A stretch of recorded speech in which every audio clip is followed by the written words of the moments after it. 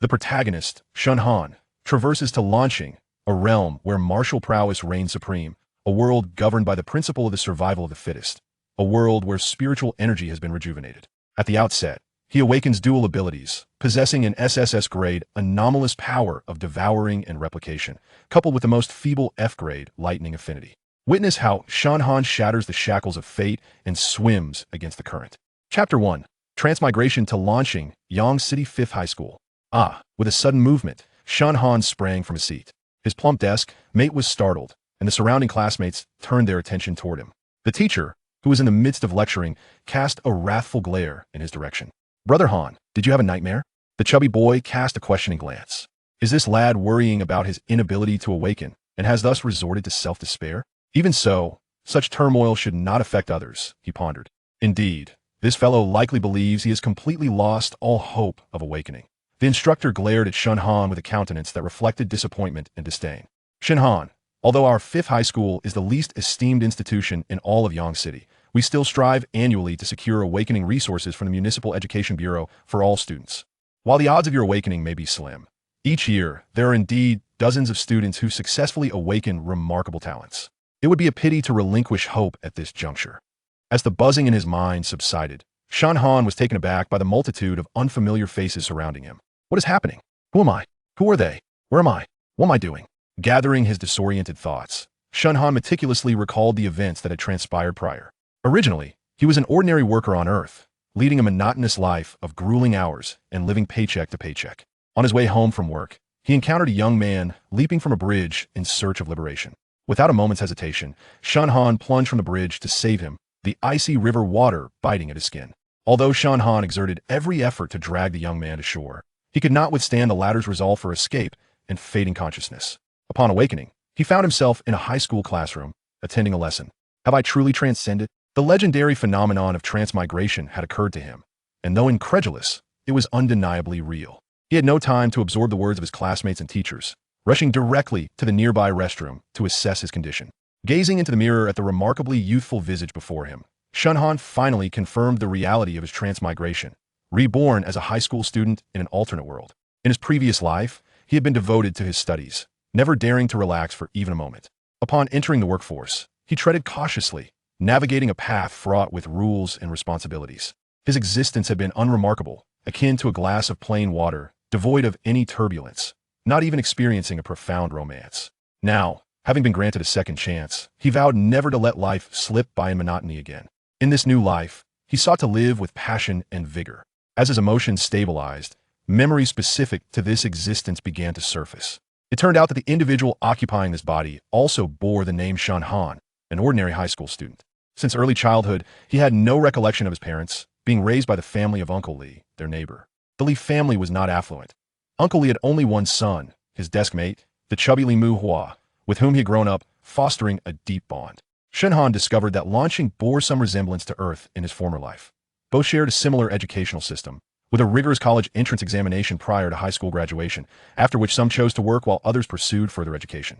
However, this was also a completely different world, where, aside from the conventional educational content largely akin to his previous life, an equally crucial aspect was martial arts. Indeed, martial arts, a distant and unfamiliar term, held significant weight in the college entrance examination in Lanqing.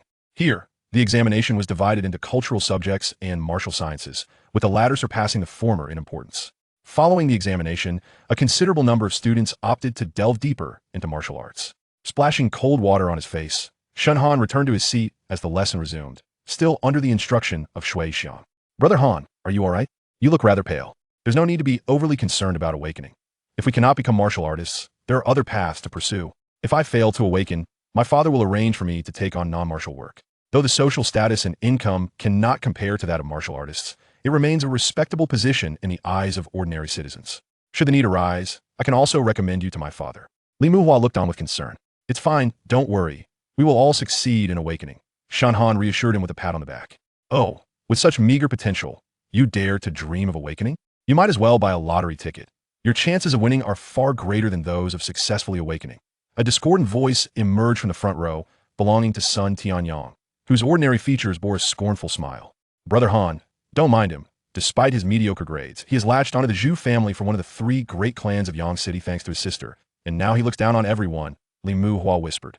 Shen Han chuckled softly but chose to remain silent. After all, his psychological age was nearing 30, and his experiences surpassed those of these young individuals who had yet to graduate from high school. There was no need to lose his composure over trivial jabs. More importantly, he needed to gain a comprehensive understanding of his surroundings, as there was a plethora of information to assimilate, leaving no time for idle banter. As the class bell rang, the balding Shui Yixiang continued his unfinished lesson. Dear students, the awakening ceremony will commence at the beginning of the next semester. Once successfully awakened, one will become a martial artist revered by all. Only through successful awakening can one tread the path of a martial artist. For those students who are unable to awaken, do not despair. The remainder of your high school years can be devoted to studying cultural subjects and acquiring various skills. While you may not shine with the same luster and respect as a martial artist, numerous opportunities still await you. As he spoke, Shui Yixiang gazed earnestly at Shen Han. Are you so certain that I will not succeed in awakening? Shen Han couldn't help but feel somewhat speechless. It appeared that this world harbored an almost blind reverence for martial artists, as only those who awakened could ascend to greatness. Determined to pursue a different path, Shen Han began to look forward to the day of awakening. However, becoming a martial artist through awakening was far from an easy feat. Ordinary individuals ultimately constituted the vast majority of this world. From the memories of another Shen Han, he learned that for an ordinary person, practicing martial arts without awakening would be an arduous journey. In contrast, those who had awakened possessed an innate talent that propelled their cultivation to remarkable heights, creating a stark divide between them and ordinary practitioners. An ordinary person who practiced martial arts would stand no chance against one endowed with awakening talent. Nevertheless, successfully awakening as a martial artist required formidable mental fortitude. Beyond innate factors, enhancement of one's mental strength primarily occurred through meditation. Additionally, spiritual crystals and essence-enhancing liquids were excellent treasures that could accelerate the growth of mental power. Placing spiritual crystals nearby during meditation training or consuming essence-enhancing liquids beforehand could swiftly and safely enhance mental strength. Regrettably, much like in his previous life, this world was rife with parents who yearned for their children to achieve greatness, leading to exorbitant demand that inflated the prices of these items. The annual income of Uncle Lee's family was insufficient to purchase even a single spiritual crystal, let alone the more effective essence-enhancing liquids. It seems that regardless of the world, poverty is indeed a sin, Shen Han mused to himself. He had never met his parents in this life, nor had he received any treasures or legacies from them. Where were the promised benefits of being a time traveler? The path to successful awakening was fraught with challenges ahead. Chapter 2. The Awakening of Mental Power, with approximately 4 months remaining until the awakening ceremony of the next semester. It is imperative to elevate one's mental power to the requisite minimum level for a successful awakening. As for acquiring the crystals or the refining liquid necessary for accelerating the cultivation of mental power, one can only take it step by step. These next 4 months will determine whether one can establish a foothold in this new world. Returning to the present moment, I listened intently as Teacher Shui continued his discourse. Speaking of awakening, our institution has over 1,000 students each year. Yet only about 1/10 truly ascend to the ranks of warriors. The schools ranked from 1st to 4th enjoy a slight advantage due to the superior quality of their student body, yielding an awakening ratio that can reach as high as 20%. Awakening is a pivotal event in the lives of each one of you present here. I hope you all can make the most of the remaining 4 months to diligently enhance your mental power, even if the prospects appear dim. Striving with all your might is what matters, and you shall have no regrets. To facilitate students engaging their mental power progress, the school has invested significantly in equipping each class with mental power testing devices. By merely placing a hand on the device, one can swiftly ascertain their mental power level. Students should approach the front in order of their student numbers. Only when the mental power value exceeds 100 can one meet the minimum requirements for awakening. The higher the value, the greater the likelihood of awakening, and thus the greater the chance of manifesting high-level abilities. Regarding the system of abilities and their classifications, I believe most of you are not yet fully acquainted. Lu Ziming, please enlighten us. Called upon, Lu Ziming stood up, and Shen Han observed a youth radiating with confidence. In launching, commonly encountered abilities include the 5 elemental forces of metal, wood, water, fire, and earth, as well as wind, thunder, light, darkness, and ice. The vast majority of warriors awaken abilities from these 10 categories. Awakening an ability corresponding to one's element allows for the cultivation of associated martial arts techniques. It is also possible for individuals to awaken abilities outside these 10 categories, known as foreign abilities, which are exceedingly rare. Often only a few individuals among a million are fortunate enough to awaken such powers. Abilities are classified into 9 grades: SSS, SSS, A, B, C, D, E, and F, with most warriors awakening abilities in the E or A range. The higher the grade, the swifter the cultivation of corresponding techniques, and the more efficient the utilization of resources during training. On average, an ability of a higher grade will cultivate at double the speed and resource efficiency compared to lower grade abilities. Moreover, the grade of an ability is linked to a warrior's potential, categorized from lowest to highest as warrior, martial master, martial spirit, martial king, martial emperor, martial sect master, martial sovereign, martial saint, martial emperor, and martial god.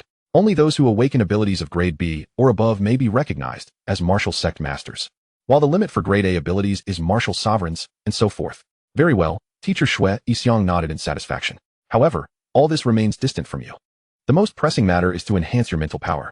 Only by awakening an ability can you truly engage with the world of warriors, which is far more expansive than you can imagine. The mental power testing device has now been calibrated. You may begin to assess your level, managing your time and resources wisely to strive for a mental power level exceeding 100 before the awakening ceremony. Place your hand on the testing apparatus and commence meditation in accordance with your usual practice. The device will soon detect the intensity of your mental power. Shui Yixiang added. Lu Ziming, mental power 85. A wave of astonishment rippled through the audience. Having already attained a score of 85, with a weekly increase of 12 points, it was assured that he would surpass 100 by the day of the awakening ceremony, essentially securing a spot for awakening. Indeed, he is our class's top student. Ziming, take me along. Li Xinxiang, mental power 71. Zhu Yunjin, 63. The excitement in the audience reignited. Zhu Yunjin? Isn't he the young master from one of the 3 prominent families in Yangqing? Yes, indeed. I can't believe he has a mental power level of 63. While it pales in comparison to Lu Ziming's impressive 85, it is still commendable. Given the Zhu family's vast resources for cultivation, they will undoubtedly spare no effort to elevate his mental power beyond 100 before the awakening ceremony. That's certain. I envy those with wealth. I'm at around 60. If my family doesn't provide some resources, my chances of awakening are grim. One by one, students approached to test their mental power until it was almost time for Shen Han's turn. Lu Yu, 78. Sun Tianyang, 49. Is that it? There is hardly any chance of awakening, remarked Li Muhua derisively. Upon seeing that number, Sun Tianyang appeared utterly deflated, lacking the spirit to retort. Go on, Huazi. You can do it. Shen Han encouraged. Li Muhua, 61. Huazi, don't lose heart. With some effort over these next few months, there is still a chance. Shen Han reassured.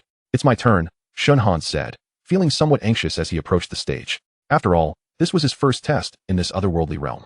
He extended his hand slowly to the device and closed his eyes to meditate, though his heart was anything but calm. God above, grant me an opportunity.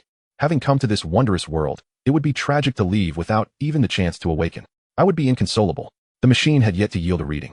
1 second, surely not destined for 100? 5 seconds, what is happening? Is it playing tricks on me? 10 seconds, could it be that I possess no mental power whatsoever? Even a score of 1 would suffice. Is the machine malfunctioning? The atmosphere grew increasingly awkward. Stay calm, maintain your composure. During the test, excessive emotional fluctuations are to be avoided. Treat it simply as a minor assessment. Even if the results are less than ideal, there are still 4 months to improve.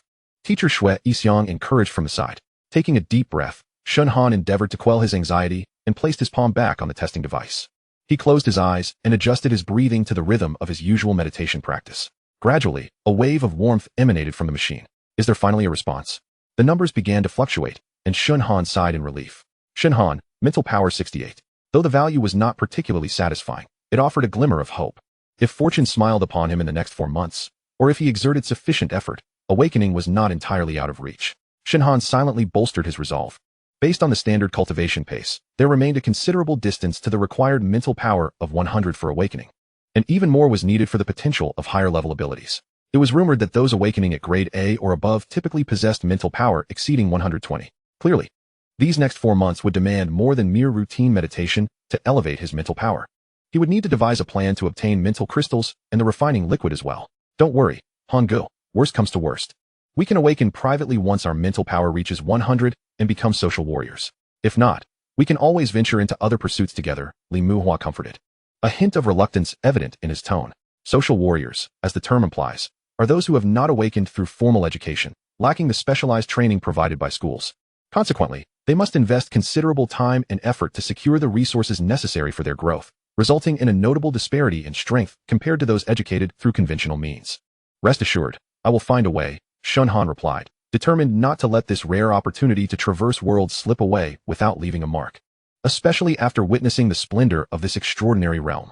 He must live up to the identity of a time traveler and not tarnish the reputation of one who has crossed into another world. Chapter 3. striving upon returning home.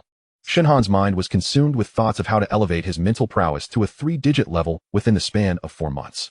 Given the original owner's physique and training aptitude, without the assistance of any cultivation resources, daily meditation would yield only a meager increase of 1 or 2 points, leaving him still far from the minimum requirement. Thus, in addition to adhering to the established training regimen, he would need to devise methods to secure external resources. According to current market rates, each unrefined mental crystal could enhance training speed by approximately 30 points, albeit only for about a month's duration. And he would require at least 10 of them. Each crystal was valued at around 20,000 yuan, while Uncle Li was accommodating. Huazi also needed resources for his own advancement, leaving Shen Han with no option but to rely on himself. A search through his memories revealed that, apart from the house he currently occupied, his parents had left no assets or legacy behind. He would need at least 200,000 yuan to purchase the mental crystals. And the only expedient way to acquire such funds was to sell the house. If he were unable to successfully awaken, he would have to accumulate mental strength, eventually awakening as a societal warrior, though the path of a societal warrior would be fraught with challenges and obstacles. Therefore, this upcoming school awakening represented a golden opportunity for him. Not becoming a warrior? That is unequivocally not an option for me. Shen Han inhaled deeply, clenching his fists, resolutely affirming to himself. He understood that this was a path he must tread, even if it was laden with sacrifice and uncertainty. To avoid being at the mercy of fate, he would rather fight against the odds, determined to forge ahead. He aspired to become a genuine warrior, regardless of the costs involved. Without delay, he contacted a real estate agent and, within about a week, successfully signed a contract with a new buyer, promptly renting a 1-bedroom apartment nearby. The house sold for approximately 400,000 yuan, and Shen Han immediately purchased 15 mental crystals, entering a state of cultivation in his rented abode, striving to enhance his mental strength with every passing moment. With his eyes gently closed and maintaining a slow, deep breath, the mental crystals beside him began to emanate a moonlight-like aura. This luminescence gradually flowed into his body with each inhalation and exhalation, a refreshing sensation permeating his consciousness, nourishing his spirit. A month later, upon retesting his mental strength, he achieved a score of 78. Not too shabby, an increase of 10 points in just 1 month. This was undoubtedly attributed to his heightened diligence and the efficacy of the purchased mental crystals. At this rate, he should be able to awaken. And with a stroke of luck, he might even possess a commendable level of abilities. Once awakened, he could select a suitable martial skill to train for a semester or 2, enabling him to undertake missions for income. Throughout the month, Shen Han dedicated his evenings to rigorous meditation training. While his days were spent diligently absorbing knowledge about this world, he discovered that, compared to Earth, the inhabitants here possessed significantly superior physical and mental qualities. Not only humans, but the flora and fauna of Lanxing were also more robust. This was all a consequence of a spiritual energy resurgence that occurred centuries ago. However, due to the resurgence, the animals, referred to as exotic beasts here, had become increasingly ferocious and merciless, with many preying on humans. The level of domestication humans had achieved over these beasts paled in comparison to that of Earth, leading to a reality where humans and exotic beasts were primarily engaged in mutual slaughter. To secure better living resources, humans required warriors to expand territories and seize resources, fostering a culture that revered martial prowess. In summary, this was a world far more brutal than his previous life, where survival and a better existence demanded the pursuit of higher martial arts, empowering oneself to protect both oneself and loved ones. Hangul, I haven't seen you after school lately. Li Muhua approached during break. I'm just making full use of my time to enhance my mental strength. I simply can't afford to miss this awakening opportunity, Shen Han replied. Go for it, Hangul. My hopes are rather dim. My father bought me some mental crystals, but it drained a significant portion of our savings. I've been training hard this month, but the pace is indeed sluggish. I just tested again, and I'm nearly at 70, but still a distance from 100, Li Muhua expressed, a hint of dejection in his voice. Keep pushing. As long as you can awaken as a warrior, even an E or F level ability is far better than not awakening at all. With merely 1 month remaining before the awakening ceremony, Shui Xiang stepped up to the podium. Classmates, this is the final assessment before the awakening ceremony. You all have a basic understanding of your mental strength values. The potential for a successful awakening is significantly influenced by these values. A score of 100 serves as a reference point, with higher scores corresponding to increased probabilities of awakening and attaining higher level abilities. However, this does not imply that those around 90 have no chance. The odds are simply lower. In this last month, you can adjust your training plans based on the results of this assessment. Make sure to utilize all available resources, purchase the necessary mental crystals, refining solutions, or any higher level resources without hesitation. Each year, some students miss their awakenings by mere fractions of points. Let me reiterate, a score of 100 is a safer benchmark. The higher, the better. Inform your parents to invest accordingly. Now, let us begin the assessments. Lu Ziming, 111, Li Zhenxiang, 91. Zhu Yunjin. 93. Shen Han.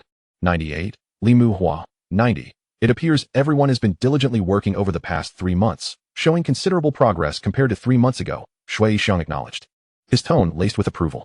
However, do not rejoice too soon. Let me dampen your spirits with a dose of cold reality. In our cohort from the first and second schools, there are already prodigies with mental strengths exceeding 130. They are of similar age to you, yet vastly outpace you in mental prowess. You cannot afford to slacken your efforts. Continue striving for improvement. A murmur of unease washed over the students. The earlier atmosphere of excitement swiftly replaced by a somber tension. Their sense of accomplishment was eclipsed by the daunting revelation of their rivals' capabilities, awakening a sense of anxiety and trepidation within many. Observing their reactions, Shui Yixiang smiled faintly, his eyes gleaming with anticipation. Upon returning home, Shen Han assessed his resources. Besides the 15 mental crystals, he had 2 remaining and approximately 90,000 yuan in surplus funds. The 2 crystals would suffice for about 2 weeks of consumption. Although he could elevate his mental strength to 100, awakening a high-quality ability still required further investment. Indeed, the rich prosper in martial pursuits. After purchasing a bottle of refining solution, he would have around 10,000 left, sufficient to cover the next 2 to 3 months of rent and living expenses. If he failed to awaken, he would truly be at an impasse. Very well. I shall take the gamble. If he could not become a warrior, hoarding the last few tens of thousands held little significance. A resolute force surged within him. For Shen Han, awakening signified not merely a change in identity, but a pathway to altering his fate. In this world that revered strength, failing to become a warrior meant being relegated to the lowest echelons of society, adrift and forever subject to the whims of destiny. Shen Han refused to accept such an outcome. Even if only a glimmer of hope remained, he would strive with every ounce of his being to seize it. Chapter 4. Awakening at long last. The day of awakening had arrived. Though no testing was conducted, Shen Han sensed his mental strength nearing 115, perhaps even approaching 120. Yet a trace of apprehension lingered within him. Early in the morning, each classroom's podium was adorned with an awakening stone, and students hurriedly gathered, unwilling to be tardy on a day that could determine their destinies. This awakening involved students from various classes stepping onto the stage to interact with the awakening stone for their own transformations. Shui Yixiang stood impeccably in a suit at the podium, noting that his classmates were well prepared. Once again, let me reiterate the specifics of the awakening process. Students will touch the awakening stone with their hands, then immerse their consciousness into their mindscape and sync with their usual meditative training. If the awakening is successful, a star corresponding to their unique ability will manifest within their consciousness. The brightness of the star indicates the level of their ability, while the awakening stone will also reflect this ability level. Moreover, the color of the star corresponds to the specific type of ability awakened. As you may have gleaned from your textbooks, the commonly recognized colors associated with abilities are as follows. Bright yellow represents the metal element, blue signifies water, green denotes wood, yellow symbolizes earth, and red indicates fire. Naturally, each year, some students awaken abilities outside of these 5 elemental categories, and the awakening stone will provide appropriate indications in such cases. At this stage, each student can only awaken one type of ability, but as their mental strength grows to a certain level in the future, they may awaken new abilities once more. Alright, the students called upon will come to the stage in order for their awakening. Lu Ziming is the first to approach. He strides confidently to the front, placing one hand on the awakening stone and closing his eyes to meditate. In a short while, a brilliant golden light emanates from the awakening stone, gradually intensifying. Wow! Has he succeeded in his awakening? That bright yellow glow, could it signify a metal ability? The surrounding students began to murmur in excitement. Indeed, this is undoubtedly a talent for metal abilities. Just look at the brightness of that light. The ability level is surely impressive. Awakening a metal ability allows for the practice of highly offensive martial techniques, and the defensive capabilities of metal abilities are remarkably formidable as well. A metal powerhouse. Lu, do you need a pendant for your leg? Lu Ziming, with a B-level metal talent. Next up, Li Xinxiang, with a D-level water talent. Zhu Yunjin, with a C-level fire talent. Sun Tianyang, awakening unsuccessful, and Li Muhua, with an E-level wind talent. This is a successful awakening. And Li Muhua can hardly believe this fact. Moreover, this wind ability is not a common elemental ability. Quite impressive, Shui Yixiang remarks with a smile. A wind ability is relatively rare, and when paired with speed-oriented martial techniques, it can yield remarkable results. Congratulations, Huazi. Next comes Shen Han, who approaches the stage with a calm demeanor. It would be disingenuous to claim he is not nervous. This awakening is pivotal to his fate, and he has nearly exhausted all his resources in preparation for it. Discarding distracting thoughts, he takes a deep breath, closes his eyes, and touches the awakening stone with one hand. The cool sensation envelopes him as his consciousness retreats into his mindscape, which had previously been shrouded in darkness. At that moment, Shen Han sensed something entering his mindscape, a phenomenon reminiscent of the auroras he had seen in a past life. However, unlike the predominantly green hues of the auroras. The colors of the star entering his mindscape shifted. First, it was a vivid red, followed by a splash of orange, and then bright yellow, green, cyan, and purple, among others. What is happening? Outside, the other students gazed in bewilderment at the awakening stone radiating a kaleidoscope of colors. Shui Xiang, equally perplexed, found himself at a loss. Such an unprecedented occurrence had never transpired before. Could it be an undiscovered type of ability? Gradually, the situation evolved, and ultimately, the awakening stone was dominated by purple, though its glow was not particularly striking. Shen Han, F-level lightning talent, Shui Xiang announced as the colors on the awakening stone stabilized. Shen Han remained in a state of confusion. What he perceived was entirely different. In his mindscape, there were actually two stars, the previously vibrant one and the one currently manifesting on the awakening stone. Had he awakened two abilities at once? What could this colorful star represent? He remained uncertain, yet no one, including Shui Xiang, realized he had awakened two abilities simultaneously. In this ruthless world of survival of the fittest, it was prudent to keep some cards close to his chest and not reveal this newfound ability just yet. As he descended from the stage, Shen Han found himself lost in contemplation of the events that had just unfolded, his thoughts lingering on the colorful star. What was there to be joyous about awakening an F-level ability? Was there any difference from not awakening at all? Sun Tianyang's voice drifted toward him. F-level? Shen Han then noted that his second ability, the lightning talent, was merely an F-level. Generally speaking, F-level is as rare as SSS-level. And seeing this, F-level left him somewhat speechless. With his mental strength already meeting the standard, how could he have only awakened an F-level ability? Had his mental energy been consumed by the first colorful star's ability? Surely, he couldn't divulge the truth, and Shen Han felt a wave of frustration. Hadn't his mental strength been nearly 100 last time? After a month of training, it should have reached at least 110, so how could he awaken only an F-level talent? Indeed, while lightning is considered the premier offensive ability, its F-level pairing is quite disheartening, he mused. The surrounding students were abuzz with their discussions. Shen Han felt a sense of discontent. All he had to show was an F-level lightning ability. With barely any sparks of lightning elements to draw upon, its power diminished to almost nothing. The disparity in cultivation speed and resource efficiency between F-level abilities and others was immense, and the derisive glances and disdainful chuckles of those around him were incessant. With an F-level talent, there was no need for concealment. They had already deemed him worthless. The lightning talent, once an awe-inspiring force, now felt like a cruel irony, as he found himself unable to harness even a fraction of its might and authority. Fortunately, Shen Han possessed a mature disposition. The trials and tribulations of 2 lifetimes had forged a resilience within him that surpassed that of his peers. At this moment, his primary concern was the enigmatic, colorful ability he had awakened.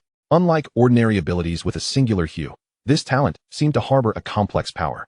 He sensed that this force was anything but mundane. Perhaps it could offer him the chance to reverse his fate. Yet, how to master it and unlock its potential remained an enigma. Well, our class has performed quite well in this awakening session. The highest achiever, Lu Ziming, has awakened a B-level metal talent. Most of the other awakened students are at C and D levels, and when combined with martial techniques, they should demonstrate commendable combat prowess. Shui Xiang announced. After observing the awakening results from other classes and schools, I must say that our Yang city has even produced a genius with S-level talent this time. And there are those from our 5th middle school who have awakened A-level talents. To those who have awakened and become warriors, I wish to convey that this is merely the beginning of the martial path. Our planet is not a safe haven, and the survival conditions for humanity are far from comfortable. Our dragon nation requires warriors to defend our homeland and combat otherworldly beasts. I hope everyone can leverage their awakened talents to bring glory to our nation. As this semester commences, students will undergo reclassification. Those who have successfully awakened will be reorganized into new classes based on their abilities, while those who have not will continue on the academic path. Chapter 5. The colorful ability. According to Shen Han's understanding, to gain insight into the nature of the colorful ability, he must delve into the colorful star within his mindscape.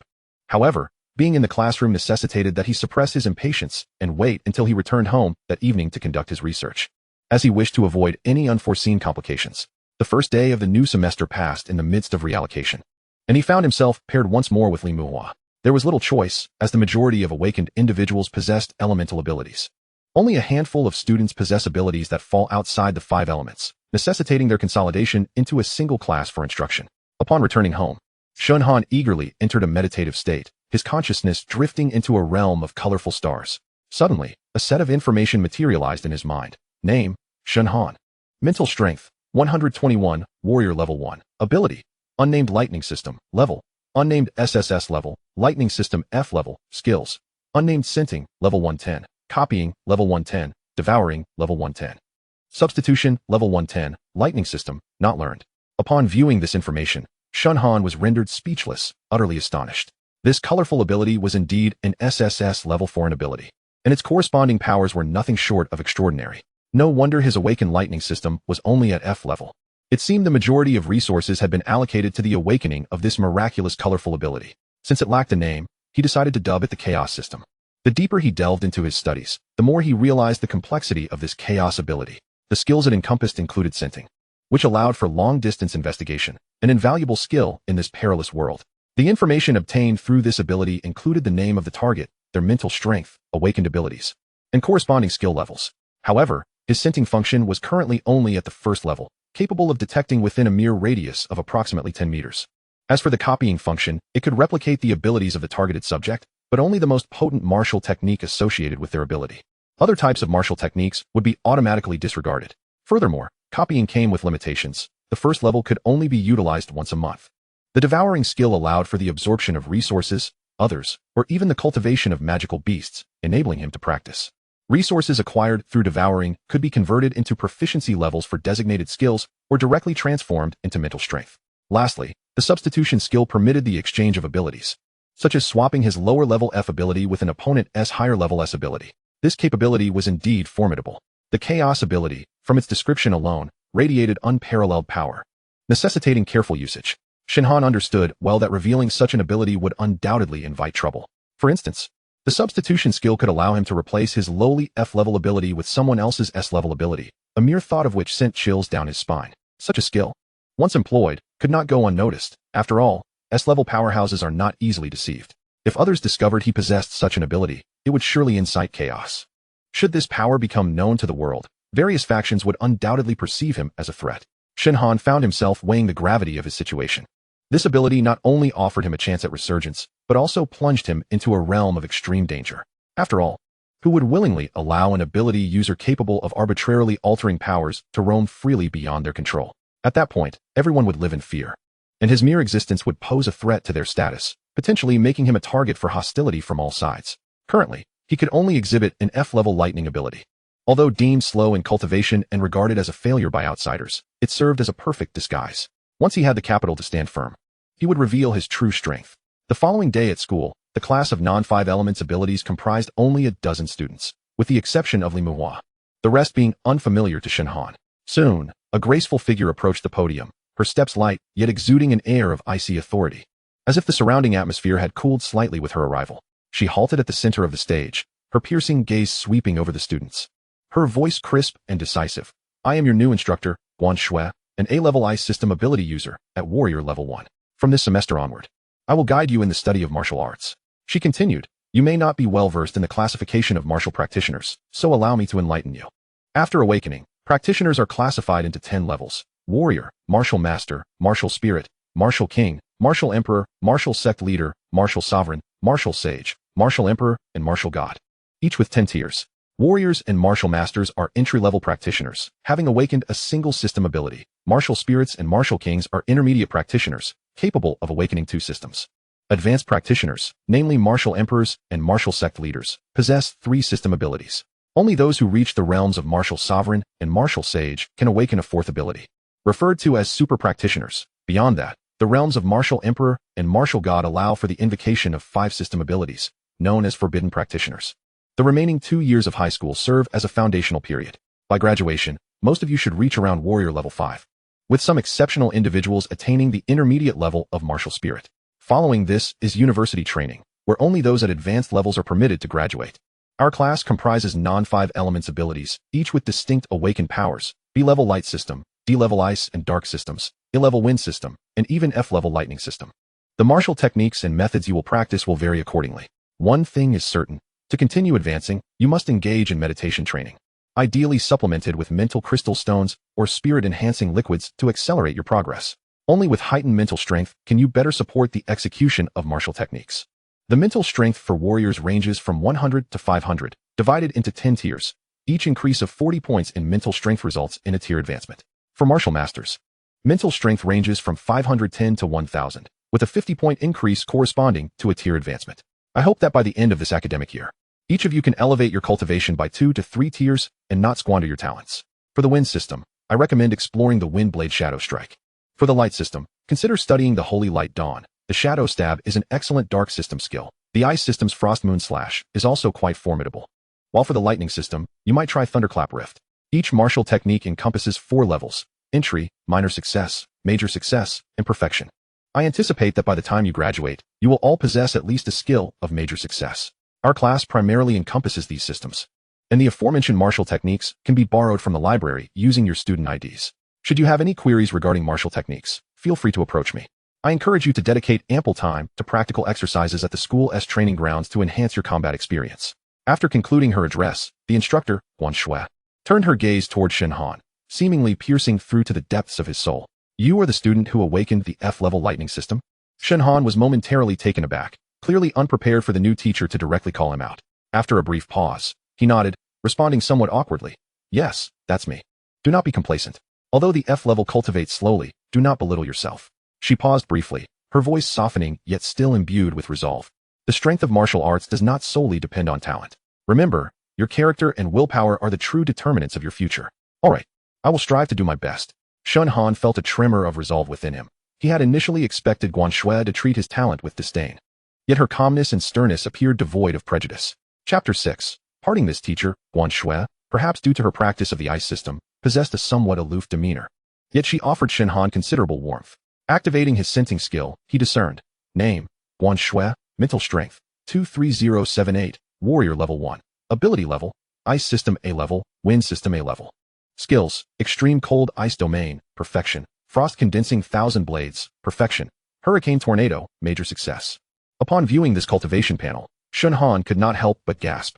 Both skills were A level, indicating her recent ascension to martial emperor, still in the process of awakening new abilities. The replication ability activated, allowing the absorption of A-grade ice skills. Upon reviewing his progress, name, Shen Han mental strength, 121, first level warrior, supernatural ability levels, chaos system SSS, lightning system F. Ice system A skills, chaos system scent, level 110, replication, level 110, devour, level 110, substitution, level 110, lightning system, unlearned, ice system frost condensation 1000 blades, beginner, excellent. He finally possesses a commendable offensive skill. However, he still lacks a robust defensive ability, and it seems he should pursue learning skills in the lightning system as well. After class, Shen Han made his way directly to the library, swiping his student ID to borrow the technique of thunder-rending sky. As he prepared to leave the library in search of a tranquil training ground to study this martial technique, he noticed a girl with flowing lavender hair, gently swaying in the breeze, her white dress accentuating her freshness and beauty, her lovely visage radiating a hint of purity. Shen Han, shall we have a talk? The girl spoke softly, her demeanor slightly bashful. Upon closer inspection, Shen Han realized that this was Song Ziqing, the original owner's girlfriend. Over the past 4 months since his arrival, he had devoted himself entirely to enhancing his mental strength, effectively neglecting this relationship. Women only hinder my cultivation speed. Finding a secluded spot nearby, he encouraged her, speak your mind. I have an inkling of what you wish to say. I believe we are incompatible. Song Ziqing raised her head, taking a deep breath as if steeling herself. Is it because I haven't accompanied you in the past 4 months?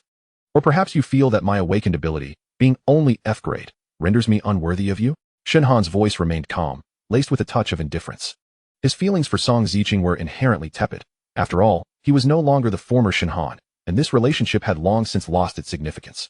A complex emotion flickered in Song Ziqing's eyes as she hesitated briefly, mustering the courage to continue. I have awakened a B-grade wood ability, granting me a significant chance of entering a second-tier university, potentially leading to a greater platform in the future. And you, Shen Han. Her gaze faltered, though her tone remained resigned and rational. An F-grade ability offers little hope in this world. It is not cruelty, but reality. An F-grade ability is destined for elimination. The disparity between us will only widen. We are no longer from the same world. Shen Han merely observed her quietly, his eyes betraying no emotion. As if her words held no relevance for him. He nodded slightly, his tone detached. I understand. Choose your path. I shall not obstruct you. Song Ziqing was taken aback. Perhaps she had hoped for him to plead for her to stay or to express anger at her decision. However, the Shen Han before her appeared unexpectedly calm, even somewhat indifferent, leaving her momentarily stunned. He turned to depart, his heart devoid of turmoil. His aspirations far surpassed these trivial matters, and the path of martial prowess was his true haven. For Shen Han, his mind was consumed with thoughts of enhancing his cultivation and skills. Emotions held no weight whatsoever. The training speed for the F-grade lightning system was indeed sluggish, and mastering thunder-rending sky appeared to be no simple feat. This technique demanded exceptional focus and formidable control over lightning elements. Once mastered, it could summon thunder from the skies, delivering a powerful electric shock capable of tearing apart defenses while imparting a degree of paralysis, boasting formidable offensive power. Finding an open area in the school's training ground, Shen Han took a deep breath, closed his eyes, and attuned himself to the surrounding lightning elements, gradually absorbing them into his body. His initial goal was to form a ring of electricity around his body, progressively strengthening his connection with the lightning elements.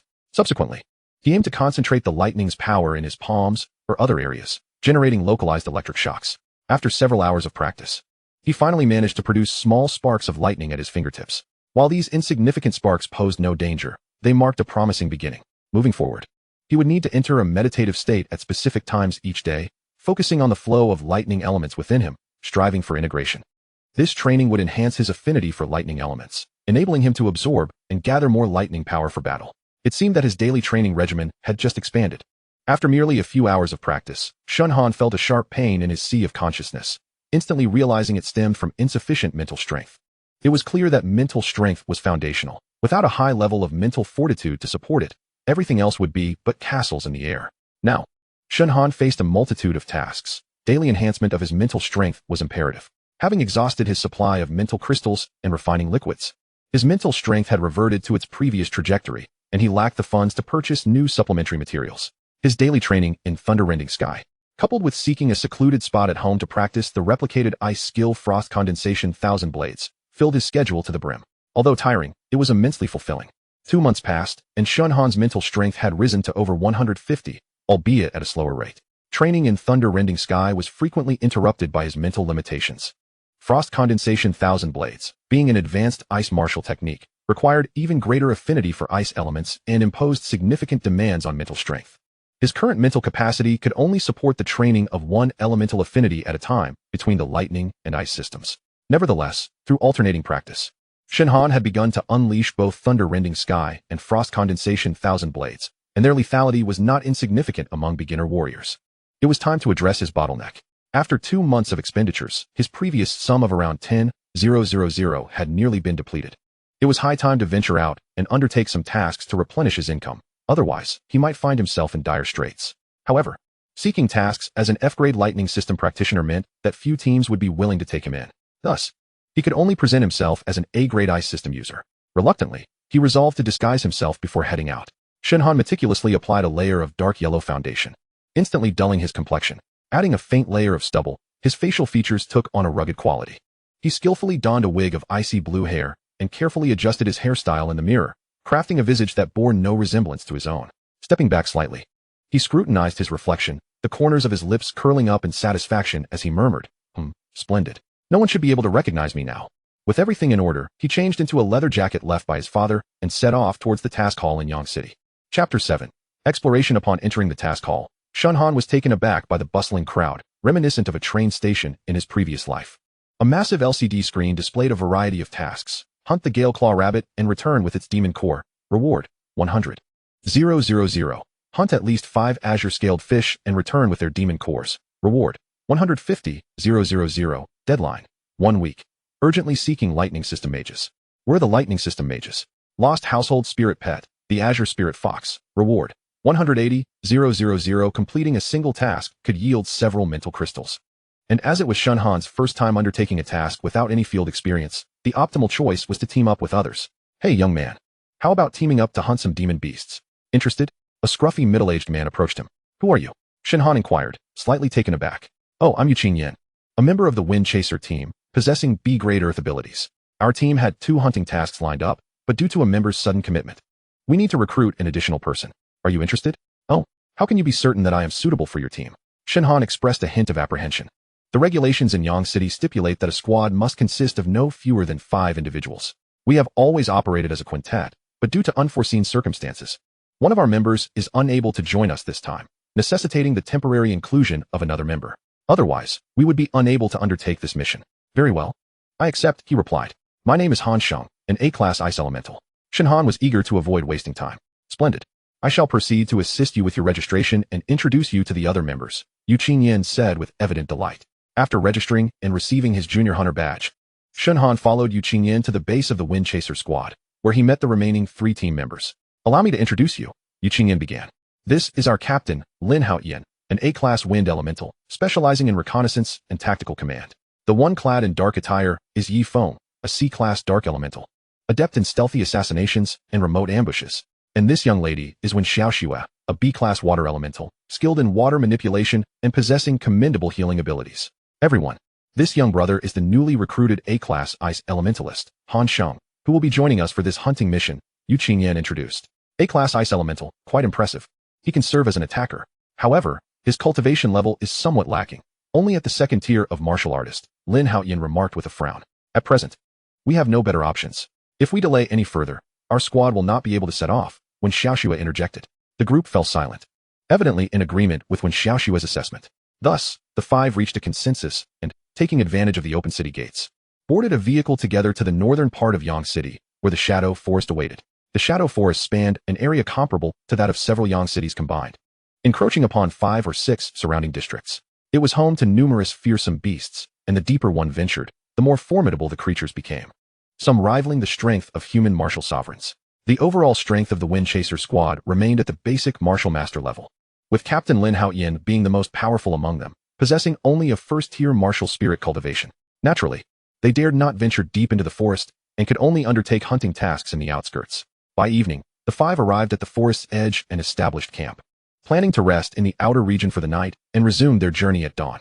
The Shadow Forest is perilous at night. As many beasts emerge to hunt after dusk, Lin Haoyan cautioned. We shall venture deeper at first light, Yu Qingyan explained to Shen Han. Understood. You all possess considerable experience. I shall defer to your judgment, Shen Han replied without objection. The five took turns keeping watch for 2 hours. Throughout the night, the forest's depths were rife with rustling sounds, indicating the presence of beasts nearby, yet none approached the Wind Chaser squad's camp to attack. The night passed without incident, and the following day, the squad proceeded deeper into the forest, traversing more than 10 kilometers. Although it was daytime, the dense foliage obscured the sun. Our task is to hunt adult fire-tailed lizards and procure their demon cores, valued at 200,000 each with no upper limit, Lin Haoyan stated. The employer is a fire element martial artist seeking the cores to enhance his fire-based techniques. According to the map, this area is frequented by fire-tailed lizards. We must remain vigilant, for these creatures are not easily dealt with. Their tails are imbued with fiery attributes, allowing them to ignite flames upon contact, and they possess robust defenses. We are in their territory, and they may attack at any moment, Lin Haoyan warned. The group grew serious, carefully observing their surroundings. Approximately 20 meters ahead, a disturbance caught their attention. Just as they turned, a fireball hurtled toward them. Water barrier, rock barrier. Wen Xiaoxue and Yu Qingyan swiftly activated their water-based defensive skills. Shadow cloak. Yi Feng suddenly vanished into the underbrush. Lin Haoyan maintained a heightened focus, employing his wind-based reconnaissance skills to scan the vicinity for potential ambushes. A sound akin to steel-piercing flesh rang out, as Yi Feng reappeared behind a fire-tailed lizard, driving his sword into its neck. After swiftly extracting the demon core, the group remained on high alert. Shen Han approached the fallen creature, attempting to activate his devouring skill. I wonder if this corpse would simply turn into a desiccated husk. That would certainly cause quite a stir, he mused inwardly. No changes occurred? What could be the reason? Activating his sniffing skill, he examined the details. Name, Shen Han mental power, 133140, first-tier martial artist, abilities, Chaos Element, Lightning Element rank, Chaos Element SSS, Lightning Element F, Ice Element A skills, Chaos Sniffing, level 110. Copy, level 110, Devour, level 110, Swap, level 110, Lightning Element Thunder Split, entry, Ice Element Frostblade, entry. His mental power increased by approximately 10 points, as the fire-tailed lizard had directly provided him with about 10 points of mental power. It seemed he could seize this opportunity to significantly enhance his mental power without having to endure daily meditation like an ascetic. With an elevated mental power value, he would soon be able to advance to the second tier of martial artist, or even higher, gaining enough strength for self-protection and independent missions. Just as Shen Han was lost in thought, 3 fire-tailed lizards launched their assault from different directions towards the Wind Chaser squad. It was evident that Wen Xiaoxue and Yu Qingyan's defenses would not hold for long. Lin Haoyan found himself entangled with one lizard, while Yi Feng struggled to fend off another that was considerably stronger than the previous. We must conclude this swiftly. The commotion from our battle will soon attract more fire-tailed lizards, or even more formidable beasts, Shen Han observed, activating his frostblade. In an instant, dozens of ice blades materialized, rapidly shooting toward the 3 fire-tailed lizards. With a series of piercing sounds, the 3 fire-tailed lizards were struck by the ice blades, becoming momentarily immobilized. Seizing the opportunity, Lin Haoyan and Yi Feng swiftly dispatched their opponents and rushed to assist Shen Han in eliminating the last one. Regrettably, due to his insufficient cultivation level, the overwhelming power of the Frost Blade skill was hindered by his lack of mental power. Shen Han lamented. Even if I could execute the Frost Blade perfectly, my mental power is inadequate to sustain such high consumption. Remarkable. As a newcomer, you have shown great composure in the face of beasts. Not only did you remain unperturbed, but you also dealt them significant blows. After collecting the demon cores, the group expressed their satisfaction. As the others gathered the demon cores, Shen Han seized an additional 40 points of mental power. He was on the verge of breaking through to the third tier of martial artist. Name, Shen Han mental power, 175180, second tier martial artist, abilities, Chaos Element. Lightning Element rank, Chaos Element SSS, Lightning Element F, Ice Element A skills, Chaos Sniffing, level 110, Copy, level 110, Devour, level 110, Swap, level 110. Lightning Element Thunder Split, entry, Ice Element Frost Blade, entry. Chapter 8. Advancement. The five spent 3 full days gathering a total of 15 fire-tailed lizards, during which Shen Han's mental power grew by 110 points. Name, Shen Han mental power, 287300, 5th tier martial artist, abilities, Chaos Element, Lightning Element rank, Chaos Element SSS. Lightning Element F, Ice Element A skills, Chaos Sniffing, level 110, Copy, level 110, Devour, level 110, Swap, level 110, Lightning Element Thunder Split, entry, Ice Element Frostblade, entry. Upon returning to the task hall in Yang City to submit their mission, the group received a total of 3,000,000. Although Shen Han was the newest member and contributed less than the others, he still earned 500,000. While slightly less than the others, he was nonetheless quite satisfied. The rewards from this mission have entirely compensated for my previous losses. It appears that warriors in this world truly reap substantial profits. A single task can equate to several months' worth of labor for an ordinary 9-to-5 worker. However, the expenditures are indeed considerable. Shen Han has come to understand that the classification of exotic beasts differs slightly from that of humans. The ranking progresses from the 1st tier to the 10th, corresponding to the levels of martial artists to martial gods among humans, with each tier further subdivided into 10 minor realms. The fire-tailed lizard encountered was primarily a 1st-tier beast, relatively weak and found at the periphery. As one ventures deeper into the shadowy forest, the strength of the beasts intensifies. With rumors of entities surpassing the level of martial sovereigns, my own power remains insufficient. Among my peers at school, I have attained a position of relative strength. Yet I can only vanquish the most peripheral beasts. Venturing out alone to hunt for resources is still perilous. I must hasten to elevate my abilities, Shen Han mused. With the 500,000 earned, he procured 7 vials of spirit refinement liquid and continued his training regimen. Mental energy is fundamental. Yet one must also balance the practice of martial skills corresponding to their supernatural abilities. Currently, the lightning-based martial skills he exhibits are rather weak. Merely showcasing F-level lightning techniques will hardly suffice if he wishes to secure ample resources from the school or gain admission to prestigious universities during his forthcoming high school years. The task at hand is to ensure steady growth in mental energy while simultaneously accelerating the development of his lightning skills. The most prudent approach he can conceive is to replicate individuals with innate lightning abilities or hunt for beasts possessing such powers within the shadowy forest to acquire their demon cores. 2 months swiftly elapsed, and Shen Han exhausted the 7 vials of spirit refinement liquid, successfully advancing to the 5th level of martial artist. Name, Shen Han mental energy, 321.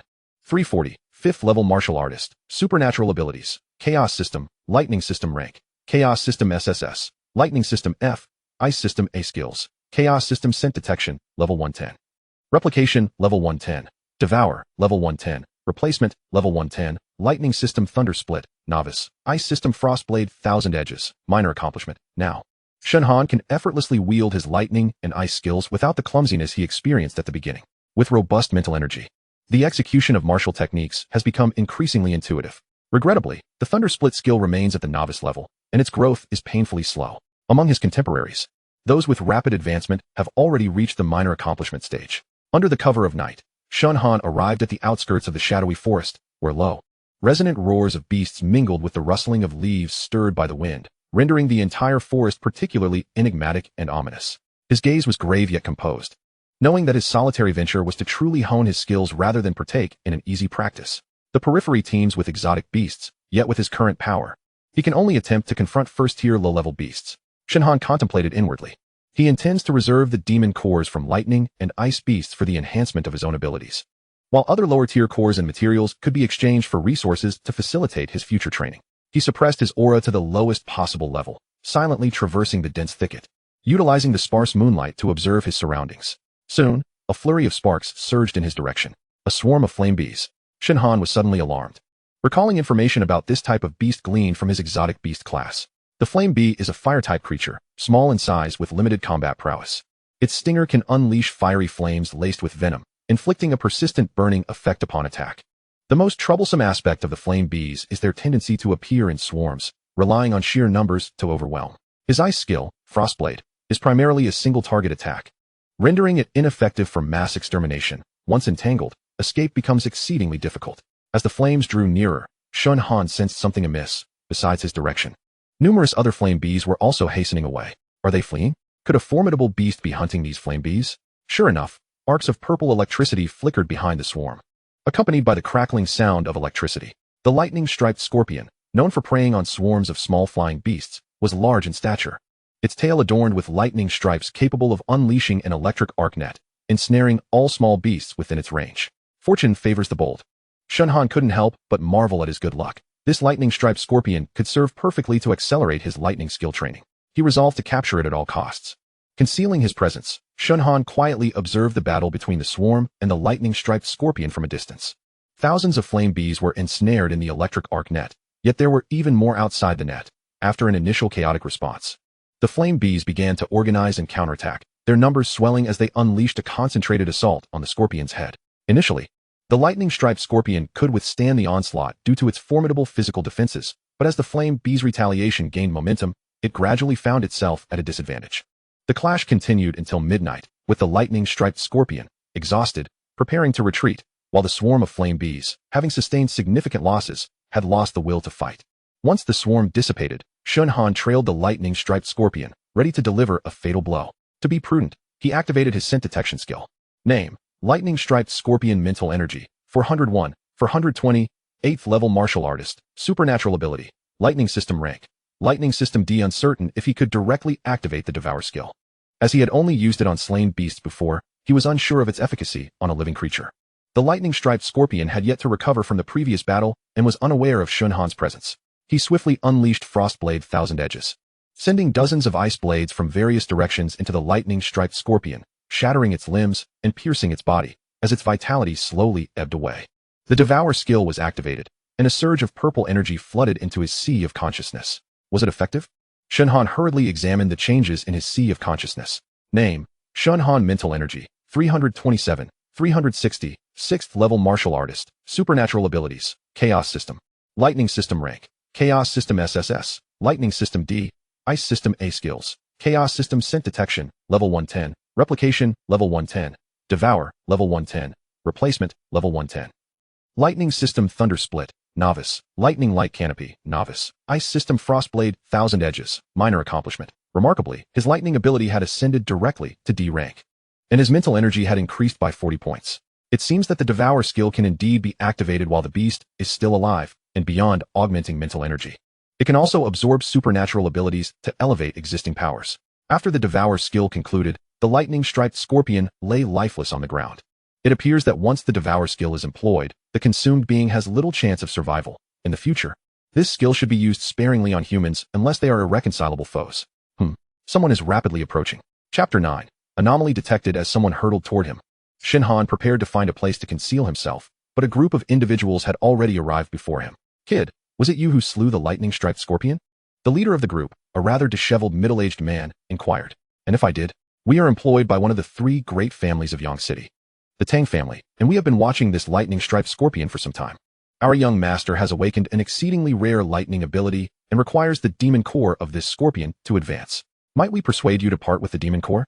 Kid, I offer you a chance to pledge your loyalty to me, as long as you align yourself with us. The Tang family can ensure that you stride confidently through Yang City. A young man with a sinister expression stepped forward behind the middle-aged man. Surely, this must be their young master.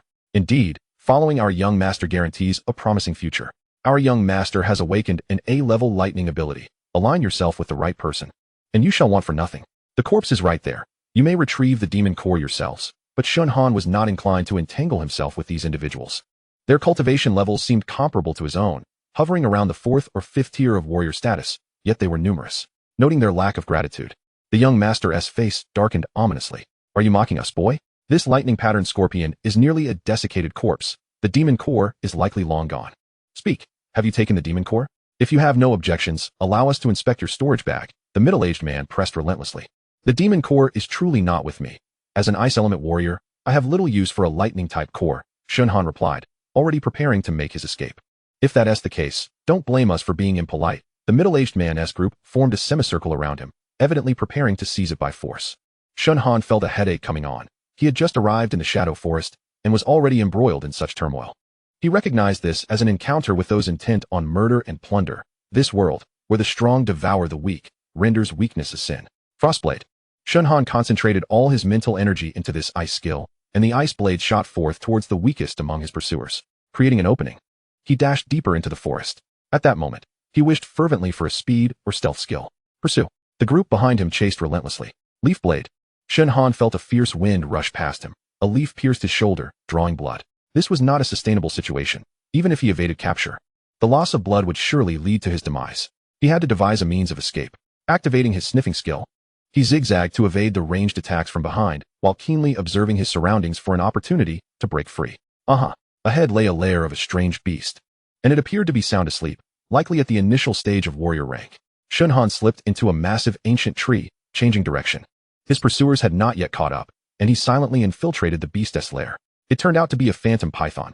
He could not contend with it. The phantom python, a second-tier water-type beast, possessed both offensive and defensive capabilities and could create brief illusions that disoriented one's perception. It was a notably dangerous creature in the outer regions, typically avoided by hunting and mercenary groups. Inside the lair, Shen Han found a mother snake and a clutch of eggs. Perfect. Combining his frostblade skill with several stones as distractions, he launched a counterattack. After fending off Shen Han's minor retaliation, the middle-aged man and his companions believed he was at the end of his rope. A mocking smile creeping onto the face of the sinister young master. What is this? Sticky. One of the subordinates suddenly exclaimed. Upon closer inspection, they found their weapons smeared with egg fluid, fragments of shells scattered on the ground. What beast's eggs are these? Not good, run. The middle-aged man jolted awake. These are the eggs of the second-tier phantom python. We must flee. Boy, I'll remember you. Opposing the Tang family. There will be no place for you in Yang City, the middle-aged man said, retreating with the sinister young master, while the others were not so fortunate. Before they could comprehend the situation, they were ensnared in illusions, and, in their moment of confusion, a tail struck them into the ground, sealing their fate. Witnessing this scene, Shen Han broke into a cold sweat, thankful for his swift escape. Unfortunately for the others, only the middle-aged man and the sinister young master managed to flee. A true vendetta had been established. However, Shen Han was indifferent. He was not one to show mercy. Anyone who laid a hand on him was an enemy. Compassion was a hindrance in a world like this. After fleeing for some time, once the figures of the phantom python and the two from the Tang family were out of sight, he climbed a tree to conceal himself among the leaves. He produced healing elixirs to treat his shoulder and began to meditate, gradually recuperating. Reflecting on his recent battles, Shen Han lamented his lack of strength. Now that he possessed an SSS-level chaotic ability, he needed to fully utilize the corresponding skills to enhance his power. This escape incident had made him acutely aware of the necessity for speed and stealth skills, which could be crucial for survival in dire circumstances. Although he only needed to hone his corresponding martial skills at school, in this world, the academy trained were invariably inferior to those seasoned in real combat. He must supplement his skill set. Moreover, his current abilities were limited to the ice-based Frostblade and the lightning-based Thunder Split, which could not be employed simultaneously, severely restricting his potential. His collective offensive capabilities were insufficient, and his defenses were alarmingly weak. Previously, he had intended to cultivate cautiously without revealing his SSS-level chaotic ability, focusing instead on F-level lightning skills. However, circumstances had changed. Merely surviving with F-level lightning had become problematic. His training was slow, and his resource efficiency was lacking. When would he catch up to his peers? In this world, one must strive for survival, and the conservative strategy he wished to maintain was no longer viable. Shen Han aspired to reach the pinnacle of martial arts and explore a broader world, necessitating continuous enhancement of his strength and a more proactive upgrade strategy. Resolving to adopt a more aggressive approach, he decided to first elevate his lightning abilities before attempting to replicate some speed and defense-type skills. As long as his SSS-level chaotic power remained undiscovered, he could claim that his lightning abilities had merely malfunctioned during testing, and no one would be able to verify otherwise. Deep within the jungle, the sinister young man and the scheming middle-aged man calmed their racing hearts. Uncle Xiao, your quick reaction saved us. Otherwise, we would have perished here. That ice element boy's life is as good as mine. Tang Yunxiang will have him, the sinister youth declared through gritted teeth, clearly agitated from the humiliation of being outmaneuvered. Rest assured, young master, that boy is likely still within the forest. We have ample opportunities ahead. That boy is no simpleton. His ice ability is quite formidable. He appears to be around my age. yet I have not encountered anyone of his caliber in Yang City. Nor have I heard of any family suddenly producing an ice element genius in recent years. He may have come from other nearby cities. But since he cannot be utilized for my purposes, it would be prudent to eliminate him sooner rather than later to avoid future complications, Uncle Qiao added. He won't survive for long, Tang Yunxiang replied darkly. Chapter 10. Elimination after resting the entire night. Shen Han's injuries had mostly healed. It was time to venture out and hunt beasts for mental energy. He cautiously maneuvered along the forest's edge, mindful that, besides the beasts, members of the Tang family might also be watching him. Swiftwind claw rabbit, earth-splitter mole, azure water-scale fish. Shen Han employed his sniffing ability to sweep through the beasts he could handle, slaying them to obtain demon cores and devour their mental energy in one fluid motion. When encountering foes of a higher cultivation level or those he could not confidently confront, he prudently avoided them. Now was not the time to engage in reckless battles. The forest was fraught with unknown dangers, and any injury that hindered his mobility could lead to catastrophic consequences. In just a few days, he had collected no fewer than 21st-tier low-level beasts, amassing their materials in his storage bag, which, at market value, amounted to over $1 million in earnings. His mental energy had also surged to 427, with his cultivation already reaching the 9th tier of warrior rank, making it entirely feasible to attain the warrior master level before graduating high school. Name, Shen Han. Mental strength, 427, 460, warrior 9th level. Abilities, chaos type, lightning type level, chaos type SSS, lightning type D. Ice type A. Skills, chaos type sensing, level 110, copy, level 110, devour, level 110, substitute, level 110, lightning type thunder rift, novice. Lightning canopy, novice. Ice type frost condensation 1000 blades, minor achievement. This time, having achieved the goal of enhancing his mental strength during his forest training. Shen Han's next objective is to locate the young master of the Tang family, whom he had encountered previously. It would be a travesty not to seize the opportunity to replicate the high-level lightning abilities he had so painstakingly sought. He fervently hoped they had not yet departed.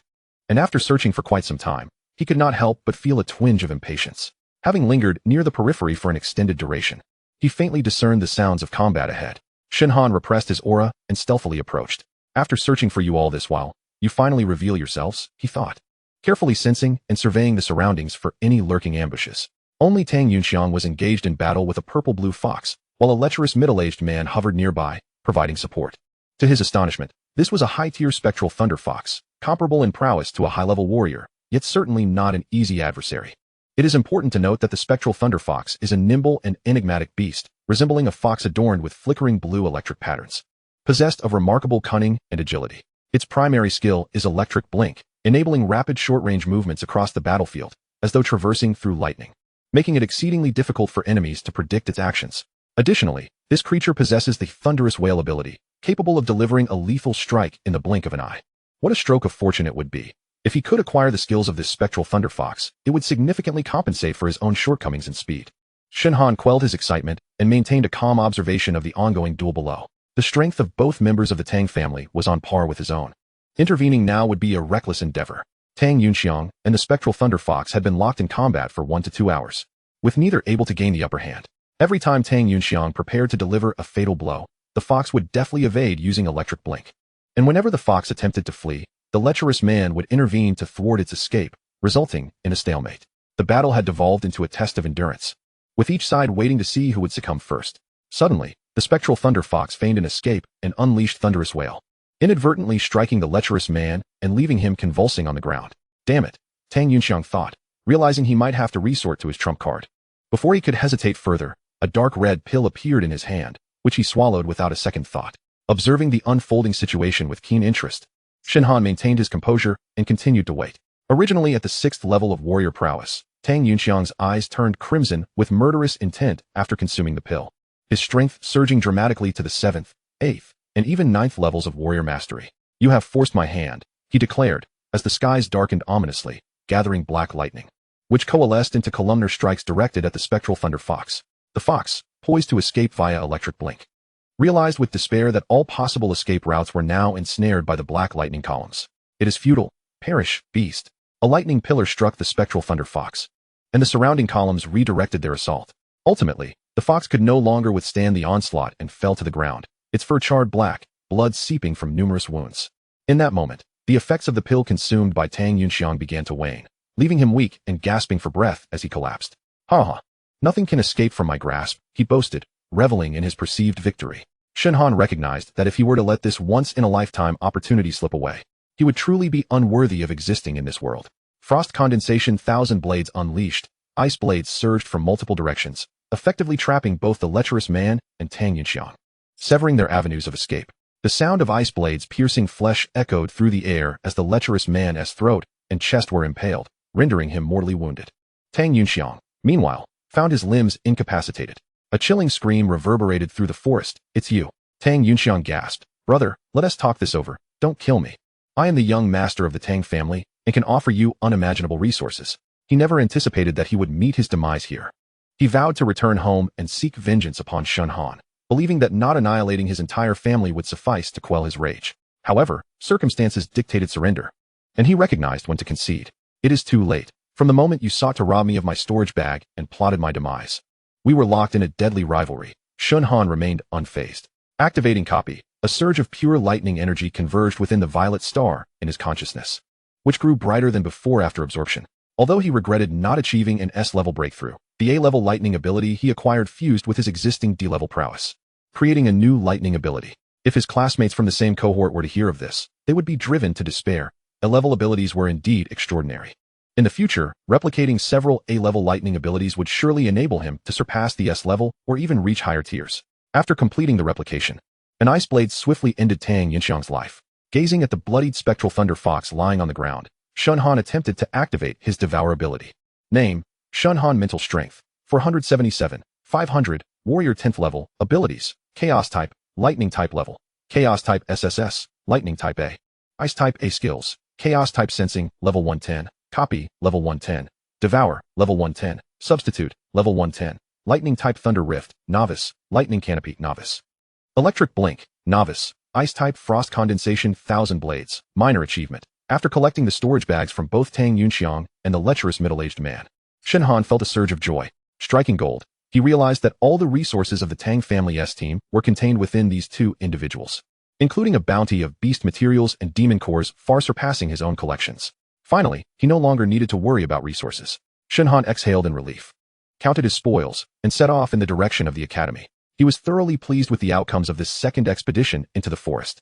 Indeed, slaying and plundering proved to be the most expedient means of augmenting one's strength.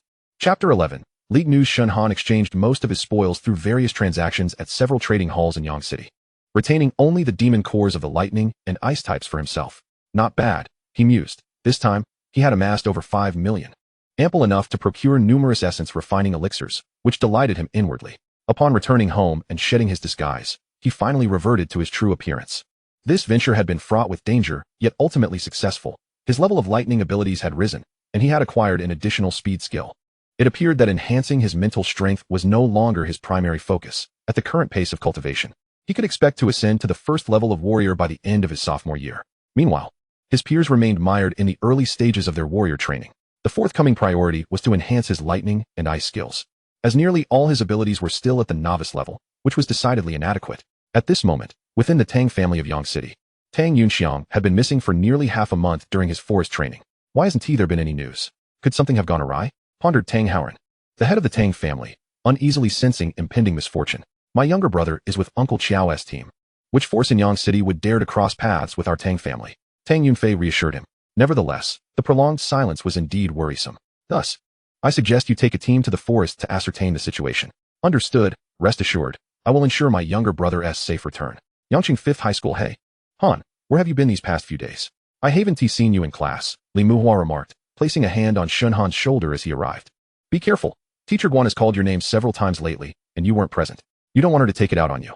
I just found a quiet place to cultivate, Shen Han replied, giving an okay gesture. Han, my mental strength has increased significantly. I've now entered the realm of a 3rd-tier warrior. In our class, some have already reached the 5th tier. What level are you at now? Take a guess. Still keeping it mysterious, huh? Based on your awakening, you were about 20 points higher than me in mental strength. Even if you've been diligent, your growth should be faster than mine. Have you reached the 5th tier of a warrior? Guess again. No way. Have you reached the 6th tier? Do you really doubt your brother? I'm at the 10th tier. Come on, Han, stop bragging. Why is it that when I speak the truth, no one believes me? Fine. By the way, I heard through the grapevine that we will have a citywide competition before the 3rd year, where the top talents from all 5 high schools will be evaluated. Oh, when is this happening? Soon. The school will likely announce it shortly. Han, do your best. I heard that there will be plenty of rewards if you can secure a good ranking. Teacher Guan, as stern as ever, stepped onto the podium, slightly surprised to find everyone present. You all must have heard about the upcoming joint competition among our 5 high schools before the 3rd year. The primary purpose of this competition is to gauge the talent in Yangqing, so everyone has a clearer understanding going into next year's college entrance examination. Furthermore, this competition is tied to a coveted spot in a secret realm. If you can place in the top 10, aside from the usual awards, you will also earn a chance to enter the secret realm. The benefits of the secret realm are well known. It contains numerous rare treasures, with the most famous being spiritual stones corresponding to various abilities. If one can refine these stones, their training speed for martial skills can double during the annual entrance exams. Aside from testing each student's mental strength, the martial combat segment is crucial. Excelling in combat relies heavily on martial skills. Upon hearing this, Shen Han immediately perked up. He had been troubled by the slow pace of his training despite having numerous skills. This opportunity to enter the secret realm was something he could not afford to miss. However, don't celebrate too early. Every year, the top 10 spots are dominated by the talents from 1st and 2nd high schools, with 3rd occasionally getting a chance.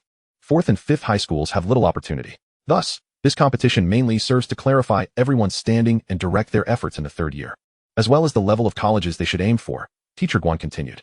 It's said that many students from 1st and 2nd high schools come from prominent families, and their inherent talents are bolstered by family resources. Many have already reached high-tier warriors.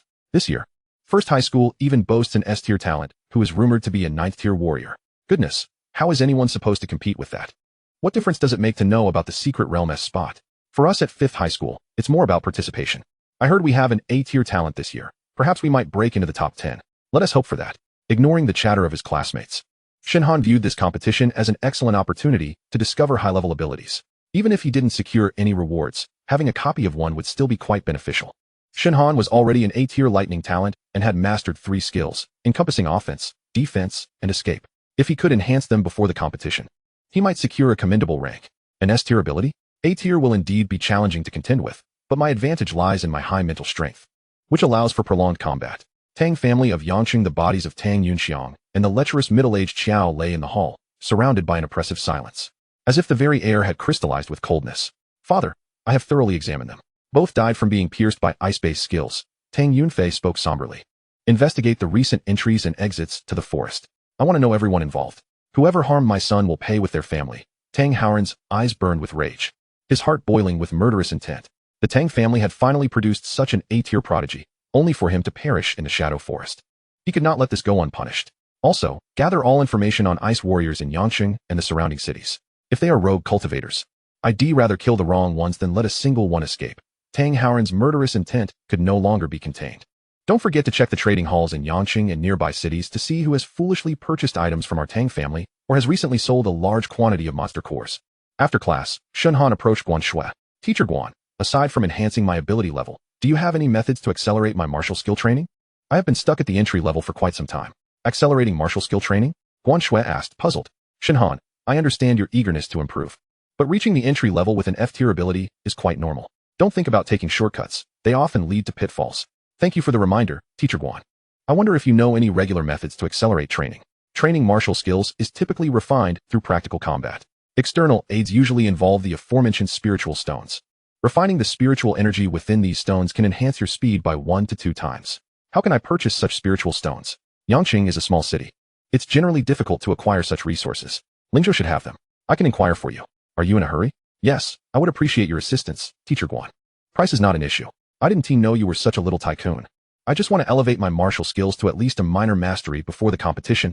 I can't let you down. Stop with the banter. Give me your contact information, and I'll notify you once I have news. Thank you, Teacher Guan.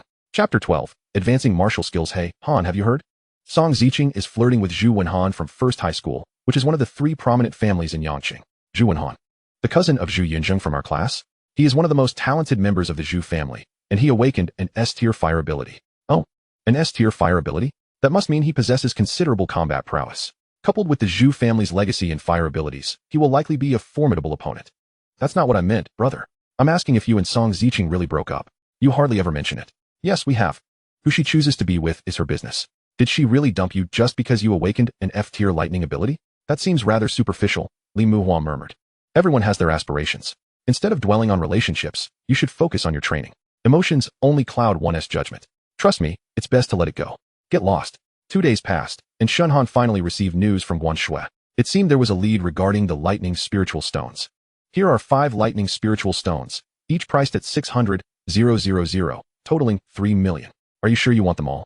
The student with an awakened F-tier talent exuded an unusual confidence and determination. Would lightning spiritual stones truly yield their promised value for him? Guanshui wondered. Without hesitation, Shen Han's gaze was resolute as he replied, I want them all. I will transfer the 3 million immediately. Returning home, after an hour of regular meditation training, Shen Han focused on enhancing the proficiency of his 3 lightning martial skills to at least a major mastery level. Shen Han settled into a cross-legged position, meticulously arranging a block of lightning attribute spirit stone before him. Taking a deep breath, he gently placed his hands upon the stone's surface, closing his eyes as he began to absorb the latent lightning energy within. A faint current coursed through his fingertips, and soon, the lightning energy flowed into his meridians like a delicate stream, instantly eliciting a tingling sensation throughout his body. Shen Han gritted his teeth, silently enduring the sharp pain as the lightning traversed his channels, his consciousness firmly attuned to the flow of this energy, ensuring that it remained undisturbed. As he absorbed more and more of the spirit energy, it seemed as though a torrent of lightning surged within him, each strand of energy crackling with minute arcs as it flowed, cleansing and refining his meridians. He sensed the lightning energy gradually coalesce into a softly glowing orb of electric power, continuously swirling and emitting a subtle yet steady flicker of light. Carefully, he enveloped this energy, gradually guiding it to merge with his existing lightning power within. Each strand of lightning energy he refined brought a measure of pain, akin to a lightning rod piercing through his meridians. Yet Shen Han's focus remained unwavering as he exerted all his effort to channel the lightning energy into his being. As time progressed, the energy of the spirit stone began to wane, while his body brimmed with newfound strength. He felt the lightning power within him intensify, accompanied by a faint sensation of vibration, as if a delicate current enveloped his skin, radiating nearly imperceptible arcs. It was time. Shen Han commenced the manipulation of his internal lightning power, following the diagram of the thunderclap sky-splitting technique, concentrating the lightning energy drawn from the spirit stone into his meridians. Waves of pain tore through his body, yet he persevered. 1 circulation, 2 circulations. After completing a full 7 cycles, the sense of blockage in his meridians gradually dissipated. A thunderous roar erupted within him, as if some barrier had been shattered. He succeeded. The thunderclap sky-splitting technique had reached minor completion. Onward he pressed toward the electric light instantaneous technique, setting aside the thunderlight canopy for the moment, as the tournament did not necessitate mass slaughter. Throughout the night, Shen Han relentlessly assailed the barriers of martial skills. Regrettably, a single lightning spirit stone proved insufficient for all 3 techniques to ascend. Fortunately, for more lightning spirit stones remained for cultivation. Name, Shen Han mental power, 481. 500, warrior level 10. Abilities, chaos system, lightning system rank, chaos system SSS, lightning system A, ice system A skills, chaos system scent, level 110, replication, level 110, devour, level 110, replacement, level 110, lightning system thunderclap sky splitting, minor completion, thunderlight canopy, entry level, electric light instantaneous, minor completion, ice system frost condensing thousand blades, minor completion. Half a month later, he finally refined the remaining 4 lightning spirit stones, and all 3 lightning martial techniques had gratifyingly advanced to a major completion state. However, full perfection still seemed distant, and he could only hope for an opportunity to enter the secret realm in the future. The value of his mental power also approached the threshold of a martial master. Let us break through together. Originally, he did not wish to attract undue attention, yet upon breaking through to martial master, his chaos ability would also level up, particularly the practical sense skill, providing him with an additional safeguard upon entering the secret realm. Name, Shen Han mental power, 503, 550, martial master level 1, abilities, chaos system, lightning system rank, chaos system SSS, lightning system A, ice system A skills, chaos system scent, level 210, replication, level 210, devour, level 210, replacement, level 210, lightning system thunderclap sky splitting, major completion, thunderlight canopy, major completion, electric light instantaneous, major completion, ice system frost condensing thousand blades, minor completion. After breaking through to the martial master realm, all skills within the chaos system automatically elevated by 1 level, indicating a correlation with his overall realm. The range of the sense skill had expanded tenfold. Now capable of detecting entities within a 100-meter radius, anything that could be sensed would trigger other chaos skills. The replication skill had improved from being usable once a month to twice, while the efficiency of the devour skill had enhanced. The frequency of the replacement skill had also increased, although he had yet to utilize this skill. With his current cultivation and skill levels, he should be able to secure a spot within the top 10 in the tournament. The next step was to stabilize his cultivation while remaining vigilant for new abilities. Shen Han had no desire to replicate conventional elemental skills, as doing so would require him to learn an array of corresponding skills, for which he currently lacked the necessary resources.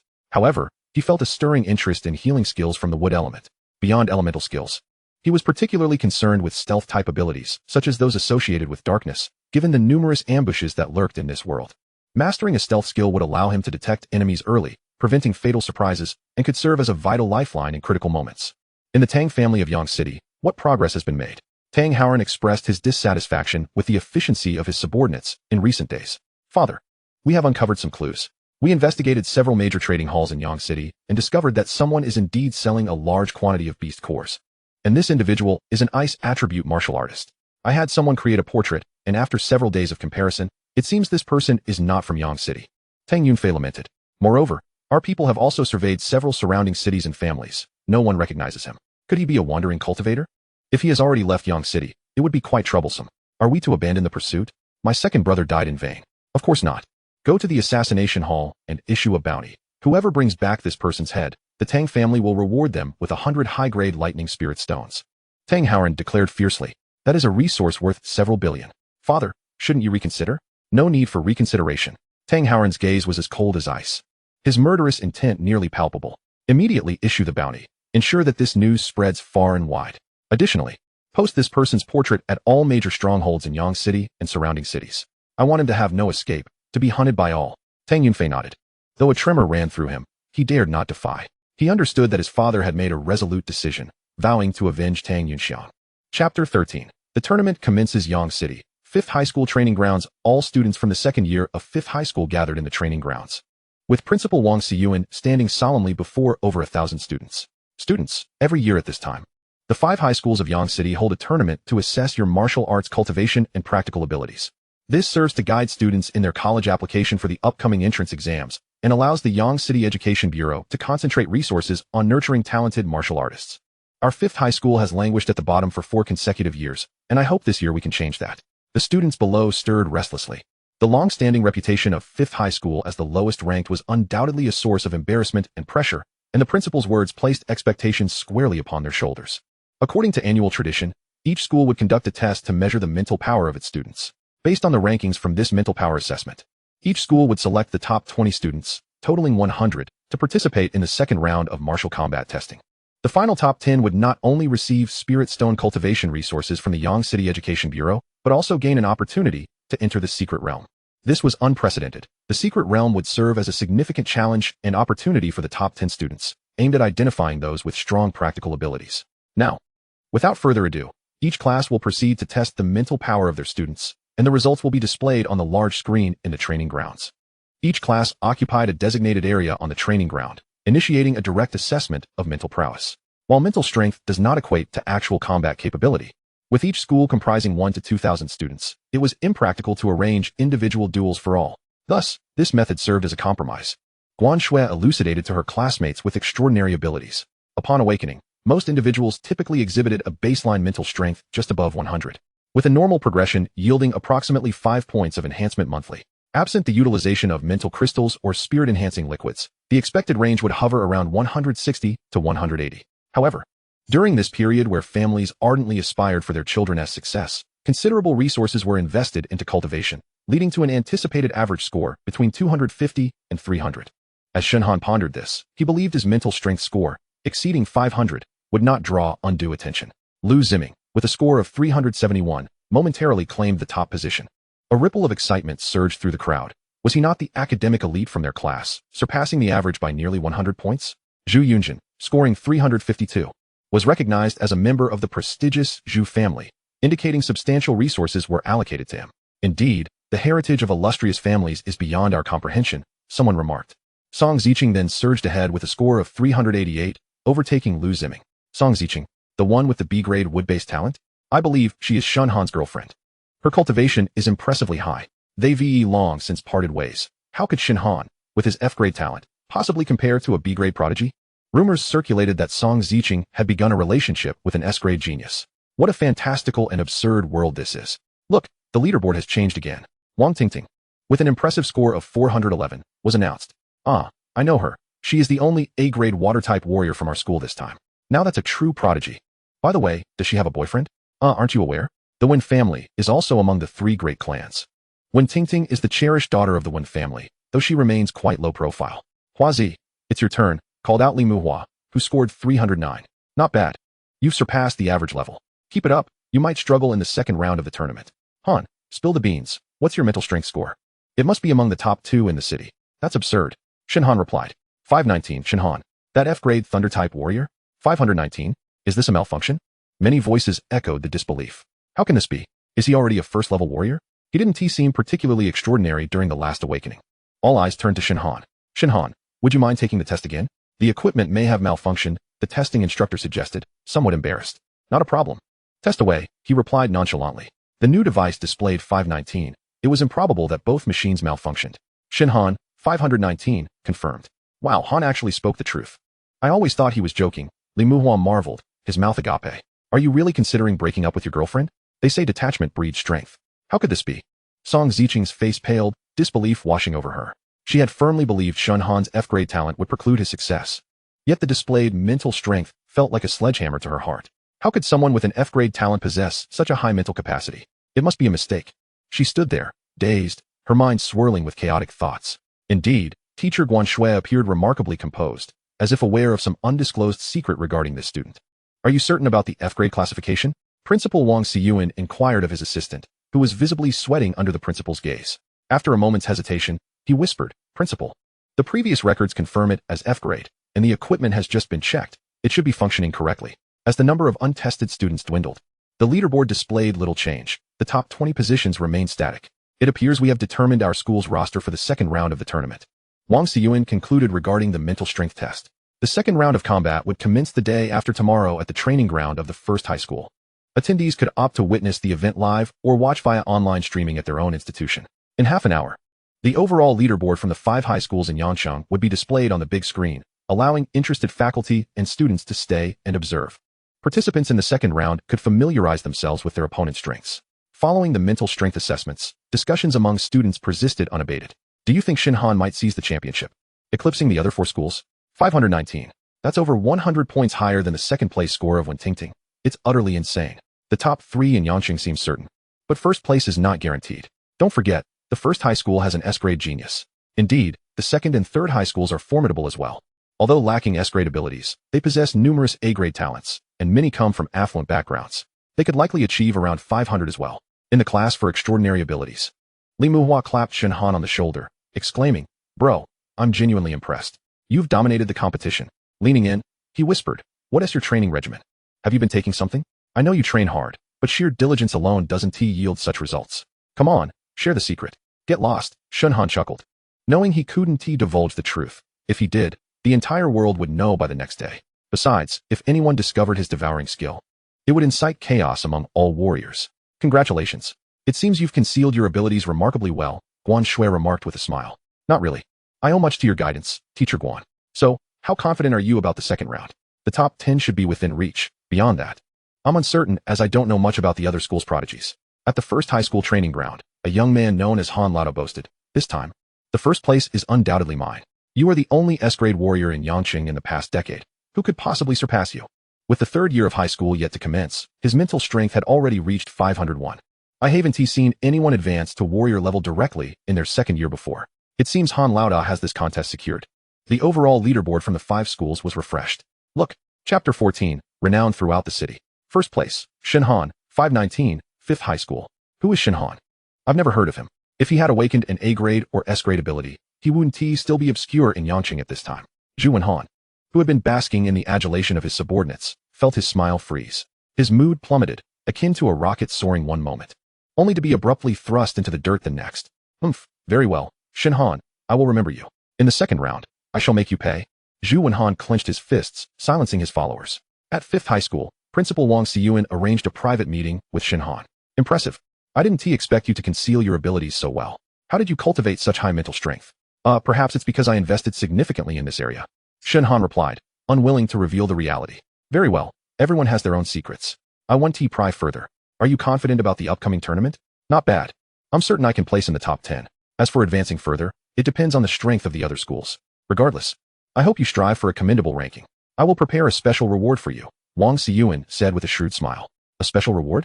I wonder if you could reveal a hint. Shen Han expressed curiosity. Ha ha ha, you'll find out soon enough. This is merely to motivate you. In addition to the need for our school's ranking to rise, the situation in Yang City is not particularly favorable. Among the several cities within Lingzhou, we consistently rank at the bottom in the annual college entrance examination. Our remote location, far from major cities, limits our access to cultivation resources. Each year, the director of the Yang City Education Bureau faces considerable pressure, and if no changes are made, it is likely that his position will be at risk. I share this with you not only to remind you to remain humble, for there are countless prodigies in this world, but also to encourage you to help bring about some changes for our school in Yang City. Alright, I will do my utmost. Activating the sniffing skill, Shen Han was particularly curious about the principal's cultivation level and abilities. Name, Wang Xiyuan mental strength, Martial Emperor level 3 abilities, Water System B grade, Earth System C grade, Dark System B grade skills, Violent Wave, perfected, Waterblade, perfected, Rock Collapse, major achievement, Night Shadow Stealth, perfected. Ghostly Concealment, perfected. It appears that the principal's Dark System abilities are quite impressive. I witnessed the capabilities of the Dark System and Stealth during my time in the Wind-Chasing Squad, which may serve as a life-saving trump card in the future. Copying name, Shen Han mental strength, 523550, Martial Master level 1, ability levels, Chaotic System SSS grade, Lightning System A grade, Ice System A grade, Dark System B grade skills, Chaotic System Sniffing, level 210, Copying, level 210, Devouring, level 210, Substitution, level 210, Lightning System Thunder Split Sky, major achievement. Lightning Light Canopy, major achievement. Lightning Instant Movement, major achievement. Ice System Frost Condensing Thousand Blades, minor achievement. Dark System Ghostly Concealment, beginner. It seems that every time an ability is copied, the corresponding martial skill, regardless of its original level, must start from the beginner stage. With only one copying opportunity left this month, I shall reserve it for the league, lest I encounter a desirable ability without the chance for replication, Shen Han mused. Meanwhile, Yang City was abuzz with excitement as schools discussed the first round of the competition where the students from the 5th middle school claimed victory. This year, 5th middle school is poised for a significant turnaround. However, the second round has yet to commence, and high mental strength does not necessarily equate to high combat prowess. Our 1st middle school still holds the lead. Let us see how our 2nd middle school's prodigy fares against them. Yet, it is somewhat irksome that the first place in this round was snatched away from our cohort. At the Tang family in Yang City, gazing at the mental strength rankings, Tang Howren lamented, if only Yunxiang were here, he would undoubtedly break into the top 5 of Yang City. What news from the Assassin's Guild regarding the bounty on the Ice System warriors? Tang Yunfei replied earnestly, Father, the Assassin's Guild is composed of those who only recognize money, not individuals. Once the payment is made, they will comply with any request, so you need not worry. As for the citywide bounty, it should spread in the coming days. Indeed. Tang Howren pointed to the rankings of this year's mental strength tests. What are your thoughts? Aside from the first place candidate, Shen Han, who is a dark horse, the rest aligns with our previous assessments, Tang Yunfei noted. According to reports, this individual awakened with only an F grade last year, yet now possesses such high mental strength. This discrepancy between ability level and mental strength is quite rare. Do keep an eye on him. At the training ground of 1st middle school, elites from all over Yang City gathered, including officials from the Education Bureau and representatives from various influential families, to witness the league. The arena was arranged in a circular fashion, with 5 large platforms at the center and seating surrounding them. The eastern side, where 1st middle school students were seated, was completely filled, while many from other schools opted to watch online, uninterested in serving as mere background for 1st middle school. We extend our gratitude to everyone for attending the annual 5-school league at 1st middle school. After the first round of selection, each school has chosen 20 participants for today's martial combat segment. As per tradition, the second round of martial combat will be divided into elimination rounds and ranking matches. The elimination rounds will consist of 3 stages. The first round will eliminate 50 participants, the second will eliminate 25, and in the third, 1 participant will have a bye, resulting in 12 eliminations. Ultimately, 13 participants will advance to the final ranking matches. The top 3 will receive 5, 3, and 1 drops of the Heavenly Essence, while the 410th place will receive a martial skill corresponding to their ability or a spirit stone for accelerated cultivation. Most importantly, the top 10 will all gain an opportunity to enter the secret realm for treasure hunting and cultivation.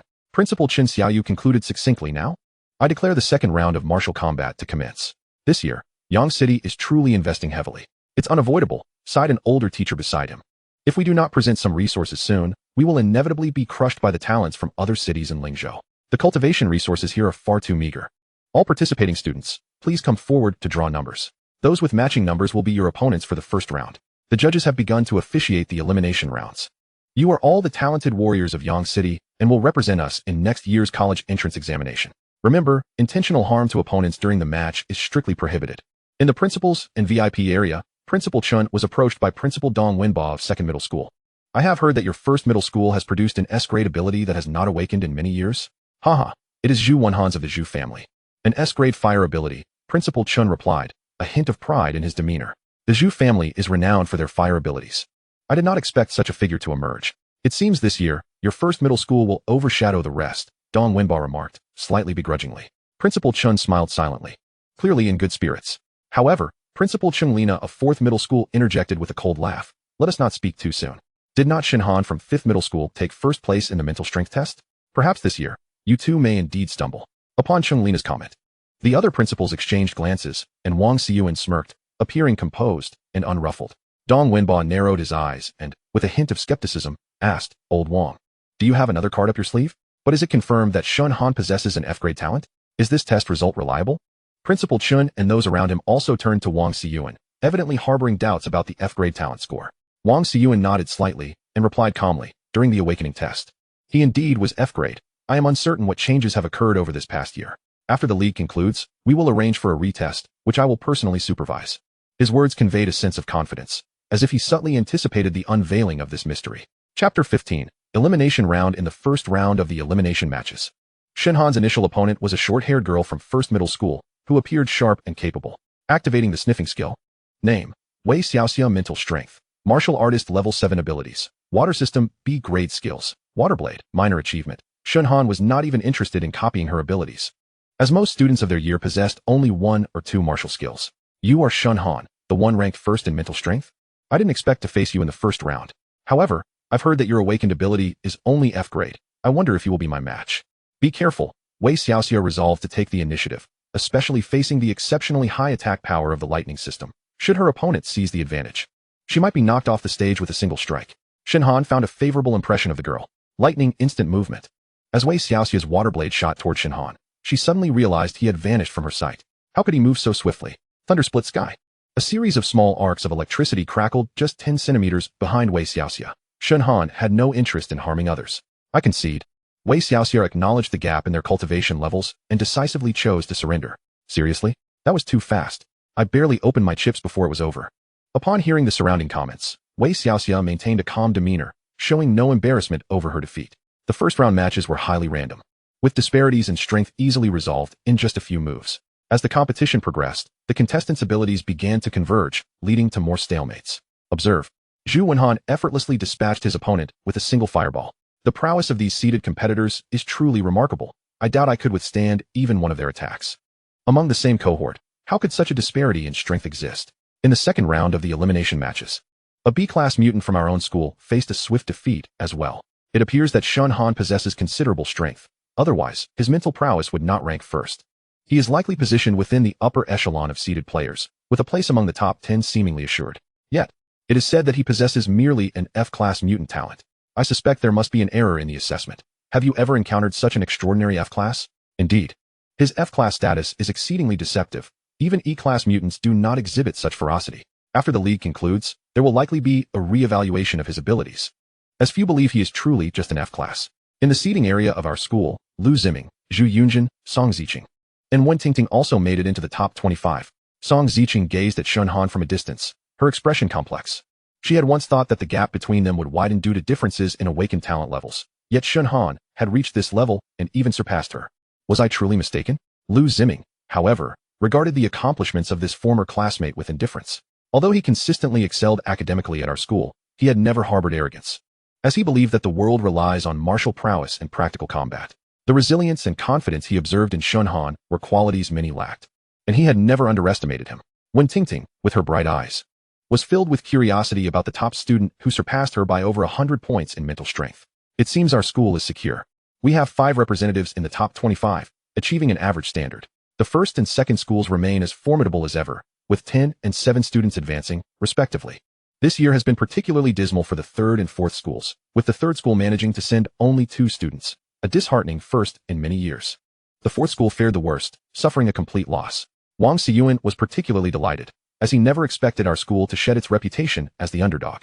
In contrast, Principal Chung Lina of the 4th school wore a grim expression, having not seen such results in years, while Principal of the 3rd school was equally frustrated. Although they had 2 students advance, it felt woefully inadequate. Look, the draw for the 3rd round of eliminations is commencing. I wonder which fortunate soul will draw a bye. But what does that matter?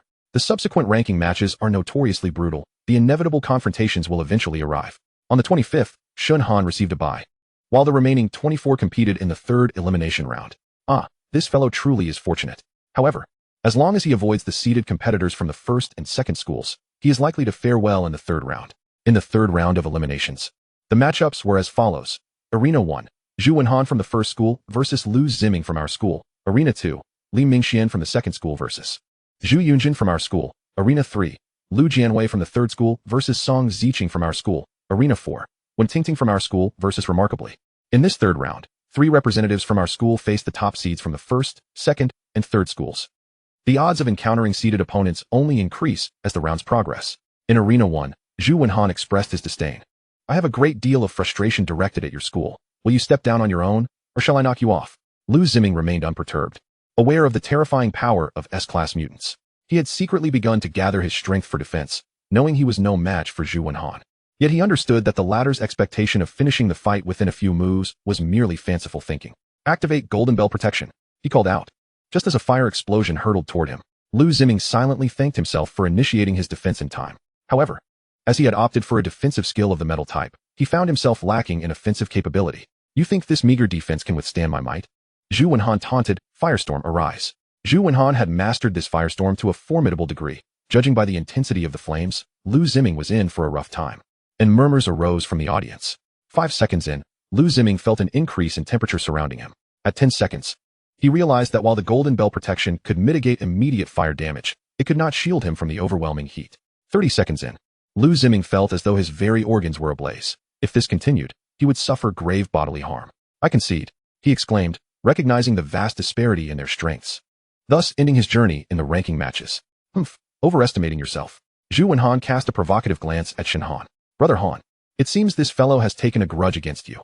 After all, you did seize the title of first in Yangqing from him, remarked Li Muhua, shaking his head. In Arena 2, the 2nd seed from the 2nd school, Li Mingxian, exhibited equal arrogance. Despite not being a scion of a prestigious family, he had awakened an A-class Earth ability, making him a formidable opponent. Surrender, you stand no chance, he declared. Oh, how can one know without trying? Zhu Yunjin, a scion himself, responded without the haughtiness typical of his background, a calm smile gracing his lips. Very well, I shall oblige. Earthquake impact. Li Mingxian struck the ground with force, unleashing a powerful seismic wave that disrupted Zhu Yunjin's concentration on his fire explosion. The ensuing battle was one-sided, as the disparity between a C-class fire ability and an A-class Earth ability was insurmountable. Alas, yet another participant from our school faltered in the ranking matches. In other arenas, Song Ziqing's wood ability faced off against yet another A-class fire ability from the 1st school, suffering from the innate elemental suppression. However, Wen Tingting triumphed over her opponent from the 2nd school, successfully advancing to the ranking matches. Our school lost 3 contestants in the 3rd round of eliminations, leaving only 2 contenders in the top 13, marking a below-average performance. The 1st school advanced 6, the 2nd school 3, while both the 3rd and our school sent 2 into the ranking matches. It appears our school will not finish in last place this time. Whether we can surpass the 3rd school will depend on how effectively our remaining contestants can accumulate points in the ranking matches. While overtaking the 1st and 2nd schools seems a far-fetched aspiration, as the 3rd round of eliminations concluded, the remaining 13 students were granted an hour's respite. After 1 hour, our ranking matches will commence. Chapter 16. Ranking matches. The 13 students who successfully advanced to the ranking matches stood in a line, listening to the final arrangements. Currently, there are 13 remaining. The first round of ranking matches will involve a draw, resulting in 1 student receiving a bye, while the remaining 12 will compete in battles, yielding 6 victories and 6 defeats. The victorious 6, alongside the one who received a bye, will face off in pairs to determine the top 7 rankings. The 6 who lose in the first round will draw again, with the 3 victors claiming the 8th to 10th spots, while the defeated will secure the 11th to 13th positions. I wonder which fortunate individual will be directly guaranteed a place in the top 10. How enviable. Luck, too, is a form of strength. In the first round of ranking matches, Zhu Wenhan received a bye, while the remaining 12 prepared to ascend the arena according to the match schedule. Many sighed in relief upon hearing this. Not everyone was eager to face the S-class Zhu Wenhan in this round. Arena 1, Wan Yu from the 1st school versus Wei Chong from the 1st school. Arena 2, Lu Mo from the 1st school versus Zhao Xiaofeng from the 2nd school. Arena 3, Shen Han from our school versus Su Weijia from the first school. In Arena 3, Shen Han faced the second seed from the first school, who had awakened an A-class dark ability. Now, this is intriguing. A subtle smile played on Shen Han's lips. He pondered whether his untested substitution skill could transform his B-class dark ability into that of his opponent's A-class. It was uncertain whether a simple exchange would impact his existing powers. In any case, it was worth a try. He wouldn't be utilizing his dark powers in this arena. Should the skill fail to swap, he would still gain valuable insights for his future training in ghostly concealment or other dark abilities. Uncertain of the reaction that would ensue upon the revelation of his ability level declining to B rank, Su Weijia, positioned across the arena, felt a sudden chill. As if an ill omen had just transpired. After a meticulous assessment, he detected nothing amiss. Could it be that he had encountered a ghost in broad daylight? Peering into the chaotic realm of his starry powers, he discovered a notable alteration in his cultivation. Name, Shen Han Mental Strength, 523550, Martial Master Level 1. Ability Level, Chaos System SSS-level, Lightning System A-level. Ice System A-level, Dark System A-level Skills, Chaos System Scent, Level 210, Replication, Level 210, Devour, Level 210, Substitute, Level 210, Lightning System, Thunderclap Split, Mastery. Lightning Sky Canopy, Mastery. Electric Flash Teleportation, Mastery. Ice System, Frostbound Thousand Blades, Minor Mastery. Dark System, Phantom Concealment, Entry Level. The dark ability had successfully been replaced with an A level. Yet the corresponding skills within the dark system remained unchanged. Reflecting on this, he felt a sense of relief. Were it possible to replace skills, the chaos system abilities would be far too formidable. It seemed his opponent had yet to realize that his dark powers had been downgraded to B rank, likely only becoming apparent during a future retest or upon noticing a deceleration in the cultivation of dark skills. He murmured to himself, infused with a hint of mischief, if anyone dares to offend me in the future, I shall simply replicate a few F-rank abilities for them, allowing them to taste the essence of mediocrity. With this thought, a light chuckle escaped him, his mind swirling with countless playful retribution strategies. The competition on the third arena unfolded without suspense. Even the second seed from the second school appeared bewildered in the face of Shen Han's elusive electric flash teleportation. Each time Su Weijia aimed to retaliate with his dark abilities, Shen Han, leveraging his superior dark elemental perception, effortlessly evaded the attacks, rendering the confrontation futile. Other matches concluded in succession, regrettably, when Tingting was bested by another seed contestant from the second school. Nonetheless, securing a position within the top 10 was already a commendable achievement for the fifth school, and with a stroke of luck, when Tingting might still break into the top ranks from the subsequent 6 competitors. The results of the current competition's top 7 were Zhu Wenhan from the first school, Wan Yu, Chen Jiai, Li Mingxian from the second school, Zhao Xiaofeng, Zhou Hua from the third school, and Shen Han from the fifth school. The 7 would engage in pairwise battles, ranked according to points awarded, 3 for a win, 1 for a draw, and none for a loss. The last 3 positions would be contested among the 6 defeated in the first round of the ranking matches. As the 7 gathered to draw lots, Shen Han utilized his scent skill to scan the prowess and abilities of the other 6 geniuses from Yang City, finding none particularly enticing. This month's second replication opportunity resulted in the acquisition of Zhu Wenhan's S-level fire abilities. Name, Shen Han Mental Strength, 523550, Martial Master Level 1. Ability Level, Chaos System SSS-level, Lightning System A-level, Ice System A-level, Dark System A-level. Fire System S-level Skills, Chaos System Scent, Level 210, Replication, Level 210, Devour, Level 210, Substitute, Level 210, Lightning System, Thunderclap Split, Mastery, Lightning Sky Canopy, Mastery. Electric Flash Teleportation, Mastery, Ice System, Frostbound Thousand Blades, Minor Mastery, Dark System, Phantom Concealment, Entry Level, Fire System, Fireball Explosive, Entry Level. The first match featured Zhu Wenhan from the first school against Shen Han from the fifth school, heralded as the most anticipated duel of the event. Prepare to perish, Zhu Wenhan declared, pointing at Shen Han. Do not presume that a slight edge in mental strength guarantees your victory. I shall show you the terror of S-level abilities. Is it merely an S-level ability? What is so extraordinary about that? If you seek your demise, I shall oblige, Shen Han retorted defiantly. The clash of lightning and fire, the 2 most potent defensive abilities, collided with ferocity. Flame Dragon Roar. A colossal fire dragon descended from the heavens, aiming directly for Shen Han's face. Thunderclap Split. A robust pillar of lightning descended with equal ferocity. Attack met attack. The flame dragon surged forward, heating the air within the training ground to an unbearable degree, leaving the front row spectators with visible burn marks. The thunderclap matched its intensity, as bolts of lightning coalesced into a more formidable strike, accompanied by the reverberating sound that threatened to rupture eardrums. Both combatants had mastered these techniques to the pinnacle of their potential. In just a year, the rapid growth of the S-level fire ability was expected, yet the strength of the F-level lightning was astonishing. Could it truly be an F level? The skills were evenly matched, and the spectators awaited their next move. Fireball explosive. Fireballs rained down from the sky like a meteor shower, each imbued with significant power, trailing ominous flames that threatened to sear the air. Electric flash teleportation. While the fireballs required time to reach Shen Han, he almost instantaneously shifted locations, evading their onslaught with remarkable speed. Both were now utilizing their second mastered skills, leaving the outcome to be determined by endurance and mental fortitude. Endurance and mental strength? Is Zhu Wenhan truly on the verge of defeat? Both warriors pressed on, with Zhu Wenhan acutely aware that once they reached this stalemate, the one with superior mental strength would hold the advantage. No, I cannot lose. How could I possibly lose? I am the sole wielder of an S-level ability. He clenched his teeth, unleashed the power. The fireball explosive, aside from delivering concentrated damage, could also self-detonate mid-air, raining fire upon Shen Han. Flee. You overestimate yourself. Shen Han maintained his composure. Lightning Sky Canopy.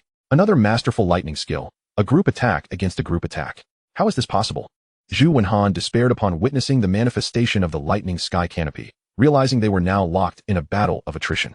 With mental fortitude as the decisive factor, Zhu Wenhan faced impending defeat. Chapter 17. Exposure. Zhu Wenhan had always been the pride of the Zhu family, particularly after awakening his S-level fire ability.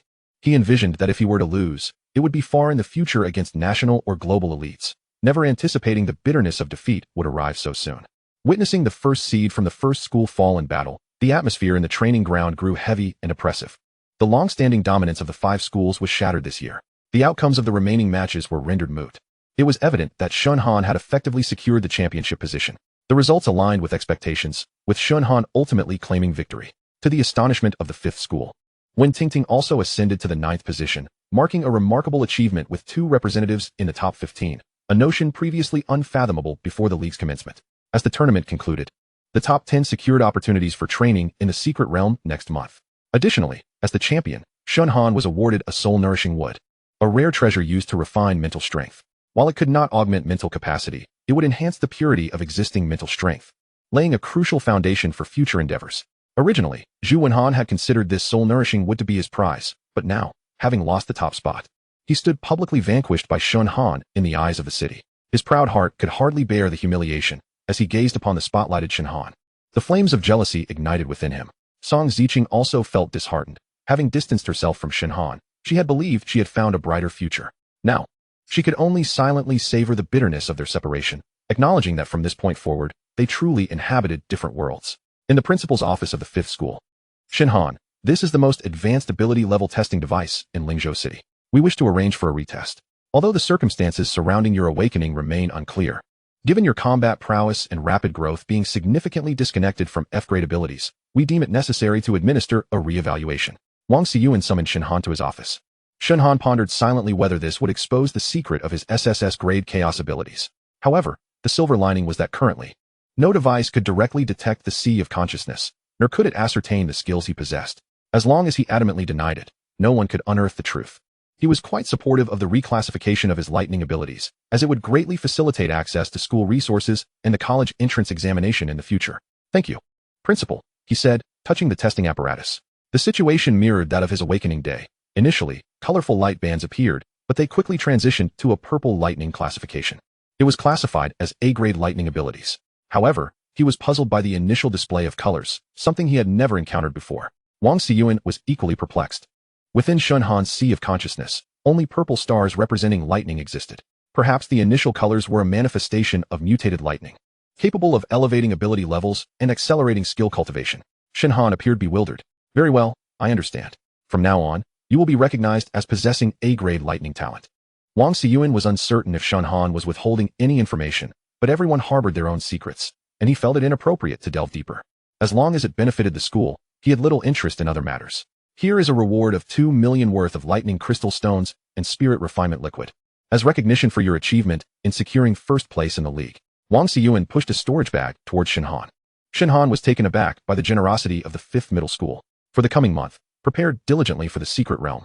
This secret realm can be considered a trial before the college entrance examination. The level of the beasts within is around the 1st tier, with the highest not exceeding the middle of the 2nd tier. Moreover, there are numerous resources available for accelerating your cultivation, which will assist you in breaking through to a new realm during your college entrance examination. Every year, several martial spirit realm candidates emerge from our Nanjing province during the college entrance examination. While in Yang City, one may find oneself at the pinnacle of mid-tier martial masters. In other regions of the province, that is rather weak. Do not become complacent. Now go. Upon leaving the principal's office, Shen Han prepared to exchange the acquired funds for the resources needed for cultivation. Upon arriving at Yang City's largest trading hall, he noticed his portrait prominently displayed, depicting him as an ice-type martial artist, likely orchestrated by the Tang family. He wondered if this would pose any threats. Luckily, he had not transformed into his ice-type persona when leaving home. Otherwise, he would have fallen into a trap. He mused that he would need to adopt a different guise for his next public appearance. With a considerable amount of lightning spirit stones at his disposal, his primary objective at the trading hall was to procure dark-type spirit stones, martial techniques, and healing elixirs. Even if he discovered numerous dark-type spirit stones within the secret realm, he could not practice openly. Thus, essential survival and stealth techniques necessitated the use of dark-type resources. Over the course of a month, combined with the dark-type spirit stones purchased and the martial technique Phantom Stab that paired well with stealth, his proficiency in dark-type abilities should ascend to a new level. Thus, Shen Han embarked on a disciplined yet monotonous training regimen. At the Tang family in Yang City, Tang Haoran's voice revealed a hint of impatience as he inquired. Still no progress? Tang Yunfei shook his head, his expression complex. No, it is as if the person vanished into thin air. There are no leads in Yang City, nor in the surrounding cities. The only certainty is that he has appeared in several major trading halls in Yang City, but since then, there has been no trace. The assassins from the assassination hall accepted the bounty, but could not find a single lead. After a moment of silence, Tang Haoran's eyes flickered with a cold glimmer. Since this ice-type martial artist has never operated in surrounding cities, could we deduce that he might still be in Yang City, possibly lurking right under our noses? If we discard the ice-type limitation, the pool of young martial artists who dared to assassinate Yin Xiang and offend our Tang family narrows considerably. He then picked up the trading records of ice-type martial artists from the major trading halls, squinting as he mused. Look, this ice-type martial artist has sold monster cores with attributes across all 5 elements: metal, wood, water, fire, and earth, and even materials from the wind and dark elements. What do you think? Only light, lightning, and ice elements are missing. He can justify keeping the ice-type materials for himself, but light elements are exceedingly rare, and it is highly probable that there are no light-type beasts in the outskirts of the Shadow Forest. Tang Yunfei realized suddenly. Yet, there are no lightning materials for sale. Precisely. Yin Xiang must have possessed considerable lightning resources. He initially ventured into the Shadow Forest to gather lightning materials. The fact that this batch of lightning materials has not appeared in the trading halls, what do you think that implies? Is he still a lightning-type martial artist, capable of rivaling Yin Xiang? In Yang City, a young martial artist with such strength could it be? Tang Yunfei exclaimed. Shen Han. Tang Haoran chuckled coldly and replied. He is quite suspicious. Contact the assassination hall and instruct them to take action. Just leave him breathing. Chapter 18. An impending attack for nearly a month. Shen Han confined himself to his home for cultivation, reasoning that attending school would yield the same results. But at home, he felt more at ease. Throughout this month, he primarily focused on training his mental strength and dark-type skills, achieving significant progress in dark-type stealth techniques, and he was quite satisfied with the advancements made during this period. The time to enter the secret realm was approaching. After packing his belongings and taking the storage bag, Shen Han arrived at Principal Wang Xiyuan's office at the appointed time. Upon sensing the aura emanating from Shen Han, Wang Xiyuan was momentarily taken aback. The young man had evidently improved in strength. He noticed when Tingting had been waiting in the principal's office. How prepared are you? Pretty well. I have broken through to the 2nd level of martial mastery, which should suffice against most beast threats, Shen Han replied without intending to conceal anything. That's good, but remain cautious. Sometimes, the beasts are not the most terrifying aspect. You must be wary of others, as you are direct competitors, Wang Xiyuan cautioned. Remember to look out for each other, as you're both from the same school. Let us not bring shame upon our institution. Here are positioning wristbands, one for each of you. Inside the secret realm, they will allow you to sense each other's locations and send out distress signals if danger arises. Understood. At the entrance to the secret realm, Wang Xiyuan led Shen Han and Wen Tingting to find the 8 prodigies from 3 other schools already assembled. You were the last to arrive. Principal Chen Mingyu of the 1st Middle School nodded in acknowledgement. Remember, the secret realm contains numerous beasts and spirit stones, but you must act according to your capabilities. Prioritize your lives above all else. Resources can be sought again, but if you lose your life, everything is lost. Shen Han and Wen Tingting exchanged glances, nodding in acknowledgement. Everyone present understood the allure and brutality of the secret realm. Entering meant contending for resources through personal strength and intellect, with even a slight misstep potentially leading to disaster. Since everyone is here, let us prepare to enter. Chen Mingyu inhaled deeply and waved his hand. With his command, a distorted spatial rift gradually materialized at the entrance, shimmering with a faint blue light, as if connecting to an unknown world. As they were drawn into the rift, a wave of spatial disorientation washed over them. And before long, they found themselves within the secret realm. Towering ancient trees reached towards the heavens, their leaves faintly glowing with ethereal light. While the air was thick with rich spirit energy, and clear spirit springs flowed between the stones. Indeed, this is the secret realm, Shen Han marveled. If only I could cultivate here for an extended period, I would surely enhance my abilities swiftly. Unfortunately, this secret realm expedition is limited to just 1 month. Simpleton. You know nothing. Zhu Wenhan scoffed at Shen Han, his expression one of disdain. The secret realm is only suitable for cultivation at this time. At other times, it is swarming with beasts. There are only 1 or 2 months each year that provide the optimal opportunity for training. I advise everyone to act separately to avoid a fierce competition over the same resources, suggested Li Mingxian, to which the others agreed, setting off in different directions. Let us also split up. Should any danger arise, contact me via the wristbands, stated Shen Han, who harbored numerous secrets and preferred to operate alone. With that, Shen Han selected a path and ventured deeper into the unknown. Activating his sniffing skill, he could perceive everything within 100 meters with remarkable clarity. At another entrance of the secret realm, a voice commanded, Ghost Hand, remember to capture them alive. Merely ensure they breathe, do not kill them. An image of the target appeared, distinctly. It was Tang Yunfei. Understood, the man known as Ghost Hand replied, his voice low and laced with an icy detachment, seemingly indifferent. Cloaked in a deep gray mantle, his pallid complexion betrayed a lack of blood. Possessing an A-grade lightning ability, he likely also wielded ice powers. Shen Han needed to be cautious not to fall prey to any trickery. Ghost Hand had already entered the secret realm, and it was uncertain whether he had been detected. After 2 days of searching within the secret realm, Shen Han had amassed a considerable collection of various spirit stones, his storage bag now brimming. It was time to find a suitable location to engage in cultivation before resuming his search. He discovered a towering tree, concealed among the leaves, and focused his mind to cultivate the dark skill, Phantom Stab, in this environment perfectly suited for such practice. Holding a dark spirit stone, he began to refine the spiritual energy within. 2 hours elapsed, and the energy from several dark spirit stones had been entirely consumed. The dark elements coursed through his meridians like a chilling current, slicing through his veins with a pain akin to sharp blades, nearly provoking a roar from his lips. However, having endured the torment from lightning spirit stones, Shen Han had acclimatized to such levels of agony. Gritting his teeth, he concentrated all his mental fortitude and willpower, forcefully suppressing his body's instinctual resistance. Charge forth. Shen Han roared inwardly, gathering all dark elements throughout his being. The dark elements surged within him, resembling a black torrent from the abyss, and a faint black light emanated around Shen Han. Ultimately, propelled by the dark elements, Phantom Stab surged from a minor proficiency to a remarkable mastery. He closed his eyes, feeling the profound dark power flowing silently within him. The weariness gradually dissipating under the nurturing of dark elements, replaced by an unprecedented sense of strength and stealth. After a brief respite, Shen Han dared not let his guard down. Suddenly, his sniffing skill detected someone stealthily encroaching within 100 meters. Without activating the skill, it would have been nearly impossible to notice. A cold sweat broke out on Shen Han's brow. Name: Ghost Hand Mental Power, 7th level Warrior Ability Level, A-grade Dark Skills, Dark Phantom Concealment, Mastery, Phantom Stab, Mastery, Knight's Dark Breath, Mastery. Could he be targeting me? Shen Han's expression remained unchanged. With a 7th level warrior's prowess, he was 5 levels above Shen Han, making a direct confrontation seem unwise. This individual was adept in dark skills, likely intending to launch a covert attack. This was a duel among the elite, and the silver lining was that he was unaware Shen Han had already detected him. With a rumble, a massive lightning bolt descended from the heavens, striking Ghost Hand's head before he could find the perfect moment for his ambush. While he pondered how to capture Shen Han without inflicting fatality, he was caught unawares by Shen Han's preemptive strike. Damn it, how did he notice me? Ghost Hand thought. But there was no time to dwell on the question.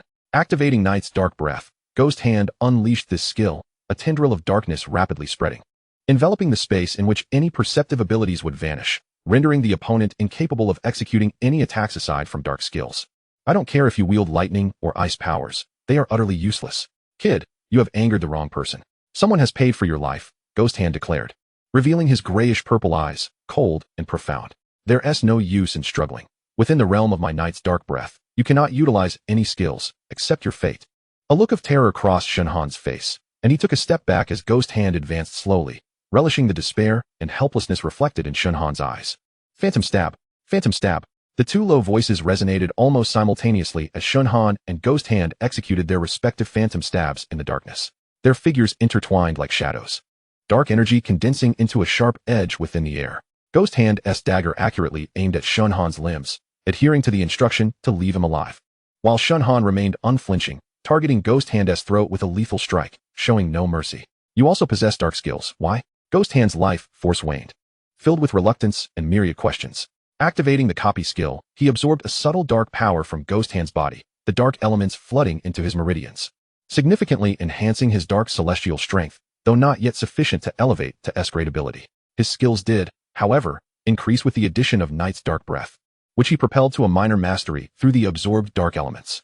Name: Shen Han. Mental power: 554,600, second level warrior. Ability level: Chaos SSS grade, Lightning A grade, Ice A grade, Dark A grade, Fire S grade. Skills: Chaos Sniffing, level 210, Copy, level 210, Devour, level 210, Substitute, level 210, Lightning, Thunderbolt Split, Mastery, Lightning Canopy, Mastery, Lightning Teleportation, Mastery, Ice, Frostblade, Minor Mastery, Dark, Dark Phantom Concealment, Mastery, Phantom Stab, Mastery, Night's Dark Breath, Minor Mastery, Fire, Fire Burst, Novice, Chapter 19. Trials in the Secret Realm. Observing the increasingly withered Ghost Hand on the ground, Shen Han fell into contemplation.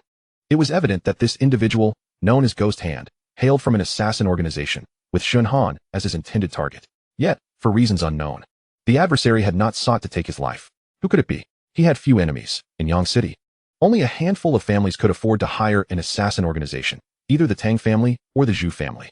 The former seemed more probable, as the latter involved only minor rivalries among the younger generation, not warranting the involvement of assassins. The greatest likelihood pointed to the Tang family. Could it be that they are already aware I killed Tang Yinxiang? Shen Han quickly discerned the crux of the matter, regardless of the truth. This secret realm was no longer safe.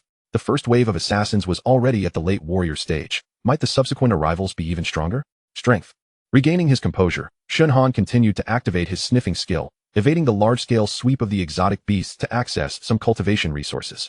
Meanwhile, his fellow students cautiously navigated the secret realm, fearing ambushes from exotic beasts. Their efficiency in gathering resources paled in comparison to Shen Han's by several magnitudes. Fire Spirit Fruit. Imbued with potent fire energy, enhances fire element affinity and flame control for fire practitioners. Collected. Lightning Grass. Flourishing in a stormy environment, harbors significant lightning power. A rare plant that amplifies the potency of lightning skills. Gathered. Life-infusing Green Lotus. A rare wood-type plant brimming with vitality. Greatly enhances a cultivator's life force and the activity of wood elements within. Acquired. Within a week's time, Shen Han found his storage bag once again full. Continuing to carry it would impede his next moves. He decided to refine or devour the resources he could utilize, while temporarily stowing away those related to abilities he did not possess. Later, he could simply exchange them for needed resources upon encountering other students. After absorbing and refining all the fire spirit fruits, he guided the fire elements to break through barriers, with the assistance of his S-grade fire skills. Fire Burst soared in power, reaching mastery. Finally, the fire element would no longer hinder the main force. The cultivation of the lightning element had not yielded significant enhancement after utilizing several strands of electric grass. The distance from achieving perfection remained considerable, particularly at the martial master level, where a breakthrough seemed almost implausible. Having spent half a month in the secret realm, with just another 2 weeks remaining, the various skills that were meant to be improved had already reached a high level of mastery. Without any techniques at hand to cultivate new skills, he could only consider purchasing them should he encounter suitable options upon his exit. The immediate focus was to devour spiritual energy through the hunting of exotic beasts, hastening his cultivation. Otherwise, it would become increasingly challenging to confront more formidable opponents from the assassination organization. After traversing several miles, his scent detection skill picked up unusual movements amid the dense thicket ahead. A massive greenish-blue wolf lay concealed in the underbrush, seemingly poised to ambush any unwary humans intruding upon its territory. This maneuver, of course, did not escape the notice of his detection skill. Known as the Forest Green Wolf, this wolf-type demon beast possessed the ability to manipulate surrounding flora to ensnare its foes before launching surprise attacks. As expected, upon witnessing the vines surging toward him like a tidal wave, attempting to ensnare his legs, Shen Han resolved to test a new skill, Shadowy Breath. A wave of dark energy rapidly spread forth, enveloping a radius of several dozen meters. The Forest Green Wolf suddenly found itself losing control over the vines, lacking intelligence. It could not comprehend the situation. The vines ceased to bind, prompting an enraged growl as it lunged directly at Shen Han, intent on resolving the conflict through brute force. Soul Piercer. Shen Han's gaze sharpened as he flipped his right hand, unleashing 2 black darts of energy that streaked through the air like lightning, striking at the wolf's vital points. In an instant, the wolf froze, before collapsing soundlessly, the ferocity in its eyes extinguished. Devour, Shen Han murmured softly, feeling a warm current surge from the Forest Green Wolf's body into his consciousness, gradually merging with his spiritual energy. He sensed a comforting energy circulating within his mind, markedly enhancing his spiritual power and sharpening his awareness. For 7 consecutive days, Shen Han engaged in numerous battles against various beasts: flame spirit lizard, ice-tailed phoenix fox, thunderbolt sparrow, and earth-splitting mouse. He journeyed through the secret realm, leaving behind countless traces of combat, each encounter accompanied by an increase in spiritual energy. After defeating each beast, he would absorb the residual spiritual energy, which flowed into his consciousness and facilitated a steady advancement in his cultivation, surpassing the pace of his previous meditations. This method of refining spiritual energy through battle was far superior to mere meditation, Shen Han mused, a smile creeping onto his lips. While others toiled to gather spiritual crystals and relied on spirit-enhancing liquids or daily meditation to elevate their spiritual prowess, he thrived through combat, simultaneously enhancing both his spiritual cultivation and combat effectiveness. Name: Shen Han. Spiritual power: 812850, 7th level Martial Master. Ability levels: Chaos System SSS-level, Lightning A-level, Ice A-level, Dark A-level, Fire S-level skills: Chaos System Scent Detection, level 210, Replication, level 210, Devour, level 210, Replacement, level 210, Lightning System Thunderclap, Mastery. Lightning Canopy, Mastery. Electric Blink, Mastery. Ice System Frostblade, Minor Mastery. Dark System Shadow Veil, Mastery. Soul Piercer, Mastery. Shadowy Breath, Minor Mastery. Fire System Flame Bomb, Mastery. After reviewing his progress, Shen Han appeared quite pleased. His cultivation had ascended from the 2nd level Martial Master to the 7th level within a mere month in the secret realm. Now, he felt far more confident in facing the assassin organization once again. It was time to strike back, for he had never been one to sit idly by. Nor did he possess the temperament for passive suffering. With adversaries already at his doorstep, failing to retaliate would be unacceptable. Chapter 20. Encountering danger again. Could it be that another wave of assassins had arrived? This seemed unlikely, as Shen Han was almost eager for their appearance. Rumor had it that the assassin organization had a high proportion of dark-type abilities. If he could encounter another assassin of a level or above in the dark arts, he was confident he could elevate his own dark abilities to S level. Unfortunately, he had already exhausted his 2 replication opportunities for the month. You still live. It seems the grim hand has failed. A chilling voice emanated from behind him. Turning, he beheld a gaunt young man, his complexion devoid of color, swathed in a dark gray robe. Upon sighting him, a sense of foreboding welled up within Shen Han. This individual's aura was significantly more formidable than the grim hand's, and engaging him would likely prove challenging. Name: Shadow 7. Spiritual power: 9th level Martial Master. Ability levels: Dark A-level. Space B-level skills: Dark System Nether Demon Slash, Mastery. Shadowy Breath, Mastery. Space System Instant Movement, Beginner. Shen Han was momentarily taken aback by this information. How could a 9th level Martial Master possess abilities from 2 systems? Was he truly a natural dual system wielder? It appeared that this world had bestowed advantages upon more than just himself. Moreover, this individual possessed an extraordinary space system ability. Shen Han had long heard that space and time abilities were nearly paramount, surpassing all others in their might due to their extraordinary capabilities. However, training in these systems was notoriously difficult, as few awakened individuals existed, and the techniques and resources required for cultivation were exceedingly rare. To encounter such a legendary space system ability within the ranks of the assassin organization was almost unfathomable. He was determined to acquire it, for it was far more valuable than another dark ability. With a space system power, he would never again have to worry about being cornered, nor would he need to carry a storage bag at all times, transforming himself into a mere beacon within the secret realm. Having already utilized his 2 replication opportunities this month, one replicating Zhu Wanhan's S-level fire ability, and the other replicating another assassin's dark ability, he found himself in a predicament, as he seldom utilized replication and now faced a shortage at a critical moment. This space system ability must be obtained. Who knows when he might encounter another space system wielder? He could not simply inform the assassin before him that he was unprepared and ask him to return next month to kill him. Shen Han was resolute in his determination to seize the space system ability. It seemed the only viable option was to utilize his replacement skill. Though this presented 2 challenges, he needed to offer a skill in exchange, and should the other party catch on and escape, it would leave a significant threat. If a skill capable of replacing another's abilities were to be exposed, it would undoubtedly attract the attention of even more powerful factions beyond the assassin organization. To obtain the space system, he would have to ensure that this assassin could never speak again. In an instant, Shen Han's mind raced with countless thoughts. It appeared that today would indeed culminate in a life-or-death struggle. Are you part of the assassin organization? Why are you targeting me? Shen Han sought to uncover the true mastermind behind these machinations. We of the assassin hall merely take money to alleviate others' misfortunes. As for who has paid for your demise, only the higher-ups would know. We simply execute the tasks assigned to us, Shadow 7 replied, seemingly accustomed to such inquiries. So, are you prepared to meet your end? That depends on whether you possess the skills to take me down. Thunderclap. Shen Han clasped his hands together. summoning several bolts of violet-black lightning that swiftly coalesced into a massive column of thunder, striking towards Shadow 7 without hesitation. He had no intention of gauging the other's strength, uncertain whether his detection skill could accurately pinpoint Shadow 7's instant movement. Nor did he wish to engage in a standoff where he would be at a disadvantage in spiritual power. A prolonged confrontation would only serve to diminish his odds of success, especially with the unpredictable threat of space-based teleportation looming over him. Ingqi had no intention of delaying any further. A ghostly blade emanating a chilling, dark aura suddenly materialized in his hand. With a cold smirk, he unleashed a strike known as the Netherworld Ghost Slash. The blade's radiance, infused with a potent essence of darkness, collided violently with the bolt of lightning. The clash of blade energy and thunder produced a deafening metallic resonance, scattering the surrounding lightning.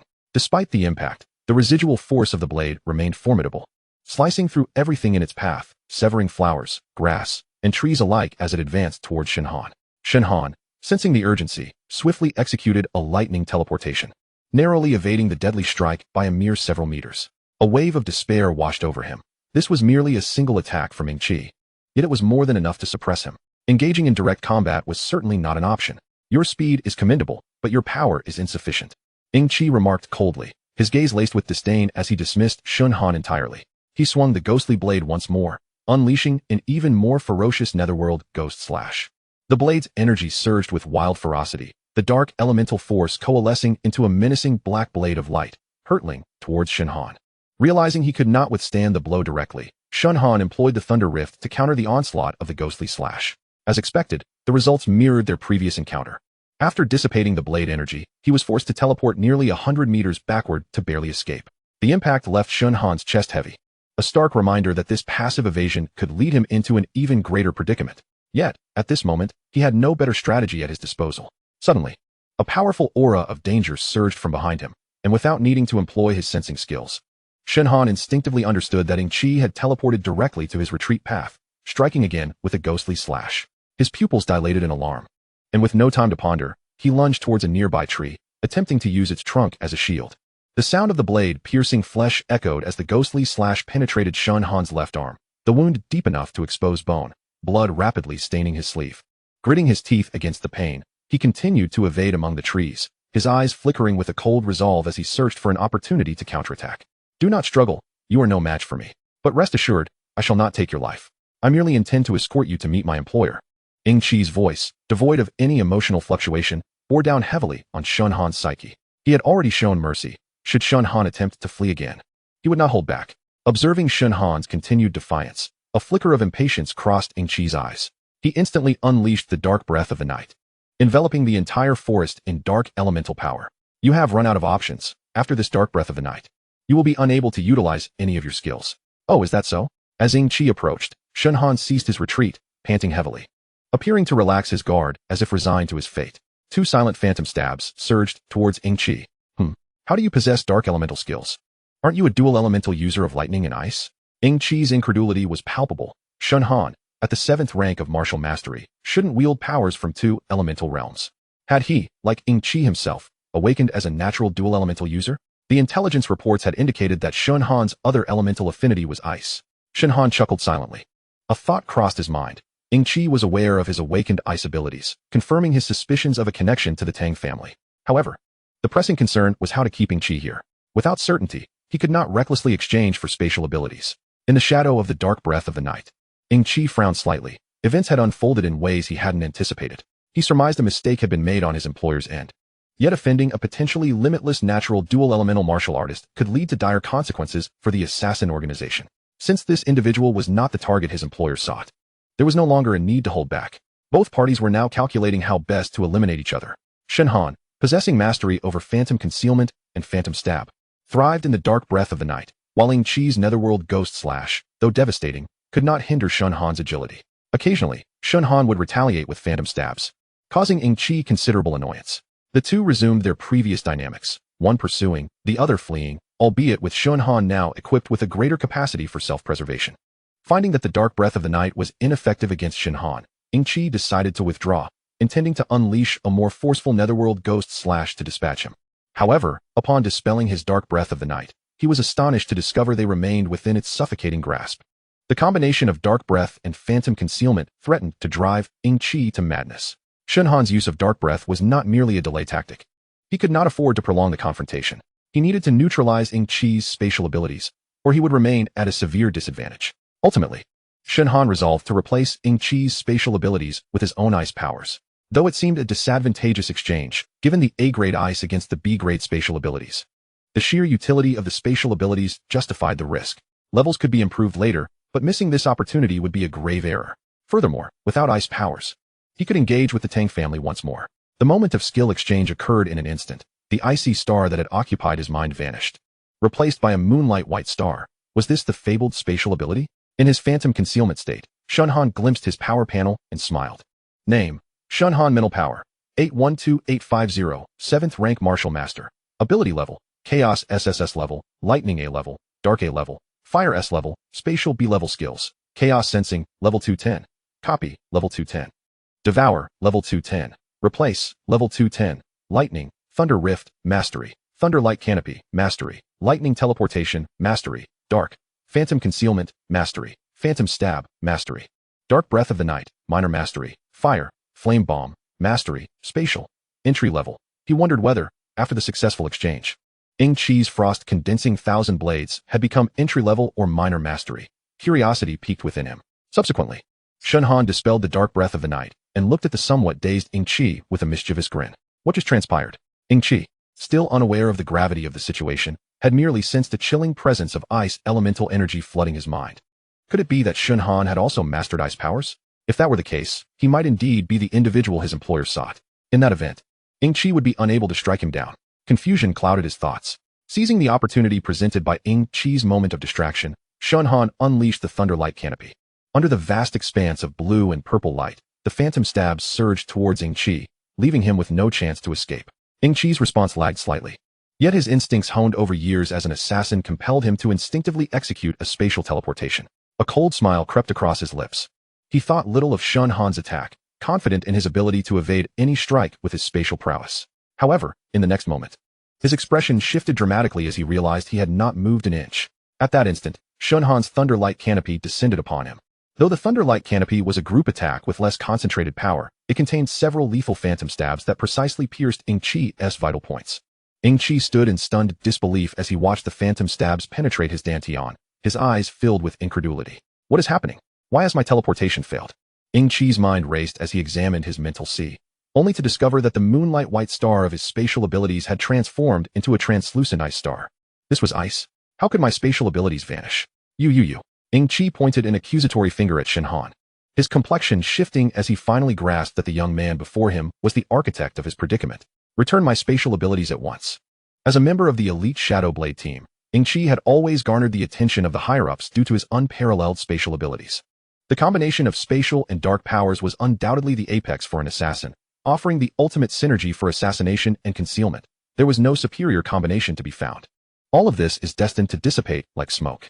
He even harbored a tinge of regret for participating in this mission, initially believing it to be a mere minor assassination and capture task that would allow him to accrue some experience points. Yet, he had not anticipated such unforeseen circumstances. Shen Han coldly scoffed, "You are truly naive. The Assassin's Guild has already set their sights on me. Why would I return anything to you? Moreover, did I not generously bestow upon you an A-level ice ability as recompense? An A-level for your B-level, and yet you remain unsatisfied? Indeed, it is your machinations at play." A flicker of despair and rage flashed in Ing Chi's eyes. His hands trembled slightly, yet he remained defiant, gritting his teeth as he produced a communicator, attempting to relay Shen Han's abilities to the outside world. Shen Han's skills posed a significant threat to the Assassin's Guild. He must not be allowed to ascend further. Alas, what necessity do you have for this? Shen Han shook his head. Before his words could finish, Shen Han raised his hand and unleashed a fireball. A resounding explosion erupted, instantly reducing Ing Chi's body to ashes, and the communicator was utterly destroyed. The message ultimately failed to transmit. Shen Han deliberately left traces of fire, intending to obfuscate the situation and shroud the pursuers in uncertainty. Gazing at the chaos surrounding him, Shen Han chose not to linger, swiftly turning to depart. He did not even take Ing Chi's storage ring. Such organizations as the Assassin's Guild likely installed tracking devices within the rings, and he had no desire to reveal his whereabouts. Shen Han contemplated that there remained 2 or 3 days of exploration within this secret realm. It would be prudent to find a secluded place to recover from his injuries. There was no immediate need to seek out rare treasures, as his storage bag was already filled with an array of cultivation resources that could fetch a handsome price upon his return. The gains from this secret realm expedition had been monumental. Acquiring an exceedingly rare spatial ability had rendered Shen Han indifferent to other external possessions. His mind was consumed with plans for what skills to pursue once he exited the realm. Chapter 22. Reactions from all sides at the entrance of the secret realm. 5 high school principals awaited their respective students, their expressions a mix of anticipation and anxiety. It has been a month. I wonder how those 10 students are faring?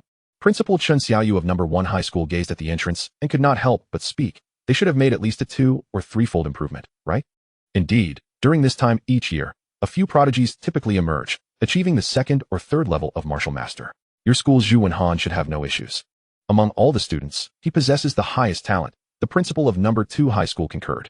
But I am curious to know what level the top student, Shen Han, will reach. At least the 3rd level of martial master. Principal Wang Xiyuan of number 5 replied casually, unwilling to easily divulge Shen Han's true prowess. Based on his assessment, Shen Han's progress would undoubtedly surpass this, and after the secret realm experience, he might have already attained the 5th level of martial master. At this pace, by next year's college entrance examination, this cohort of exceptional students could achieve levels around 7 or 8, still leaving a notable gap compared to the talents from affluent regions such as Lingzhou City and even the entirety of Nanjing Province. The group could not help but sigh, recalling that every year, those prosperous areas could even produce mid-level martial spirits. However, Principal Wang Xiyuan harbored no worries, filled with confidence. Shen Han's performance had consistently exceeded expectations, and he believed Shen Han would not disappoint him. At another entrance, 2 cold-faced assassins clad in black stood hidden in the shadows, led by Ying Lu. With a blank expression, he turned to his companion, Ying Jiao, and slowly said, Ying Qi is dead. Are you certain? This time, Ghost Hand and Ying Qi executed the mission together, and the opponent's strength was only around the 3rd level of martial master. How could they possibly fail? Questioned Ying Jiao, a masked member of the Ying Ren team. I just received the information. Ghost Hand's soul stone at headquarters has shattered. There can be no mistake. It appears this mission has failed. Ghost Hand can be managed, but Ying Qi's death will likely incite displeasure from the higher-ups, Ying Jiao lamented. Indeed, while Ying Qi ranked low, he possessed the rare dual abilities of dark and spatial types. With immense potential, he was a natural-born assassin. Moreover, it is said that he was highly regarded by a certain elder in the upper echelon and had already become that elder's direct disciple. While we still have time, let us investigate the secret realm. Perhaps we can uncover some clues. The 2 assassins stealthily infiltrated the secret realm. As they vanished into the darkness, the 2 figures slipped silently into the depths of the secret realm. Tang family and Yan City father, I have just received news from the Assassin's Guild.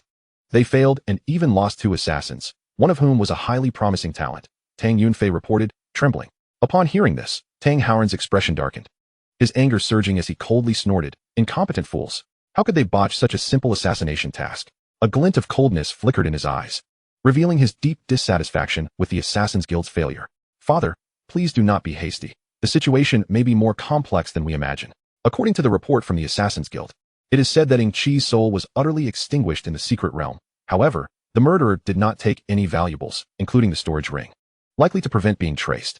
Furthermore, battle traces of thunder, darkness, fire, and even spatial types were discovered in the vicinity of the scene. With no signs of ice elemental presence, Tang Yunfei added, can you confirm the validity of this information? Tang Haoran raised his eyes to Tang Yunfei, tapping his fingers against the chair's back, deep in thought.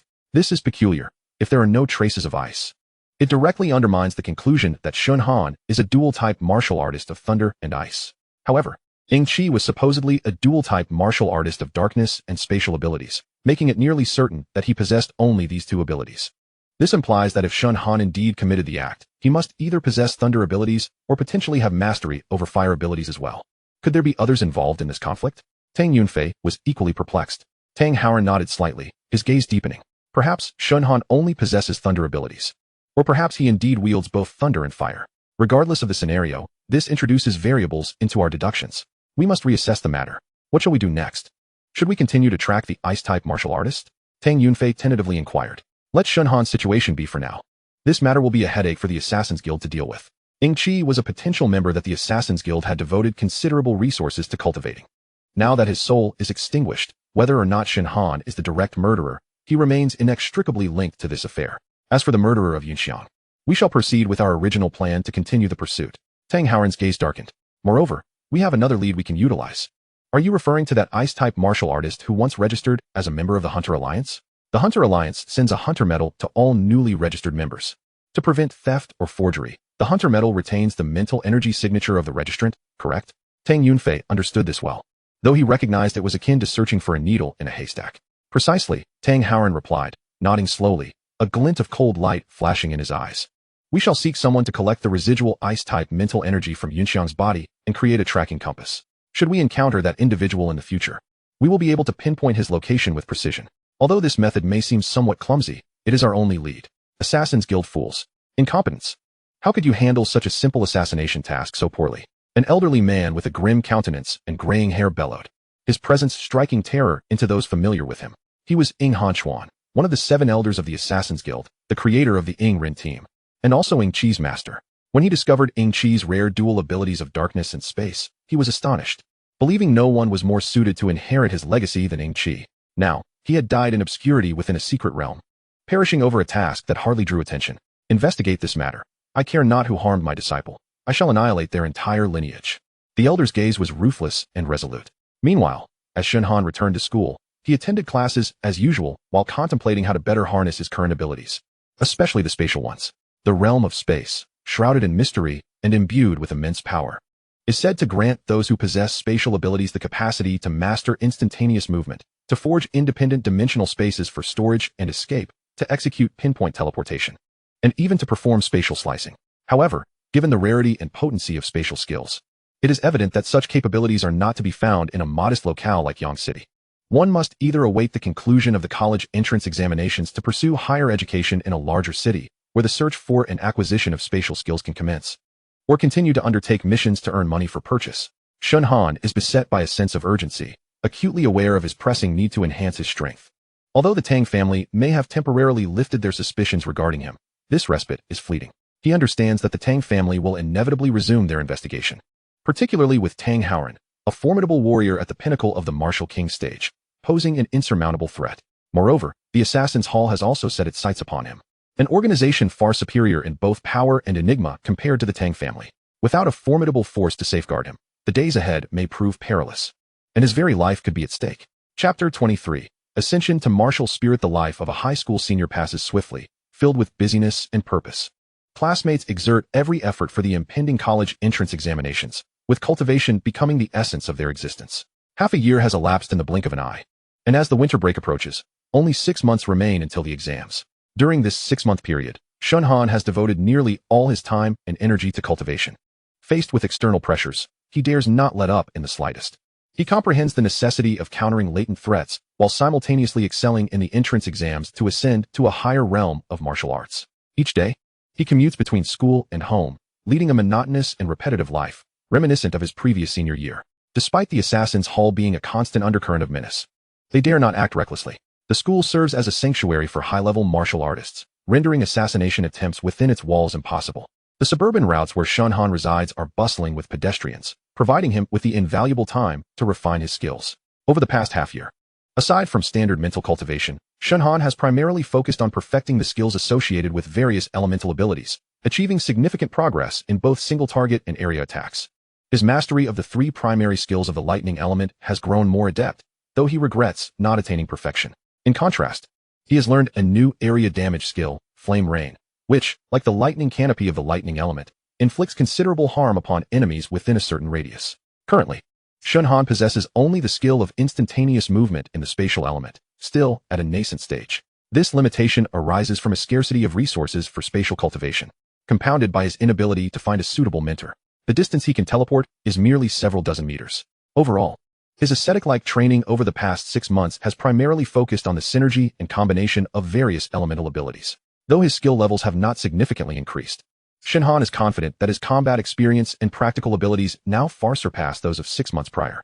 In this half-year's time, Shen Han has advanced from the 7th level of Martial Master to the 10th level, now but a step away from the Martial Spirit realm. Within 3 or 4 days, he anticipates breaking through, planning to awaken a new ability before venturing into the shadowy forest for further trials. 3 days later, Shen Han successfully breaks through to the Martial Spirit realm and discreetly requests an awakening stone from Principal Wang Xiyuan.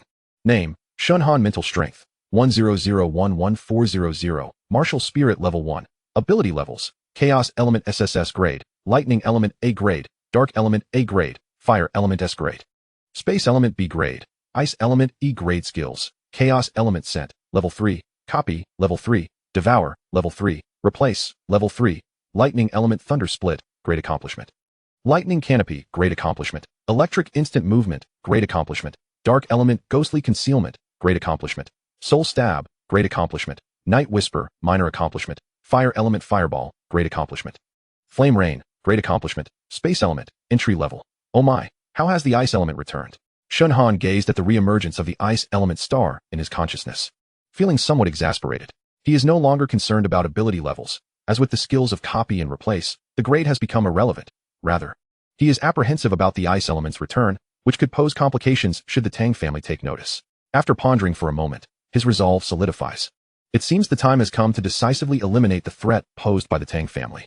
This Damocles sword looming over him has always been a source of inner turmoil, and it must eventually be severed, lest it jeopardize his resolve and cultivation. Aside from the newly acquired Ice Element, all skills within the Chaos Element have ascended a tier. The Scent skill can now detect within a radius of 1,000 meters, rendering it significantly more practical than before. The usage frequency of the copy and replace skills has increased from 2 to 3 times per month, while the devour skill primarily enhances resource refinement and mental strength efficiency. Upon returning the Awakening Stone, Shen Han showcases his A-grade Dark Element ability to wuxianovel, purposely concealing the newly added E-grade Ice Element. After all, this Ice Element ability is merely temporarily residing within him. Given an appropriate opportunity in the future, it would be transferred elsewhere and is not worth displaying. He has never divulged his grievances with the Tang family or the Assassin's Hall to others, unwilling to implicate anyone else. With dual A-grade ability talent, it seems this year our Yang City may achieve an impressive ranking. Wuxianovel expresses his satisfaction. Having organized everything, Shen Han strides toward the shadowy forest. As he approaches a remote area with few people, he activates his Scent skill, eagerly anticipating the tangible enhancement of his level 3 Scent skill. From a kilometer away, he can discern whispers, the expressions of passers-by, and even the movements of ants on the ground, all vividly reflected in his consciousness, proving tenfold more powerful than the previous 100 meters. Indeed, there seems to be a tail following me. It should be members of the Tang family. This was anticipated. It seems the Tang family has once again directed their suspicions toward me. Before long, the individual tasked with surveillance informs Tang Yunfei of Shen Han's whereabouts. Without delay, Tang Yunfei gathers several capable descendants of the Tang family to venture into the shadowy forest for a discussion with Shen Han. After half a year of circling back, the Tang family ultimately fixates their suspicions on Shen Han. Although there is no conclusive evidence linking him to the Ice Element warrior, having eliminated all other options, the Tang family concludes that even if it appears improbable, Shen Han is indeed the truth they seek. The Tang family, now lacking patience for further evidence gathering and disinclined to resort to legal means, desires only vengeance, retribution against the one who murdered Tang Yunxiang. Even if the origins of Shen Han's Ice Element ability are complex, capturing him will naturally yield all the answers. The members of the Tang family enter the shadowy forest in groups, each equipped with a communicator. Upon discovering Shen Han's trail, they are to signal first and refrain from acting impulsively, awaiting the arrival of all before striking to ensure absolute certainty. Do not underestimate him. This individual is not easily dealt with, Tang Yunfei instructs, distributing specially made communicators to each participant in the operation. At this moment, Shen Han is acutely aware of the movements of the Tang family. A glint of coldness flickers in his eyes as he resolves that this time, he must eradicate the threat posed by the Tang family entirely. He observes the members of the Tang family entering the forest in batches, his eyes glimmering with determination, unafraid. As he traverses the path, Shen Han activates his Scent skill, copying an E-grade Water Element ability and an F-grade Earth Element ability, preparing a grand gift for the Tang family.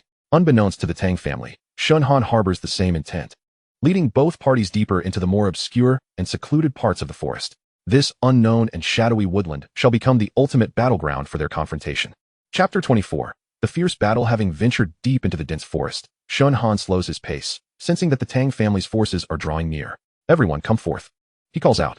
Tang Yunfei was taken aback for a moment before revealing himself, astonished by Shen Han's keen awareness, which allowed him to detect their ambush in such circumstances. He did not hesitate to confront Shen Han directly, stating, "You are the Ice Element warrior who murdered my brother, Tang Yunxiang, in the shadowy forest, aren't you?" "Oh, I possess no ice abilities. Do not wrongfully accuse an innocent," Shen Han replied with feigned innocence. "Do not pretend. You carry the Hunter's Alliance badge, and the aura of your spiritual energy is identical to that of the Ice Element warrior who killed my brother." With that, Tang Yunfei threw out a compass. "You possess remarkable skills, managing to conceal your presence for so long and lead a group of individuals in circles." Upon realizing that the Tang family had seen through his guise, Shen Han remained unperturbed. "It appears you are determined to keep me here today. May I pose a few questions? I have always been curious about your abilities. Are you truly an Ice Element warrior? If not, how can you wield Ice Element skills?" I could tell you that my ice abilities awakened just yesterday. Would you believe me? Shen Han responded with a mocking expression. Stubborn fool, once we capture you, under severe torture, no secrets will remain hidden. Are you prepared to meet your demise? Tang Yunfei retorted with a cold smirk. Do you truly think your small group can restrain me? Shen Han appeared remarkably confident. My father will arrive shortly. Today, escape is not an option for you. If you reveal how you killed my brother, I might consider sparing your life.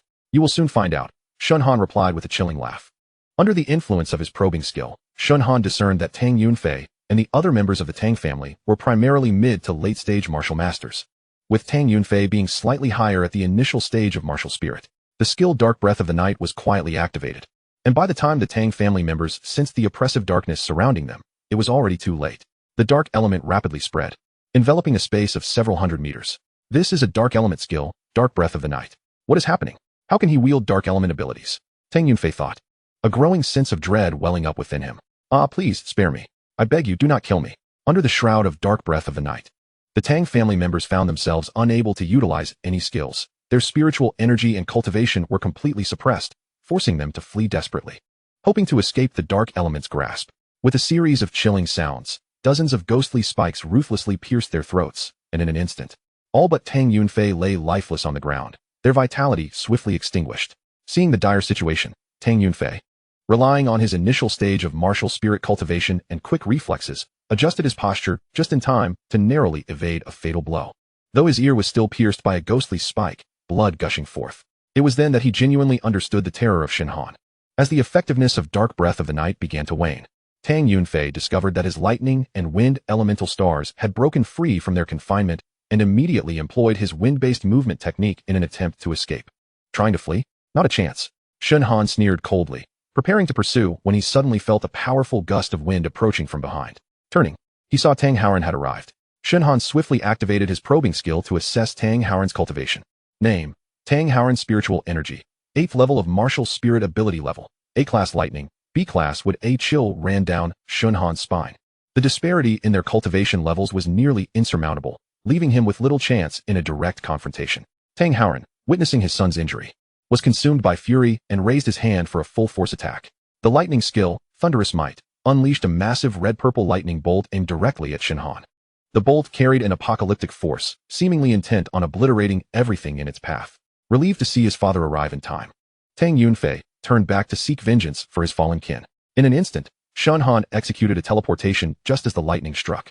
The bolt crashed to the ground, creating a 10-meter-wide crater, instantly severing nearby trees and leaving the area charred, while Shen Han had vanished from sight. Yunfei, be careful. Tang Haoren suddenly sensed something amiss. But it was too late. Shen Han had teleported behind Tang Yunfei and seized his neck. Seeing Shen Han hold his son hostage, Tang Haoren's eyes reddened, and his body trembled. Let us speak. Do not harm Yunfei. You and your family have come to hunt me. What is there to discuss? The murderer is always hunted by the vengeful, Shen Han scoffed. Dare to touch a single hair on my son, and your family, your loved ones. Everyone connected to you will pay the price. Tang Haoren threatened fiercely. Do you think I would hesitate? Shen Han tightened his grip, causing Tang Yunfei's face to turn crimson. Please, please, you have already killed my youngest son. Now you wish to kill my eldest? How ruthless. I am ruthless? When your son sought to kill me to seize my resources, did you not think him ruthless? Is it only permissible for your son to kill others while forbidding anyone from touching him? What kind of reasoning is that? Let us talk. Release my son, and I will agree to any terms. I can provide you with cultivation resources. Seeing Tang Yunfei's face turning purple, Tang Haoren trembled with rage, vowing that once he rescued Tang Yunfei, he would make Shen Han pay dearly. But at that moment, he could only suppress his fury. Substitution skill, activate. Shen Han continued to engage Tang Haoren, diverting his attention, and when his opponent's emotions were heightened and defenses lowered, he executed the substitution skill, replacing Tang Haoren's A-class Lightning and B-class Wood abilities with the E-class Water and F-class Earth abilities he had copied from passersby. Tang Haoren suddenly felt as if his spiritual energy had been drained, and just as he was about to delve into his consciousness to assess the situation, he saw Shen Han's hand move slightly. With a sharp crack, Tang Yunfei's neck was instantaneously broken, and he collapsed lifelessly to the ground. Yunfei, my child. Tang Haoren roared in anguish, his eyes filled with despair and fury. The blaze of rage nearly consumed his reason as he shouted again, Thunderous Might, go die. However, the anticipated lightning did not materialize. What is happening? He was struck with shock, realizing that his spiritual energy had seemingly vanished in an instant. Upon inspecting his consciousness, he was horrified to find that the once bright lightning and wood elemental stars had been replaced by dim water and earth stars, akin to a waking nightmare. Shen Han had not only stripped him of his power, but had also robbed him of the very right to seek vengeance. Shen Han, without holding back, launched a fireball towards Tang Haoran. I hate this.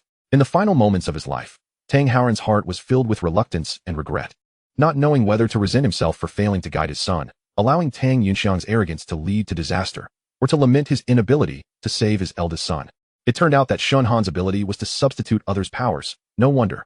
Regrettably, the truth would not be conveyed, and his world would be plunged into darkness.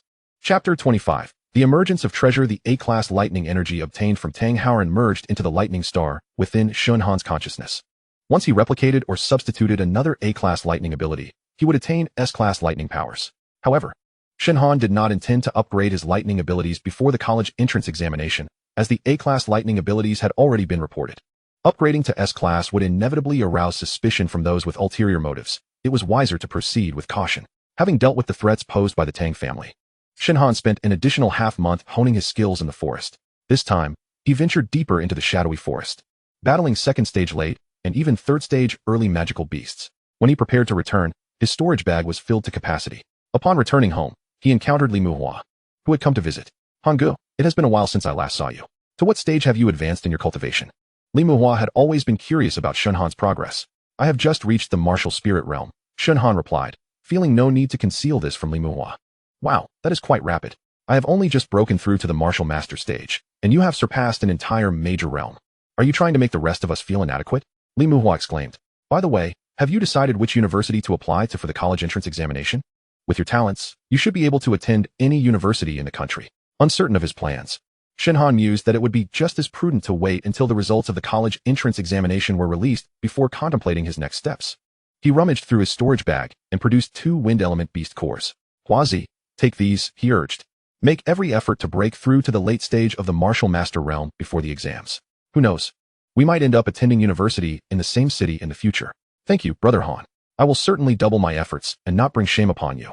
Li Muhua replied, expressing his gratitude without reservation. In the Tang family of Yang City, the head of the family, Tang Haoran, and his eldest son, Tang Yunfei, had been missing for nearly a month, their fates shrouded in uncertainty. Initially, their disappearance stirred considerable turmoil, prompting the Tang residents to file a missing persons report. However, no leads emerged, save for the fact that about a month prior, Tang Yunfei had left with a group of core descendants for a task, never to return. Thus, one of the 3 great families of Yang City, the Tang clan, began to crumble. Without the protection of a martial king at the helm, their various enterprises were swiftly consumed by rival families, and gradually, the once prominent Tang family faded from public memory. The enmity between Shen Han and the Tang family was known only to the Assassin's Guild.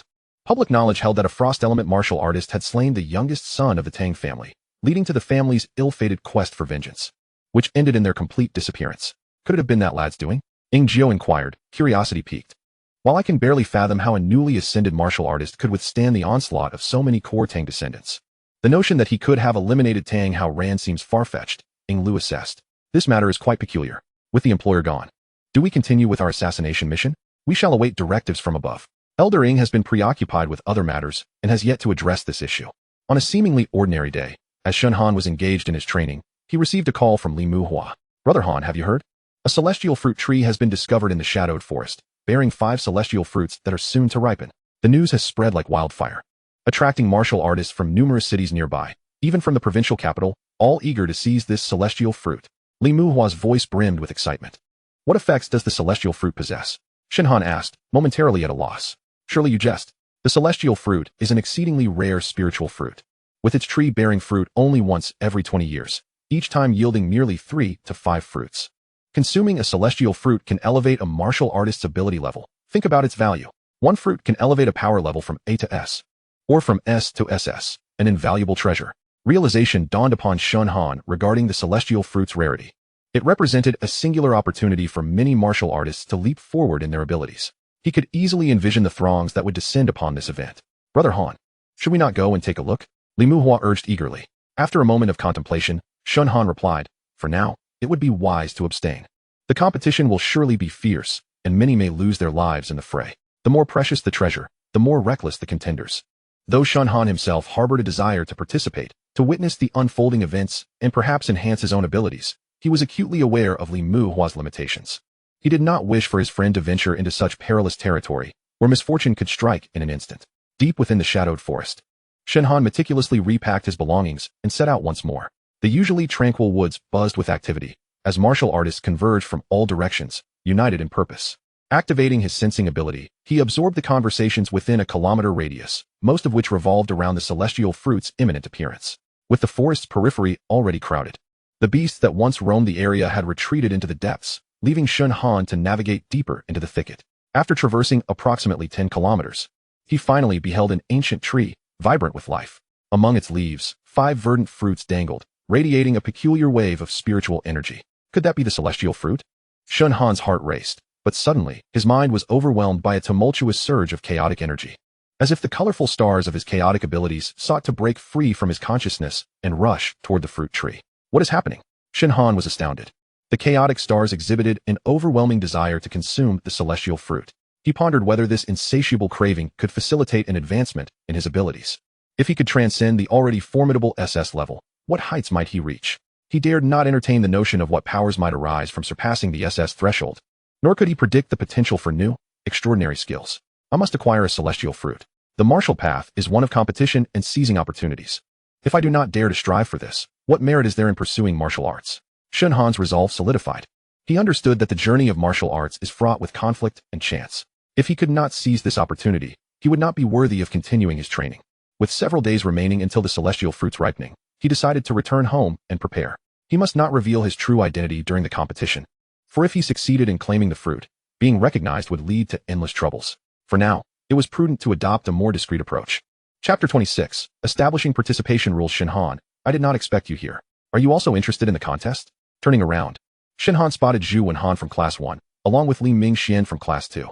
It appeared that the allure of the celestial fruit had indeed attracted numerous talents. I merely came to observe, though the odds of securing one are slim, Shen Han replied, concealing his true intentions. Indeed, if all the competitors were from Yang City, it would be different. This news has reverberated widely, drawing in formidable contenders from far and wide. We can only watch, the talented youths from Yang City lamented. Casting a glance around, Shen Han activated his sensing ability and gasped at the abundance of high-level martial artists surrounding him. Aside from the remnants of the 2 remaining families in Yang City, he even spotted members of the Assassin's Guild. Under the public eye, he felt no fear of them targeting him. Look over there. At 2 o'clock, the group of talents from the provincial capital. They graduated in the same year as us and have already reached the 2nd level of the martial spirit realm. Indeed, there are always greater talents beyond our own. Previously, they had prided themselves on being the best in Yang City, yet they were now merely frogs in a well. Listening to their discussions, Shen Han remained composed, refusing to belittle himself. With months until the entrance examination, he might very well catch up. Enough, you all continue to watch. I shall take my leave, he declared. You won't stay to compete. You are the strongest among us. The other talented youths from Yang City expressed their confusion. With so many vying for 3 celestial fruits, what do you think our chances are? Even if we manage to obtain one, do you believe we can leave safely? Shen Han retorted. With that, he departed from the shadowed forest, and the group of Yang City talents nodded in agreement. Since participation was futile, they could at least scout the abilities of the provincial talents in advance. Upon returning home, Shen Han contemplated how to present himself without arousing suspicion, and how to ensure a safe retreat after the contest, leaving no trace of his involvement. A cunning idea struck him. 2 days later, a striking female martial artist clad in lavender yoga pants, with a subtle makeup and flowing hair, made her way toward the shadowed forest. The celestial fruit was set to ripen within days. After finally managing to squeeze into the front row, she noticed the surrounding martial artists were all eager and ready for action. The girl in question is undoubtedly Shen Han. In order to conceal her identity and avoid detection, she has not only refrained from utilizing her conspicuous lightning abilities, but has also changed her gender. Surely, she cannot allow the trail to lead back to her. A sense of secretive pride swells within her, gazing at the towering celestial tree in the forest, its fruits ripening. Shen Han understands that the competition for them will be fierce. Activating the devouring skill is no simple feat. One must approach the celestial fruit within a certain proximity, and she is uncertain of the effects that devouring might invoke. It is imperative to ensure a tranquil environment for refining the celestial fruit to avert unforeseen circumstances. At that moment, an elderly gentleman, his countenance exuding wealth, slowly stepped forward from the front row of the crowd, addressing everyone with a smile. Esteemed guests, the celestial fruit is on the verge of ripening. I speak on behalf of the Liu family from the provincial capital. As you all know, the celestial fruit can elevate one's abilities and even enhance combat prowess. However, there are only 5 fruits available, and with everyone vying for them, conflict is inevitable. Why not sit down and discuss a fair distribution plan? What do you all think? Upon hearing the name of the Liu family, many martial artists in the audience changed their expressions, murmuring among themselves, The Lu family is a significant power. Our small cities' families are but ants in their presence. It seems we might not have a share in this after all. We have become mere companions for the favored. A middle-aged man clad in a gray-black robe chimed in. Might I inquire what good plan Brother Lu has? Please share it for everyone's consideration. This man emanated a chilling aura, clearly a member of the Assassin's Hall. The assassins are here as well? Shen Han's vigilance heightened as she stealthily glanced at the middle-aged assassin, being careful not to linger her gaze for too long. The elder from the Lu family continued with a smile. All of you are exceptional martial artists from Nanjiang province. Should anyone perish over the celestial fruit, it would be a significant loss to both the nation and the individual. We wish to avoid any bloody conflicts. In my opinion, those above the martial king realm should refrain from participating, allowing the younger generation to hone their skills. How does that sound to you all? As soon as the elder finished speaking, many around began to whisper among themselves. The Lu family's involvement in the competition for the celestial fruit was rumored to be for a talented scion of their family. This proposal clearly favored the gifted martial artists from larger cities, blatantly disregarding those from smaller locales. Senior, this suggestion seems rather biased towards your own interests. How can our martial artists from small cities compete against your prodigies? Numerous voices arose in dissent. Why should those above the martial king realm be excluded? This is a bit too much, don't you think? Some hunter teams, composed mainly of middle-aged individuals, stood their ground. What a clever scheme. Those in agreement were of similar backgrounds to the Lu family, all vying for the celestial fruit for their talented offspring. The hunter teams and social martial artists should not crowd here. If you disagree, come forward, rebutted an elder from another prominent family, stating that many of you have passed the optimal age for improvement, and the opportunity should be left to the younger, talented martial artists. This is only right. For the sake of Nanjiang province and the martial arts of Dragon Kingdom, quality resources should be allocated to the immensely promising youth. Then it's settled. Those under the age of 20 and below the martial king realm may participate in the competition for the celestial fruit. The rest may leave at once, or else. Do not blame me, Lu, for being ungracious. The Lu elder's demeanor turned unexpectedly stern. A rabble dares to covet the celestial fruit? Remarked a haughty young man beside the Lu elder, smirking. You think you are worthy? Clearly. This was a rule crafted to pave the way for the younger members of these powerful families. With that, several elders from prominent families radiated formidable spiritual pressure, casting it over the surrounding crowd. Such overwhelming spiritual might, they must be at least martial sovereign level. Many in the vicinity sighed and departed, their spirits dampened. Under the eaves, one must bow their head. They trudged away, disheartened. The elders of the prominent families produced instruments placed at the entrance, while other areas were cordoned off. Ladies and gentlemen, these instruments can test the age and cultivation level of participants. According to the rules just stated, all who meet the criteria may compete for the celestial fruit. Those who do not qualify, please leave, or do not blame us for being unkind. Those who met the criteria formed a queue for testing. Many felt anger but remained silent, and the crowd gradually thinned. Chapter 27. Copying talented abilities. The young martial artists eager to compete for the celestial fruit lined up to undergo testing before entering the designated area, while the elders of the prominent families and unwilling martial artists lingered outside. Name, cultivation level. Each entering martial artist had to register their relevant information prior to testing. The methods of these prominent families are ruthless. If someone outside their circles were to seize the celestial fruit, they would undoubtedly track them down and employ coercion or enticement. Shen Han was far from a novice and understood the intentions of the prominent families all too well. Wang Gang, Martial Spirit Level 2, Shen Han announced her details.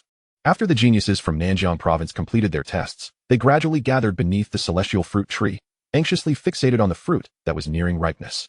What should I call you, miss? A voice chimed from beside her. Shen Han turned her head, startled. It was a classmate from her former school. Although their interactions had not been frequent, could she have been recognized? Wang Gang. Shen Han cleared her throat, uncertain if she had been identified. That name seems familiar.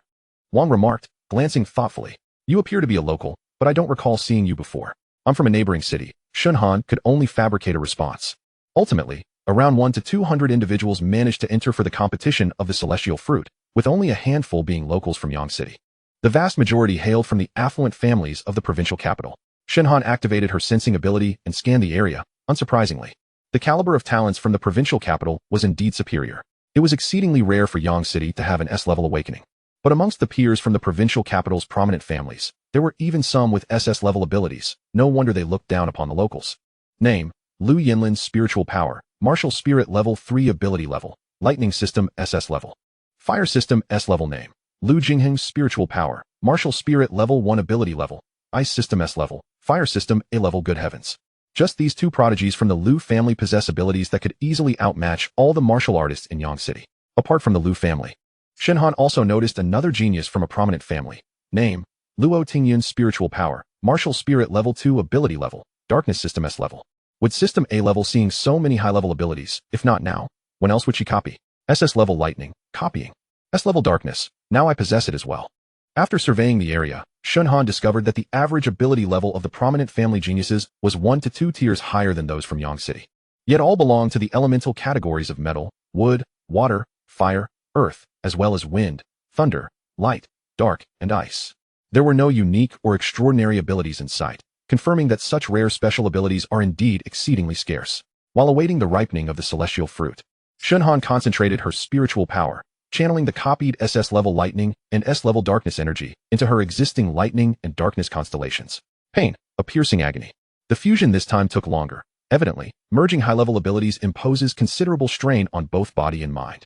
Approximately 10 minutes later, the fusion finally completed, leaving Shen Han drenched in cold sweat, relieved that the ordeal had not been fraught with peril. Name, Shen Han Spiritual Power, 110-31400, Martial Spirit Level 1.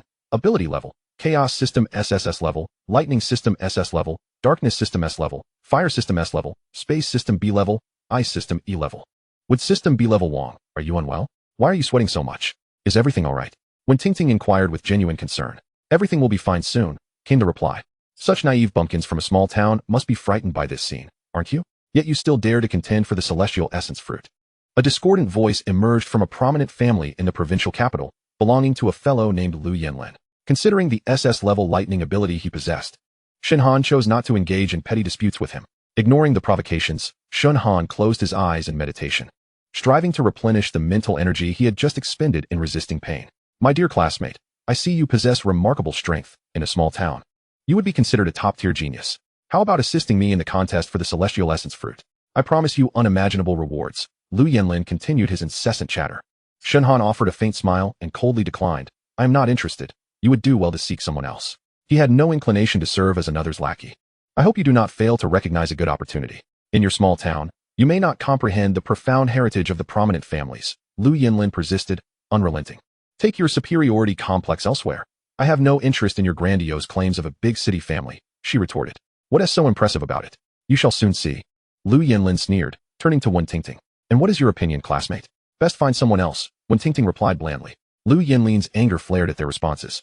Perceiving them as mere frogs in a well, he snorted derisively, clearly looking down upon these provincial youths. At that moment, a deep yet playful voice interjected, Lu Yanlin. Showcasing your superiority again. Have you hit a wall? As he spoke, a young man of graceful demeanor approached, a hint of mockery evident on his face. Humph. Mind your own business. What pretense is this from a bunch of rural fools? Are you incapable of seizing the celestial essence fruit on your own? Must you rely on a faction? It's a disgrace to your Lu family. You, with the surname Luo, should know that I possess an SS-level ability. If you wish to fight, you are no match for me. Luo Tingyun smiled without retorting, disinterested in further banter. Instead, he turned to Shen Han and said kindly, Do not worry, classmate. This competition is fair. There are many witnesses here. Do not fear the Lu family. May I ask for your name? After the contest, would you care to share a drink? Shen Han was taken aback by the unexpected turn of events. Something felt amiss. However, maintaining his composure, he replied calmly, Thank you. Luo classmate. Perhaps we can discuss it after the competition. Noticing Shen Han's lack of outright rejection, Luo Tingyun smiled with satisfaction, nodding slightly before returning to his position. Did Shen Han really not show up? Meanwhile, on the other side, Zhu Wenhan and Li Mingxian from Yang City huddled together. Our Yang City champion shows such cowardice. It's truly shameful, Li Mingxian scoffed, clearly dissatisfied. It seems he may have simply felt he lacked the opportunity to seize the celestial essence fruit. A classmate beside him remarked, disappointment evident in his tone. I had hoped he would come through for us, elevating our Yang City's reputation, Zhu Wenhan sighed. Gazing at the talented warriors from the major cities, feeling an immense pressure. But it's not that simple, Li Mingxian gestured to the competitors around them. Look at those participants. There are over 10 with S-level abilities and numerous SS-level geniuses. It's a fierce battle indeed. Zhu Wenhan chuckled wryly. When I awakened my S-level ability, I thought I stood a chance for a good ranking in this competition. Now I realize there are simply too many true geniuses. His gaze dimmed slightly. Despite his reluctance, he understood that the talents from small towns like Yang City were vastly outmatched by these top-tier powerhouses from the provincial capital. Chapter 28. Seizing the Celestial Essence Fruit. Look! The Celestial Essence Fruit is about to fall. The talented warriors beneath the tree prepared themselves, their eyes fixed intently on the fruit's descent. Almost simultaneously, 5 verdant celestial essence fruits plummeted from the branches, radiating vibrant light as they shot off in all directions. That one is mine.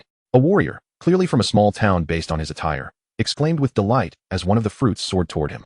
He leaped forward, reaching out to grasp it. A chilling blade, infused with a dense dark element, sliced toward his arm. Seeking death. This is not yours to claim. Step aside. A sharp voice rang out nearby. From the Assassin's Guild? Usually, I give you some respect, but do you really think you're that impressive? Treasures belong to those with fate. If you have the ability, come and take it, the small-town warrior retorted fearlessly. With that, the small-town warrior seized the flying celestial essence fruit, stashing it away in his storage ring, preparing to make a hasty exit without engaging further. Don't let him escape. Quickly pursue him. The crowd rapidly closed in, unwilling to allow the celestial essence fruit to slip from their grasp. The Assassin's Guild warriors activated their Knight's Veil, a dark elemental aura swiftly enveloping all who sought to join the fray. As soul-piercing attacks were launched toward the small-town warrior attempting to flee with the celestial essence fruit. Fortunately, the small-town warrior was also adept in the dark element. He did not slow down due to the Knight's Veil, dashing out of the battlefield like a shooting star. Before he could catch his breath, a powerful elder from a major faction had blocked his path at the exit. The elder from the Liu family smiled amiably and said, "Young friend, please hold on. Congratulations on acquiring the first celestial essence fruit. Might I inquire if you would consider selling it to our Liu family? We can offer you a satisfactory price." Immediately, an elder from the Luo family stepped forward, echoing, "You need not worry, young friend. We are not those who would resort to coercion. The Luo family is willing to provide equivalent resources in exchange. Would you grant us the honor?" It appeared that a warrior without a strong backing could not leave the scene unscathed, even if they successfully seized a celestial essence fruit. As those watching from the sidelines murmured in sympathy, "What a tragedy, if only we had a powerful background." Meanwhile, the competition for the remaining 4 celestial essence fruits was equally fierce. The Liu brothers dashed toward 2 of the fruits, while the Assassin's Guild redirected their efforts toward another. The final fruit was contested by exceptional talents like Luo Tingyun. With only 4 remaining, Shen Han contemplated which to seize, considering how to escape swiftly after securing one. He stood aside, assessing the situation with a keen eye. At this juncture, only his dark and spatial abilities were viable. He could not reveal his lightning powers, lest any clues linking back to him emerge. The skills of the wood and ice elements were simply too weak to support him in this contest. The spatial ability was imperative. Without it, he would have no means of escaping unscathed from the ensuing crowd. Deciding, he activated Knight's Veil and dashed toward the celestial essence fruit contested by Liu Yinlin. The Assassin's Guild and Luo Tingyun both wielded dark abilities, so he could not use Knight's Veil for a swift theft and escape. Liu Jingheng was positioned too far away. Upon seeing Shen Han approach the contest, Liu Yinlin's anger flared. "Get lost, bumpkin. You have no place here. My Liu family is not one you can afford to offend." Shen Han had no time to entertain him. The SS-level ability Knight's Veil was formidable, far beyond his previous capabilities. Taking advantage of the moment when everyone's mental energies were suppressed, he unleashed several soul-piercing attacks that incapacitated the Dark Element warriors, snatching the celestial essence fruit and heading for the exit. No one had anticipated Shen Han's strength. In mere seconds, he had seized the celestial essence fruit. As Shen Han raced for the exit, the crowd remained ensnared in the mental blockade of Knight's Veil. Another fruit gone, with only 3 left. Seeing the one Shen Han had swiftly claimed exit the battlefield, the crowd had no choice but to relent. Only Liu Yinlin wore a dark expression, muttering, "Wang Gang. Just you wait, this isn't over. What if you seized one? You won't escape the clutches of our family elders." As expected, upon exiting, Shen Han immediately encountered a group of powerful figures from prominent families. It seemed that unless he chose to trade the celestial essence fruit, he would have no means of exiting the shadow forest unscathed. The elder of the Liu family spoke with a hint of condescension. "My young friend, have you made up your mind to sell the Tian Sui fruit to our Liu family? What if I am unwilling to trade with you?" Shen Han retorted, feeling quite displeased with their demeanor. One of the more irritable elders within the Liu family's ranks glared at Shen Han, sneering, "Refusing a toast only to drink a forfeit? Do you truly believe you can depart with the Tian Sui fruit unscathed? Just recently, a martial artist from a small city attempted to leave with the Tian Sui fruit. Do you care to guess where he is now? Of course, we are civilized individuals and would not resort to violence against you, my young friend. However, I still recommend that you engage in this transaction with our Liu family." The elder continued, observing the increasing attention from those around them with a gentle smile. As soon as he finished speaking, a formidable mental pressure suddenly enveloped Shen Han, unsettling his mind. These individuals, while outwardly civilized, were clearly resorting to such coercive tactics. A cold smile crept across Shen Han's face. So this was the modus operandi of these so-called prominent families. Today, he had witnessed it firsthand. Liu family, prepare for the day when I possess sufficient strength to play this game at my leisure. Activate Devour skill. In an instant, the Liu elder's mental pressure no longer had any effect on Shen Han, leaving the surrounding elders astonished. This girl is undoubtedly a prodigy. Too bad she is not one of us. Teleportation. As they marveled at Shen Han's ability to resist the mental pressure, she suddenly vanished before their eyes. A living person had simply disappeared. Hiss, the sound of drawn breaths filled the air. Was this the spatial skill of teleportation? To witness such a rare ability was indeed a stroke of fortune. Many gasped, realizing how impressive teleportation was, vanishing without a trace, truly a life-saving skill. At the very least. With an S-level dark affinity combined with spatial abilities, this girl's potential was on par with the geniuses of larger cities. The elders stationed outside exchanged glances, astonished that the girl had awakened a spatial ability. Find out who that girl is and where she comes from. The Lu elder commanded the registrars below. Reporting to Elder Lu, that individual is named Wang Gang. We are unsure of her origins, and none of the prominent families from surrounding cities or provincial capitals have heard of her. Wang Gang is it? Very well, you've successfully piqued my interest. The Lu elder said with a sinister smile, turning to another elder beside him and whispering, keep a close watch on this person. Chapter 29. The pursuit from all sides. After several instances of teleportation, Shen Han had escaped to the outskirts of the shadowy forest. Just as he exhaled a sigh of relief, he sensed a formidable tracking presence rapidly approaching from behind. Shen Han circled the perimeter of the shadowy forest. But to his astonishment, he found himself unable to shake off his pursuers. What was going on? Had someone marked him? Activate scent tracking. Upon inspecting himself, Shen Han was shocked to discover a very inconspicuous butterfly mark on his hair. Had it not been for the scent tracking skill, he would never have noticed it with the naked eye. Yet that was not the most astonishing revelation. Even more outrageous was that his yoga pants were riddled with countless tracking marks, rendering him a walking target. How many factions had placed marks on me? Did they truly think they could manipulate me at will? Shen Han scoffed coldly, his heart brimming with displeasure. These individuals were evidently relentless in their pursuit, treating him as mere prey. Since you wish to play, let us engage in a game. At this moment, Shen Han understood that returning to school or home would be futile. Failing to rid himself of these trackers would only bring trouble to those close to him. With a determined thought, he turned and sprinted deep into the shadowy forest, where numerous powerful beasts resided. Perhaps he could leverage the environment to escape his pursuers. He knew that the depths of the shadowy forest harbored several formidable beasts, and he was uncertain whether his pursuers could handle them. Calculating his own strength, he acknowledged that he was currently at the initial stage of the martial spirit realm, having recently absorbed some mental pressure from the Lu elder, which had slightly bolstered his spiritual power, bringing him close to the latter stage of the initial realm. The most he could contend with were mid to late third-tier beasts. Encountering anything above fourth tier would pose a significant challenge even with the assistance of spatial abilities. Among his pursuers, the highest ranked was already a martial emperor. These third-tier beasts would only cause minor inconveniences, and it was unrealistic to think he could eliminate these individuals. Suddenly, the scent tracking skill detected a beast den nearby, where only a few earth-shattering demon bear cubs resided, while their mother guarded the area beneath a tree 200 meters away. The earth-shattering demon bear possessed tremendous strength and defensive capabilities, excelling in ground-shattering skills that could violently crack the Earth's surface. The mother bear was likely around 4th tier in strength, and her combat prowess would likely escalate if her cubs were threatened. Shen Han formulated a plan. He quickly removed his clothing marked with tracking signs and severed the hair that bore them, packaging these unwanted gifts before teleporting to the cub's den, quietly placing the bundle down and then vanishing without a sound. Fortunately, he had prepared an alternate set of women-esque clothing. When staging a performance, one must commit fully. Otherwise, he might have had to flee in the nude. Shen Han chuckled at his own foresight. A few minutes later, hidden at a distance, Shen Han heard the furious roars of the earth-shattering demon bear. The mother bear, sensing something amiss at the cub's den, let out a wrathful roar that reverberated throughout the area. The ensuing chaos, accompanied by fierce roars and intense fighting, attracted many beasts, leaving several of his pursuers ensnared by the unexpected turmoil. Shen Han watched the ensuing chaos with a cold smile, feeling a sense of relief, uncertain if those pursuing him could escape. It was time to leave. He would return to refine the Tian Sui fruit. Shen Han had initially planned to seize 2 of them so that his B-level spatial ability could be elevated. But that was merely a thought. Remaining in the shadowy forest to contend for the Tian Sui fruit was not for the faint of heart. The battlefield for the Tian Sui fruit in the shadowy forest, a group of martial artists who had pursued Shen Han returned to their respective family camps, bloodied and dejected. The atmosphere was thick with tension. Some families had even suffered significant casualties, clearly having endured an intensely fierce battle. How did it go, Elder 6? Was the ambush unsuccessful?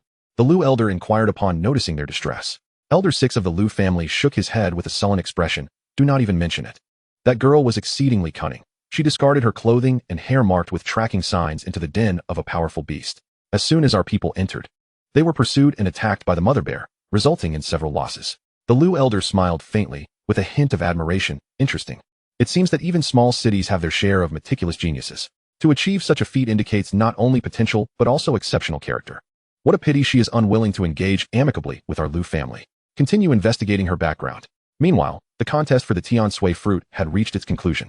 Ultimately, The Lu family, the Luo family, and the assassin S-Hall each acquired one fruit. While the martial artist from the small city who initially seized the first Tian Sui fruit chose to sell it to the assassin S-Hall in exchange for substantial cultivation resources. After all, for him, while the Lu and Luo families were powerful, they had no prior dealings with him and thus lacked sufficient intimidation. The assassin's hall, however, had a reputation that extended throughout the entire southern river province, making him far more wary. The most frustrated among them was Lu Yalan, the Lu family's top prodigy, who returned empty-handed. Initially ambitious, he was overshadowed by his cousin Lu Jingheng, who had seized a Tian Sui fruit. Should Lu Jingheng successfully refine it, they would be evenly matched in talent, effectively erasing Lu Yalan's long-standing advantage and introducing more variables into the future contest for the family head position. Following this chaotic bid for the Tian Sui fruit, it was evident that both Lu Jingheng and Luo Tingyun would attain SS-level abilities, neutralizing Lu Yalan's previous edge. Wang Gang. Just let me cross paths with you, Lu Yalan seethed, his eyes filled with resentment towards Shen Han. What? That Wang Gang is actually of S rank in the Dark Affinity and possesses an unknown rank in the Spatial Affinity. Upon hearing this, Lu Yanlin felt a surge of excitement. It seems he is not a mere nobody, and we shall have much to play with in the future. Elder Lu, Sixth Elder, and the two young masters.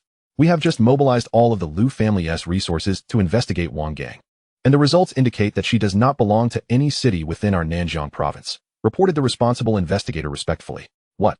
The members of the Lu family were momentarily taken aback, exchanging bewildered glances. Could it be that she hails from another province? The members of the Lu family were astonished. Or perhaps Wang Gang is merely an alias, and this person does not even exist. Continue to monitor her. Individuals capable of awakening the spatial affinity are exceedingly rare. If discovered, and if she lacks any significant background, we might attempt to recruit her. Should she refuse, you know what to do. A genius who cannot be utilized by our Lu family is, in itself, a tremendous threat. An elder of the Lu family snorted coldly, a glimmer of frost appearing in his gaze. Chapter 30. Ability upgrade. Shen Han could hardly contain his eagerness as he returned home, finally able to relax. Although the contest for the heavenly fruit had been fraught with peril, the rewards had left him quite satisfied. He took the spirit-rich heavenly fruit into his palm, beginning the process of absorption and refinement. The pure energy from the heavenly fruit flowed into his veins, converging in his sea of consciousness, where the colorful chaos affinity stars eagerly began to devour this essence, greedily consuming every bit of the pure energy. The other affinity stars were left with nothing, visibly causing the surface of the heavenly fruit to shrivel. In less than a quarter of an hour, the energy of the heavenly fruit had been entirely absorbed by the chaos affinity stars, which became increasingly radiant and brilliant, only to return to their original state moments later. Is that it? Shen Han murmured in confusion, still at SSS rank, and it appeared there were no changes. Upon closer inspection, he noticed a new development in the skills of the chaos affinity. The previous replacement skill had been replaced by a new ability called Skill Bomb. Skill Bomb. What sort of bizarre thing is this? Shen Han infused his mental energy into the colorful stars, meticulously sensing the changes. And a hint of delight spread across his face as he realized this was quite the boon.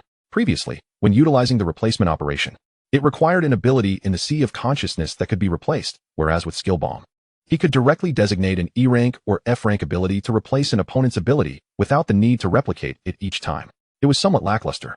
But at least he no longer needed to replicate a third party's ability every time he wanted to replace it.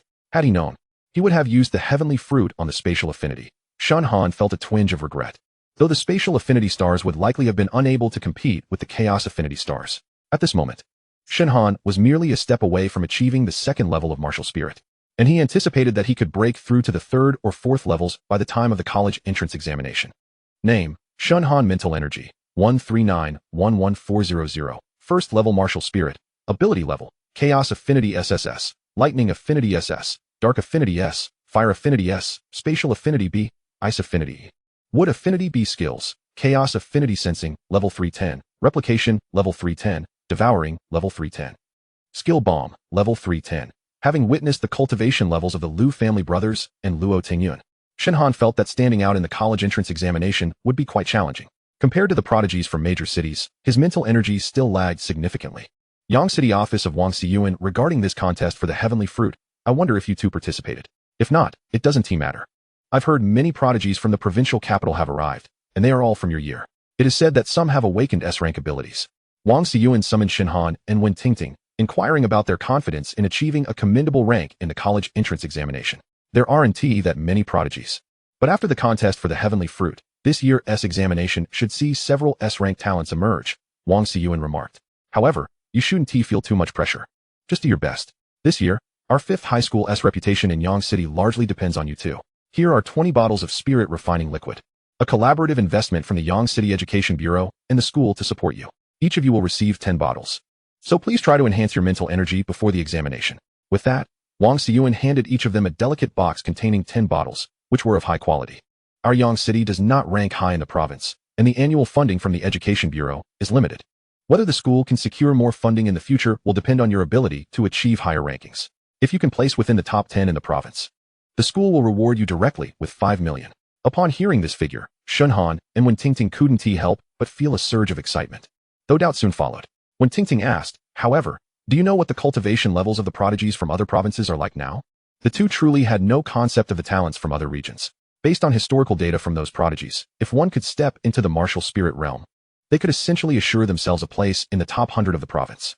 The final results also depend significantly on practical performance, but overall, the talents from the province generally fall within this range. As for the top scorer, last year's top scorer had already reached the 3rd level of martial spirit during the exam. Upon hearing this, Shen Han felt a renewed sense of determination. Given his current progress, he believed he could push further in the final month and likely reach the 4th level of martial spirit by the time of the examination. With that, a top 10 spot in the province should be nearly assured. Wang Xiyuan then turned to Shen Han, urging, I've heard that Zhu Wenhan from First High has also recently broken through to the 1st level of martial spirit. The top scorer from Yang City must stay within our 5th high. Please don't let me lose track of him. Shen Han smiled, a glint of cunning in his eyes. Principal, I wonder how much the top scorer from Yang City could earn? Get out. After leaving Wang Xiyuan's office, the two walked side by side, and Wen Tingting scrutinized Shen Han for a long while. What's wrong? Is there something on my face? Shen Han asked in confusion. No. Do you know a girl named Wang Gang? Wen Tingting's question left Shen Han momentarily stunned. Was the intuition of a girl truly this sharp? I don't know her. Why? Shen Han replied, his composure unshaken, though he felt slightly flustered. Oh, it's nothing. I just think you two resemble each other quite a bit, Wen Tingting remarked, whether intentionally or unintentionally. By the way, do you know if the college entrance examination will test each ability level in addition to mental energy? Shen Han was genuinely concerned about this. If his SSS-level chaos affinity were to be exposed, it would be problematic, as it was his greatest trump card. All abilities will be tested. The mental energy value will be part of the final score, and the ability level will also be assessed. This way, universities can reference the results when selecting candidates. So that is how it is. This is not good. If that is the case, hiding the SSS-level chaos ability becomes paramount. If the SS-level lightning affinity gets exposed, that can't be helped. The original plan was to use the A-level lightning for the examination. But now that it's become SS-level, I'll need a better excuse. Seeing the conflicted expression on Shen Han's face, Wen Tingting smiled knowingly. I suspect it will be quite difficult for you to hide or disguise your ability level. The instruments used for testing in the college entrance examination are incredibly precise to ensure fairness. Who says I want to hide or disguise my abilities? I merely wish to know if there is a way to directly conceal an entire affinity S abilities. Shen Han surmised that Wen Tingting might have already learned about Wang Gang, and they shared a tacit understanding. Conceal an entire affinity? It seems you have quite the secret. Now that you've shared this secret with me, can you help me with a small favor? I certainly don't want anyone to know about my inherent dual affinities. Shen Han feigned mystery. There are methods, but why should I assist you? Wen Tingting replied with a sly smile. Chapter 31. Preparing for the college entrance examination, I can exchange some spirit refinement liquid with you. What do you say? Shen Han remarked, realizing that this was the only valuable asset he possessed. However, Wen Tingting chuckled softly. Do I appear to be in need of money or resources? Nevertheless, if you disclose your space system level, I might assist you this time. B level. Indeed, it seemed you are Wang Gang. Your taste is rather refined. Where did you acquire such knowledge? The mere thought of Wang Gang's demeanor made Wen Tingting nearly double over with laughter. How could this be considered a deception? Shen Han's cheeks flushed with embarrassment, realizing he had been quite naive. How is it not? I had already surmised it. The fragrance you wear is identical to Wang Gang's. I was careless. Noticing his discomfort, Wen Tingting ceased her jesting and spoke earnestly. If you wish to conceal a certain system's abilities, I can assist. My family possesses a potion that can obscure one's abilities. However, you must consider how to explain the enhancement of your other abilities. Shen Han was momentarily taken aback. This posed a challenging dilemma. If the lightning system were to ascend to SS level and the darkness system to S level, anyone would inevitably draw parallels to the Wang Gang incident. Moreover, once linked to Wang Gang, his space abilities would be exposed. Wen Tingting sighed gently. Forget it. I shall extend my kindness to the end.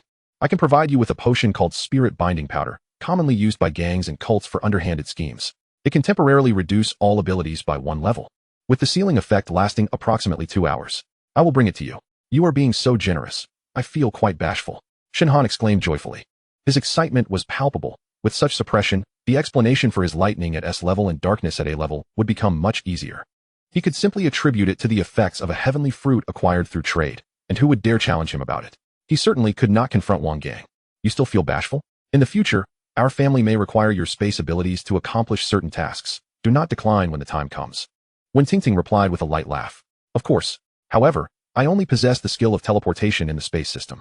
I wonder if your family could sponsor me for other spatial skills? Shen Han grinned mischievously. Those skills are exorbitantly priced. How could our modest family possibly afford them?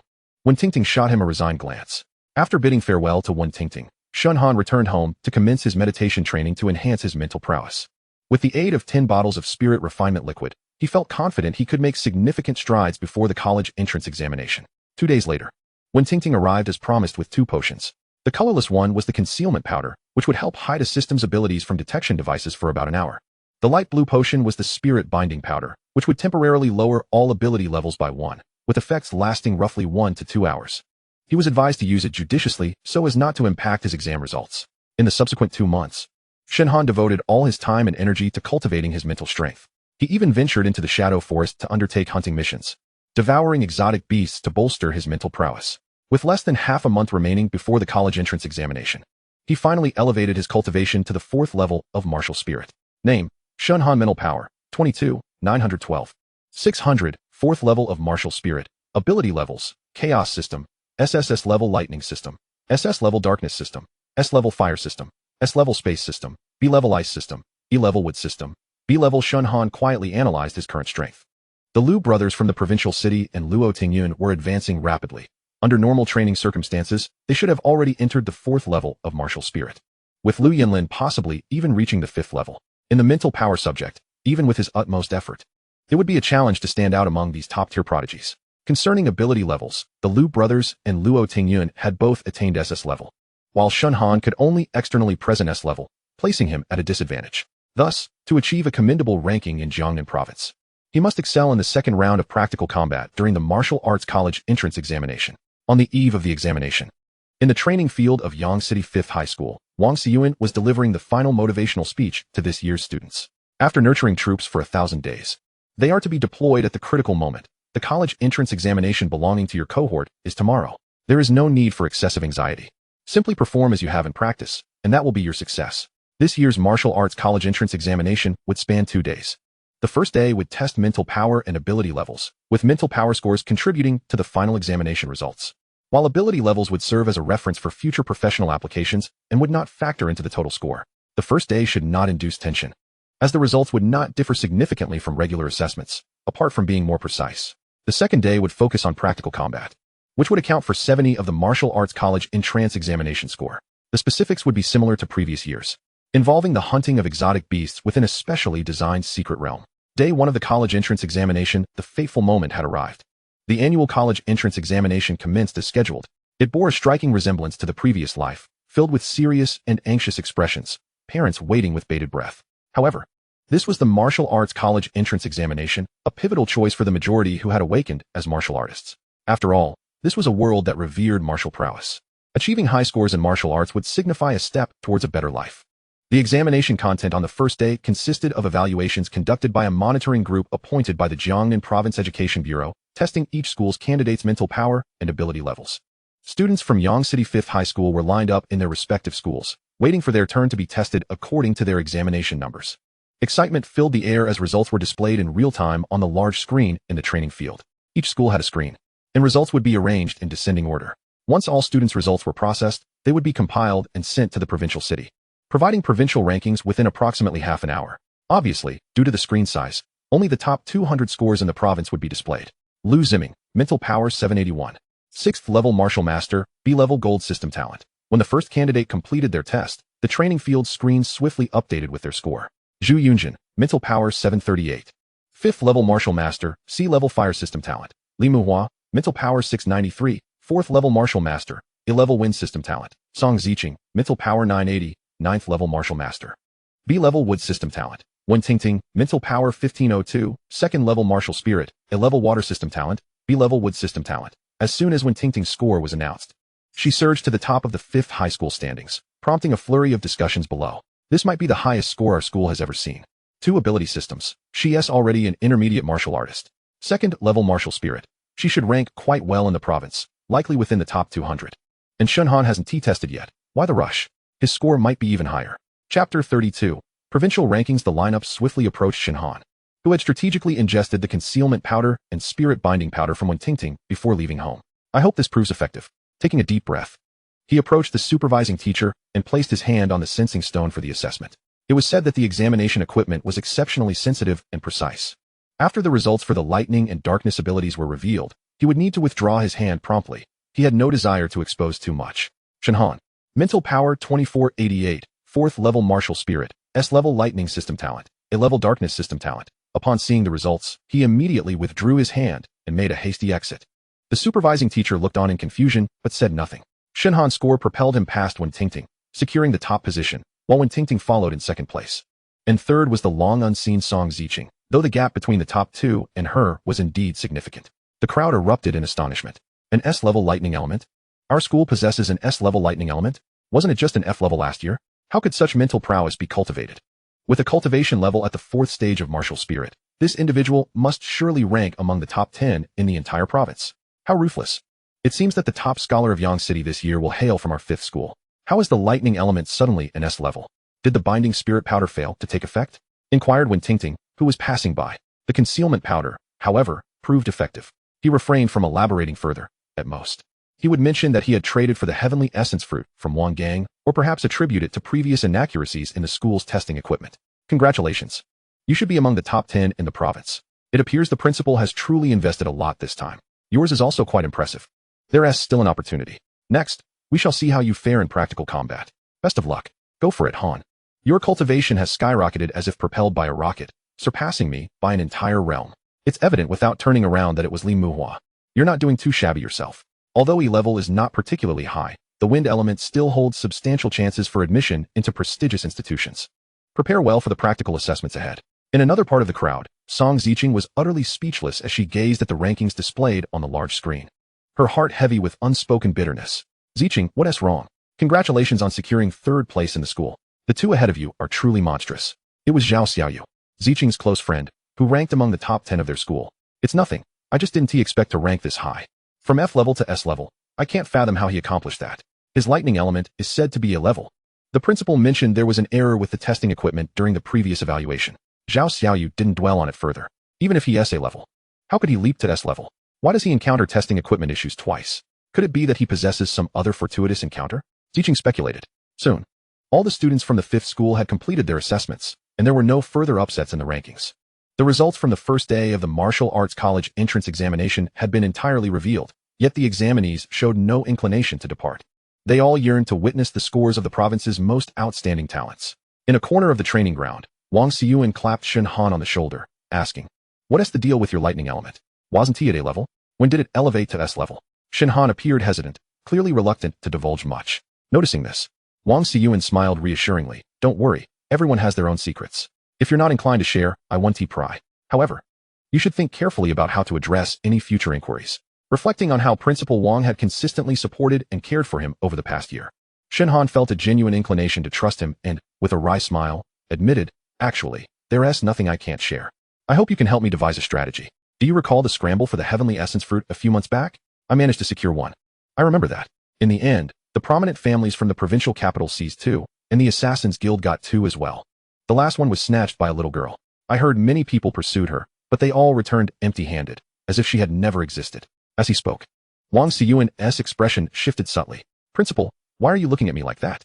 Shen Han felt a surge of unease and awkwardly scratched his head. "Oh, I'm truly baffled by the antics of you young ones. You really know how to play the game," Wang Xiyuan remarked, unsure of how to express his thoughts.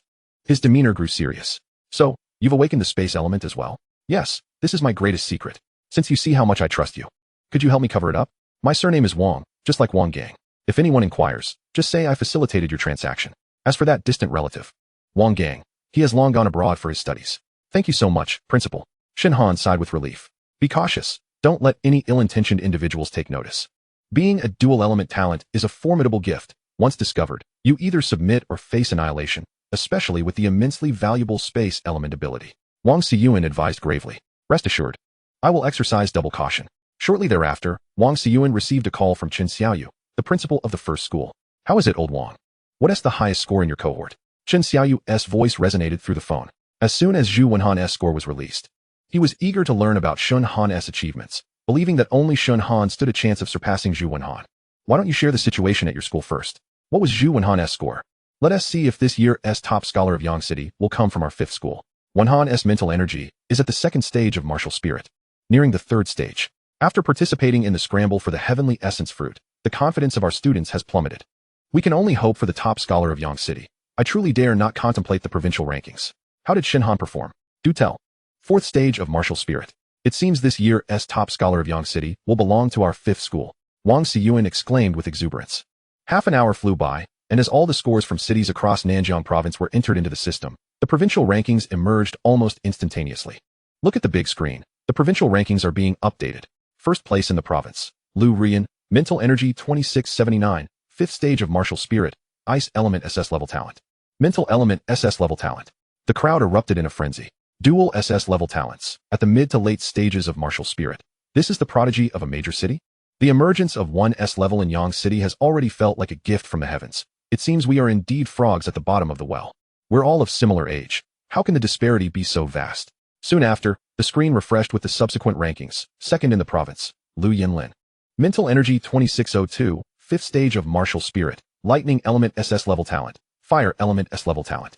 Following in order, Shen Han, mental energy 2488, 4th stage of martial spirit, lightning element S-level talent, dark element A-level talent.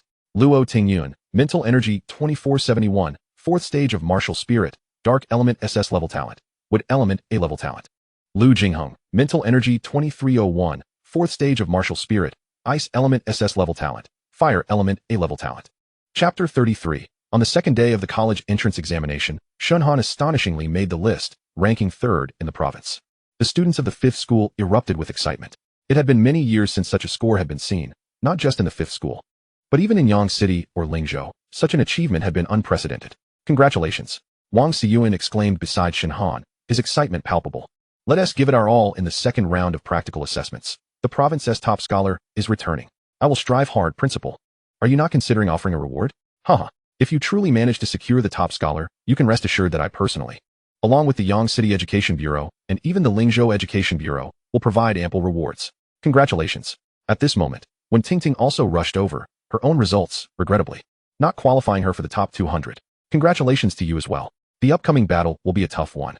Whether we secure good standings depends on tomorrow's practical assessments. On the 2nd day of the college entrance examination, all examinees gathered at their respective schools' training grounds. The invigilating teachers from the Provincial Education Department announced the examination rules. The 2nd round of the Martial Arts College entrance examination is a practical test, accounting for 70 of the final score. The assessment of practical scores is based on the number of magical beasts hunted. Each 1st-tier beast is worth 1 point. 2nd-tier beasts 2 points, and 3rd-tier beasts 3 points, and so forth. With 1 million examinees distributed across several cities in the province, it was impractical to gather them all in one location. Hence, the 2nd round of examinations would take place in a virtual secret realm testing ground, where examinees would be provided with intelligent helmets that simulate a virtual secret realm. What the examinees needed to do was hunt magical beasts within this simulated environment. In the virtual realm, the strength of the exotic beasts is entirely commensurate with that of the real world. Upon entering this ethereal domain, an automatic examination commences, lasting a total of 24 hours. The ferocity of the encountered beasts escalates as time progresses, and if one feels overwhelmed, they may signal the invigilator to terminate the examination. Should there be any inquiries regarding the examination rules, they may be posed prior to its commencement. Teacher, may I inquire if we can encounter other candidates within the virtual realm? Shen Han was eager to ascertain whether combat among candidates was permissible. A pertinent question. The instructor replied. Indeed, the virtual realm faithfully simulates the reality of the mystical domain, with each participant being randomly teleported to disparate locations, thus encountering candidates from various cities. Teacher, what occurs if another candidate slays me within this virtual domain? Shen Han continued, his curiosity piqued. In the event of combat among candidates, the slain's exotic beast points will be halved and transferred to the victor, the instructor elucidated. Gasps of disbelief echoed through the room. Was this not an encouragement for bloodshed among candidates? Indeed, this is the harsh reality that martial artists must confront. The true world of martial arts is far more brutal and cold-blooded than this. We aim to cultivate warriors with practical combat prowess, rather than those who merely indulge in theoretical discussions, the invigilator stated bluntly. Bear in mind, The consumption of physical and mental energy in the virtual realm is directly proportional to that in the real world. Should you find yourselves unable to continue, you may choose to withdraw. After being slain, one can respawn at a random location, albeit with a loss of half their points. If, after 12 hours, your points fall below 1, you will be automatically ejected. Can we view our opponent's point totals? A male student raised his hand to inquire. You may observe the real-time rankings of points across the province. However, you will only be aware of a slain opponent's points if you are acquainted with them, or if one of you has been killed, the invigilator explained. This rule, straightforward yet harsh, incentivized the hunting of exotic beasts while further encouraging conflicts among martial artists. Very well, if there are no further questions, the examination will commence promptly at 10 o'clock. Upon hearing this, Shen Han felt a sense of normalcy, while some of his less resolute classmates were reduced to tears, questioning whether the path of martial science truly suited them. Equipped with a specially designed helmet, a countdown to the examination began, 109321. As the examination commenced, a wave of dizziness enveloped him. When he opened his eyes once more, he found himself amidst towering trees in the mystical realm. Feeling the chill of the wind against his skin, the distant roars of exotic beasts echoed through the jungle. With millions of candidates from across the province entering this virtual realm, it surprisingly did not feel crowded. Clearly, the technological advancements of this world surpassed those of his previous life. With only 24 hours at his disposal, Shen Han resolved to hunt exotic beasts first before seeking out candidates from other cities to seize their points. Meanwhile, large screens at various schools in South Jiang province displayed the real-time rankings of candidates' points. Upon activating his scent detection skill, the exotic beasts within his vicinity were rendered almost invisible. The beasts he encountered primarily ranged from the first to the second tier, all of which succumbed to his strikes effortlessly. An hour swiftly passed. First place, Lu Yanlin, points, 50. Second place, Lu Rian, points, 49. 19th place, Shen Han, points, 39. The top tier was dominated by the province's prodigies, and within just an hour, a significant gap had emerged between them and other candidates. As 3 hours elapsed, the standings shifted to first place, Lu Rian, points, 178. Second place, Lu Yanlin, points, 169. 10th place, Shen Han, points, 143. Shen Han's gap with the leading tier began to narrow, yet for the first 3 hours, he had been scouring for exotic beasts. Although the scent detection skill allowed him to identify the beast trails ahead of others, their dispersed nature required considerable mental energy as he traversed the terrain. Shen Han's advantage over the other prodigies lay in his area of effect attacks. His dark magic could significantly hinder the beast's mobility, while his lightning abilities could clear swathes of them. Thus, he activated his rapid sprint mode, opting not to pursue lower-tier beasts that lay far from his path. However, the vastness of this realm proved challenging, as hours passed without revealing any congregation of beasts.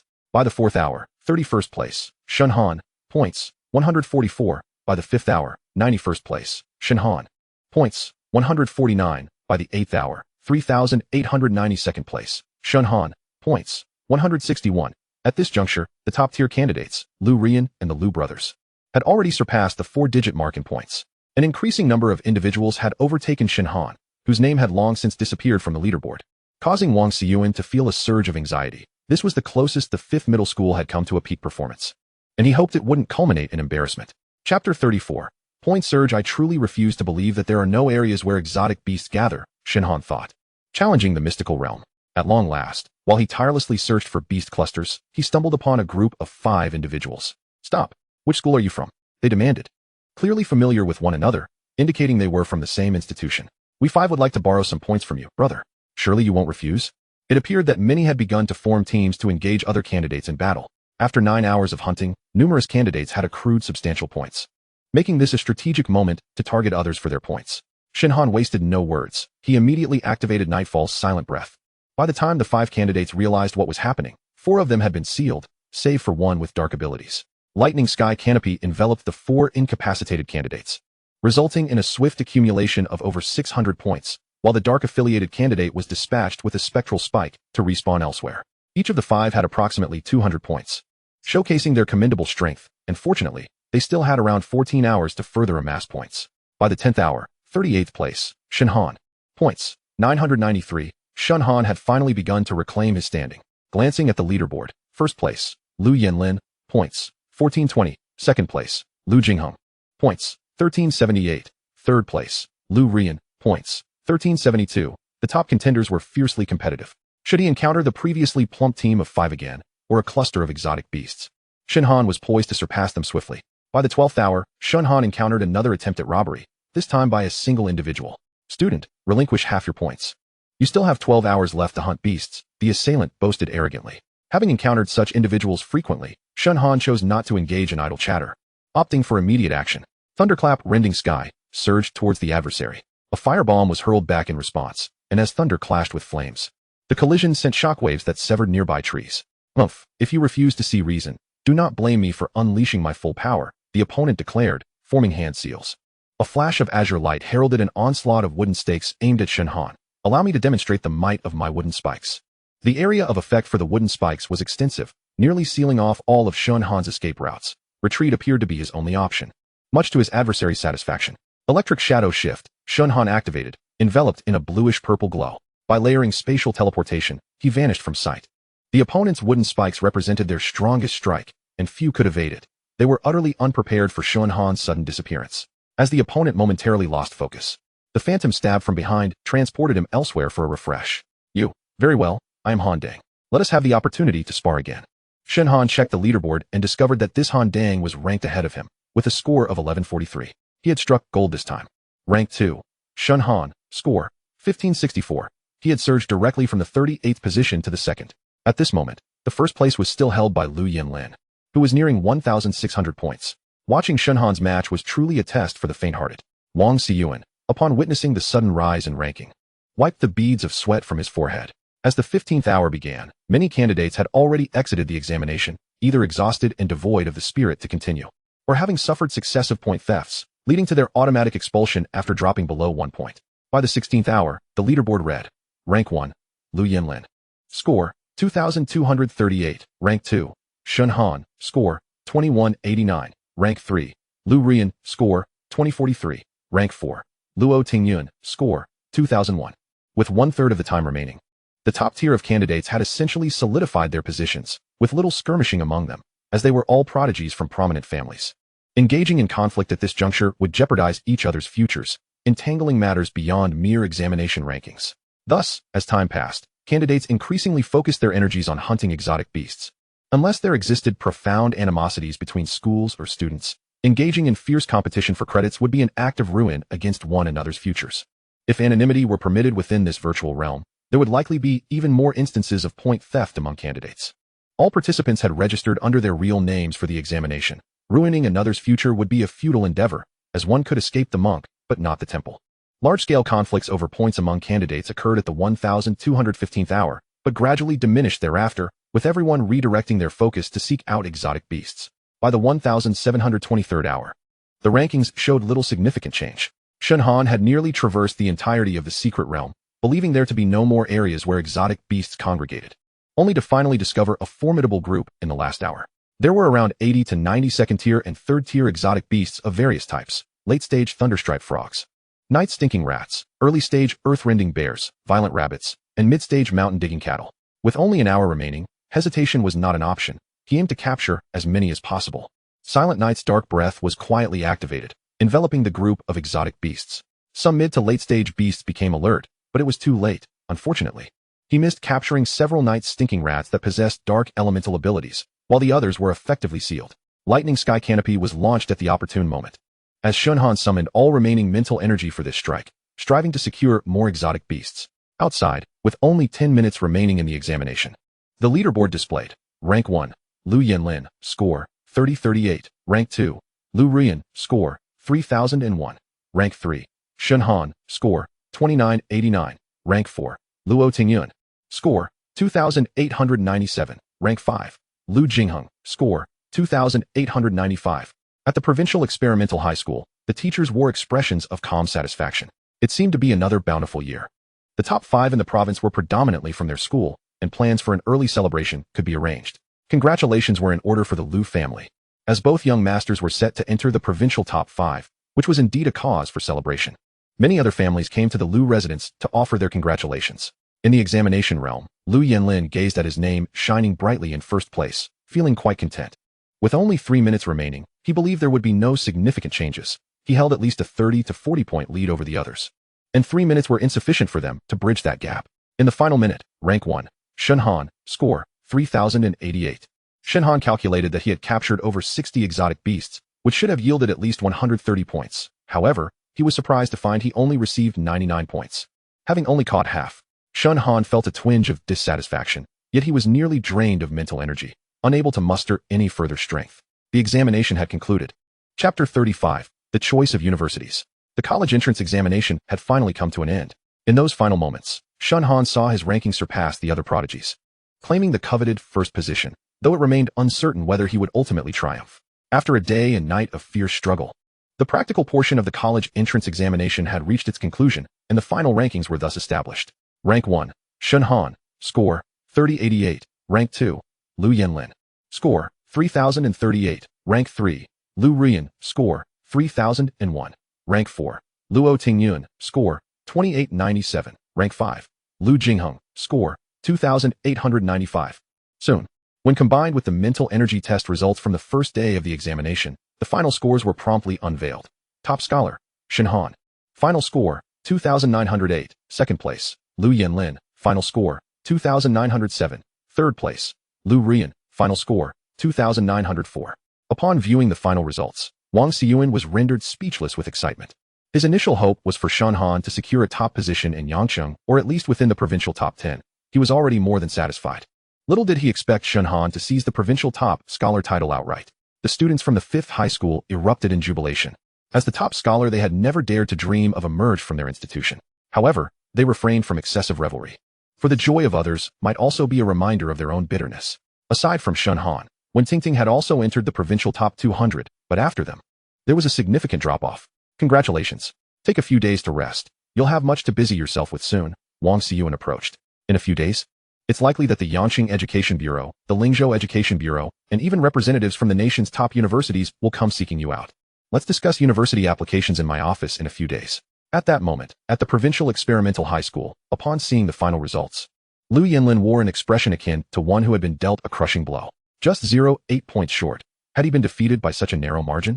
Although nearly half of the provincial top 10 consisted of students from the Provincial Experimental High School, losing the top scholar title left both teachers and administrators unable to find joy. If Shen Han had surpassed Lu Yanlin by a dozen or so points, they might have accepted it. However, the mere 8-point difference was deeply humiliating, leaving anyone who witnessed it feeling a weight in their chest. Had he managed to capture just one more second-tier exotic beast, the outcome would have been entirely different. The greatest allure of the college entrance examination perhaps lay in its randomness. In the following 3 days, widespread coverage ensued, with Shen Han becoming a celebrity in Yangqing. His photographs plastered across every street and alley. Numerous businesses sought him out for endorsements of mental energy potions and tutoring services alike. 3 days later, in Wang Xiyuan's office, he asked, "So, which university do you wish to apply to?" Wang Xiyuan was quite invested, as this pertained to Shen Han's future. "Could you introduce me to them? I am not very familiar with the options. Currently, there are 4 premier martial arts universities in the country: Jingqing Martial University, Mingzhou Martial University, Zhenwu, and Bashu Martial University. These 4 belong to the top tier, and with your current scores, you should have no issues gaining admission to any of them. What distinguishes these 4 institutions? Which one would be preferable if I seek to pursue skills and spatial techniques? Among the 4 prestigious martial universities, Capital Martial University and Pearl Martial University stand as the most formidable, both on par with each other, while Military Martial University adopts a strictly militarized management approach. Both Capital and Pearl universities possess profound foundations across various disciplines of extraordinary abilities, allowing you the choice to select one from these 2 esteemed institutions. Thank you, Principal. The following day, as anticipated, the recruitment advisors from the 4 universities arrived directly. In a conference room, 6 individuals, including the advisors from the 4 universities, Wang Xiyuan and Shen Han, gathered around the meeting table. "Presumably, you are Shen Han," spoke Lin Zifeng, the admissions advisor from Capital Martial University, whose hair was thinning. "Congratulations on achieving the top rank in the South Jiang Province Martial Arts College entrance examination. On behalf of Capital Martial University, I sincerely hope you will join us. Let me put it this way. Should you choose to attend Capital Martial University, your tuition will be entirely waived," Lin Zifeng added. "Old Lin, your Capital Martial University is quite stingy. Come to us at Bashu, and on top of waived tuition, we can provide annual training resources valued at 10 million, which can be exchanged for advanced martial techniques and mental energy potions. This is a special offer we extend exclusively to the top scorer," remarked Zhou Ziyuan, the representative of Bashu Martial University, appearing quite amiable. "Shun, you might want to consider the military academy. It operates under completely militarized management, enforcing strict discipline across all aspects. However, students receive unparalleled training, and we also waive tuition, providing annual training resources worth 15 million, Su Dean of the military academy stated with a serious demeanor. Old Su, you're undermining my pitch, Zhou Ziyuan retorted, visibly displeased. After hearing the promises from the three universities, Shen Han turned his gaze towards Pearl Martial University. The representative, Chung Bo, was a congenial middle-aged man. Should you choose to join Pearl, our terms align with those of Capital Martial University. Tuition is entirely waived. And while there are no resource sponsorships each year, you will receive a mid-tier martial technique as a reward upon enrollment, with no restrictions on the extraordinary abilities you possess. After a lengthy contemplation, Shen Han expressed his gratitude for the generous offers from the four advisors. May I have a day to consider my decision? I would appreciate the opportunity to reflect before making my choice. Of course, they replied. Once the four advisors departed, only Wang Xiyuan and Shen Han remained in the conference room. What are your thoughts? Wang Xiyuan inquired. The military academy's management is too rigid for my liking. As for Bashu, their conditions are indeed enticing. However, I feel compelled to compete in the more rigorous environments of Capital Martial University or Pearl Martial University. Do you have any recommendations regarding these two? From what I understand, the conditions offered by Capital Martial University differ from those extended to top scorers from other provinces. Other provinces' top scorers receive resource support, but they might not have extended the same to you, perhaps deeming your gap with the second place in South Jiang province insufficient. They are also courting Lu Yanlin, the second place, who comes from a family with significant influence, Wang Xiyuan analyzed. Thus, you suggest I lean towards Pearl? Shen Han, already inclined towards Pearl University due to its proximity to South Jiang and a more adaptable lifestyle, found the promised martial resources particularly appealing. Indeed, you may not realize this, but the martial techniques you currently possess are merely foundational. From the martial spirit realm onwards, advanced martial techniques will significantly augment your combat prowess. Techniques are categorized into 4 grades: Heaven, Earth, Profound, and Yellow. The market price for a mid-tier martial technique easily exceeds 100 million. And if it pertains to a rare spatial type, it becomes virtually priceless. I understand. Thank you for the guidance, Principal, Shen Han responded solemnly, nodding in acknowledgement. Wang Xiyuan continued to advise, however, remember this, do not reveal your spatial abilities lightly. Moreover, while capital is appealing, it is rife with influential figures. Offending the wrong person could summon forces beyond your imagination. In contrast, Pearl University offers abundant resources and a relatively relaxed environment, making it the superior choice. Having made my decision, I must ensure the promised rewards are not overlooked. This card contains 10 million, provided by the school and the Yangqing Education Bureau as a reward for your status as the top scorer, with 3 months until the start of the semester. Take this time to rest, and when opportunities arise, do visit the school. Of course.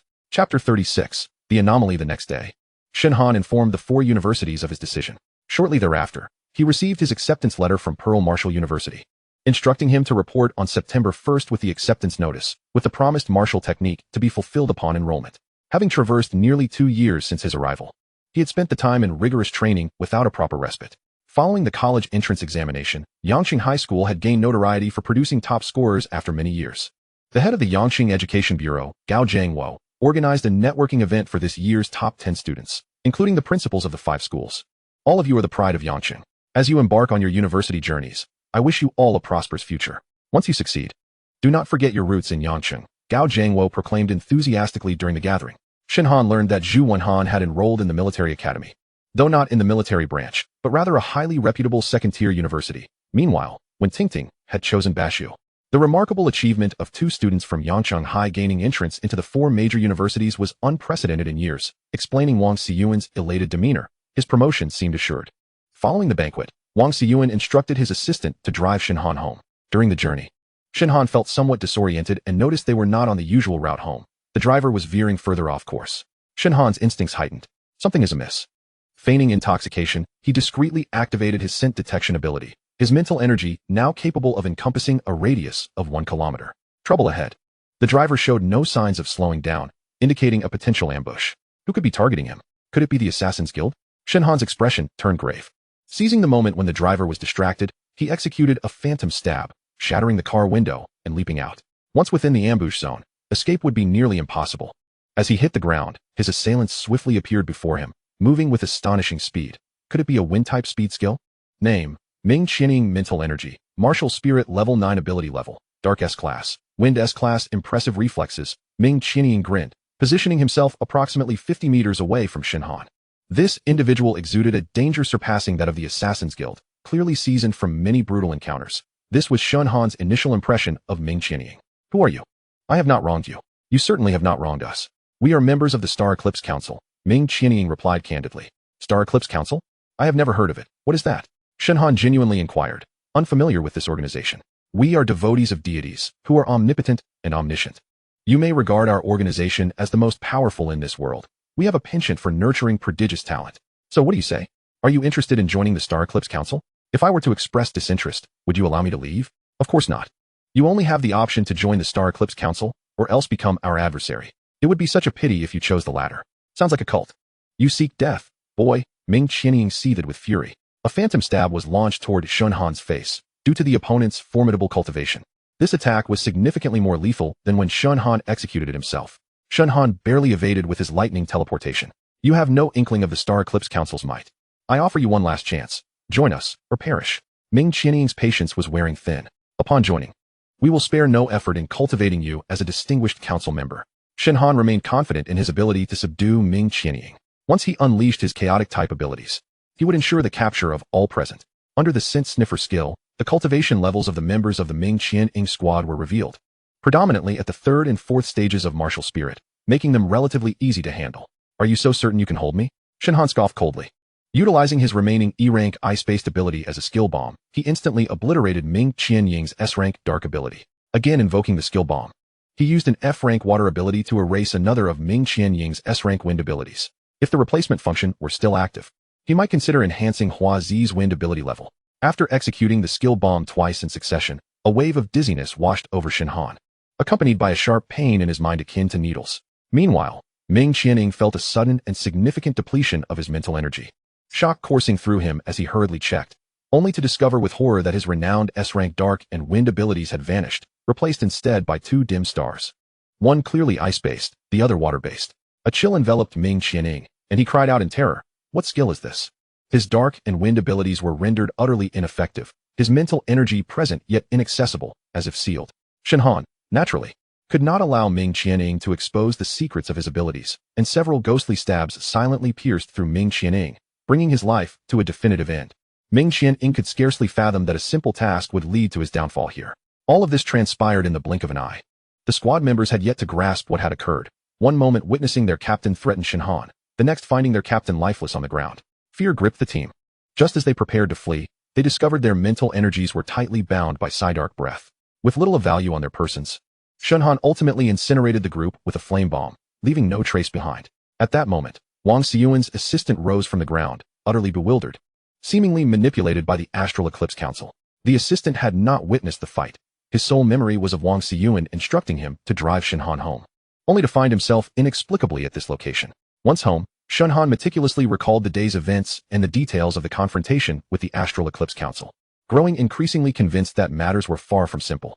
The Council's ability to lay such precise traps, even controlling Wang Xiyuan's assistant, indicated prior access to accurate information about their movements. A heaviness settled in Shen Han's heart as he suspected the Education Bureau might harbor an insider, or that someone had already been covertly manipulated by the Astral Eclipse Council. What manner of organization is the Astral Eclipse Council, and why have they set their sights on me? The matters of chaos and space had not been disclosed, and it was evident from his encounter with Ming Qianying that the adversary was unaware of his possession of these 2 abilities. Puzzled, Shen Han resolved to uncover the truth about this organization. Otherwise, such attacks could very well befall him again. Chapter 37. The Astral Eclipse Council. The following day, as Shen Han prepared to seek Wang Xiyuan for information regarding the Astral Eclipse Council, he received a call from him. Shen Han, are you all right? Have you encountered any anomalies? Wang Xiyuan's tone was urgent. I'm fine, Principal. Is something amiss? Shen Han sensed that the situation was dire. Please be vigilant. Avoid unnecessary outings. And if you must go out, remain in safe areas, Wang Xiyuan advised. Principal, what exactly has happened? Listen to me. Recently, the top 10 genius warriors from various provinces have been frequently attacked and assassinated. They have all been targeted. We suspect this is the work of the Astral Eclipse Council. Wang Xiyuan's voice carried a weight of concern. The Astral Eclipse Council? What kind of force is that? Shen Han's heart tightened, as he was just preparing to learn about this organization. The Astral Eclipse Council is an enemy of the state, and indeed the world. Their members worship a so-called true god, recruiting talented warriors from all corners, with branches established globally. One of the council's objectives is to attract local geniuses, and those who refuse to join their faith often receive death threats. Who supports this organization remains a mystery, Wang Xiyuan explained slowly. Is there truly no one who can stop them? Shen Han pressed. The members of the Astral Eclipse Council are deeply concealed, frequently blending in with ordinary people, rarely revealing their whereabouts. Moreover, they excel in mental manipulation, leaving those controlled unaware of their actions, complicating any investigations, and making it difficult to define these individuals as insiders. Wang Xiyuan's voice was laden with resignation. Shen Han felt a twinge of unease. What was their motive for targeting geniuses? Some speculate that the Astral Eclipse Council aims to weaken humanity's overall strength, preemptively eliminating future threats. Others theorize they are backed by otherworldly beasts. Or perhaps do not belong to this world at all, Wang Xiyuan murmured. Otherworldly? Shen Han was taken aback, struggling to digest this information. It is quite possible. Wang Xiyuan said gravely. The Lan Star we inhabit is merely one planet in the universe. It is theorized that other similar worlds exist. However, this information is not something you can delve into at this stage. For now, exercise caution, and remember, do not venture out carelessly before the start of the school year. There have already been cases of the top 10 geniuses being assassinated in other provinces. This is not to be taken lightly. Shen Han hung up the phone, his mind in turmoil. Otherworldly, Astral Eclipse Council, mental manipulation. These terms seemed to open a new door to his understanding, yet he was aware that all of this felt distant. He had witnessed the terrifying mental control of the Astral Eclipse Council firsthand. Those manipulated became mere puppets devoid of self-will, easily controlled like marionettes. He had to ascertain whether this control belonged to an otherworldly ability or was merely a method of remote manipulation. Shen Han pondered deeply, a hint of worry creeping into his heart. How terrifying would it be if one day he unknowingly became their pawn? Furthermore, the mere thought of his close companions being covertly controlled sent chills down his spine. Opportunities to engage with the Astral Eclipse Council were likely to arise frequently. He must remain ever vigilant against this malevolent organization. For now, all he could do was continuously enhance his strength to confront the unknown threats ahead. In the days that followed, Shen Han immersed himself in rigorous training, awaiting the commencement of the school year. Each year, September 1st marks the start of classes across universities. And this would be Shen Han's first departure from Yang City to a major city since arriving in this world. He wondered how it would compare to the prosperous cities of his past life. After packing his belongings, Shen Han boarded the high-speed train from Yang City to Mingzhu, unexpectedly encountering a few familiar faces from high school as he entered the station. Han, go over here. In the crowd, Li Muhua waved his hand eagerly. Excitement etched on his face, dragging along a massive suitcase. You are also heading to Mingzhu? Shen Han asked, somewhat surprised. Having spent the entire summer training at home, he had not kept track of his high school classmates' plans. Yes, the universities we applied to are all in Mingzhu. I'm going to Nanjing Martial University, Mingzhu branch. And Song Ziqing got into Lingjiang Martial University, both in Mingzhu as well. That's great. We can look out for each other. Shen Han nodded. Standing beside them, Song Ziqing smiled awkwardly at the mention of her name. While waiting for their train, the trio casually discussed summer news. Have you heard? This summer, several provincial college entrance examination top scorers, the top 10 genius warriors of the entire province, have been assassinated, Li Muhua remarked, his brow furrowed. It is said to be the work of that notorious cult organization, the Astral Eclipse Council. Upon hearing the name Astral Eclipse Council, Shen Han immediately perked up. Have any of them been caught? Li Muhua shook his head, letting out a sigh. No, the members of the Astral Eclipse Council are incredibly cunning. Their methods are rather peculiar, and it has been rumored that several incidents involved acquaintances as perpetrators, only to later discover that these individuals were under mental manipulation, such a terrifying degree of control. He remarked, casting a teasing glance at Shen Han, Brother Han. You are the top scholar of our South Jiang province. You haven't encountered anyone from the Star Erosion Council, have you? Shen Han forced a bitter smile. Indeed. I haven't. Principal Wang has kept a close watch on me throughout this summer break, confining me to constant training. With my current level of strength, I fear it might not even suffice to serve as a mere snack for the members of the Star Erosion Council. The high-speed train swiftly arrived at Mingzhu Station. The trio disembarked, greeted by a bustling crowd and vibrant university banners. Nearly every prominent institution had set up reception points for new students, with upperclassmen holding aloft their school signs, guiding the newcomers through the enrollment process. Shen Han bid farewell to Li Muhua and Song Ziqing, watching them head towards the reception points of South Jiangwu University and Lingjiangwu University, feeling a twinge of nostalgia. The days they would meet henceforth would be significantly fewer. Taking a deep breath, he hoisted his luggage and made his way towards the reception point of Mingzhu University. Somewhere in the Dragon Kingdom, at the Star Erosion Council's branch, a stern-faced elder sat upon a high chair, his tone cold as he inquired. What progress has been made in recruiting the talented martial artists of the Dragon Kingdom? A black-clad subordinate stepped forward, responding in a hushed tone. During this operation, several deacons deployed dozens of followers to various provinces to recruit gifted martial artists. We made contact with over 30 individuals, of whom 5 have successfully joined the Star Erosion Council, while 13 could not be swayed and have been eliminated. The remainder either escaped or were rescued. Simply what? The bishop furrowed his brow, his sharp gaze scrutinizing the subordinate. Only that Deacon Ming Qian-ing and his team went missing during the operation and are presumed lost. Humph. Useless. The bishop scoffed, his dissatisfaction palpable. Can we ascertain who was responsible? The subordinate lowered his head, his expression filled with remorse. We are currently unable to determine that. The opposing party acted with remarkable efficiency, leaving no trace. We have dispatched personnel to investigate, yet so far, we have yielded nothing. A stifling silence enveloped the air, broken only by the bishop's icy gaze, which seemed to pierce the darkened horizon, as if he were concocting a deeper scheme. Chapter 38. University Registration at the Mingzhu University Registration Area. Name: Shen Han. You are the top scorer of the martial arts examination in Southjiang Province? The staff member lifted her gaze, regarding him with a newfound scrutiny. That would be me. Welcome to Mingzhu University. The staff member offered a slight smile, handing him his student ID and dormitory number. Here is your student card and dormitory number. Shortly, an upperclassman will assist you in settling into your dorm. Shen Han tucked away his student card and stood aside, observing the youthful faces around him, each brimming with anticipation for the university life that lay ahead and the boundless hopes for the future. Several students may follow this upperclassman to the dormitory area. The enrollment officer announced to Shen Han and the other newly admitted students. Hello, juniors. I am your senior, Qin Mu Yao. Welcome to Mingzhu University. A tall and confident young man approached, his face adorned with a warm smile. Hello, senior. Please, there's no need to be formal. Qin Mu Yao replied with a smile, leading the new students on a tour of the campus. Mingzhu University truly lives up to its status as a premier martial arts institution in the nation, with imposing teaching buildings that boast a robust architectural style and an air of grandeur. The training grounds are expansive, equipped with a plethora of facilities capable of accommodating thousands of students for intense training and study, eliciting awe from the newcomers as they walked. After touring the teaching buildings, Qin Mu Yao escorted the students to the dormitory area. Our university's dormitories are categorized by discipline. You can identify them by the color of the dormitory buildings. The purple building is for the thunder system, the red corresponds to the fire system, black is for the dark system, yellow for the earth system, blue for the water system, and white for the ice system, all aligned with the colors of the celestial bodies. Naturally, if you are admitted to an anomalous system, your dormitory will be located in the farthest colorful section.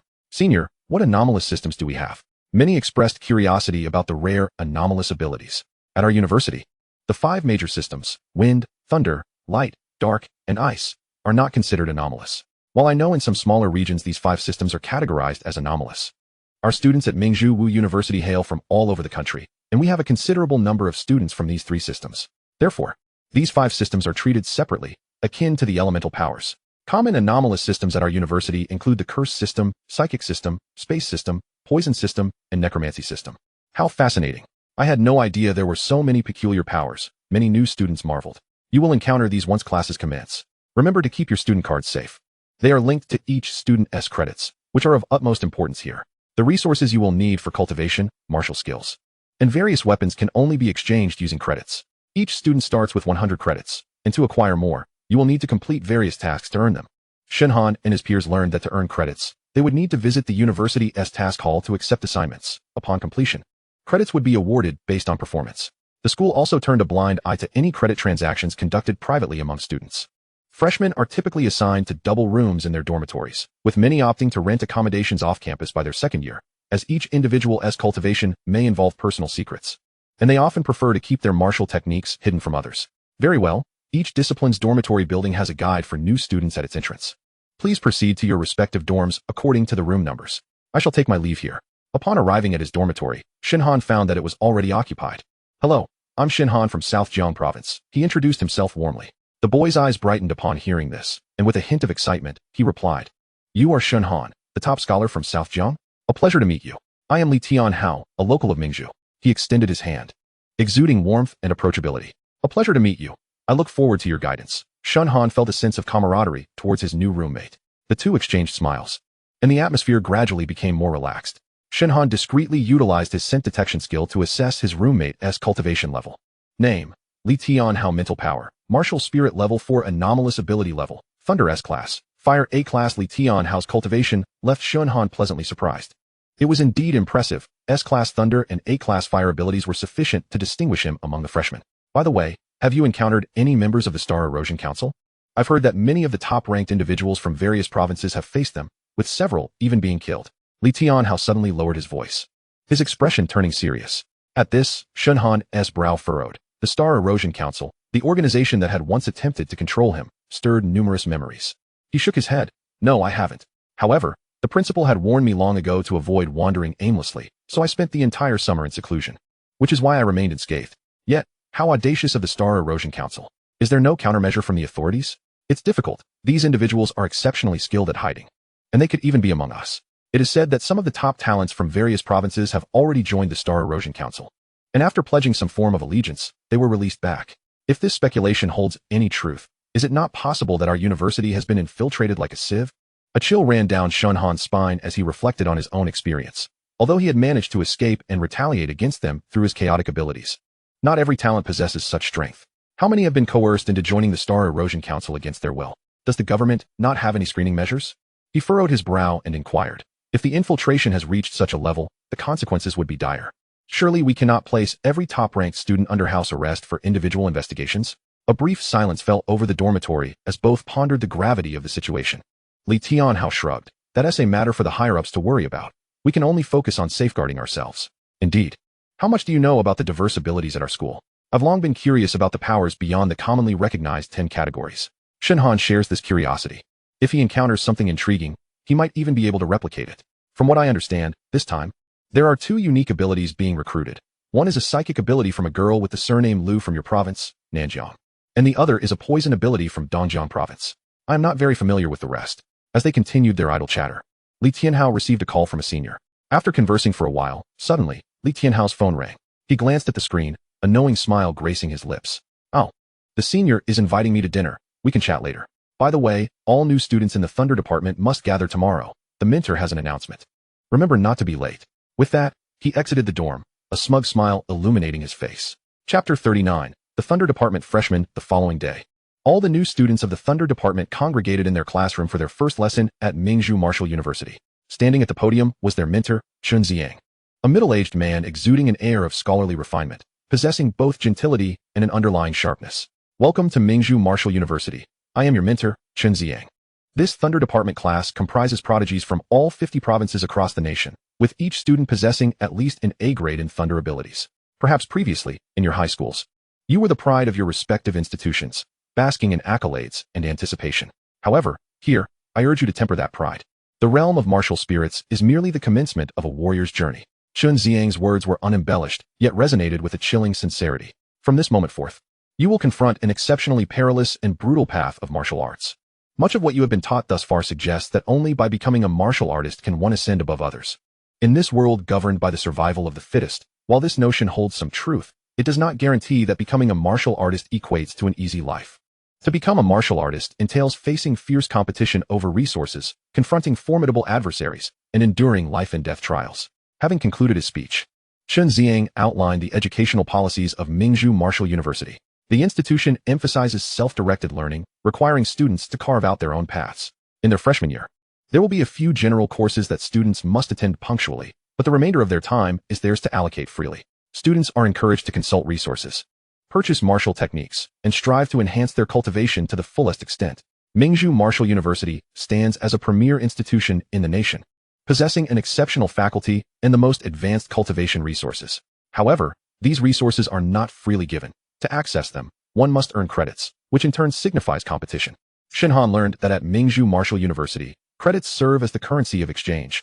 Only with credits can students acquire top-tier martial techniques, high-quality cultivation aids, weapons, and even one-on-one guidance from advanced martial artists. Naturally, all of this is predicated on possessing sufficient credits. To enhance one's strength and refine martial skills, competition is essential. Each student begins with an initial credit score of 100, and a list of redeemable resources is laid out before them on their desks. Chun Ziang further added, additionally, the university has designed some challenge tasks for newcomers to earn credits. It turned out that Mingzhu Martial University is renowned nationwide for its soul forging tower, which consists of 100 levels and serves as an exceptional venue for honing mental fortitude. Although the soul forging tower does not directly enhance one's mental power, it is an artifact for refining and compressing spiritual energy. What is the purpose of refining and compressing spiritual energy if it does not directly elevate one's cultivation? Someone inquired from the crowd. You seem to lack understanding, Chun Ziang explained. Spiritual energy also has tiers, generally categorized as black iron, bronze, silver, gold, and platinum. Typically, those of us who have only recently awakened are at the black iron level. The higher the quality of spiritual energy, the faster it accelerates affinity with elemental abilities and increases cultivation speed. Most crucially, it grants immunity against low-level mental attacks. When a martial artist executes a skill, they must utilize spiritual energy to communicate with the celestial bodies of their abilities. However, This process can be interrupted by mental attacks. If you encounter a high-level psychic ability user, you may find yourself unable to unleash even a single move. This is the terrifying aspect of high-level spiritual energy. Shun Xiang continued, enlightening the newcomers about the immense value of high-level spiritual energy. The freshmen realized the significant advantages of possessing high-level spiritual energy. They could challenge the Soul Forging Tower, and should they break a record, a reward of 2,000 credits would be bestowed upon them. Naturally, this prospect seemed rather unrealistic. But there would also be a ranking system for freshmen, with the top 10 challengers receiving credit rewards ranging from 100 to 900 points. Upon hearing this, many students' eyes sparkled with fervor, evidently eager for this opportunity. Shen Han felt a surge of determination, secretly planning to seize this chance and push his limits. Of course, every student's first challenge would be free. Subsequent attempts to enter the Soul Forging Tower for training would require the payment of requisite credits.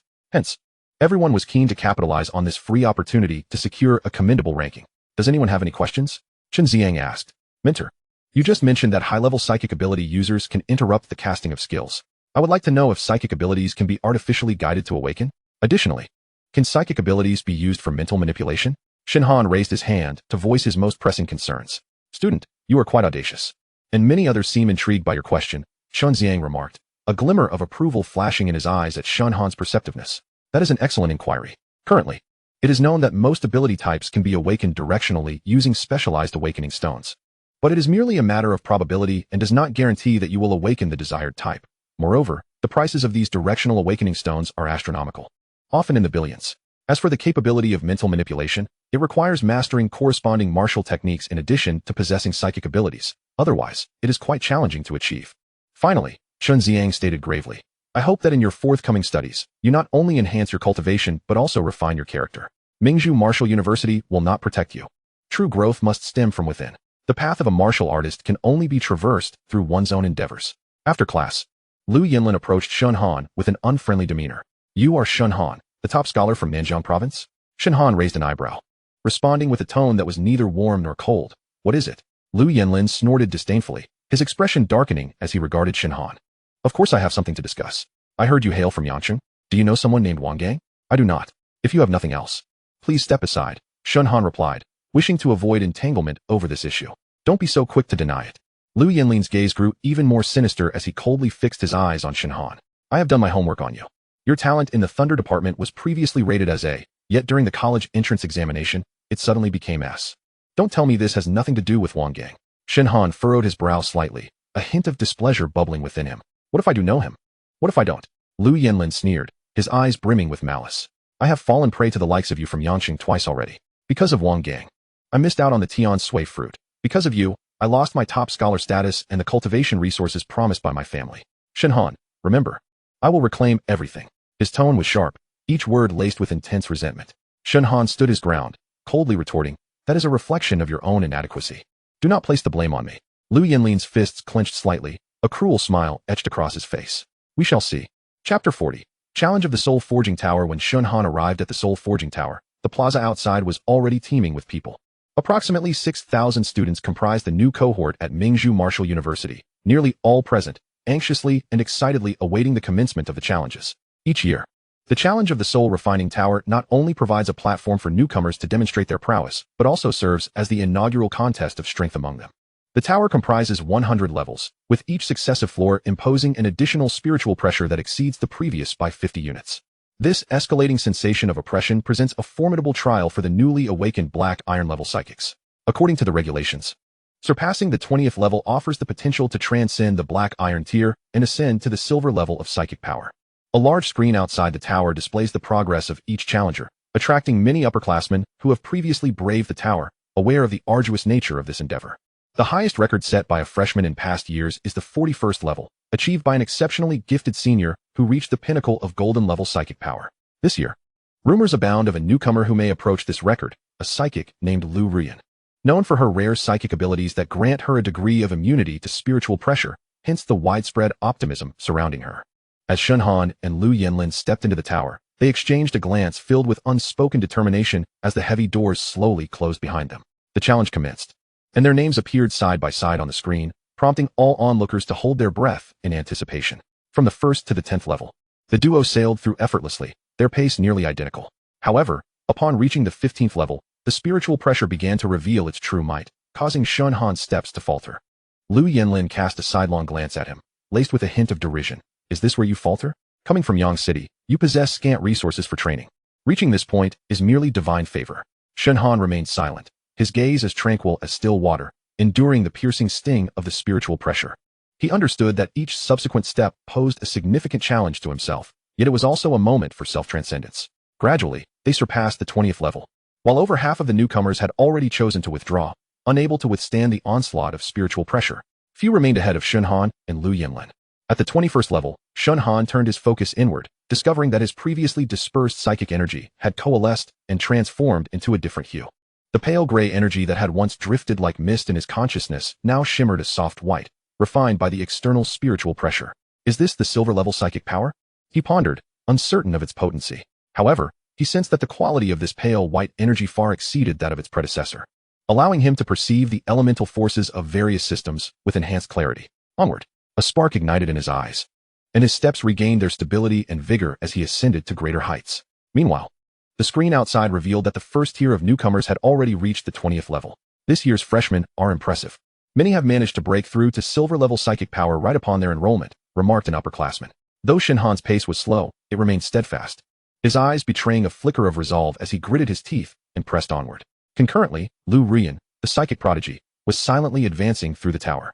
With her innate resistance to spiritual pressure, she ascended to the 25th level with relative ease, appearing almost effortless. Before long, the screen indicated her achievement of the 31st level, where she continued to navigate the challenges with apparent grace. It seemed she had the potential to shatter the long-standing record for newcomers. Upon reaching the 36th level, however, the spiritual pressure surged like a tidal wave, crashing against her consciousness. At last, she felt the mounting strain, her pace beginning to wane. Meanwhile, Lu Yanlin, propelled by sheer determination, surged to the 30th level, pausing momentarily before continuing his ascent. Shen Han had also reached the 20th level, clearly capable of further progression. Despite trailing behind Lu Yanlin, after another half hour, of the over 6,000 newcomers, fewer than 200 remained. This cohort has seen 200 surpass the 30th level, rivaling our own year, an upperclassman remarked. It seems we may witness history in the making. Someone may very well breach the 41st level record. Lu Yanlin summoned all his psychic energy to withstand the tower's pressure, his body nearly numb, the ringing in his ears incessant. Blood trickling from the corner of his mouth, clear signs that he was nearing his limit at the 39th level. No, I cannot relent. A flicker of defiance ignited in his eyes. I am a genius. How can I be defeated here? Failing to surpass the 41st level record would render me insignificant. Suddenly, golden threads appeared within the solidified white psychic energy of his consciousness. Golden level psychic power, I have arrived. Yet, he was utterly spent. And the thought of pressing on to the 41st level evaporated in an instant. With a rueful smile, he withdrew from the tower, eliciting sympathetic murmurs from the onlookers, just one level short, so close to surpassing the historical record. Look, there is still one person challenging ahead. Among the first tier, only Lu Ruyan remained, having successfully breached the 40th level. After surpassing the 40th level, she continued to ascend. At this point, Shen Han was also nearing the 40th level. Each step a veritable trial. Beads of cold sweat dotted his forehead, yet his gaze grew ever more resolute, as if he were channeling his entire will into this challenge. Golden level psychic power, here I come. Shen Han became the second freshman to reach the 40th level. On the external screen, his name followed closely behind Lu Ruyan's, gradually capturing the attention of the crowd. At the 42nd level, Lu Ruyan was the first to penetrate this threshold. It's broken. The record has been shattered. She has ascended to the 42nd level, murmured the crowd, though some skeptics whispered, but she is a psychic. She naturally possesses resistance to spiritual pressure. At the 41st level, Shen Han had lingered for 10 minutes. He sensed his psychic energy undergoing a transformation, the once pale white energy gradually solidifying into a pure white, interspersed with glimmers of gold. Am I on the brink of breaking through to golden level? I cannot stop. I must push on. After another 10 minutes, Shen Han remained at the 41st level. Is he capable? If not, he should withdraw quickly. Shen Han's body ached. Even moving a finger felt arduous. Gritting his teeth, he silently intoned, "Devour skill, activate." He attempted to harness the devouring skill to absorb and refine the surging spiritual pressure. It proved effective. Joy surged within him as the absorbed pressure began to enhance his psychic energy. Within his consciousness, the psychic energy grew stronger, the pure white increasingly infused with golden threads. He released the devouring skill, greedily absorbing the oppressive force as if enveloped in an exquisite training experience. After another 10 minutes, the spiritual pressure at the 41st level lessened somewhat, yet Shen Han remained the sole contender within the tower, unnoticed by others. Within his consciousness, the golden energy intensified. I can still continue. Look, Shen Han has reached the 42nd level. The record at the 41st level has been broken twice today. It was widely believed that Shen Han had reached his zenith. He had lingered at the 41st level for half an hour, and penetrating the 43rd level seemed nearly impossible. Upon entering the 42nd level, the spiritual pressure was more formidable than ever. Shen Han persevered for 10 minutes, devouring a significant amount before ultimately choosing to withdraw. Challenge concluded. The rankings were promptly displayed on the screen. First place, Lu Ruyan, 42nd level. Second place, Shen Han, 42nd level. Third place, Su Yifeng, 40th level. Fourth place, Mu Bingyao, 40th level. Fifth place, Lu Yanlin, 40th level. 17th place, Li Tianhao, 38th level, with 5 individuals surpassing the 40th level and 2 breaking records. This cohort was indeed extraordinary. In our cohort, the tallest among us barely reaches 2 meters, eliciting sighs from the upperclassmen about how competition can be disheartening. You again, Shen Han, truly a persistent presence. Lu Yanlin remarked, barely able to restrain his expression, feeling increasingly disgruntled as Shen Han continuously overshadowed him. Once someone who relished the spotlight, he found himself beleaguered since encountering the people from Yang City. Congratulations, you've accrued 900 credits. His roommate Li Tianhao came over to offer his congratulations. You're not doing too shabby yourself. Shen Han's gaze fell upon a graceful girl standing nearby, poised like a snow lotus blooming atop a snow-capped peak, exuding an ethereal beauty. Her long hair cascaded down her shoulders, gently swaying with the breeze. That was Lu Ruyan, who, shortly after enrolling, had already been deemed a goddess by many, also hailing from Nanjiang. Noticing Shen Han's attention directed towards Lu Ruyan, Li Tianhao remarked, "You're not developing feelings, are you? I reckon the line of admirers wanting to court her could circle the campus multiple times. What are you thinking? Senior sister, you can certainly pursue her. Why not give it a try?" Meanwhile, Shen Han activated his sense skill on Lu Ruyan. His curiosity piqued ever since he learned about psychic abilities. Name, Lu Ruyan Mental Strength. 5th level Martial Spirit Ability Level. Psychic SS class. Ice SS class psychic abilities, I shall acquire them. Copy. With such a plethora of abilities already at his disposal, mastering skills from each category would require an immense amount of resources. Particularly, the rare psychic and spatial abilities would likely fetch astronomical prices in the market. It seemed the next course of action would be to embark on a frenzied quest for tasks to earn credits in exchange for martial techniques. Shen Han mused. Speaking of which, the Earth-grade martial techniques promised by the school should be forthcoming. Hey, buddy, don't get lost in thought. Li Tianhao suddenly nudged Shen Han. Winking at him, do you see over there? That stunning beauty is Mu Bingyao, our cohort's grande dame, radiating exceptional grace and possessing dual SS abilities in wood and ice. Quite impressive, isn't it? Following Li Tianhao's gaze, Shen Han beheld Mu Bingyao, who stood elegantly like an orchid in a secluded valley, exuding a cool demeanor imbued with subtle softness. Her every gesture revealed an extraordinary poise. The martial way is my true path.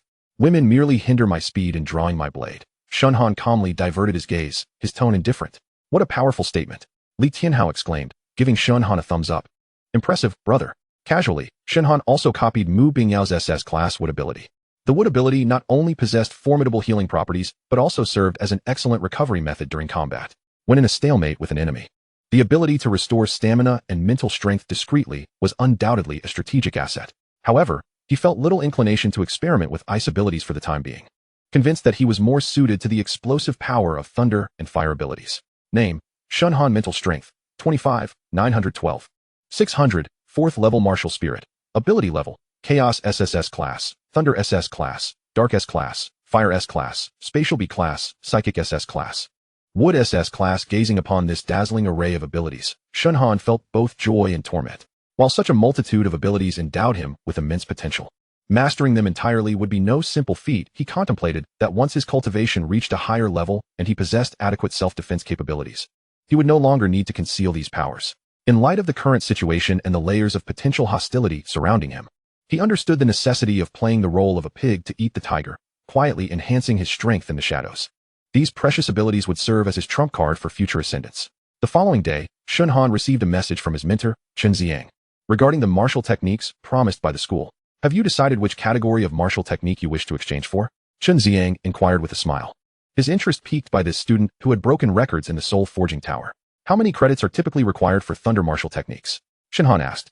Commonly, the mystical grade thunder martial techniques required around 5,000 credits, while earth grade ones started at a minimum of 10,000 credits, with fluctuations based on their lethality. Shen Han inhaled deeply, realizing just how costly martial techniques could be, and this was merely the relatively common thunder category. Will the exchange records be made public? He expressed some hesitation, concerned about premature exposure of his abilities. Chen Ziang smiled reassuringly. You need not worry. Exchange records are private to each student and will not be disclosed. Unless you use them in actual combat, others will remain oblivious. Relieved, Shen Han's curiosity stirred, and he inquired, what is the approximate cost for Earth-grade spatial skills? Spatial skills? Are you interested in that category? Chen Ziang displayed a hint of surprise. Such skills, particularly at the Earth-grade level, can command at least 100,000 credits, if not more. That's exorbitant. What spatial skills are currently available for exchange at our school? Are you jesting? Shen Han swiftly demonstrated a small-scale spatial teleportation, knowing he would eventually have to reveal his abilities. Tied to the spatial category was Wang Gang's identity. And once the Liu family uncovered Wang Gang's identity, he would no longer fear them. You possess dual innate abilities? Thunder and spatial? Chen Ziang was astonished. Currently, we have 2 spatial skills available for exchange. One is dimensional space, which allows the creation of a new space for storage or evasion. The other is an attack skill, spatial wave, which, once mastered, can unleash a spatial wave invisibly to strike from afar with tremendous power. After a moment's contemplation, Shen Han decisively stated, I choose dimensional space. The spatial wave attack skill could easily be substituted with his current thunder and dark skills. At this stage, he lacked offensive methods but needed to prioritize escape.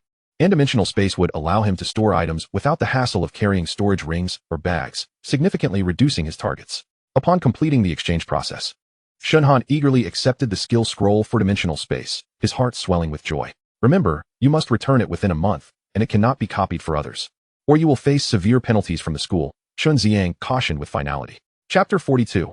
Undertaking missions. Having acquired the dimensional space martial skill, Shen Han immediately immersed himself in training. Despite his spatial ability being only B class, he did not slacken. Rather, he diligently pondered the nuances of the skill day and night. However, given the rarity and complexity of spatial abilities, even after a month, his dimensional space had only reached a minor level of accomplishment, allowing him to establish merely 1 cubic meter of space.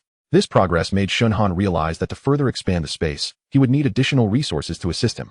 Otherwise, at his current level, advancement would be exceedingly slow. Concurrently, Shen Han exchanged his accumulated 1,000 credits for a potion to cultivate golden-level mental strength, mind crystal.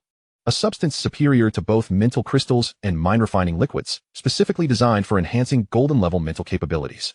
In the new student dormitory for Thunder, Shen Han sat cross-legged with his eyes tightly closed, surrounded by a circle of mind crystals, emanating a mysterious glow, energy waves subtly pulsing from them. Taking a deep breath, Shen Han gradually mobilized his inner mental strength, guiding the energy from the mind crystals towards his sea of consciousness. As the energy surged, he sensed a nebulous pressure beginning to envelop his mind. Suddenly, a slight furrow appeared on Shen Han's brow as a sharp pain emanated from the depths of his sea of consciousness. Yet, he persevered, gritting his teeth and holding on. Gradually, the pain intensified, as if countless steel needles were pricking his sea of consciousness. However, just when he thought he could no longer endure, a flash of light suddenly flickered within his mind. In an instant, a refreshing sensation coursed through his entire being, and the pain vanished without a trace. Shen Han slowly opened his eyes, a glimmer of astonishment illuminating his gaze. He could sense that his mental strength had significantly advanced during the recent cultivation. After a month of arduous training and the expenditure of 1,000 points to acquire the mind crystal, he had completely consumed all the mental pressure absorbed from the 42nd floor of the Soul Refining Tower. Shen Han's cultivation level had risen from the 4th stage of martial spirit to the initial stage of the 6th stage, further enhancing his prowess. Name: Shen Han. Mental strength: 30, 913, 400, 6th stage of martial spirit. Ability levels: Chaos System SSS-level, Lightning System SS-level, Darkness System S-level, Fire System S-level, Space System B-level, Mental System SS-level, Wood System SS-level. Realizing that mere cultivation was insufficient, Shen Han resolved to take advantage of the abundant task resources at the academy to further accumulate experience and earn credits. With this determination, he made his way to the task hall. Inside the task hall, a throng of individuals bustled about, and a plethora of task information flickered on the screens, encompassing a variety of content from item retrieval and expulsion to wilderness exploration and guarding. Shen Han scanned the task announcements on the hall's walls, meticulously selecting tasks suitable for himself. He not only aimed to earn credits, but also sought to refine his ability to synergize his diverse powers. Suddenly, a task caught his eye. Third-order beast hunting mission task reward: 2,000 credits. Task content: proceed to the Shishan Forest to hunt a third-order beast, the Shadow Leopard. Renowned for its speed and stealth capabilities, the Shadow Leopard possesses spatial mutation skills, making it extremely dangerous. Task requirement: martial spirit 5th stage or above. Shen Han felt a stir in his heart.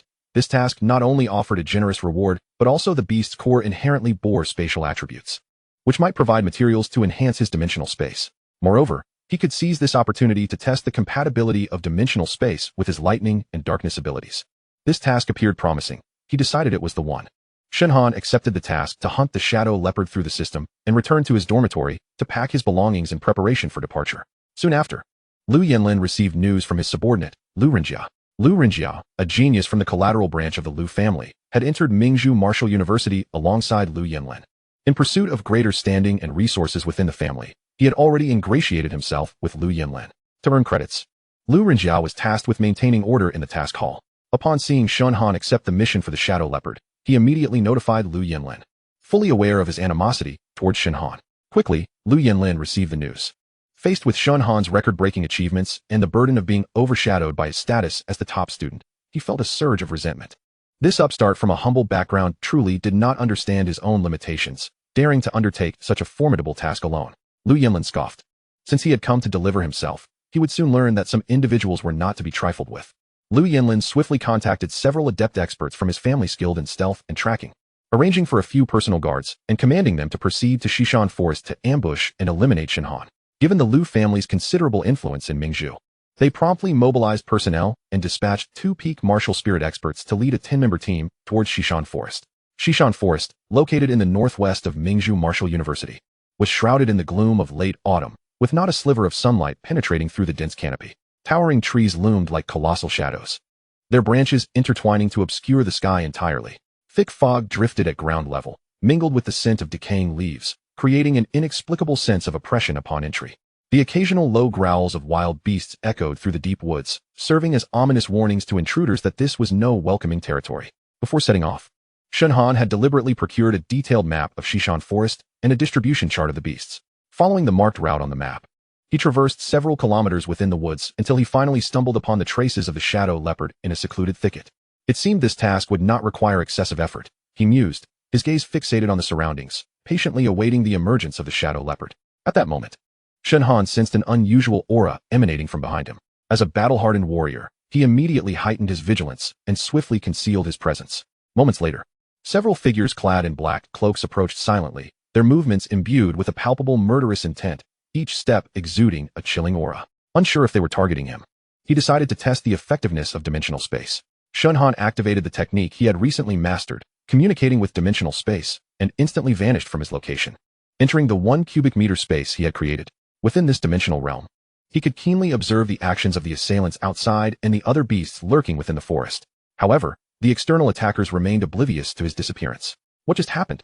Why did he suddenly vanish? One of the assailants questioned, scanning the area with suspicion. Indeed, they were targeting me, Shen Han contemplated, harboring a growing suspicion yet hesitant to draw any definitive conclusions. Split up and search, commanded the leading assassin, a peak martial spirit expert, as the group quickly fanned out in a search pattern throughout the forest for Shen Han's whereabouts.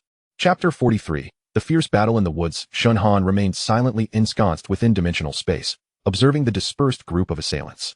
The 2 leaders, emanating an overwhelming aura of menace, were undoubtedly the core of the team, while the remaining assassins were formidable in their own right. With the lowest cultivation level above the 3rd stage of martial spirit, understanding that confronting them head-on was impractical, Shen Han resolved to outsmart them. Quietly emerging from dimensional space, he blended into the shadows of the forest like a wraith.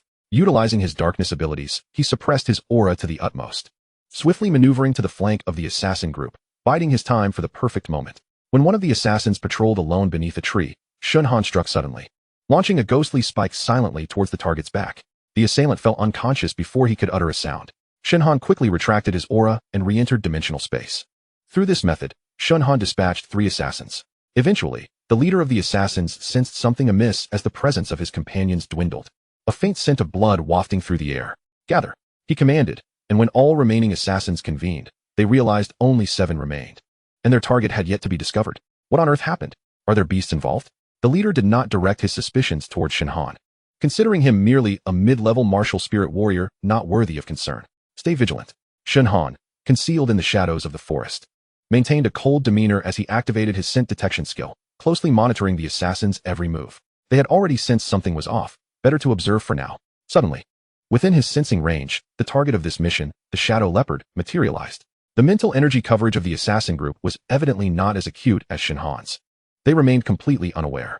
A golden opportunity. Let these assassins aid me in completing this mission. Shen Han gradually released an aura of mental energy perceptible only to beasts. Step by step, leading the shadow leopard towards the assassin group. Meanwhile, the assassins remained blissfully ignorant. In a sudden turn, the shadow leopard detected the intruding assassins and, in a fit of rage, launched a direct assault. The members of the assassin group, caught off guard by the sudden attack from the shadow leopard, quickly fell into disarray. Several lower-level assassins barely had time to react before the leopard viciously tore them apart, killing them on the spot, accompanied by agonized screams. A spray of crimson blood splattered across trees and the ground, saturating the air with a heavy scent of iron. The leader, witnessing the chaos, gritted his teeth and roared, "Damn it, what are you waiting for? Attack! Eliminate it!" As he spoke, he swiftly unleashed a golden beam of light, coalescing in his palm, striking forcefully at the shadow leopard. The assault unleashed a fierce gale, yet the shadow leopard moved with the swiftness of the wind, effortlessly evading the attack with a deft leap. "Seize the opportunity. Surround it," commanded one of the assassins, striving to form a cohesive encirclement. However, the agility of the shadow leopard surpassed their wildest imaginations, each strike delivered with ghostly swiftness, rendering it nearly impossible to capture. The glimmer of blades and the flash of swords flickered in the night, yet they continually fell short, with the shadow leopard exploiting every opening. The cries of the wounded echoing in succession. At that moment, Shen Han stealthily shifted through space, appearing behind one of the leaders. He concentrated, manifesting a soul piercer. His gaze as sharp as a blade, and swiftly thrust it towards the leader's vulnerable back. The leader sensed an anomaly, pivoting sharply to evade the fatal strike. But the soul piercer still carved a deep gash into his chest, blood gushing forth like a fountain. The leader grunted, his expression darkening with a vengeful fury. He retaliated with a punch, the force akin to thunder, hurtling towards Shen Han. While dodging, Shen Han contemplated his strategy. Among the assassin group, the remaining members had suffered grievous losses, leaving only 2 leaders to hold their ground. The shadow leopard, emboldened, exuded an even more formidable aura, its dark pupils radiating a lethal intent, akin to a razor-sharp blade, bearing down upon the 2. With a roar, the shadow leopard lunged at one of the leaders. The leader, forcing his energy, delivered a punch that momentarily pushed the shadow leopard back. Seizing the opportunity, Shen Han darted forward, lightning coalescing in his palm, striking at the leader's chest. The leader's countenance changed dramatically. He hastily dodged, but was still jolted by the thunderous force, causing him to stagger backward. "You little brat. You're courting death," the leader bellowed, channeling his energy and erupting in a brilliant golden light, as if the very air around him was being torn apart. His punch, imbued with the wrath of thunder, aimed directly at Shen Han. Yet, in that fleeting instant, the shadow leopard teleported to the side of the leader and struck again, its fangs sinking into the leader's shoulder and violently tossing him aside. The leader howled in rage, gritting his teeth as he swung his blade towards the shadow leopard, the long sword slicing through the air with a menacing intent. Provoked, the shadow leopard growled low, vanishing behind the leader, its sharp claws descending with ferocity, tearing open a long gash across his back. "You wretched beast." The leader grunted through the agony, mustering all his strength to combat the shadow leopard. He wielded his long sword defensively while attempting to create distance. However, the shadow leopard's speed remained undiminished, its relentless claw strikes overwhelming the leader, who ultimately collapsed to the ground, unable to rise. At this moment, the shadow leopard too was nearing its limits, its body drenched in blood. While the leader's sword had pierced its neck, Shen Han glanced at the fallen leader, his gaze chilling, and a soul piercer struck, severing his life force. Just as he caught his breath, he discovered that another leader still clung to life, struggling to rise, his eyes filled with venomous hatred. "Shen Han, don't think you can escape," the leader hissed, dragging his battered form upright, madness flickering in his gaze. Shen Han's expression hardened. He recognized that this confrontation was unavoidable. He steadied his breath, slowly raising his palm as lightning coalesced once more, every nerve in his body taut with intensity.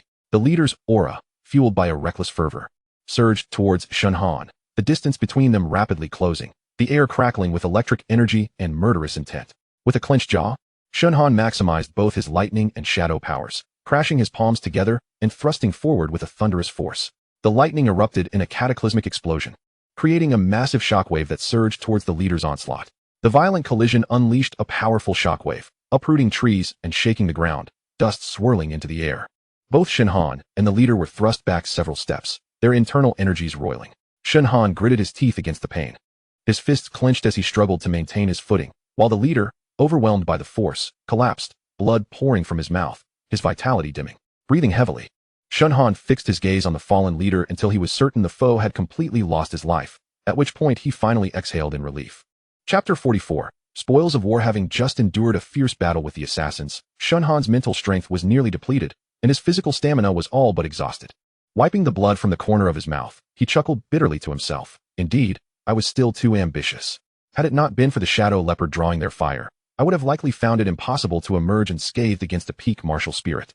He couldn't help but lament his insufficient strength, vowing inwardly to devote himself more diligently to training. Producing a vial of restorative potion from his robe, he regulated his breath and slowly consumed it. The potion's essence unfurled within him, gradually nourishing his injured meridians and consciousness. After a brief respite, he surveyed his surroundings, ready to address the remnants of the battle. The carcass of the shadow leopard, along with the storage bags of the assassins, represented a rare bounty. At last, it was not in vain, he murmured softly. He swiftly stowed the shadow leopard's body into his storage ring, and with a flick of his wrist, he collected the assassin's storage bags as well. However, a pungent scent of blood hung heavily in the air. Shen Han furrowed his brow, utilizing his scent detection skill to sense several powerful beasts swiftly approaching from a distance, evidently drawn by the scent of blood. Not wishing to attract further trouble, he quietly retreated, seeking a secluded spot to conceal himself, preparing to assess his spoils. Seated cross-legged, he retrieved the shadow leopard's beast core, his eyes glinting with delight. The shadow leopard was a rare spatial attribute beast, and the energy contained within its core was exceedingly precious to him. Devour. He gently grasped the beast core. Activating his devouring skill, the core slowly melted, transforming into a pure stream of spatial energy that gradually flowed into his consciousness. Converging towards the celestial body of the spatial attribute, Shen Han focused intently, guiding the energy into his dimensional space skill, propelling its growth. Soon, he felt a slight tremor within the celestial body of the spatial attribute, followed by the minuscule expansion of the dimensional space, increasing from 1 cubic meter to 2. Yet only 2 cubic meters. The path to enhancing my spatial abilities remains arduous, Shen Han sighed, acknowledging this significant progress while recognizing the long road ahead. He resolved that once his strength advanced further, he would seek out more spatial attribute beasts to continuously augment his spatial prowess. After absorbing the shadow leopard's beast core, Shen Han began sorting through the storage rings acquired from the 10 assassins. Among the rings of 8 assassins, aside from mundane items and some loose change, nothing of significance was found, and no objects to verify their identities surfaced. Just as disappointment began to set in, he unexpectedly discovered a martial arts scroll within one of the leader's storage rings. Is this the lightning shadow soul slash? Shen Han paused momentarily. Then his expression brightened with joy. He unrolled the scroll and studied it closely, realizing it contained a profound martial arts technique known as lightning shadow soul slash. This technique masterfully fused lightning and shadow powers, not only delivering rapid strikes with penetrating and paralyzing effects, but also harnessing the force of shadows, rendering the technique unpredictable and amplifying its lethality. This swift and secretive blade technique was indeed extraordinary. Evidently, this was the very technique the leader had employed against the shadow leopard. Shen Han nodded silently, recognizing that such a profound martial art would require at least several thousand credits for exchange. A smile crept across his lips. What a splendid find. This technique harmonizes perfectly with my lightning and shadow powers, aligning seamlessly with my combat style.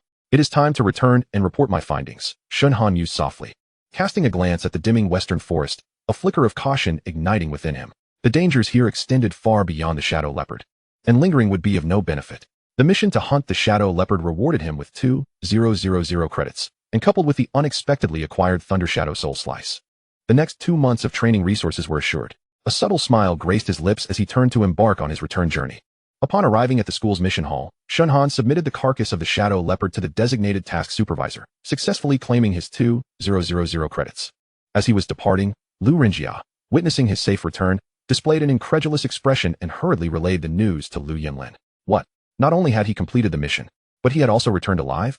Upon receiving the news, Lu Yinlin's anger surged, and he muttered coldly under his breath, questioning the incompetence of those tasked with the job. Unable to handle such a trivial matter, in a fit of rage, he immediately contacted his family's branch in Mingzhu. The response left him stunned. All those sent to eliminate Shen Han had perished. Impossible. How could a mere mid-stage martial spirit possess such strength? Lu Yinlin refused to believe that Shen Han was responsible. Could they have encountered a beast attack? Though he felt reluctant, he had no choice but to suppress his fury. A cold smirk crept onto his lips as he murmured, "Humph, consider this your good fortune. Next time, luck may not be on your side." In the Mingzhu Martial University freshman dormitory, Li Tianhao exclaimed, "Brother, where have you been these past few days? We haven't seen you around. Have you been pursuing Lu Rian? That's not fair. We agreed to strive for the pinnacle of martial arts together, yet you went off to enjoy it alone." Upon finally spotting Shen Han, Li Tianhao wore a mischievous grin. Shen Han rolled his eyes in exasperation, retorting, "Get lost. Not pursuing Lu Rian?" Li Tianhao replied incredulously. "I really am not." Shen Han asserted firmly, too weary to elaborate further. "So you're into Mu Bingyao, huh? All right, no need to explain, I get it." Li Tianhao declared with an expression of triumphant revelation. Shen Han realized it was futile to engage in a rational conversation with him. What on earth was this guy thinking day in and day out? Shen Han exchanged all 2,000 credits for mind crystals and proceeded to enhance his mental prowess. 2 months later, he had elevated his mental strength to 391, 14200, 8th stage of martial spirit, and attained the following abilities: Chaos System SSS-level, Lightning System SS-level, Dark System S-level, Fire System S-level, Space System B-level, Mental System SS-level, and Wood System SS-level. After enduring rigorous training throughout the semester, Shen Han had remarkably advanced from the 4th stage to the 8th stage of martial spirit, a speed considered extraordinary even in the talent-laden Mingzhu Martial University. However, he was acutely aware that, in comparison to the truly exceptional prodigies, this rate of progress was somewhat lacking. His ambition was to reach the pinnacle of martial arts. How could he be satisfied with such modest achievements? During this period, he had also refined the Thunder Shadow Soul Slice to a small degree of mastery, enabling him to adeptly wield this technique that fused lightning and dark energy, striking with stealth and swiftness, its power formidable. Yet, all of this required an immense amount of training resources. Shen Han understood that to maintain such a pace, resources were akin to an insatiable abyss. Casting a glance at the storage pouch in his hand, he sighed. "It seems I must undertake more missions." Just as he was about to check for tasks at the mission center, all Lightning System freshmen received a message from their instructor. "Chun Ziang, all Lightning System freshmen must gather at the training ground within 3 hours." Chapter 45, Lightning System Ranking Battle, Part 1, under Chun Ziang's notification. Shen Han joined his classmates at the Lightning System freshman training ground. Standing atop a platform, Chun Ziang surveyed the crowd and proclaimed, "Less than a month remains in the first semester. Beginning next semester, Mingzhu Martial University will award credits of varying amounts to students with potential every month. This is not only a form of encouragement, but also a test of your capabilities." With a steady gaze, Chun Ziang silently hoped that these newcomers would grow swiftly and adapt to the harsh competitive environment outside. According to the rankings from the last freshman trial at the Forging Soul Tower, each student was assigned a badge. From today onward, you may commence challenges. Anyone dissatisfied with their ranking can challenge those ahead of them. Each person is permitted only 2 challenges per month. If victorious, the challengers will swap rankings. If defeated, the ranking remains unchanged. Starting next semester, the ranking rewards for this cohort in the Lightning System will officially take effect. The first place will earn 300 credits per month, the second 290 credits, and so forth, down to the 30th place, which will receive a minimum of 10 credits. Chun Ziang shifted his tone, emphasizing, "After this semester, I trust you all understand the significance of credits at Mingzhu Martial University. Shen Han 1, Lu Yinlin 2, Li Tianhao 3, Mengyu 4, Lu Yilin 703. All first-year Lightning System students receive their corresponding ranking numbers. Of the 703 students in the Lightning System, only the top 30 could claim the credits distributed freely by the school each month." The crowd buzzed with excitement. Yet many students also displayed considerable pressure. After all, competition among 700 individuals was fierce, and the disparity in resources was stark. The difference in resource allocation between the top 10 and those ranked lower was particularly pronounced. Those at the forefront exhibited keen eyes and fierce determination. Securing an advantage in resource distribution was crucial for their future training, especially for those eager to distinguish themselves within the Lightning System, openly exhibiting their resolve and combat spirit. Standing at the forefront, Shen Han became the center of attention for many freshmen. Many classmates were eager to challenge his leading position. Surveying his surroundings, a faint smile crept onto his face as he thought, "It seems many will attempt to challenge me today." He understood that a higher ranking equated to increased resource support, and his recent training had nearly depleted his credits, leaving him in a precarious position. This ranking battle was of utmost importance to him. Chun Ziang glanced at the crowd below and added another rule, to prevent those ranked higher from being endlessly challenged. Each person could only challenge opponents ranked within 20 positions above them. Furthermore, external tools were prohibited during matches, though abilities and martial skills could be freely employed, with deliberate harm strictly forbidden and punishable. Understood? Understood. The crowd responded in unison, their voices brimming with uncontainable excitement and fighting spirit. Shen Han felt a sense of relief. With the limitations in place, he would face no more than 20 challenges today, significantly alleviating the pressure. He stood aside, calmly observing the battles on the platform, occasionally noting opponent styles and strengths. As the matches commenced, freshmen took to the stage one after another, the brilliance of Lightning System martial skills illuminating the training ground. Currents intertwining like serpents, accompanied by the deafening roar of thunder. Each battle was a visual spectacle. A rugged young man issued a challenge to Shen Han. It was Gu Batian, ranked 19th, who followed the physical cultivation path, possessing an extraordinary body strength. Whispers circulated among the onlookers as Shen Han watched the contest. A booming voice suddenly rang out. Shen Han, I challenge you. Don't think that just because you're ranked first, you can rest easy. Your mental strength may be formidable, but in actual combat, you may not surpass me. Turning to face the challenger, Shen Han found himself before the imposing Gobatian, whose muscular physique clearly indicated his focus on physical cultivation. The spectators murmured, Gobatian's body strength is unparalleled. Ordinary lightning system abilities may struggle to harm him. This will be a match to watch. Shen Han smiled slightly, nodding in acceptance of the challenge. Please, enlighten me. The two ascended the arena, and the noise from the crowd gradually faded, all eyes focused intently on the match. Come on, Shen Han. Let us see if your lightning can hold its ground against me. As soon as Gobatian's words fell, he lunged at Shen Han like a fierce tiger. Lightning flashing beneath his feet, his speed exceeding expectations, as his fist, imbued with the power of thunder, thundered towards Shen Han. Shen Han's gaze sharpened as he sidestepped, conjuring a blade of lightning in his hand, and struck back at Gobatian. Gobatian let out a cold laugh, meeting the blow with a punch, resulting in a dazzling explosion of lightning. Shen Han felt an immense force reverberate through his arm, causing him to retreat hastily. Inwardly alarmed, Gobatian's physique could withstand lightning attacks. Gobatian, emboldened by his advantage, unleashed a flurry of punches, the thunderous assault leaving Shen Han with little room to evade. Yet, Shen Han remained composed, meticulously searching for weaknesses in his opponent's offense, unhurriedly adjusting his rhythm. After several exchanges, Gobatian's breathing grew labored, clearly having expended considerable energy. Meanwhile, Shen Han's mental prowess exceeded Gobatian's, providing him with a sustained source of combat energy. Seizing the opportunity, Shen Han executed the lightning shadow slash to its utmost potential, the lightning slicing through the air like a bolt, aimed directly at Gobatian's shoulder. Simultaneously, he unleashed the shadowy assassination technique Soul Piercer, a dark silhouette darting towards Gobatian's face like a shooting star. Gobatian gritted his teeth, summoning all his strength to block the lightning shadow slash. However, as he lifted his gaze, he found the Soul Piercer mere inches away, its chilling presence palpable, poised to pierce his eyes with a mere fraction of a moment. Ultimately, Gobatian, drained of strength, could only shake his head in a wry smile of defeat. Shen Han emerged victorious. The referee announced the result. The onlooking students erupted into hushed discussions, many reassessing Shen Han's formidable capabilities. Not only did he exhibit extraordinary mental strength, but his displayed techniques and stamina were equally astonishing. In this first bout, Shen Han successfully retained his ranking. Yet he understood that this was merely the beginning, more challenges awaited him. During this brief intermission, he promptly seated himself in a lotus position to recuperate, striving to maintain his peak condition for the forthcoming battles. The surrounding classmates were deeply impressed by his calmness and decisiveness, their whispers interspersed with a hint of awe and admiration. Yet this also ignited the competitive spirit in others, many eager to test their mettle. Every challenger comprehended that ascending to the top ranks would yield richer cultivation resources, a splendid opportunity to enhance their strength and stand out in the academy. None would relinquish such an opportunity without a fight. Chapter 46, The Lightning Rank Battle, Part 2. My brother, and here I thought you were pulling out the second element in just the first match.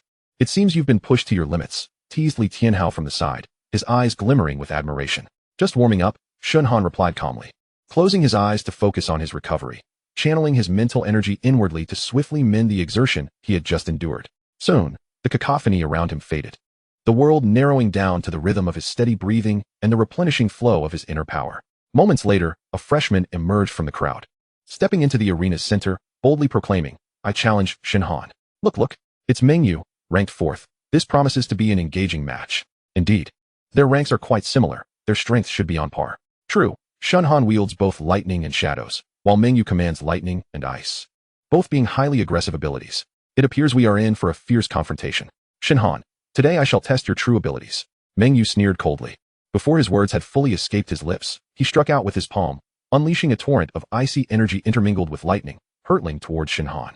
The temperature on the stage plummeted instantaneously, tiny ice crystals shimmering in the air. Shen Han did not flinch. Lightning surged around him, transforming him into a streak of light racing towards Mengyu's attack. Since you desire a thrilling exchange, I shall oblige. When their forces collided, the energies of lightning and ice erupted in a deafening roar. Mengyu's cold thunder palm was swift and relentless, the icy gust aimed directly at Shen Han's chest. Shen Han's figure flickered, evading and gathering lightning in his right hand, molding it into a blade, the fierce lightning edge ruthlessly cleaving towards Mengyu's shoulder. With a cold grunt, Mengyu sidestepped, expertly dodging Shen Han's lightning blade, retaliating with a punch, ice forming on his fist, accompanied by the sharp crackle of electricity. striking directly at Shen Han's face. Shen Han reacted swiftly, his shadowy powers unleashed in an instant, ghostly veil, as a dark silhouette manifested like a wraith, intercepting Meng Yu's assault, his form sliding behind Meng Yu like a shadow. How swift, Meng Yu thought, momentarily taken aback but maintaining his composure. The cold energy around him surged, as though a layer of solid ice encased him. Shen Han silently admired Meng Yu's agility and combat intuition, gathering his own strength before suddenly unleashing lightning shadow slash, merging the powers of darkness and lightning into the blade's brilliance. The lightning slicing through the air as if to tear apart the cold. The blade struck Meng Yu's defenses, crashing through with a resounding boom. The ice shattering under the lightning's fury, sending shards flying, the electric brilliance erupting among the ice debris, blinding to behold. Meng Yu showed no sign of retreat. Energy surged from the ground, ice enveloping his palms, forming a formidable chilling force. With a sweep of his arms, multiple ice blades, infused with lightning, surged towards Shen Han with alarming speed. Shen Han smirked, his right hand swelling with lightning, while dark mist swirled in his left. The combined powers of lightning and shadow morphing into deadly blade shadows that clashed violently with Meng Yu's ice blades in midair. The stage crackled with electricity and icy winds, the onlookers feeling the sharp chill pierce through the atmosphere. As Shen Han and Meng Yu battled fiercely, neither gaining the upper hand. Shen Han's eyes suddenly gleamed with determination. Sensing a fleeting moment of distraction from Meng Yu, he stealthily invoked the dark skill Soul Piercer, a shadowy dart shooting towards Meng Yu's chest like a meteor. Meng Yu, startled, swiftly sidestepped, narrowly avoiding a fatal blow, yet the Soul Piercer still grazed his shoulder, leaving an inky mark. The intense pain elicited a muffled groan from Meng Yu, cold sweat beading on his forehead, yet he refused to yield, summoning the cold energy within him to encase the wound, suppressing the agony. Shen Han, you do possess some skill, but this is far from over, Meng Yu roared, the icy power surging once more, cold energy converging from all directions towards his being. With a push of his right palm, a colossal icy thunderous imprint formed, charging towards Shen Han with overwhelming force. Shen Han regarded the formidable attack with unwavering resolve, the lightning shadow slash coalescing in his hand, brimming with unyielding momentum as he surged to meet Meng Yu's palm strike. He infused his mental energy into the blade, unleashing it with a thunderous eruption, colliding fiercely with Meng Yu's icy thunder imprint. An explosion of dazzling light erupted in the air, ice and lightning intertwining in a cataclysmic blast. Dust and debris filled the arena, shaking the ground beneath them, the residual thunder and chill still lingering, as if a massive energy storm ravaged the space. Moments later, as the dust settled, Shen Han and Meng Yu stood, both panting heavily, yet their eyes burned with fierce combat fervor. Ultimately, Meng Yu, fatigued, staggered backward, struggling to maintain his footing. His face pale, he slightly bowed his head, a hint of reluctance in his voice. You have won. Shen Han had once again preserved his ranking, while the onlooking classmates, having witnessed the prowess displayed in their duel, began to reconsider their plans to challenge him. Meanwhile, Lu Yinlin coldly fixed his gaze upon Shen Han. Where did you acquire that blade? It was evident he recognized the weapon in Shen Han's hand, having observed it closely since the battle with Gobatian, only now confirming it belonged to the leader of the assassins dispatched by the Lu family. I found it in the Xishan forest. What? Do you recognize this blade? Shen Han's eyes turned frigid as he locked onto Lu Yinlin's gaze, who felt as though his very soul was being scrutinized. Found it in the Xishan forest? Lu Yinlin's expression froze momentarily, an unsettling wave of apprehension washing over him. He initially brimmed with confidence, convinced that Shen Han had failed to perceive his machinations. However, in that fleeting moment, the glint of sharpness in Shen Han's eyes instilled a sense of threat within him. Could it be that this fellow has figured it out? Lu Yinlin pondered silently, though he would never admit it. At this juncture, he could only feign ignorance, replying nonchalantly, "Oh no, I don't know him. Just thought he looked familiar." Shen Han, meanwhile, had come to the realization that the assassin who had ambushed him in the Xishan forest was indeed being manipulated by Lu Yinlin from the shadows. Lu Yinlin, if you had chosen not to provoke me, I might have let it slide, but now you even go so far as to send someone to kill me. Very well. Shen Han spoke, his tone imbued with an icy menace. Congratulations on your latest victory, Li Tianhao interjected, arriving with a teasing remark. Haven't you already triumphed thrice? What? Are you planning to challenge me next? Not at all. We're not even in the same league. Why would I undermine my own brother? 3 hours later, nearly all challenges had concluded. Lu Yinlin, why are you not challenging Shen Han? You're the only one left, some onlookers egged on. Maybe next time, Lu Yinlin replied dismissively, his gaze flickering with uncertainty. He was evidently reluctant to confront Shen Han, especially after their recent exchange had sown doubt in his mind. Chapter 47. Winter break gathering as the first semester at Mingzhu Martial University drew to a close. The inaugural ranking battles for the newly minted students of the Thunder Element had also reached their conclusion. The results left many students feeling both dissatisfied and resigned, as the disparities in strength were glaringly apparent. A few students managed to pull off unexpected victories, yet the top ranks remained steadfast. With winter break approaching, numerous students had already departed for home via high-speed trains, leaving the campus notably desolate. Shen Han found himself quite solitary in this world. His initial plan to visit Uncle Li and Principal Wang in Yang City fell through, as Uncle Li had to go on a mission and Principal Wang, not being a local, also had to return home for the new year, leaving Shen Han's plans unfulfilled. Brother Han, my dad is going on a mission during the winter break, so I will stay at Mingzhu. How about we both remain here? Li Muhua informed Shen Han of his winter plans. Shen Han smiled slightly and nodded. That's good. There's nothing particularly pressing in Yang City, so I can take the opportunity to train here for a few more days. I'll make sure to call Principal Wang and check in on him. We should gather with the few of us from Yang City who are still around for a get-together. It's a long break, and being cooped up in the school training is bound to drive us a bit stir-crazy, Li Muhua suggested. No problem. I will await your news, Shen Han replied, eager to reconnect with those from Yang City. 3 days later, Shen Han received word from Li Muhua that the gathering had been arranged at a hotel adjacent to Mingzhu University. Upon entering the private room of the hotel, he pushed the door open to find several familiar faces. Li Muhua waved him over enthusiastically. Brother Han, over here. Shen Han smiled and nodded, his gaze sweeping across the room. Besides Li Muhua, he was greeted by some unexpected old friends, his ex-girlfriend Song Ziqing, Li Mingxian, whom he had encountered a few times at Yang City No. 2 High School, and even Wen Tingting, with whom he had lost contact for quite some time. As the gathering commenced, pleasantries were exchanged, and many began discussing their university lives and personal achievements. Li Mingxian approached to greet him. Shen Han, long time no see. You're now at the illustrious Mingzhu Martial University. However, I heard you're not particularly well known there. Have you become just another face among the true geniuses of the big city? Li Mingxian had harbored jealousy towards Shen Han's accomplishments, but they had never had the chance to voice it since they attended different high schools. Now, seeing Shen Han's lack of fame over the past 6 months, he couldn't help but sneer. Once a prominent figure at Yang City No. 2 High School, he was now honing his skills at another martial arts academy. Though it lacked the prestige of Mingzhu Martial University, he was confident that his abilities were on par with his peers, harboring a degree of disdain for Shen Han. Shen Han merely smiled, choosing not to engage. They were all martial artists who had worked hard to emerge from the small city of Yang City, and he did not wish to create an unpleasant scene. The atmosphere among the group seemed to shift as they sensed Li Mingxuan's attitude. Just then, Song Ziqing interjected with a cold laugh. Shen Han, regardless of the circumstances, you can still be considered a pride of our school.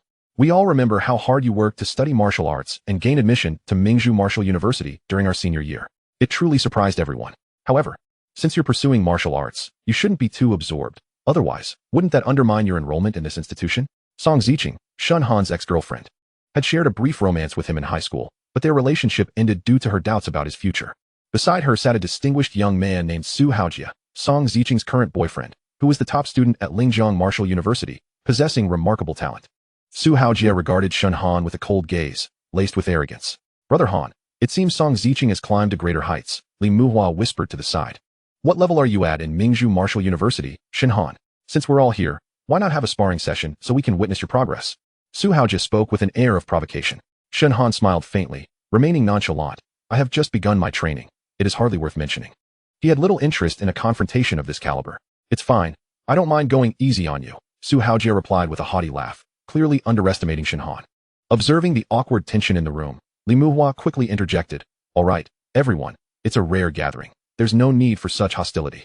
When Tingting glanced at Shen Han and smiled, attempting to diffuse the situation, Shen Han has always been low-key, unlike some who boast about their achievements every day.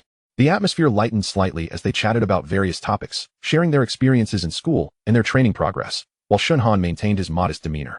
However, Li Mingxian seemed unwilling to let the opportunity slip by, deliberately raising his voice. Speaking of which, we've all made progress over the past 6 months. Shen Han, why not showcase your strength for everyone? It would be a pity if we didn't compare notes while gathered like this, wouldn't it? Shen Han cast a calm glance at him, his tone measured. I am merely an ordinary student. There is nothing exceptional about me. Li Mingxian scoffed. With your caliber, how could you possibly gain admission to Mingzhu Martial University? Surely it must have been sheer luck. How about this? I will give you a chance to duel. If you can defeat me, I will cover the costs of today's gathering. What do you say? Provoked repeatedly by such taunts, Shen Han's temper flared. In that case, let us raise the stakes a bit, shall we? I possess a profound grade sword technique. Should I lose, I will gladly hand it over to you. What do you say? Do you dare to wager? Hearing this, Li Mingxuan's bravado faltered slightly, and he turned to Su Haojia, clearly seeking his counsel. Noticing this, Shen Han smirked mockingly. So you are relying on Su Haojia, being loyal to your master. No wonder you're so eager today. Li Mingxuan's face flushed with anger as he retorted. What do you know? Su Xiao is the heir of the Su family in Mingzhu. Just a hint of training resources from him could sustain us for a lifetime. His starting point is already the destination we can only aspire to reach. Shen Han fixed a cold gaze upon Su Haojia, a gentle smile gracing his lips as he asked, "Then I wonder if Su Xiao dares to take the bet? I am currently in need of resources and martial techniques. If you are genuinely interested, why not propose a wager of considerable weight?" Provoked to this extent, Su Haojia had no choice but to accept. He retrieved a martial technique from his storage ring and casually declared, "This is a spiritual type martial technique called Soul Search. Once utilized, it can compel one's spirit to submit, revealing the deepest secrets of their heart. So, what do you say, dare to accept?" Shen Han cast a discreet glance at the technique in Su Haojia's hand, a flicker of delight crossing his eyes, yet he maintained an air of indifference as he replied, "A spiritual type martial technique, quite impressive. Do you believe that I lack spiritual abilities, which is why you offer this technique? Very well, should I win, I can sell it for a handsome price and acquire some resources." In the depths of his heart, Shen Han felt a rare joy. He had unexpectedly acquired a spiritual martial art technique, a treasure that was almost elusive. It seemed that fortune had indeed favored him. Chapter 48. Acquisition of the spiritual martial technique. Standing opposite Li Mingxian, a cold glint flickered in Shen Han's eyes. He had just activated the scenting skill to assess Li Mingxuan's strength, discovering that he had received considerable support from the Su family recently, causing his power to surge. This challenge was clearly intended to crush Shen Han before the gathered crowd. Name: Li Mingxian. Mental power: Martial Spirit level 4. Ability level: Earth type A class. Fire type A class. A cold smile curled at the corners of Shen Han's mouth. He was eager to see if Li Mingxian truly believed he could defeat him with such resources backing him. "Shen Han, this is a fight you have brought upon yourself," Li Mingxian bellowed, making the first move. With a thrust of his palms, the ground trembled, and a yellow light surged forth like lava from beneath him, rapidly coalescing into an earthen wall that lunged at Shen Han like a ferocious beast. Shen Han's gaze sharpened. With a swift push of his feet, he shadowed backward, evading the wall's onslaught. Channeling his lightning-type ability in his palms, he suddenly swung his hand, unleashing thunderclap, as bolts of lightning struck the earthen wall, shattering it into fragments. Li Mingxian was momentarily stunned, clearly unprepared for the sheer ferocity of Shen Han's lightning abilities. He quickly activated his fire martial technique, flames bursting forth from his palms, transforming into a fiery whip that lashed out at Shen Han. The flames roared through the air, accompanied by an oppressive heat, seemingly intent on incinerating Shen Han entirely. Yet, Shen Han remained unperturbed. With a flicker of movement, his shadowy abilities manifested as a thick veil of darkness that swirled around him, forming a barrier that repelled the flames. Utilizing the cover of the shadows, he swiftly maneuvered to Li Mingxuan's side, his fingers sharp as blades, the glimmering light of the lightning shadow flashing at his fingertips, striking toward Li Mingxian with incredible velocity. Li Mingxian gasped in shock, hastily activating the Earth-type skill rock shield, condensing the ground's force before him to form a robust earthen barrier. However, Shen Han's assault was as swift as lightning. The blade of light struck fiercely against the earthen shield, sending sparks flying and forcing Li Mingxian to stagger back, his expression shifting. Su Xiao truly is generous, Shen Han thought to himself, noting the costly use of such an advanced rock shield. Despite the abundance of resources, without the requisite strength to accompany them, they amounted to little more than empty gains. Li Mingxuan's expression darkened, evidently struck by Shen Han's words. He recognized that his mastery of this martial technique was entirely reliant on the Su family's training resources. Without them, his innate capabilities would scarcely suffice. Suppressing his inner fury, he thrust his hands forward once more, unleashing the fire martial technique Flame Tsunami, a torrent of flames crashing toward Shen Han like a tidal wave. Shen Han leaped into the air, his palms slicing through the air with force, a violent bolt of lightning tearing through the atmosphere, as if cleaving the heavens asunder. The thunder clashed with the flames mid-air, creating a dazzling spectacle of light and a deafening roar. In that fleeting moment when the flames were rent asunder by the lightning, Shen Han vanished, darting toward Li Mingxian like a specter. His gaze was icy, as the shadowy energy of Soul Piercer coalesced at his fingertips, carrying an aura of chilling intent toward Li Mingxian. Panic-stricken, Li Mingxian quickly attempted to summon another earthen shield, but the Soul Piercer pierced through his defenses, closing in on his throat. He narrowly evaded a fatal strike, but the Soul Piercer grazed his shoulder, drawing blood and causing him to stagger back, beads of cold sweat forming on his brow. Even with the Su family's backing, you have failed to cultivate true prowess, Shen Han remarked coolly, his eyes brimming with disdain. Li Mingxuan's face turned ashen, enduring the pain as he seethed. Don't be too proud. Once I truly become a member of the Su family, I will settle the score with you. Shen Han snorted derisively, foregoing further banter as he struck once more. Lightning and shadows intertwined, coalescing into a blade of thunder that surged toward Li Mingxian with overwhelming speed. Having already breached Li Mingxuan's defenses, Shen Han pressed the attack. He offered no respite. The blade of light crashing heavily against Li Mingxian, sending him sprawling to the ground, utterly defeated. Su Xiao, I wonder if the wager still stands. Shen Han grinned mischievously at Su Haojie. Pathetic. Su Haojie cast a glance at the fallen Li Mingxian. Of course it stands. The Su family would not tarnish our reputation over such a trivial matter. However, Shen Han, remember this. Keep your distance from Song Ziqing and cease any further entanglements with her. Casting aside the soul-searching technique, he departed with Song Ziqing, leaving not a single glance back at Li Mingxian. Embarrassed, Li Mingxian rose, limping as he followed along the wall. Oh, and Su Xiao, don't forget to settle the bill. Including the damages for these tables and chairs in the private room, Shen Han asserted, unwilling to be courteous. As he tucked the soul-searching technique away, a faint smile graced Shen Han's lips. This gathering had indeed been a provocation from the outset, and Su Haojie's final warning was merely a facade to save face. As for Song Ziqing, he scoffed. When have I ever pursued her? At this moment, only Shen Han, Li Muhua, and Wen Tingting remained in the private room, both of whom shared a close rapport with Shen Han, lightening the atmosphere considerably. Brother Han, I apologize. I never anticipated our gathering would devolve into such chaos. Li Muhua expressed regretfully. Shen Han waved his hand lightly, offering a serene smile. No worries. I suspect Song Ziqing may have said something to Su Haojie. While he held no particular feelings for Song Ziqing, he was quite displeased with her attempt to leverage him to curry favor with the Su family. Each person has their own aspirations. He chose not to dwell further on it, sensing that their paths would likely diverge from here on. The Su family is a significant powerhouse in Mingzhu. You must tread carefully moving forward, Wen Tingting advised earnestly. I came to Mingzhu purely to accompany my family on a trip. I hope we can meet again in the future, Wen Tingting smiled as she bid her farewells. Once she departed, Li Muhua suddenly proposed, Brother Han, there's still some time left in this winter vacation. Shall we take on some hunter missions together to earn some cultivation resources? That sounds like an excellent idea. Let's register as hunters in a couple of days. Shen Han replied. Upon returning to his dormitory, Shen Han eagerly retrieved the newly acquired soul-searching technique, unable to contain his exuberant laughter. The long-awaited spiritual skill was finally in his grasp. Soul-searching is an exceedingly rare spiritual technique, enabling the martial artist to forcibly breach the mental defenses of a target using powerful mental energy, directly infiltrating their soul to extract desired information. However, this skill is fraught with danger, as those subjected to soul-searching often suffer complete mental collapse, resulting in confusion or even a state of idiocy. Shen Han meticulously studied the technique's instructions, committing every detail to memory. Indeed, this appeared to be an exceptionally practical martial art. Shen Han murmured to himself, his heart swelling with excitement. Chapter 49, Spiritual Fire Mission. Although Shen Han had acquired soul-searching, he realized that he needed to enhance his mental power for cultivation. His current credits and resources had been completely exhausted. It seemed the time had come to undertake some missions.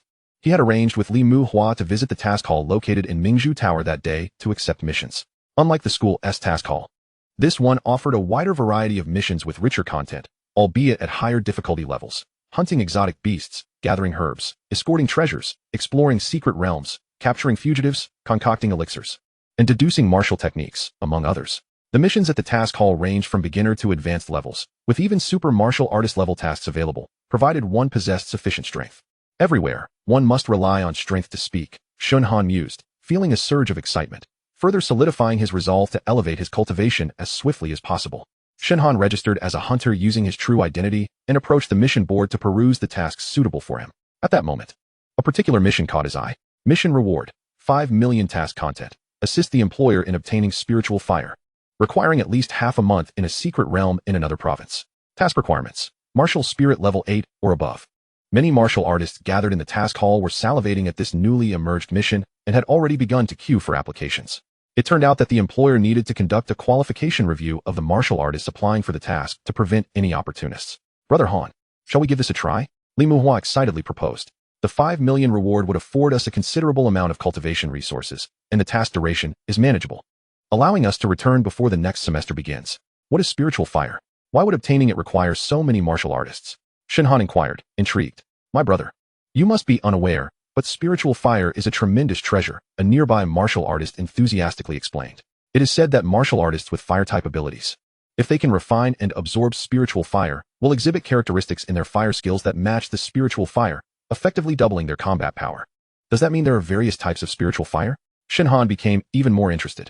Indeed, some types of spiritual fire can double long-range attacks, others can incinerate anything, and some can grant you a pair of fiery wings. Countless martial artists dream of obtaining spiritual fire, the enthusiastic martial artist added with evident envy. Who knows what kind of abilities the spiritual fire we are set to assist in acquiring possesses? Only time will tell. However, obtaining spiritual fire is no easy feat. There will undoubtedly be considerable conflicts and casualties involved. Shen Han nodded, understanding the peril associated with contending for such a rare resource. Let us join the queue, he said. And both he and Li Muhua prepared to undertake the task. Soon, the line brought them to the front. Name and cultivation level. Please also disclose your corresponding ability types. The person responsible for recruiting martial artists was an unremarkable middle-aged man whose background was indiscernible. Shen Han, martial spirit level 8, thunder and darkness types. Li Muhua, martial spirit level 5, wind and ice types. Following the example of previous martial artists, the two released their martial spirit's mental energy for verification. Excellent. Here are 2 tokens. Please keep them safe. Gather here at the task hall in trance 3 days from now. At that time, please bring these tokens, the recruiter stated after confirming their cultivation levels. Huazi, I didn't expect such significant progress in just half a year. You awakened a second ability type, ice? Congratulations. Shen Han expressed his astonishment at Li Muhua's advancement. The E-rank wind type seemed somewhat low. Yet such rapid progress indicated that Li Muhua had not been idle in the past 6 months. Slow birds fly first. Besides, I can't let Brother Han down. If I don't work harder, I won't be able to keep up with you in the future, Li Muhua replied with a silly grin. Now, let's rest well over these next 3 days, adjust our states, and ensure we have sufficient healing medications, Shen Han advised. 3 days later, at the entrance of the Mingzhu Tower task hall, Shen Han and Li Muhua arrived to find dozens of martial artists already gathered. Many among them were from martial artist organizations, and a number belonged to the same group. With the university students on their winter break, several youthful faces were also present. Shen Han utilized his sensing skill and discovered that the vast majority of martial artists participating in this mission were at the mid to late stages of martial spirit, placing him and Li Muhua at the average level of the group. The highest cultivation level observed was early Martial King. Approximately 10 minutes later, the employer finally made an appearance. He was a middle-aged martial artist with slightly graying hair, exuding a commanding presence that spoke of authority and experience. Esteemed colleagues, I am Su Liyuan, the employer for this mission. Not long ago, one of our exploration teams discovered traces of spiritual fire within a secret realm. As for the abilities of this spiritual fire, we will only know upon capturing it. As you all understand, capturing spiritual fire is never an easy task, and thus casualties are inevitable. Please prepare yourselves mentally for this reality. The secret realm housing the spiritual fire is located in the northwestern Shilin province, not close to Mingzhu.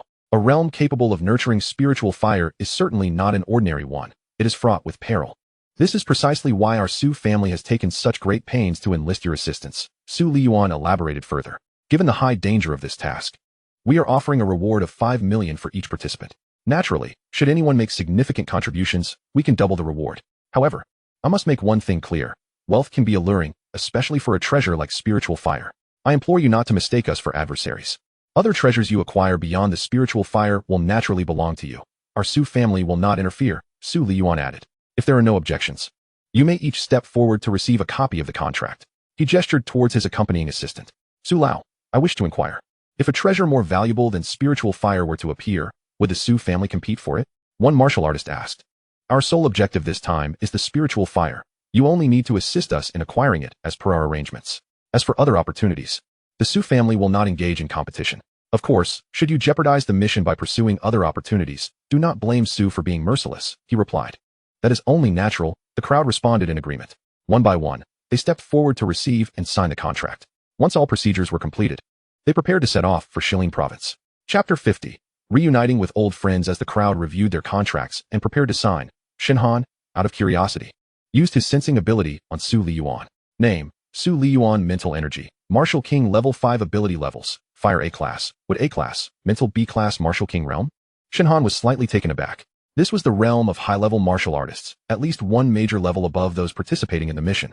While he was pondering this, a distinguished young man approached the group about 10 minutes later. This is our Su family's young master, Su Haojia. This quest for spiritual fire is also intended for him. He will be accompanying us on this mission, Su Liyuan explained. The crowd looked up to see Su Haojia, and many approached to greet him.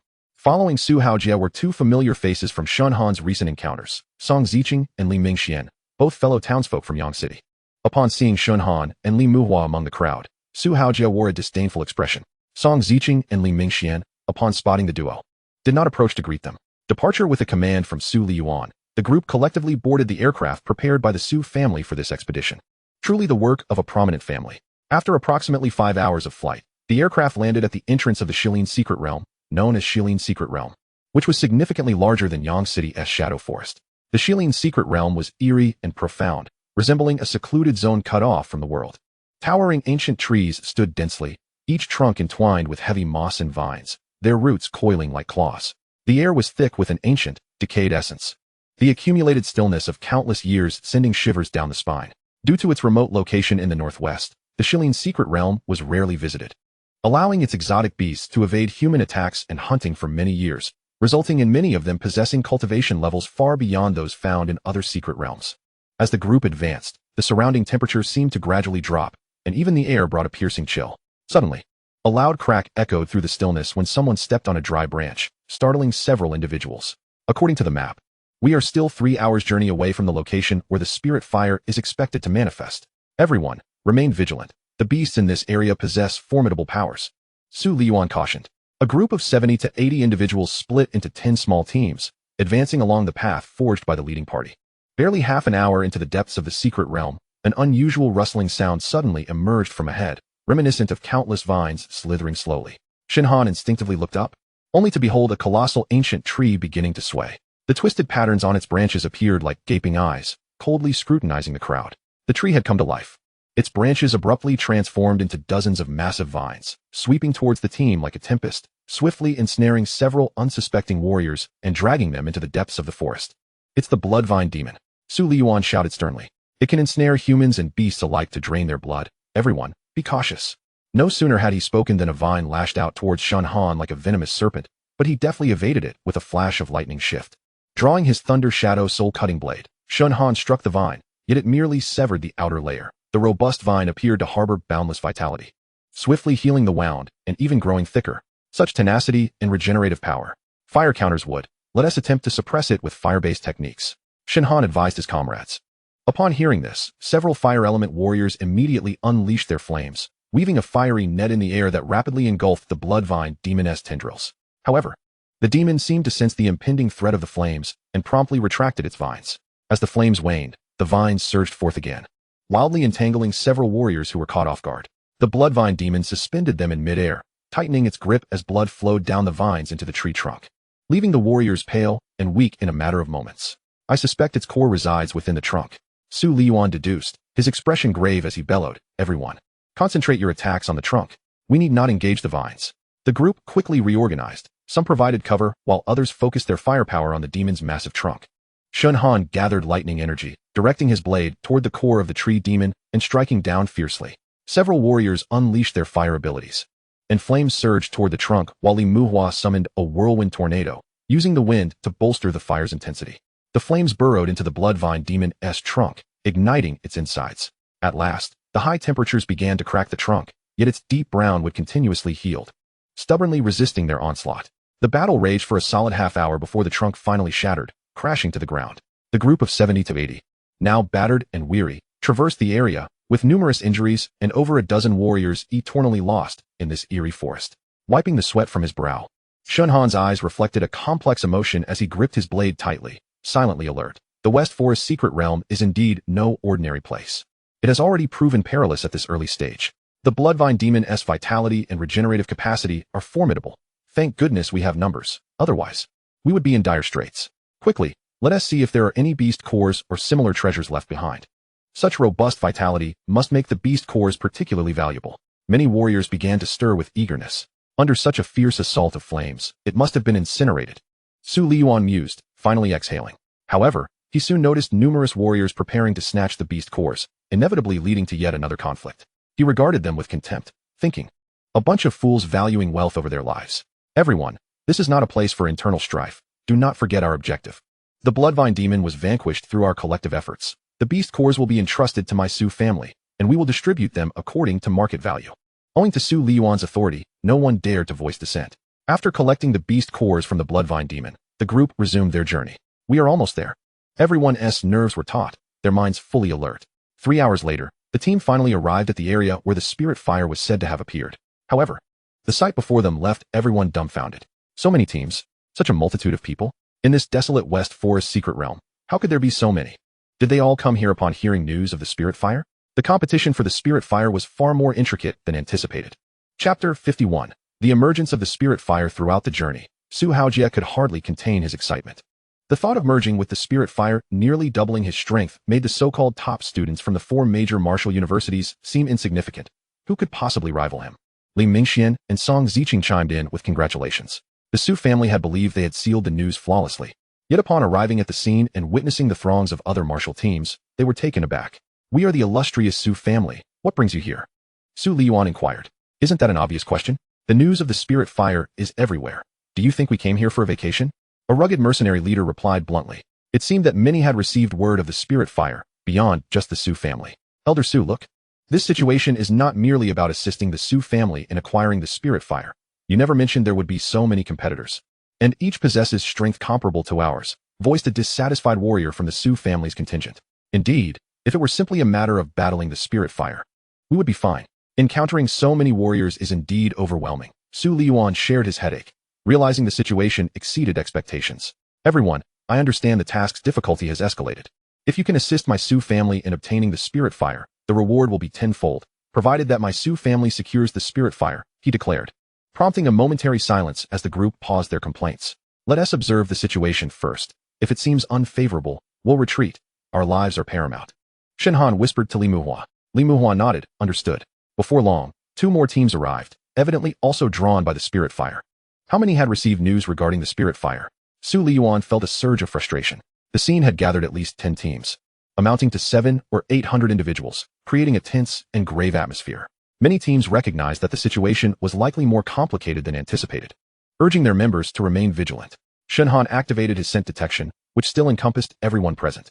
Among the gathered 700 or 800 individuals, their cultivation levels ranged from late martial spirit to early martial king, indicating a balanced distribution. The leaders possessed higher levels, some in the late martial king realm, while others, like Su Liyuan, were at the martial emperor stage. This situation feels amiss. It seems as though someone is orchestrating all of this, luring so many here with the news of the spirit fire. Shen Han whispered to Li Muhua, uncertain of the mastermind's intentions, yet aware that they had successfully drawn a multitude of individuals. "Stay close to me. Do not wander off. Rest assured, Brother Han, I know how to gauge the situation." Just as everyone remained on high alert, the atmosphere on the verge of eruption, a blinding light suddenly erupted from a nearby valley, akin to the sun breaking dawn, radiating widely and instantly capturing everyone's attention. Immediately following, a fierce wave of energy pulsed from deep within the valley, exuding pure and immense power, seemingly beckoning everyone closer.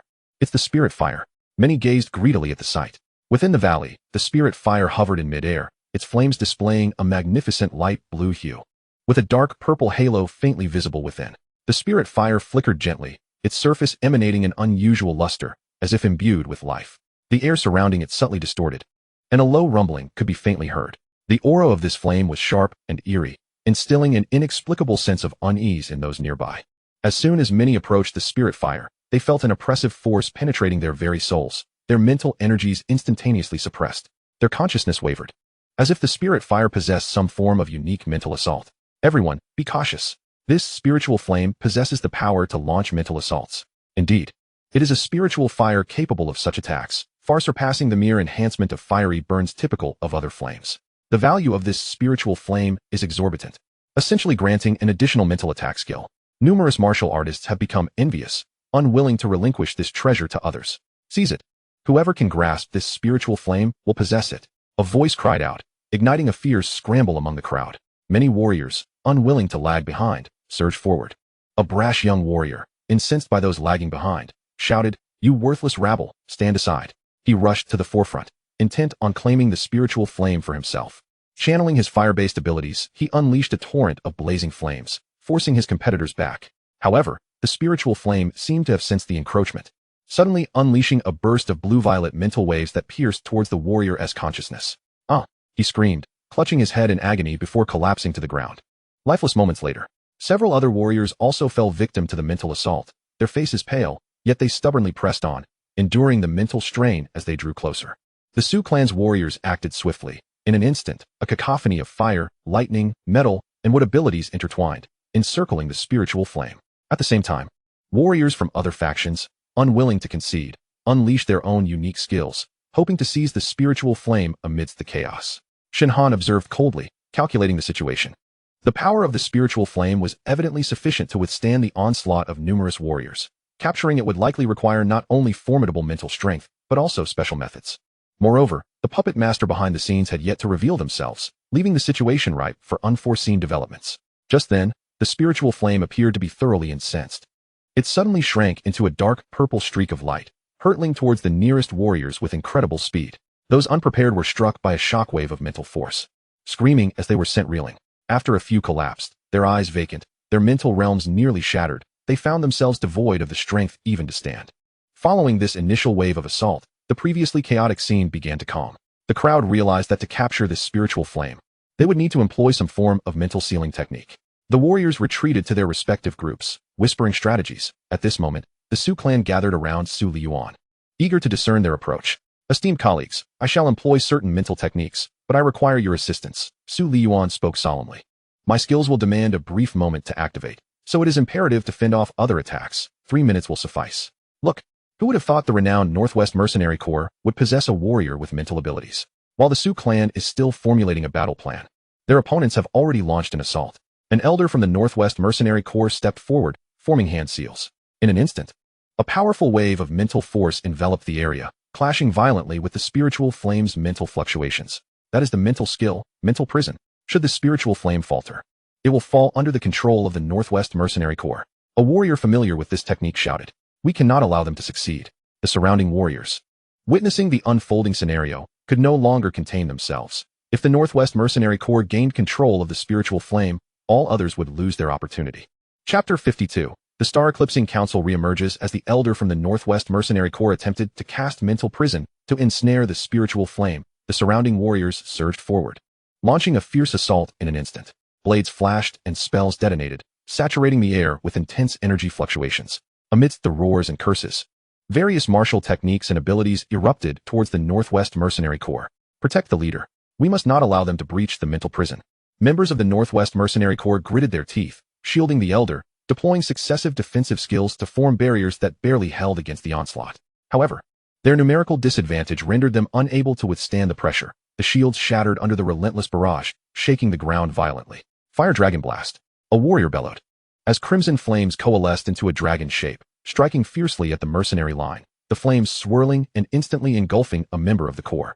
Concurrently, other warriors seized the opportunity to attack en masse, icy blades of water and earthen spikes hurtling towards the Northwest Mercenary Corps, nearly surrounding them. The elder of the Northwest Mercenary Corps, witnessing the tumult, snorted coldly. Despite his waning mental strength, he clenched his jaw and continued to maintain the mental prison, growling, "Hold firm. Those who dare to challenge us shall pay the price." Yet, amidst the relentless waves of ferocious attacks, the defenses of the Northwest Mercenary Corps quickly crumbled. Several members fell, incapacitated, while the others bore grievous wounds, struggling to endure. The attacking warriors fared little better. The close-range energy collisions exacted a heavy toll, with several warriors collapsing, charred, and unresponsive. The spiritual flame, influenced by the violent mental and energy fluctuations, emitted an angry low growl, its dark purple glow flickering ominously, poised to break free from its constraints. Ultimately, the elder could no longer withstand the multitude of assaults. The mental prison shattered under the collective onslaught, dissipating into a wisp of light in the air. The spiritual flame regained its freedom, vibrating violently in the air, its power evidently more formidable than before. Following the fierce battle, the Northwest Mercenary Corps suffered heavy casualties, while the attacking warriors were left panting, their combat effectiveness significantly diminished. Observing the injured adversaries, Su Liyuan's expression darkened, recognizing the opportunity at hand. He gestured for the Su clan members to prepare to advance. Throughout the chaotic battle, Shen Han maintained his vigilance, consistently activating his sense skill to prevent unforeseen changes. Just as Su Liyuan commanded the advance, he noticed an individual concealed in the trees about 1,000 meters away, silently observing the entire scene. Name: Yi Wuxian. Mental power: 7th level. Martial Emperor. Ability level: Fire S class, Mental S class, Metal A class. Such formidable strength. The Su clan must not be allowed to engage for the spiritual flame, should both sides suffer mutual destruction again. The hidden Yi Wuxian could eliminate the Su clan with minimal effort. Shen Han pondered this. Wait. Shen Han interrupted Su Liyuan's actions. You brat, how dare you stop me? Su Liyuan was exceedingly irate at the interference regarding the Su clan's acquisition of the spiritual flame, particularly from his own team, while Su Haojia wore a frosty expression. Elder Su, may I have a word? Shen Han, realizing the necessity of relying on these individuals for a successful retreat, pressed on. Speak plainly. I have no time for your ramblings. Are you not curious why so many have gathered here? Why the Su clan's tightly sealed information has become common knowledge? Shen Han posed the question. Do you think I haven't considered that? The spiritual flame is within reach. We can deliberate on strategies after we secure it. Su Liyuan retorted sharply. Brat, do not obstruct the path. Elder Su, should this attempt at seizing the flame falter, with so many injured. If the forces behind this were to reveal themselves now, we would be thoroughly trapped, Shen Han cautioned. What exactly are you trying to say? Su Liyuan sensed that Shen Han had uncovered something, his demeanor softening slightly. Shen Han whispered, there is indeed a 7th-level martial emperor lurking in the shadows. Do you still think this is mere coincidence? In the southeast thicket, over 900 meters away. You, a mere child, have detected so much? Shen Han concluded. Su Liyuan was taken aback, realizing that someone had been lying in wait, and he had been completely oblivious, causing a cold sweat to break out over him. Are you certain? Following Shen Han's indicated direction, Su Liyuan unleashed his mental power, yet he was still unable to locate the hidden figure. Meanwhile, concealed within the foliage, Yi Wuchen observed as the previously boisterous warriors suddenly fell silent. He then noted someone probing with mental energy towards his position. Discovered? Is there someone among this lot with such keen observational skills? Yi Wuchen seethed with irritation. No matter, this has reached its conclusion. I shall take matters into my own hands. As Su Liyuan was engulfed in confusion, he noticed someone emerging from the direction he had just been investigating. Indeed, there was someone. How fortunate. He turned back to express his gratitude to Shen Han, only to find that Shen Han had already vanished without a trace. At this moment, Shen Han was acutely aware that the situation had spiraled beyond his control. Grasping Li Muhua, he swiftly ascended a nearby ancient tree, slipping quietly into the dimensional space while the attention of the crowd was diverted. Wow, Brother Han, when did you awaken your spatial abilities? Li Muhua whispered in astonishment. Let us discuss that later. We must first assess the situation. Your Excellency, you must be the mastermind behind the widespread dissemination of the news regarding the spiritual fire. Who exactly are you, and what are your intentions? Su Liyuan demanded sternly. The gathering of martial artists finally realized that matters were far more complex than they appeared, and they began to adopt a defensive stance. The newcomer was none other than Yi Wuchen, who laughed arrogantly. Huh? You wretches dare to inquire about my identity?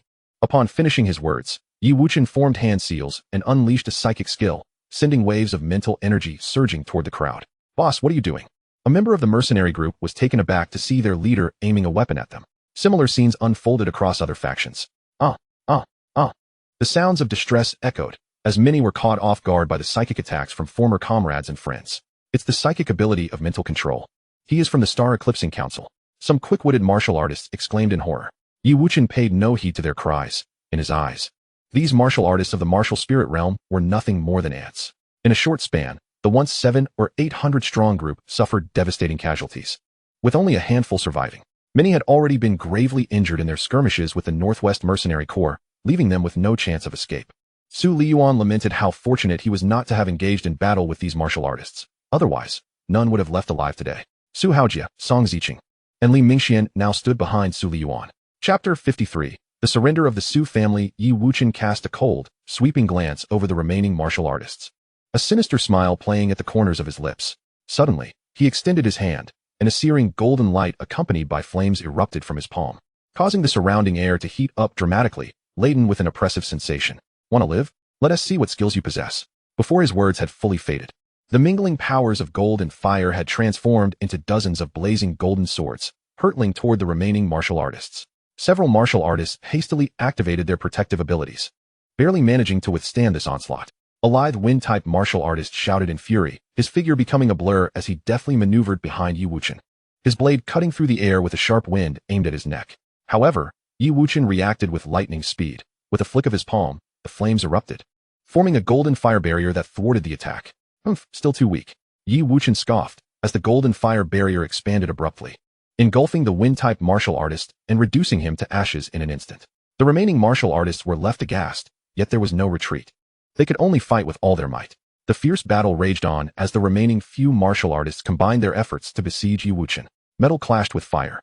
Martial skills intersected with abilities, enveloping the battlefield in a shroud of terrifying force. Even though Yi Wuchen was immensely powerful, he began to feel the strain against several opponents of equal strength, his breaths growing labored. However, the opposing martial artists suffered severe losses as well, with some collapsing, gravely injured, their life force waning. At that moment, the spirit fire hovering in midair began to tremble violently. The onlookers noticed it was absorbing the dissipating mental energy from the surrounding battle, gradually transforming from dark purple to a deeper hue, the flames intensifying, subtly revealing an eerie blood-red glow. Is it finally about to undergo a successful upgrade? A flicker of excitement sparkled in Yi Wuchen's eyes as he took a few steps back, temporarily abandoning the fight to focus on the spirit fire. The Su family martial artists nearby sensed the unusual activity of the spirit fire, their faces reflecting confusion, uncertain why Yi Wuchen had suddenly halted. The aura of the spirit fire grew stronger, as if devouring all surrounding mental energy, even siphoning the last remnants of spirit from the mortally wounded martial artists. The searing flames becoming increasingly daunting. Turns out this spirit fire belongs to Yi Wuchen. He lured us here under the pretense of its release, just to feed it with our mental energy. A martial artist lay on the ground, weakly murmuring, his eyes filled with despair. After absorbing a substantial amount of mental energy, the spirit fire finally completed its upgrade, its flames flickering as it coalesced into a ghostly blue core, warping the surrounding air with its immense psychic power. Yi Wuchen smiled faintly, extending his palm, and the spirit fire willingly floated toward him, merging with his being. In that moment, Yi Wuchen's aura surged dramatically, his psychic power radiating outward, exuding an overwhelming sense of oppression. His gaze turned icy, like the harbinger of death.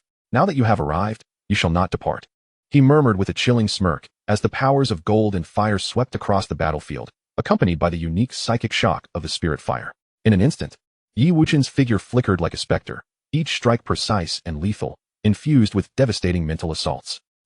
No, we no longer want the spirit fire. Please spare us. It dawned on them that they were the true prey. The leader of the Northwest Mercenary Corps, already injured in the earlier skirmish, watched the scene unfold with bitter resignation, unable to fathom that the renowned Northwest Mercenary Corps would meet its demise at his hands. I hate this.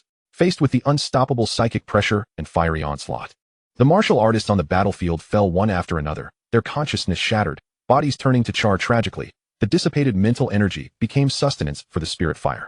The remaining Su family members, witnessing the horror, were gripped by fear, yet they clung to life thanks to Su Liyuan's protection. Moments later, the battlefield lay shrouded in silence. Apart from the Su family members, all other martial artists had succumbed, lifeless on the ground. Yi Wuchen surveyed the surroundings, a cold laughter echoing through the desolate secret realm, laden with an unspeakable chill and arrogance. Within the dimensional space, Shen Han and Li Muhua quietly observed the unfolding events, still in shock. I've often heard that the world of martial artists is one of the strong preying upon the weak. Now I finally bear witness, Li Muhua sighed. Shen Han gazed intently at the battlefield, his eyes deep with contemplation, his heart tumultuous. His gaze settled on the dark purple spirit fire, feeling its ruthless consumption of life and mental energy. He murmured, in the face of power, the notions of justice and rules often become fragile. The weak have no right to choose. Huazi, can the communicator still function? Record all of this. It may prove useful, Shen Han reminded. Understood. In the Shilin secret realm, Yi Wuchen fixed his cold gaze on the 4 remaining members of the Su family, his voice icy and imbued with an undeniable pressure.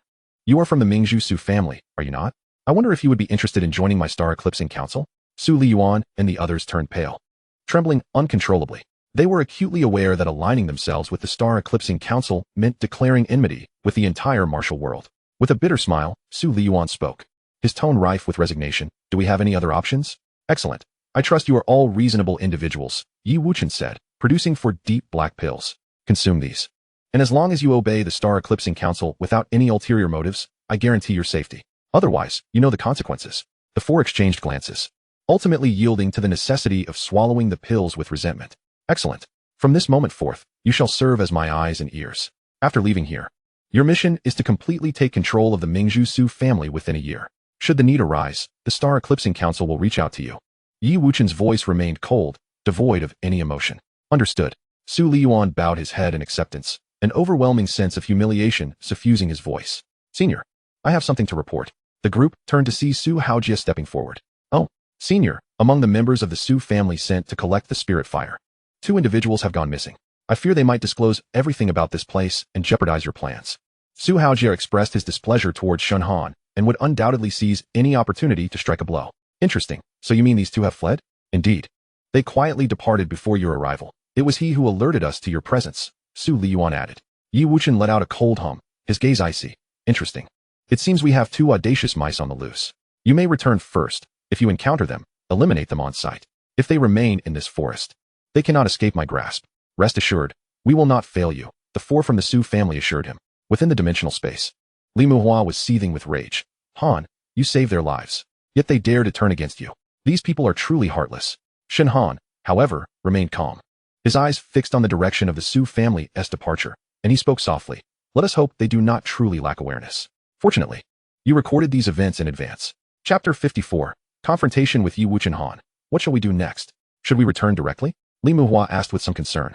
Shen Han shook his head slightly, his expression composed. If we return now, it is highly probable we will encounter the Su family. given our strength.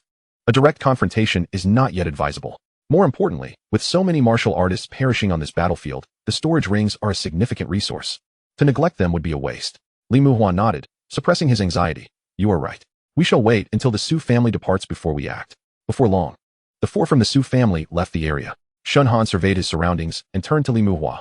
I will find you a safe place to stay. Do not wander off. I will keep an eye on that Star Eclipsing Council member to see what further schemes he harbors. All right, Han, take care. That person is no good. Li Muhua understood that, for now, his own abilities were insufficient to assist. Without further ado, Shen Han utilized his sensing ability to meticulously explore a kilometer radius, ensuring there were no threats before releasing Li Muhua from the dimensional space. Stay here and do not act rashly. After issuing his instructions, he resolutely pursued the trail of Yi Wuchen. Throughout his journey, Shen Han maintained a calm demeanor. Yet his mind raced with the current circumstances. His decision to leave Li Muhua behind stemmed from two reasons. 1. The latter's insufficient strength would only pose greater danger if he accompanied him. 2. It was essential to conceal his own trump card, the chaos ability. Furthermore, Shen Han remained particularly vigilant against Yi Wuchen, as the Star Eclipsing Council would inevitably turn their attention towards him due to Ming Qianying's affairs, even going so far as to instruct the Su family to eliminate him. If he could take advantage of the situation to severely wound Yi Wuchen, it would not only diminish the Star Eclipsing Council's power, but also sever the Su family's ties to them. At last, Shen Han discovered Yi Wuchen's whereabouts.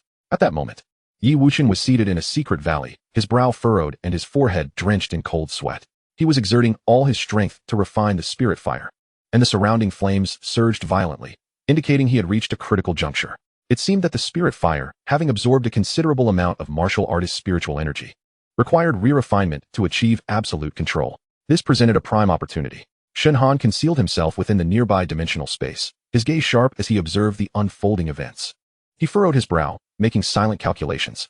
Although Yi Wuchen had recently battled numerous martial artists and was not at his peak strength, he had already reached the mid to late stage of the martial emperor realm, surpassing Shen Han by 2 entire realms.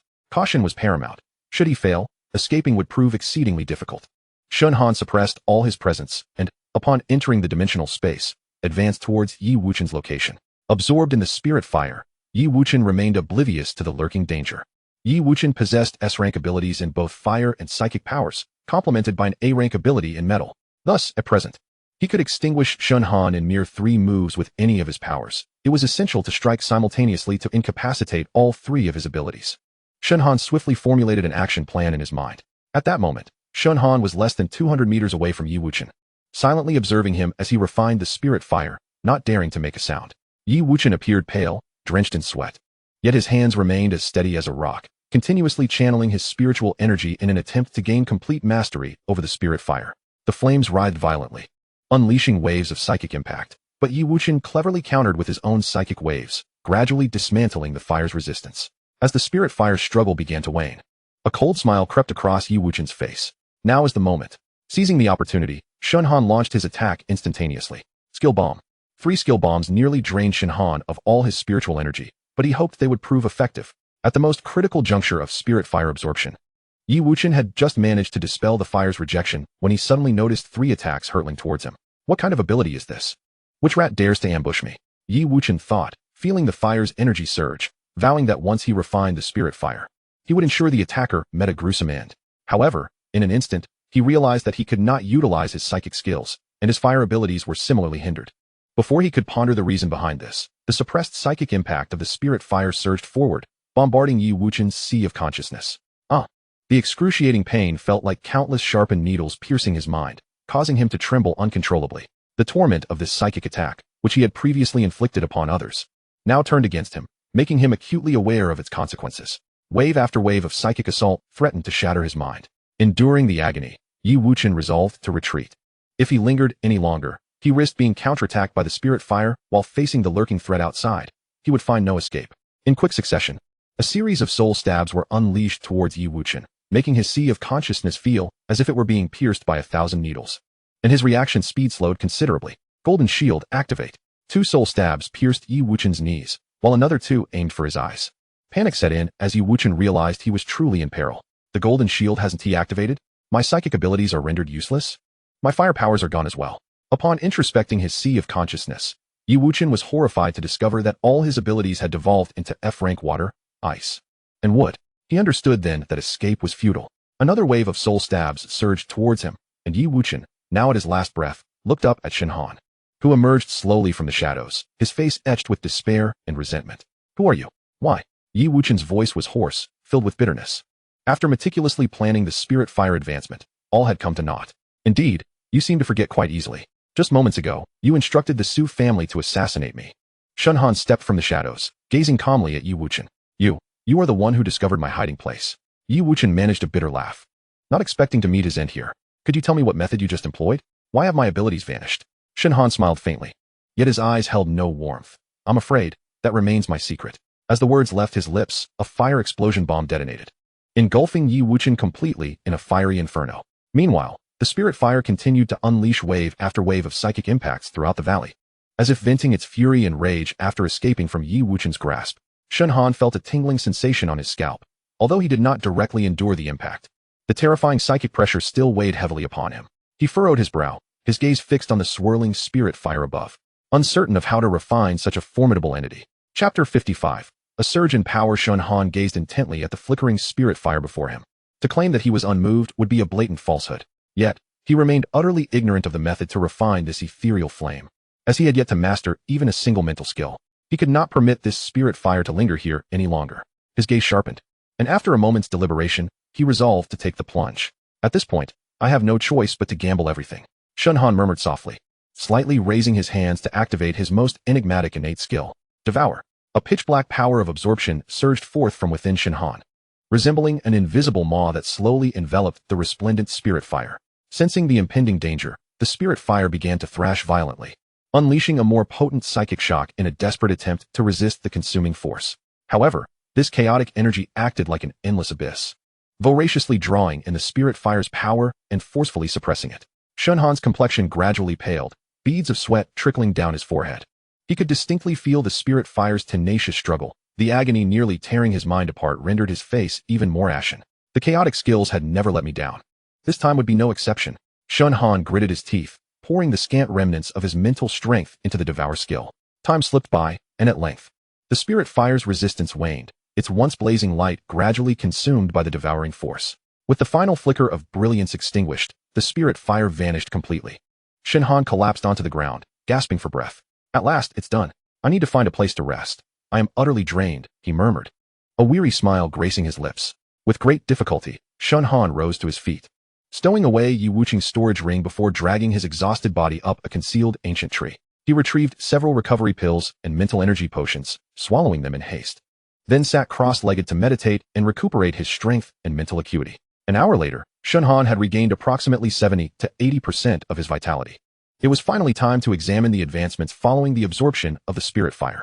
He focused his thoughts inward, only to be taken aback. Name: Shen Han. Mental strength: 56, 236.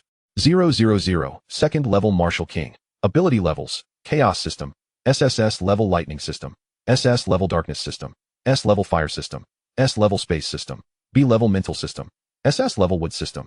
SS-level. He had unexpectedly broken through to the second level Martial King, transcending 4 realms in total, with his mental strength soaring from the previous 4,000 to the current 56, 236. What a delightful surprise! Shen Han murmured in astonishment, a smile involuntarily curling at the corners of his mouth.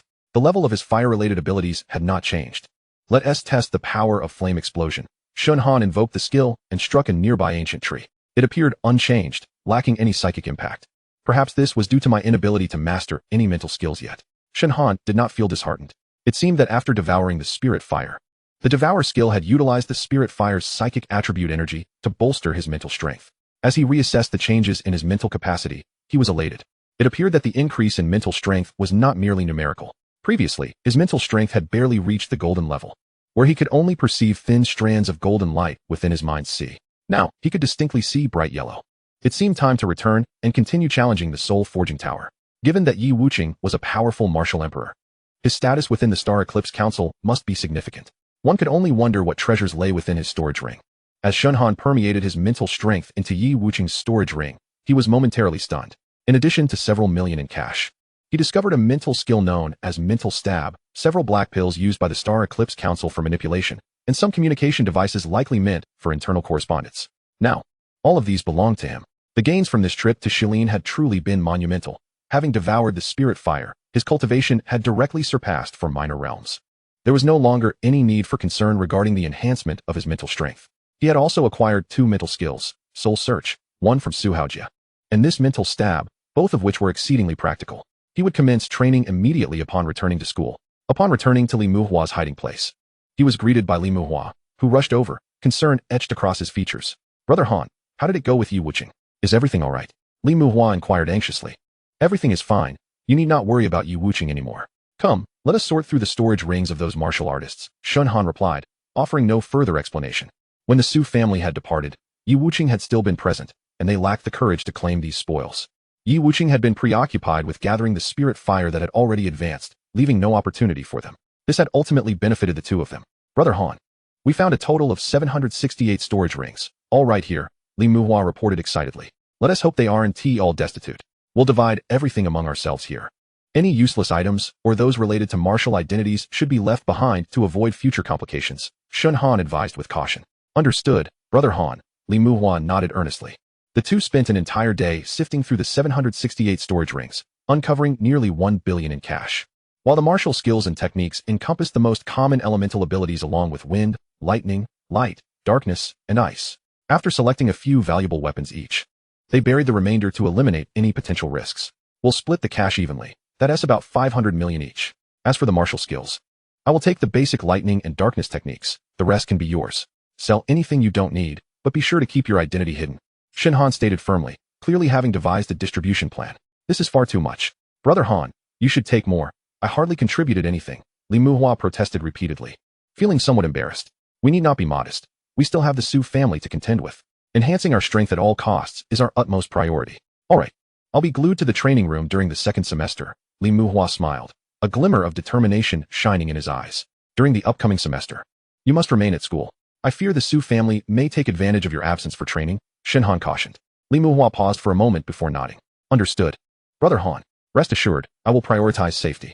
Shen Han patted him on the shoulder, his tone softening slightly. "Don't put too much pressure on yourself. The school is relatively safe. Contact me immediately if any issues arise." Having been away for so long, it was time to return to school, Li Muhua suggested. "Indeed. We should head back. By the way, please provide me with a copy of the recordings you made and prepare a few extra copies as backups," Shen Han reminded him. "I'm already prepared," Li Muhua grinned in response. Chapter 56. Extorting the Su family when they originally journeyed to the Shilin secret realm.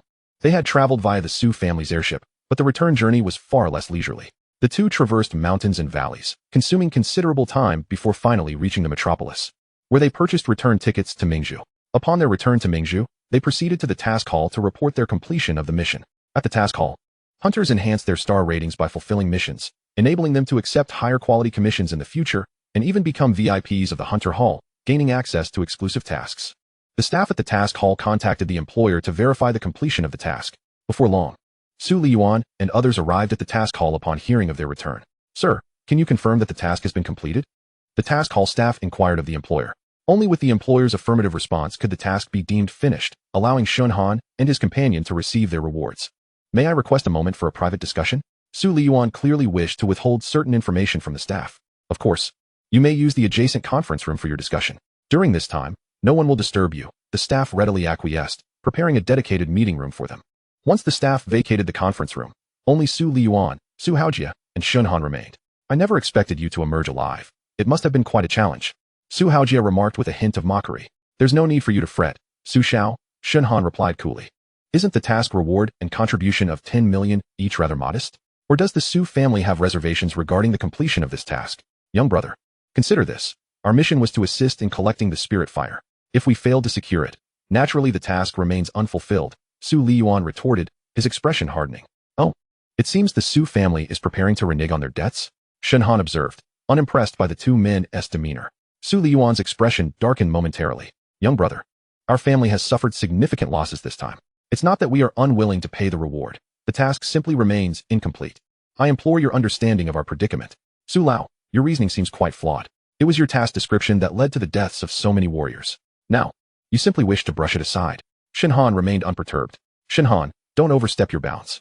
The fact that we can even sit down and negotiate is already a considerable concession from us. Do not push your luck," Suhaojia interjected, growing impatient. "Then, Su Lao, do you share this sentiment?" Shen Han inquired, turning his gaze towards Su Liyuan with a knowing look. Apologies, young brother. Had this task been completed, my Su family would certainly have rewarded you without a second thought. However, as it stands, Su Liyuan sighed. Shen Han exhaled wistfully. What should have been a straightforward resolution, with my brother and I each receiving 10 million, has been complicated by your insistence. What do you mean by that? Su Liyuan's expression darkened further. What I imply is, what do you think would happen if everyone knew the Su family had allied with the Star Eclipsing Council? Shen Han grinned mischievously. At this, both Su Liyuan and Su Haojia's faces grew heavy with the weight of a secret they had long sought to conceal. You jest. Young brother. Such humor is far from amusing. Su Liyuan managed a strained smile, though his heart was boiling with murderous intent. Joke? I believe it is you two who are jesting. Take a look at this, Shen Han said, handing over a copied recording. Upon viewing the footage, their expressions shifted dramatically, as if they had plunged into an icy abyss. You. The two from the Su family were at a loss for words. How do you feel now? Do you still believe I am joking? Shen Han asked, a sardonic smile playing on his lips. What do you want? Su Liyuan had shed his pretense, his face darkening ominously. As I stated earlier, my brother and I require 100 million each, along with an announcement of our task completion. What should have been a simple matter has now been rendered convoluted by your actions, Shen Han replied dismissively. Do you comprehend the consequences of offending my Su family in Mingzhu? You must think this through, Su Liyuan threatened through gritted teeth. The repercussions are indeed quite dire. However, if the Su family becomes a pawn of the Star Eclipsing Council, which outcome do you think would be more tragic? I am genuinely curious, Shen Han countered. Don't get too ahead of yourself, Su Haojia warned, his bravado faltering. And what do you think, Su Lao? Shen Han coldly directed his gaze at Su Liyuan. 200 million is not a trifling sum. You shall grant us 3 days, Su Liyuan attempted to stall. Su Lao, I have exhibited considerable patience in negotiating with your family. If we successfully collect the spirit fire, each of the dozens of warriors will require 5 million. I refuse to believe you haven't prepared these funds in advance. If you continue to play games, this discussion will be moot, Shen Han threatened as he feigned readiness to depart. Wait. Very well, it shall be 100 million each. Settled immediately. Provided you destroy the recording, Su Liyuan conceded. That is unacceptable. Once we receive our 100 million, we will not publicize the recordings. As for destruction, that cannot be guaranteed. We do not wish to be pursued by either you or the Star Eclipsing Council, Shen Han retorted coldly. You intend to forever hold this leverage over my Su family? That is not an option. Su Haojia was ready to act. Sit down, Su Liyuan barked. Turning to Shen and Li. You both have made a significant impression. I will remember this.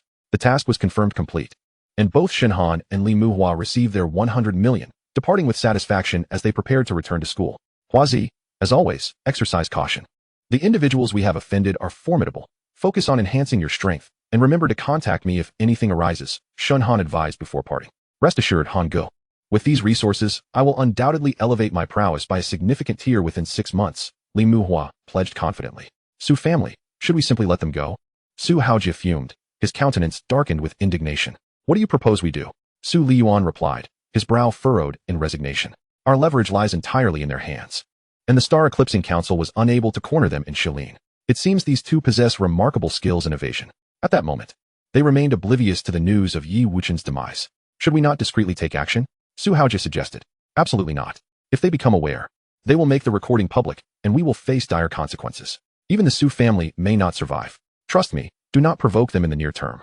We must wait until the Star Eclipsing Council solidifies its position in Mingzhu before we act. Until then, we must not engage them. Remember this. And keep a close watch on your two subordinates. Do not let them provoke those two, or I will not spare you, Su Liyuan warned sternly. Understood, uncle. Su Haojia replied, seething with resentment. This expedition into the Shilin secret realm has truly cost the Su family dearly. Chapter 57, Wanggang? When Shen Han returned to school. Less than a week remained before the winter break concluded. For him, the present was a windfall of over 600 million in cash, alongside a plethora of lightning and shadow techniques, as well as 2 mental skills acquired from the Shilin secret realm. In addition, he had meticulously selected a fine wood-based healing technique from the many skills at his disposal, which he found to be quite lacking. Each time he engaged in battles that resulted in injuries, he spent considerable time utilizing healing potions. Thus, a wood-based healing technique, which yielded quicker results, was preferable. At this juncture, merely enhancing his spiritual power was no longer his primary objective. Rather, he needed to focus on transcending from the golden level to platinum or diamond. Furthermore, the cultivation of mental and wood-based skills, as well as the advancement of lightning and shadow techniques, along with breakthroughs in spatial skills, constituted his utmost priorities. With the threat from the Su family temporarily alleviated, his greatest adversary remained the concealed Star Eclipsing Council. Cultivating mental skills was essential in countering the Star Eclipsing Council.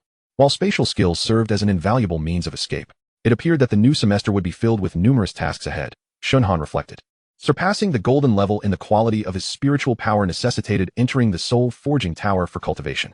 However, access to the tower required academic credits, and Shen Han had already exhausted his. As the new semester commenced, he would accrue 300 credits monthly, yet each hour spent in the soul-forging tower demanded 50 credits. Thus, he would need to undertake challenge missions to earn credits. The cultivation of lightning and shadow techniques would constitute his routine tasks over the coming months. But the enhancement of spatial and mental skills would prove to be far more complex. Breakthroughs in these two categories required specific resources. Solitary efforts would yield little success. It seemed time to adopt a different identity and venture to the trading post to seek suitable resources for spatial and mental skills, Shen Han mused. Recalling that it had been a while since Wang Gang had been active, he chose several fitting outfits for women, ultimately finding that the JK style was the most appealing. Indeed, boys know best what boys like. Dressed in a classic JK uniform, she wore a pristine white short-sleeved shirt complemented by a deep blue blazer, while a plaid skirt adorned her lower half, elegantly showcasing her long, slender legs. Her feet were clad in sleek black leather shoes, and white ankle socks enveloped her calves, lending her an air of youthful charm reminiscent of a character stepped straight out of a manga. With a wig in place and light makeup accentuating her features, Shen Han strode purposefully towards the Mingzhu exchange. Upon entering the exchange, Shen Han was taken aback by its grandeur. The entire building was dedicated to the trade of martial resources. "Are you here to purchase cultivation resources, miss?" A friendly sales assistant inquired eagerly. "Do you have resources in the spatial and mental domains?" "Primarily aimed at accelerating cultivation speed," Shen Han responded. "Spatial and mental resources? Those are quite rare," the assistant remarked cheerfully, "and if we do have them, they are usually reserved immediately. However, today appears to be your lucky day. There is an auction on the 7th floor. You might want to try your luck."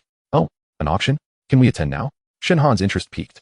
"The auction doesn't start for another hour, but you can purchase an entry ticket beforehand." "Thank you." While queuing to buy the ticket, Shen Han unexpectedly spotted a familiar face. "Oh, Wen Tingting." Just then, Wen Tingting's gaze met hers, her expression equally incredulous. "Shen Wangang, is that you? Are you here for the auction too?" Wen Tingting approached with a bright smile. "Yes, what a coincidence," Shen Han replied, her cheeks flushed, grateful for her thick makeup. Once Shen Han secured her ticket, the two found a discreet spot to sit. "Aren't you here with your family on vacation? School's about to start. They've all gone back. And I decided to linger a few more days for some shopping. I heard about the auction and came over," Wen Tingting smiled. "Well, I'm here to see if I can find resources to accelerate my spatial cultivation." "It's nearly impossible to acquire spatial cultivation resources," Shen Han lamented. "Indeed. Trying your luck at the auction is a good idea," Wen Tingting observed, then teased, "You seem quite taken with this disguise. Please don't mock me. I just want to avoid drawing attention. I prefer to keep my spatial cultivation under the radar." "I understand. It seems you enjoy this aesthetic. Would you like to try something different? I have many beautiful outfits I need to part with. Perhaps I could gift you a few." "Huh, that sounds delightful," Shen Han replied, her expression turning serious. An hour later, the auction hall opened its doors. As they stepped inside, the opulence of the venue struck them immediately. The entire space was lavishly adorned, exuding an air of affluence. In the center of the first floor, neatly arranged seats for hundreds awaited, spaced comfortably to facilitate conversation without feeling cramped. The second floor housed the VIP area, featuring numerous private boxes. From the outside, these boxes were fitted with one-way mirrored glass, allowing occupants to view the auction stage while remaining unseen. Guards stood at each box entrance, clearly indicating that only esteemed or affluent guests were afforded such privileges.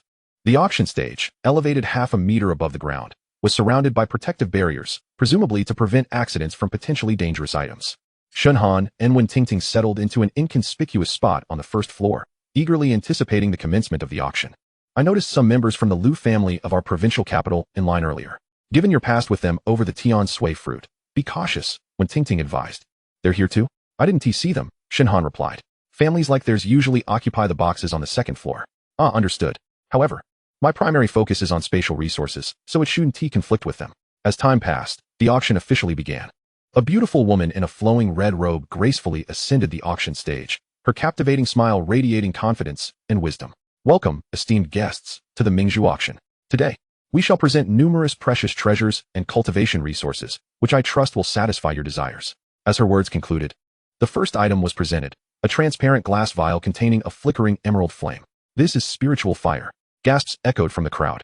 "This spiritual fire, known as flame of living beings, possesses life force that can heal injuries, whether external or internal, allowing for rapid recovery under its nurturing essence. In alchemy, it maximizes the medicinal properties of herbs, enhancing the quality and efficacy of elixirs.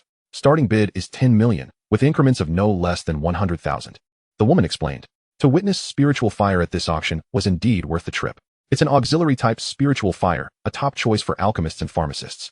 Its healing capabilities are remarkable. The atmosphere thickened with excitement as numerous powerful individuals began to bid.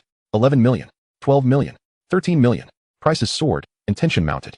Ultimately, the flame of living beings was secured by a VIP on the second floor for 15 million. It's likely the Liu family, given their two prodigies, Liu Yanlin and Liu Jingheng, both specializing in fire. When Tingting speculated. I share your thoughts. The next auction item was the Wood Spirit Pearl, a must-have for any wood-type warrior. This precious orb, crafted from refined spirit wood essence, contained potent natural wood energy. Possession of the Wood Spirit Pearl enabled wood-type warriors to manipulate plants more effectively, significantly enhancing their skill attack power. The starting bid was 20 million, with 10,000 increments.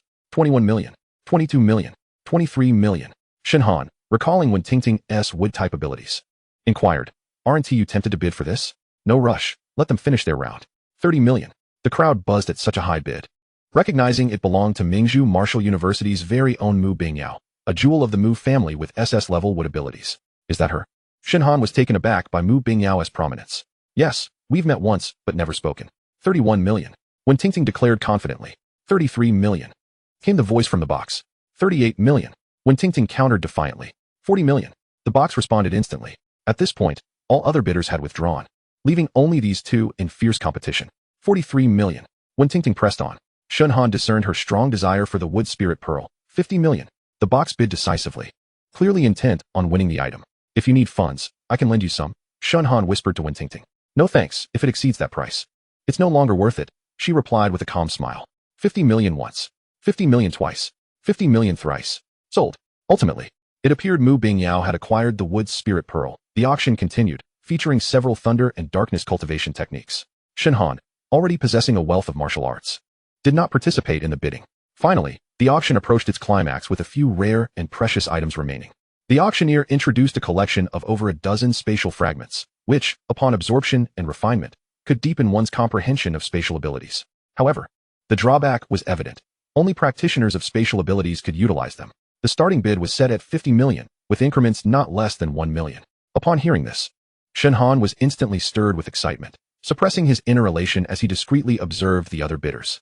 Perhaps he might encounter a higher-level spatial ability user. It had been quite some time since he last employed his replication skill. 51 million. A balding middle-aged man in the crowd was the first to call out a bid, his voice resonant and garnering numerous glances. Shen Han subtly detected he was merely a C-grade spatial user, a rank below him. Spatial abilities are exceedingly rare. Nearly no one can make use of these, someone lamented. 52 million. Shen Han announced his first bid of the auction, instantly capturing the attention of many. Several turned their gaze toward him, their expressions laced with curiosity, seemingly seeking to ascertain whether this audacious young man was indeed a spatial ability practitioner. 55 million.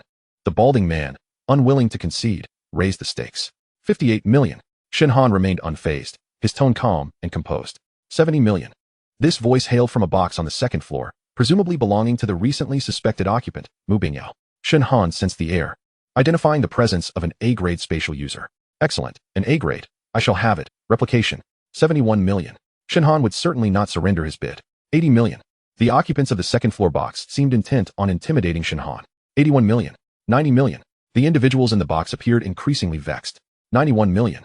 Shen Han paid no heed to their irritation. Meanwhile, within the second floor box, a composed elder furrowed his brow and whispered, "Young master, shall we continue? The other party seems undeterred by our bids. If this persists, it is likely only the auction house will reap the benefits." The strikingly handsome youth within the box pondered for a moment before coldly stating, "Enough, we shall conclude this round. After the auction, we can seek an opportunity to acquire some." Understood, the elder nodded, falling silent. Ultimately, Shen Han secured 38 spatial fragments for a sum of 91 million. Congratulations to this esteemed guest for winning the spatial fragments. Next, we shall proceed to the final item of today's auction, the piece de resistance. Many martial artists present today have surely come for this. The auctioneer wasted no time, directly introducing the final item, enlightenment tea leaves, which, disregarding the abilities of any system, could enhance one's comprehension of the corresponding abilities and elemental affinity, accelerating the cultivation of skills by at least 5-fold. This batch of enlightenment tea leaves consisted of 50 pieces, divided into 10 groups for bidding, with a starting price of 100 million in increments of no less than 10 million. As her words concluded, the audience collectively gasped in disbelief. Such a staggering price. The auction house truly dared to set such a figure. However, if the effects were genuine, one might sell all they possess to secure even a single piece. Shen Han felt a surge of desire. The cultivation of both mental and spatial abilities had been exceedingly slow, and the Enlightenment Tea Leaves could potentially offer substantial assistance. Are you also going to participate in the bidding for the Enlightenment Tea Leaves? Shen Han inquired of Wen Tingting. No, we are not that financially affluent. She replied with a hint of resignation, realizing just how many wealthy individuals were present. Very well, perhaps you should leave for now. I am concerned that your involvement in the bidding could bring you trouble, Shen Han stated earnestly. If I succeed in my bids, there may be inquiries into my background, and various forces could come looking for you. I understand. I didn't expect you to become a small fortune holder, Wen Tingting chuckled, recognizing the gravity of the situation. All right, I shall take my leave now. We can talk later. Take care. Rest assured.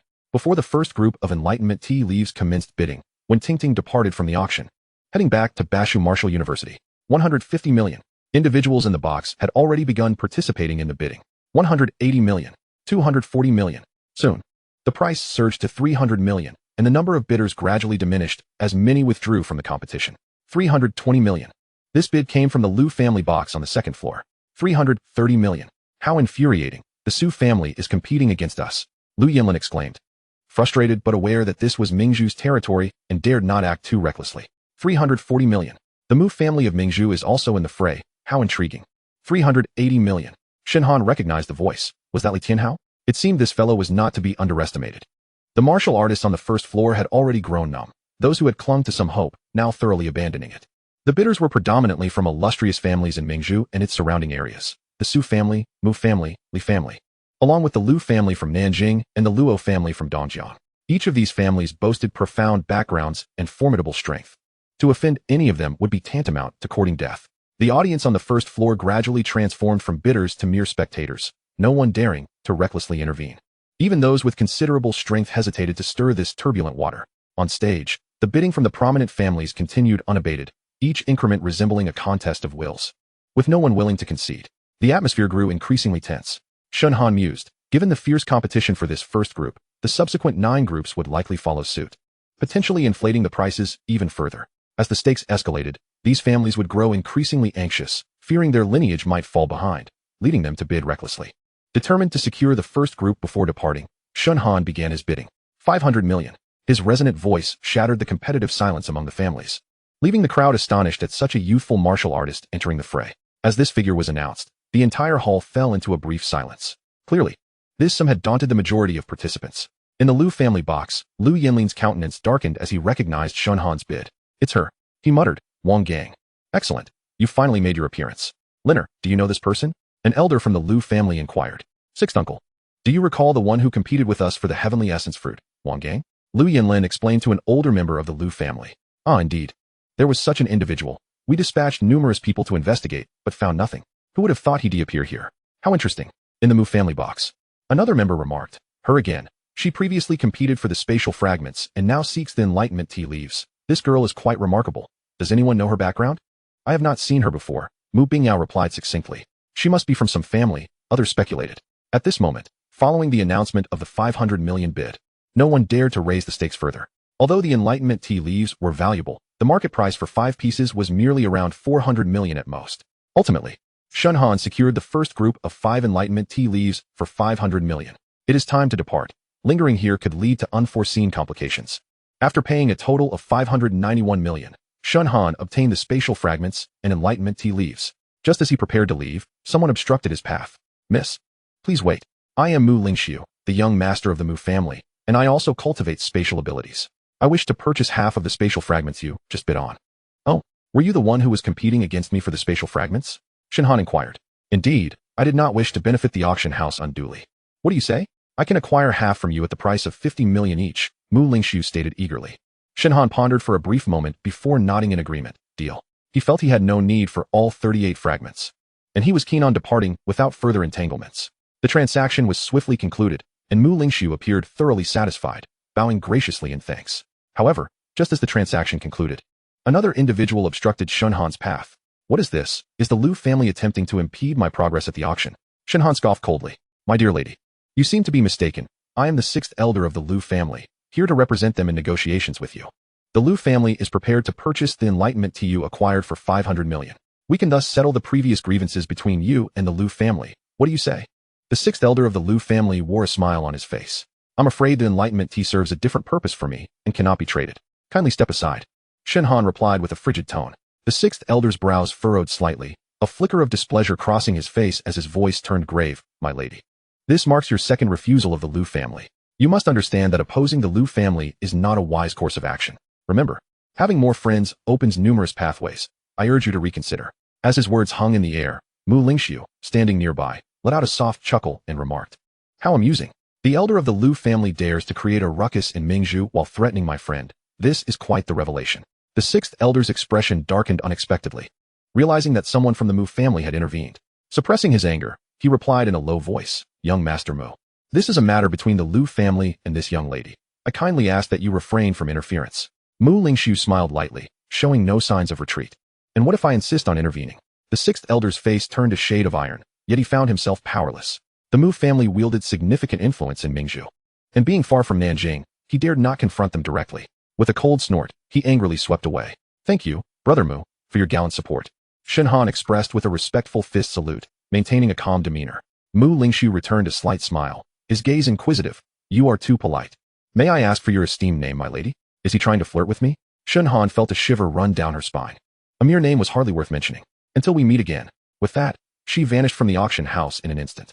Mu Lingxiu watched her disappearing figure. A faint smile gracing his lips. Interesting. Brother, you don't find yourself intrigued by her, do you? Mu Bingyao, noticing her brother's delay in returning, stepped out to see what was amiss, witnessing this scene unfold. Mu Lingxiu tapped her forehead lightly. Do not speak nonsense. Come, let us return. Chapter 60. The enhancement of spatial abilities. Upon returning to his school dormitory, Shen Han reverted to his original appearance, finally exhaling a sigh of relief. The auction had nearly depleted his funds, having spent a staggering 600 million on the spatial fragments and enlightenment tea. Indeed, being a warrior was an extravagant endeavor. Now, it was time to seek a training room and commence his cultivation. Meanwhile, in a private box on the second floor of the auction house, the sixth elder of the Lu family was being questioned by the younger members. Well, did you acquire the enlightenment tea? Alas, no. That Wang gang managed to escape.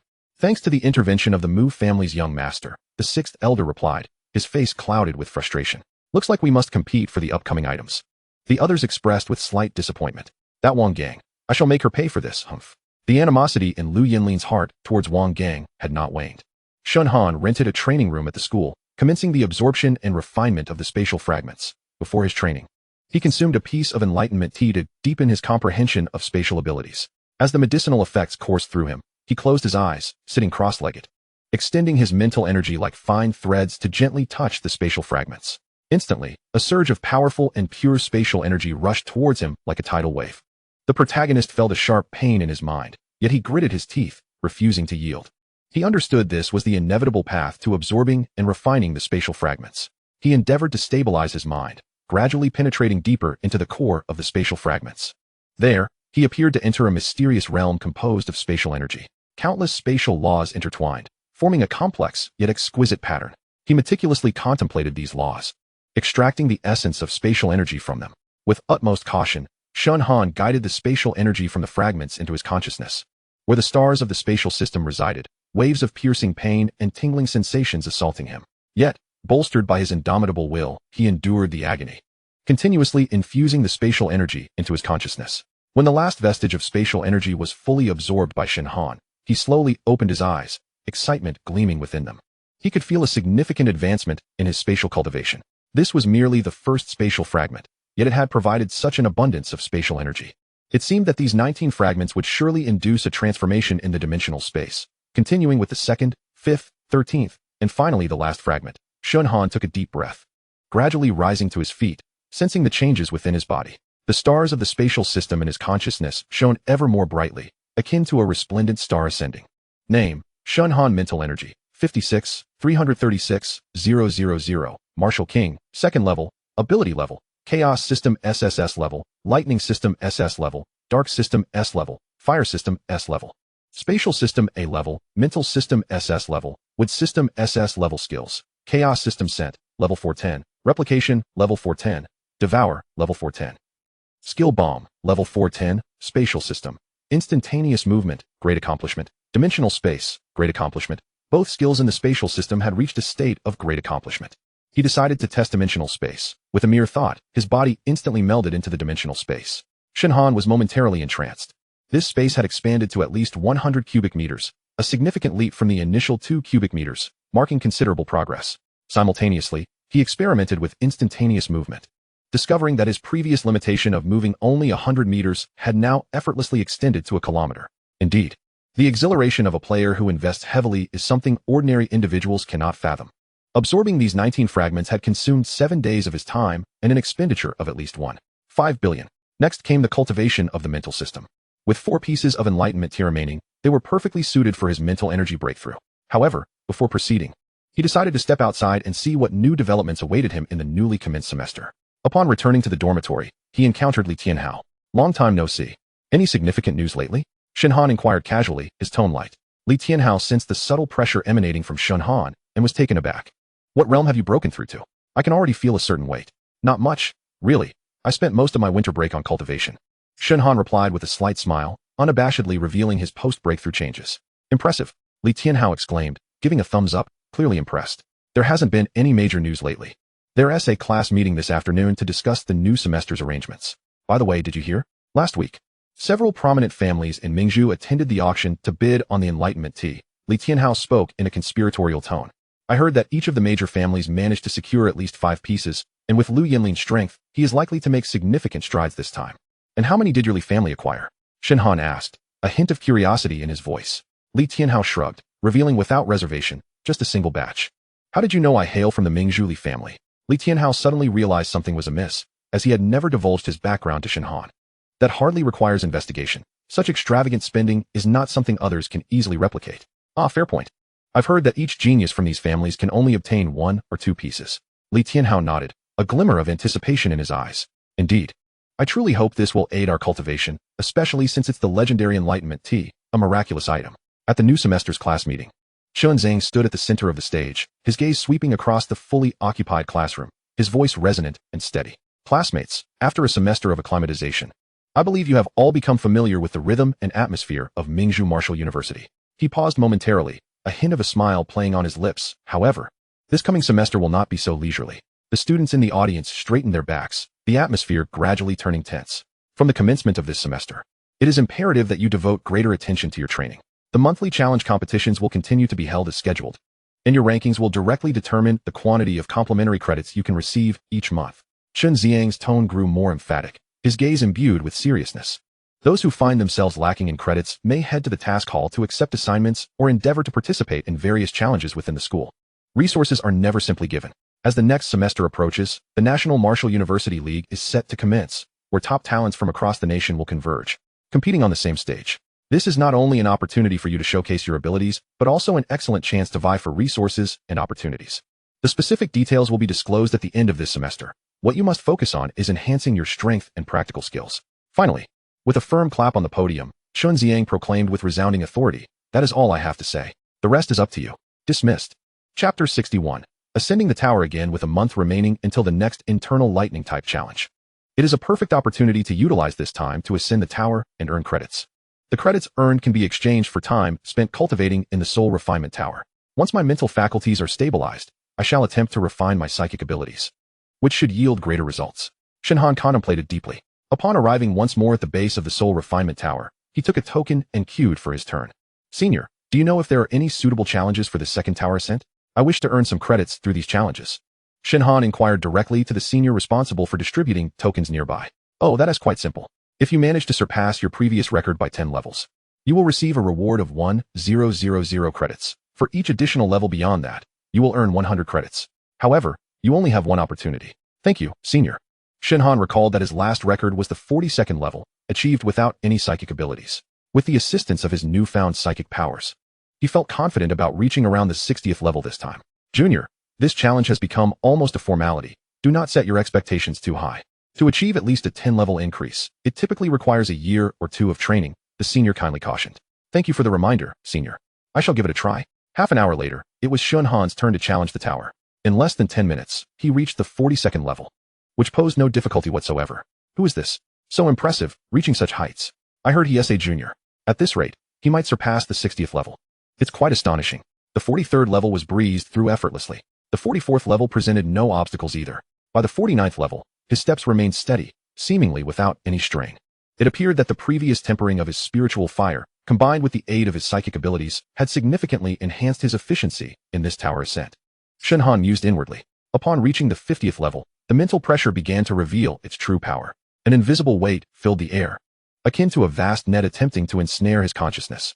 However, with a slight adjustment, Shen Han steadied his footing and continued onward. At the 55th level, the mental pressure surged dramatically, akin to a mountain pressing down, compelling him to allocate more focus to maintain the equilibrium of his mental sea. A fine sheen of sweat appeared on his forehead, yet his pace remained resolute. As he approached the 58th level, the pressure neared its zenith.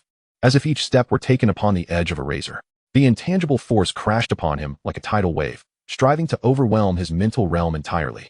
Upon stepping into the 59th level, Shen Han felt as though his mental world had been struck by a colossal stone, causing ripples to surge throughout his mental sea, nearly throwing it off balance. Gritting his teeth and closing his eyes slightly, he swiftly mobilized his psychic techniques to stabilize his mind. It is time, he thought, devour.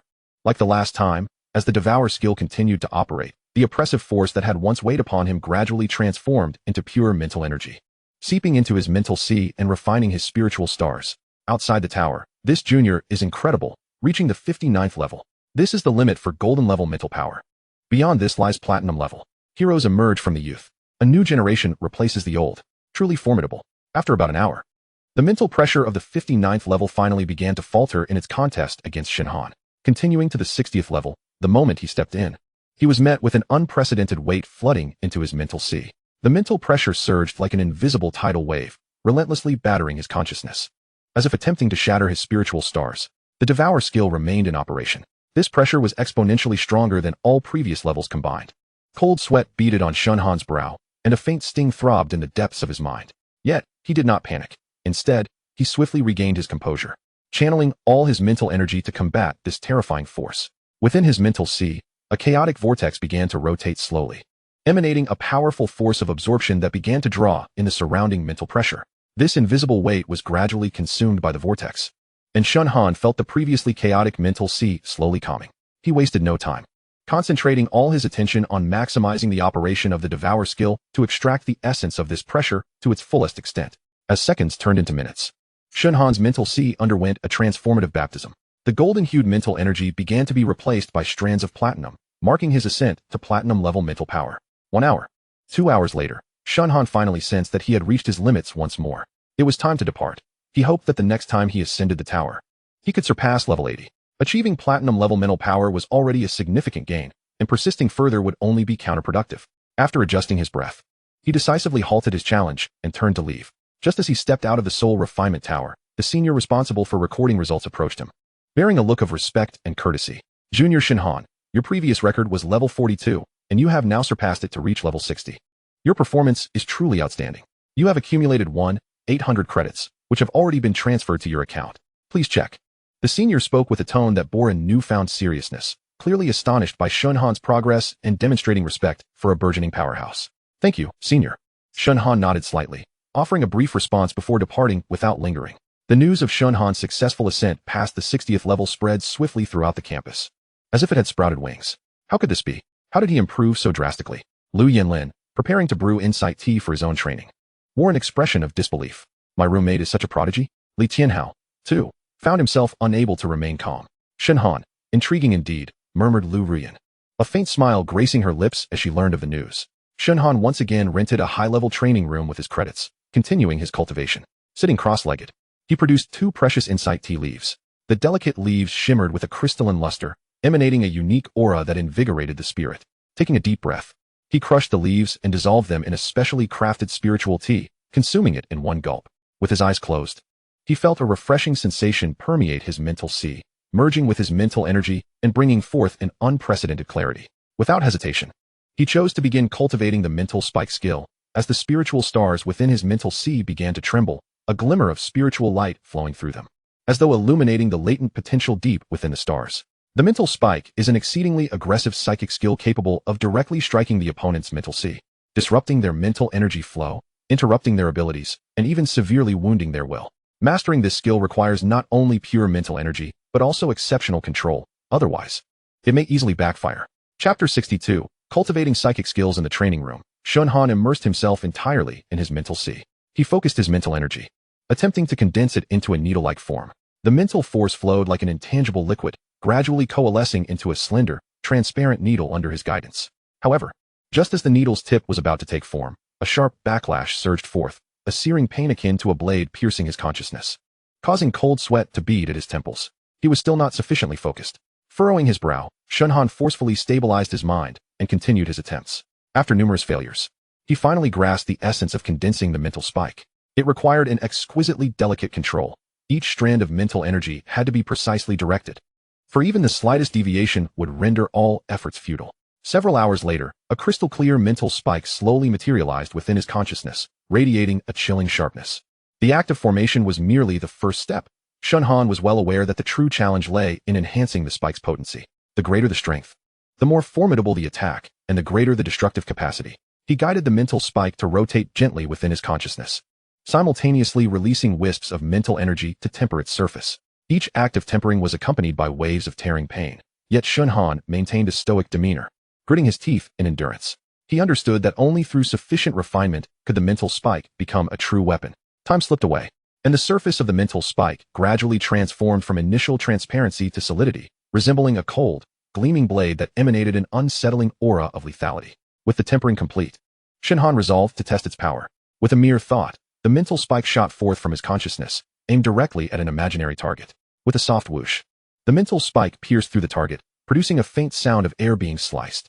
Shen Han nodded in satisfaction, pleased with the spike's might. Having not yet fully digested the insights gained from the Dao Ti, Shen Han seized the moment to integrate this newfound understanding into his manipulation of the mental spike. Mentally simulating combat scenarios, he repeatedly rehearsed the methods of utilizing the mental spike, how to condense it swiftly, how to determine the timing of its release, and how to synergize it with other skills for maximum effect. Through this continuous simulation, Shen Han's mastery over the mental spike grew increasingly adept. He sensed that this skill had reached a minor success, with only a step remaining to achieve full mastery. Next, he began training in soul search. This was an exceptionally advanced mental skill that not only demanded formidable mental strength, but also required meticulous control over the mental realm, as failure could easily lead to the target's mental collapse, or even a backlash against oneself. The difficulty of soul search was considerably higher than that of mental spike. The first step in mastering mental spike involved condensing mental energy into a needle-like form. The initial step for soul search bore similarity, but held much higher requirements, as it necessitated condensing mental energy into fine threads to individually touch the fragments of memories within the target's mind. Each touch allowed for the capture of faint memory images, demanding exceptional control over mental energy. Shen Han concentrated the mental energy into a needle shape and then attempted to manipulate it into finer threads with his will, only to feel a jolt of pain within his consciousness, as though the mental energy resisted his control.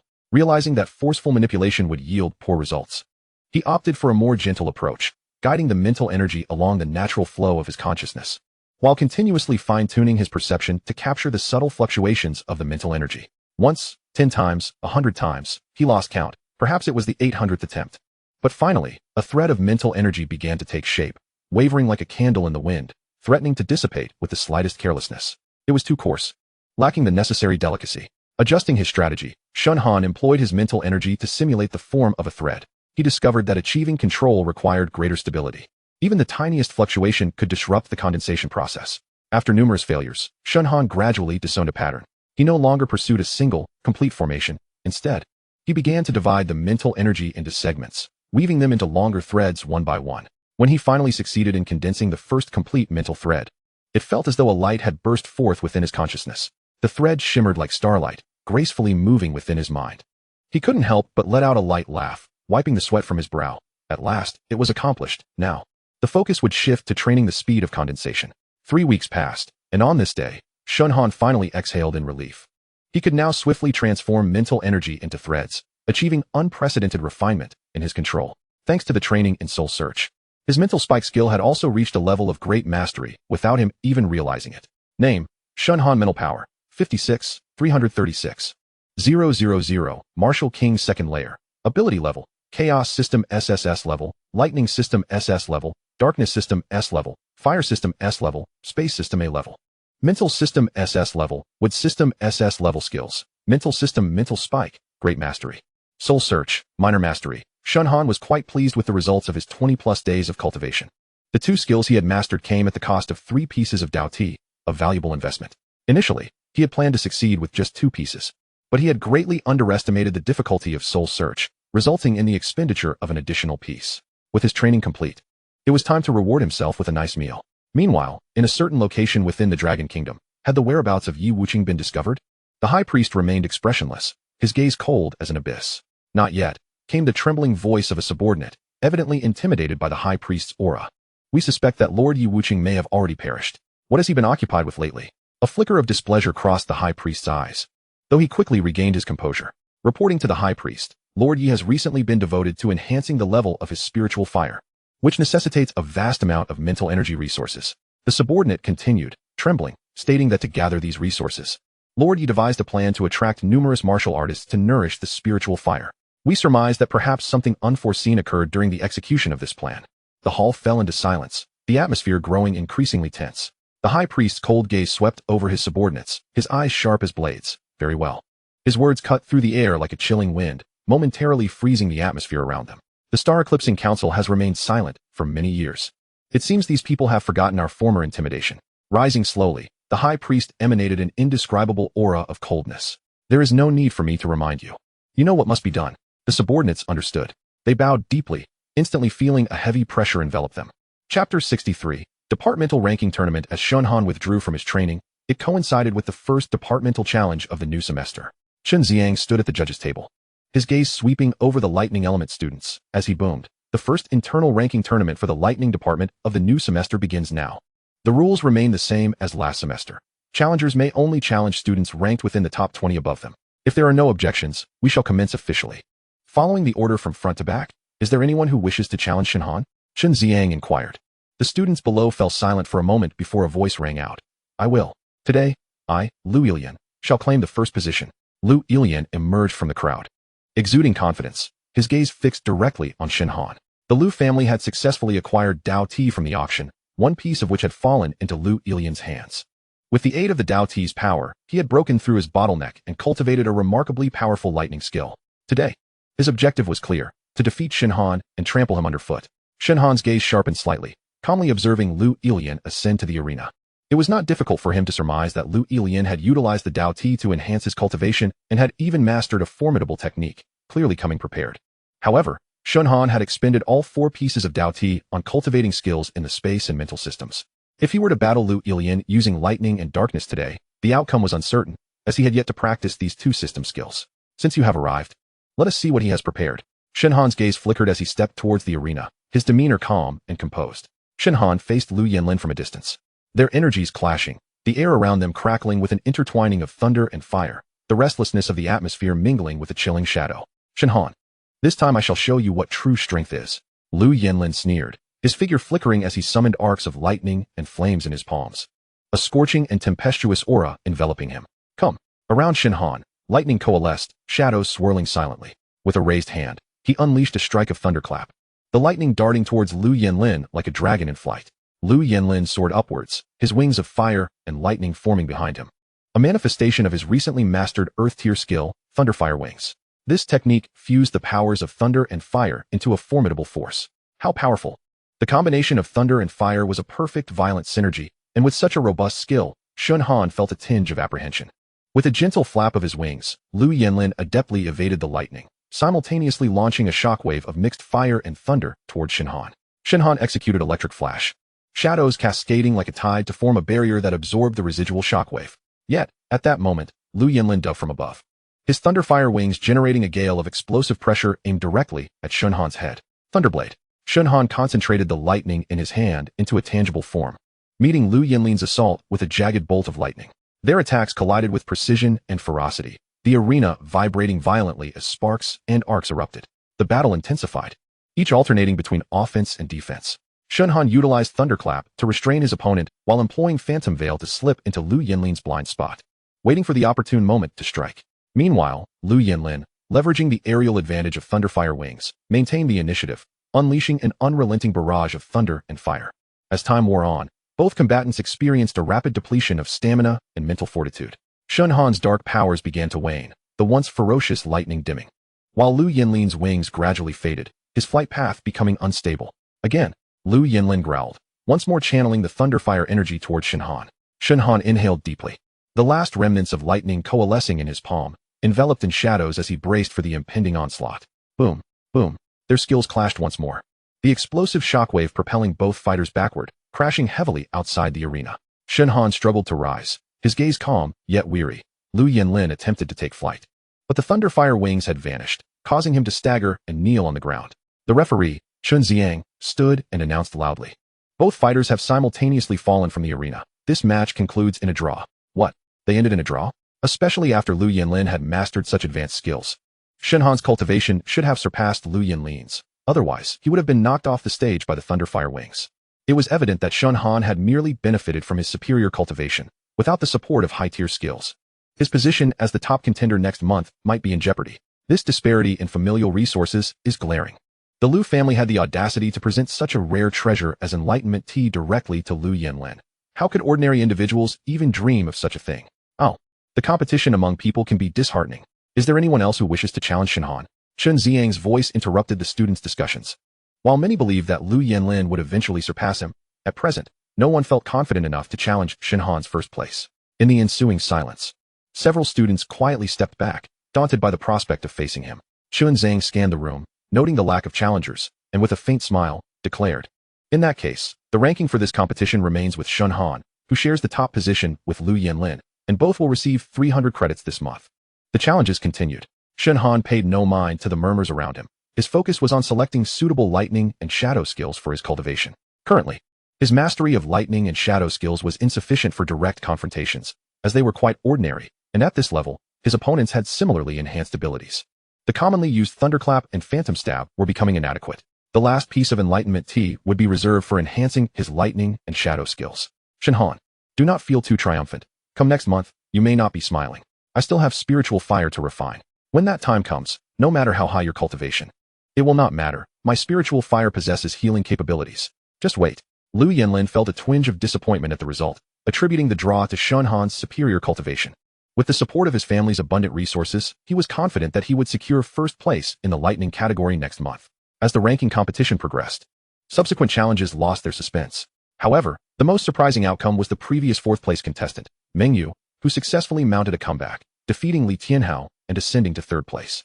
Li Tianhao, in turn, regrettably fell to fourth. Are you alright? Did your family not prepare any enlightenment tea for you? Next time, just invest directly and defeat Meng Yu. Shen Han comforted Li Tianhao with a pat on the shoulder. Having yet to select suitable skills, and after dedicating time to cultivating his mental strength, Li Tianhao looked disheartened. Next time, I will take care of him. Chapter 64. An unexpected turn after the ranking competition concluded, Shen Han continued to rent a high-end training room. This time to select appropriate lightning and shadow skills for his cultivation. The skills he had employed since high school were no longer adequate for high-level combat. Once Lu Yanlin refined his spiritual fire, Shen Han knew he would be left far behind. He was also aware that the Lu family had undoubtedly provided Lu Yanlin with the spiritual fire. During his journey to Shilin, Shen Han had acquired several lightning and shadow skills, and he was in search of those that would suit his cultivation. Hand of the Thunder God allows the user to concentrate lightning power in their hand, forming a massive hand of electricity that, when thrust forward, releases a powerful electric shock that can send enemies flying. This skill is a commendable offensive option with both single target and area damage potential, significantly surpassing Thunderclap. Thunder Dragon's destruction can summon a dragon formed of condensed lightning energy. This dragon possesses immense impact and destructive power, capable of breaking through enemy defenses and delivering lethal damage directly to the target. This skill is also impressive, comparable to Hand of the Thunder God, but visually far more striking. Anything associated with dragons is inherently formidable, warranting further exploration. Dark Abyss Descends creates a realm of darkness that ensnares enemies within. In this shadowy domain, the practitioner's strength is greatly enhanced while the enemy's senses are severely diminished, impairing their vision, hearing, and movement, leaving them vulnerable to attack. However, this skill seems less potent than Night's Sealing Breath, which directly seals off an enemy's non-shadow skills. Further consideration is warranted. Shadow Blade condenses shadow energy onto a weapon, significantly enhancing its attack and penetration power. The Shadow Blade also inflicts corrosion and curse effects, causing continuous damage to the enemy's wounds while diminishing their defensive and restorative capabilities, making recovery difficult. This skill synergizes excellently with Thunder Shadow Soul Slash, and my current weapon, the Soul Cutting Blade, is particularly suited for simultaneous execution of Shadow Blade. This will be my choice. This time, I have selected skills from the Lightning and Shadow categories, which should not present the same outrageous difficulty as those from the spatial and mental disciplines. As long as I can fully utilize the comprehension granted by the Enlightenment Tea, Mastering these two skills should be well within my reach. Taking a deep breath, he consumed the last piece of enlightenment tea. Feeling a surge of profound understanding fill his mind, as if all complex principles had become strikingly clear. Shen Han clenched his fist in silence, a glimmer of resolve shining in his eyes. He was determined to master these two skills thoroughly and rapidly enhance his combat prowess in both lightning and darkness. Meanwhile, in the depths of the Xishan forest, located dozens of kilometers northwest of Mingzhu, ominous clouds hung low, shrouding the sky in darkness, while torrential rain descended like a curtain over the entire forest. Within the dense thicket, raindrops hammered against the foliage, coalescing into streams that washed over the forest floor. Yet, amidst this seemingly ordinary downpour, an unusual wave of energy simmered beneath the surface. The rainwater seeped into the soil, flowing into the streams and quickly spreading outward. Before long, the creatures of the forest began to stir restlessly. The first to be affected were a few low-tier beasts, which suddenly roared, a red glimmer gradually appearing in their eyes. Initially, they merely crashed into trees and bushes, but soon their behavior became increasingly frenzied, their roars echoing as if the depths of the forest had been ignited. A gigantic thunderwing tiger suddenly howled to the heavens, its body crackling with electricity as it lunged toward a group of earth spirit deer seeking refuge from the rain, tearing them apart into bloody remnants. In the torrential downpour, blood mingled with rainwater, staining the ground crimson. This blood further incited the rampaging beasts, and more joined the chaos, their howls deafening, their eyes aglow with madness, wreaking havoc in all directions. These creatures had all gone mad. A martial artist, caught in the turmoil, screamed in terror, but before he could react, he was torn to shreds by a frenzied fire-armored wolf. The range of the beast's frenzy continued to expand. They surged eastward in droves, like a relentless tide, leaving toppled trees, upheaved earth, and obliterated life in their wake. Report. The fluctuations of the beast uprising are approaching. The alarm blared suddenly at the nearest defense monitoring station to the Xishan forest, and the personnel on duty anxiously reported to their superiors. The scale is larger than anticipated. They will reach the outskirts of the city in approximately 3 hours. The downpour showed no sign of relenting. Thunder rumbled ominously, and a greater storm was only just beginning to unfold. The first city to encounter the onslaught of beasts was Qincheng, located in Dongjiang province, nestled between the Xishan forest and Mingzhu, renowned for its tranquility and picturesque natural scenery. This city was now the front line against the tide of beasts. The torrential rain poured down, and the city's defense systems were fully activated. High above, patrolling drones monitored the movements of the beasts, while the city defense forces had already mobilized urgently along Qincheng's border. Report. The tide of beasts has crossed the forest boundary and is expected to reach the western outskirts in 10 minutes. A communications officer in the command center reported anxiously. The images displayed on the screen were harrowing. The dense throng of beasts surged like an endless wave, accompanied by their frenzied roars, closing in on the city at an alarming speed. Captain Lin Zhan of the Qincheng Defense Squad stood sternly at the command platform, issuing orders loudly. All artillery batteries to enter preheat status. Shield formations advance 30 meters. Snipers aim for high-tier beasts. Prioritize elimination. At the city's outskirts, a defensive line formed by martial artists and soldiers braced itself. Clad in unified combat gear, their expressions were grave. Many young martial artists faced such a scene for the first time, their palms already damp with sweat, yet none faltered. With a resounding tremor, the first wave of the beast tide charged forth. Fire. With Lin Zhan's command, the energy cannons at the forefront of the defense line erupted with blinding beams of light, striking down the foremost beasts. These low-tier creatures were instantly reduced to blood mist, yet the beasts behind showed no sign of retreat, trampling over their fallen comrades as they recklessly surged toward the defense line. Close combat martial artists, hold the line. Maintain formation, Lin Zhan shouted, directing the fray. Dozens of martial artists skilled in close combat leaped into the battlefield, their spirit weapons radiating intense light as they clashed fiercely with the beasts. In an instant, the thunderous roars of the lightning element, the explosive blasts of fire, and the resonant clangs of metal interwove, fiercely confronting the beasts. The battle grew more intense and blood-soaked. Yet the tide of beasts seemed inexhaustible. Lin Zhan gritted his teeth, watching the data on the screen with a heavy heart. Urgently, he needed to report to the city lord and seek assistance from Mingzhu in Dongjiang province. Qincheng's defense forces could not withstand for long. Chapter 65. The fall of Qincheng. The following morning, all cities surrounding Qincheng swiftly received the urgent distress signal sent by Qincheng. The communication network buzzed with alarms and commands. Meanwhile, the live footage displayed the ferocity of the beast tide, shocking every viewer as the rampaging creatures surged like a tide. The gruesome scenes of battle ruthlessly striking at their nerves. Aerial drones captured horrifying footage, countless civilians pursued by beasts, innumerable buildings laid waste. Each frame felt like an omen of impending doom, and these bloody scenes spread rapidly across major platforms. People finally understood that this beast tide was not merely an ordinary uprising. If Qingqing fell, the next target would be Mingzhu. This was the conclusion drawn by analysts, as well as the deepest fear harbored in everyone's hearts. Mingzhu, as the economic and martial arts center of the Dragon Kingdom, held irreplaceable symbolic significance. If it were to be overrun by beasts, it would not only threaten the lives of millions of residents, but also deliver a severe blow to the prestige of the Dragon Kingdom. Various factions immediately sprang into action. Mingzhu's defense forces, Dongjiang Province's special operations units, civilian martial artist alliances, hunter organizations, and mercenary groups all gathered, organized, and prepared to rush to the front lines to aid Qingqing at the swiftest pace possible. However, by evening, an even more shocking message swept across the nation. Qingqing had fallen. This dire news spread rapidly through the streets and alleys, plunging countless individuals into panic. The latest footage relayed that the beast had occupied the majority of Qingqing, innocent civilians mercilessly slaughtered. And ordinary people with no means of defense found themselves in a tragic plight. Qingqing now resembled a hell on earth. Amidst the ruins of the streets, the beast horde rampaged, the low growls and shrieks intermingling with the crackling of flames, echoing throughout the city. A frenzied fire-armored wolf leaped from one end of the street to the other, its claws tearing through everything that obstructed its path. It pounced upon a residential building, its tremendous force shattering the walls, bricks crumbling, and dust swirling as civilians inside screamed and fled in all directions. Yet, the fire-armored wolf had already fixated on a young man lagging behind. In a single leap, blood sprayed, and life was extinguished. In the central square of the city, a colossal thunderwing tiger perched atop the highest statue, its body enveloped in raging lightning, resembling an avatar of calamity. The thunderwing tiger roared defiantly, its thunderous voice sending the surrounding fleeing crowd into disarray. In the next moment, it leaped fiercely, crashing down upon an armored vehicle attempting to evacuate civilians. Its massive claws effortlessly tearing apart the roof, dragging out the passengers one by one to devour them whole. On the front lines of Qingqing's defense, a desperate struggle ensued between the military and the beasts. A massive lava giant ape swung its flaming fists, crushing a tank into twisted scrap metal. Bullets from machine guns rained upon it like a deluge, yet they ricocheted off its lava-like exterior.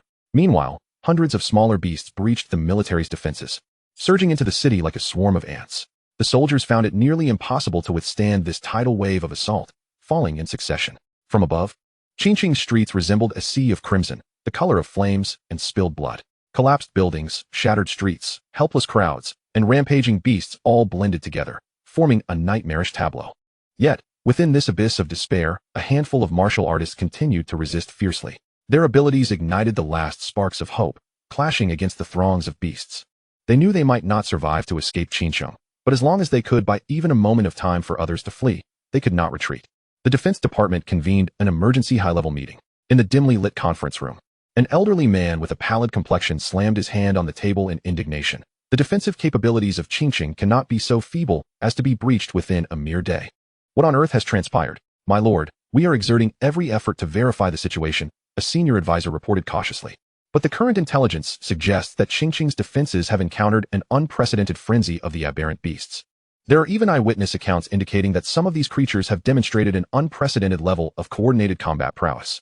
The elder furrowed his brow, his tone low and frigid. Immediately ascertain the cause, and simultaneously mobilize all available forces. Qingqing cannot be forsaken in this manner, nor can we allow the aberrant beasts to approach the pearl. Meanwhile, among the martial artists and ordinary citizens, the call for support for Qingqing spread rapidly. Rescue teams began to assemble, and countless martial artists resolutely marched towards the front lines. They understood that the fate of Qingqing was not merely that of a single city, but rather the safety of the entire Dongjiang province, the Pearl, and indeed the Dragon Kingdom itself. On the same evening, Shen Han emerged from the training room, still crackling with residual sparks of lightning. At last, I have succeeded, he murmured to himself, his eyes reflecting a blend of fatigue and exhilaration. Fortunately, the skills associated with the lightning and shadow elements were not as intricate as those of the space and mental realms. With the enhancement of the wayfinding tea leaves, he had finally grasped them with relative ease. Thus, the 5 pieces of wayfinding tea leaves he had purchased for 500 million had all been expended, transforming into a significant augmentation of his strength. Shen Han chuckled ruefully. Indeed, it is true that wealth is best spent on martial prowess. In just a few days, he had squandered the resources he had painstakingly accumulated over the winter break. Nevertheless, he was quite satisfied with the results of this period. The newly acquired lightning skill, Thunder Dragon S-Break, and the shadow skill, Blade of Shadows, had both reached a preliminary stage of mastery, exceeding his expectations in power. Next, he aimed to seek opportunities for real combat, to thoroughly integrate these skills. With a resolute gaze, he had already devised a plan in his mind. Upon returning to his dormitory, Shen Han coincidentally encountered Li Tianhao, who was preparing to head out, fully armed and appearing as if embarking on a long journey. Unable to resist teasing him, Shen Han remarked, "Where are you off to?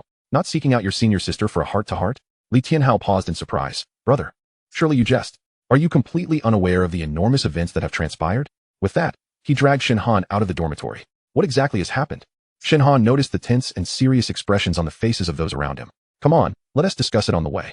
We need to attend the school-wide meeting," Li Tianhao urged as he pulled Shen Han towards the largest training ground at Mingzhu Martial University. "Do you remember the Xishan Forest? It's located in the northwest direction of our school. The aberrant beasts have gone berserk there, having already breached Qingqing. Our Mingzhu is their next target." Shen Han halted in his tracks, his expression suddenly grave. "Qingqing has been breached?" "Indeed," Li Tianhao replied, his tone somber, a flicker of anxiety in his eyes. The situation was worse than anyone had anticipated.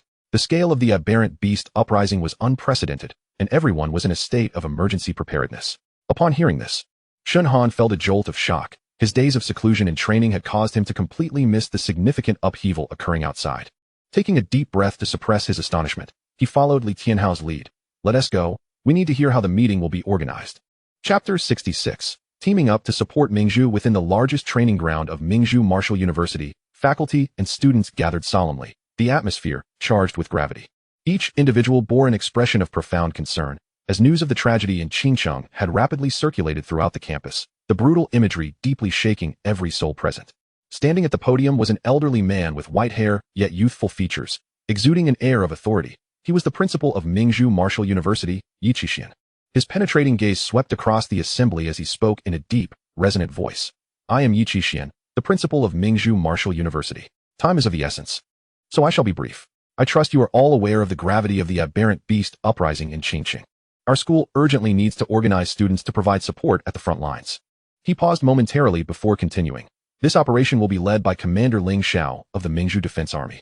The support teams will be divided into several small squads under the unified command of Commander Ling. Of course, participation is voluntary, and the school will reward outstanding students with additional academic credits.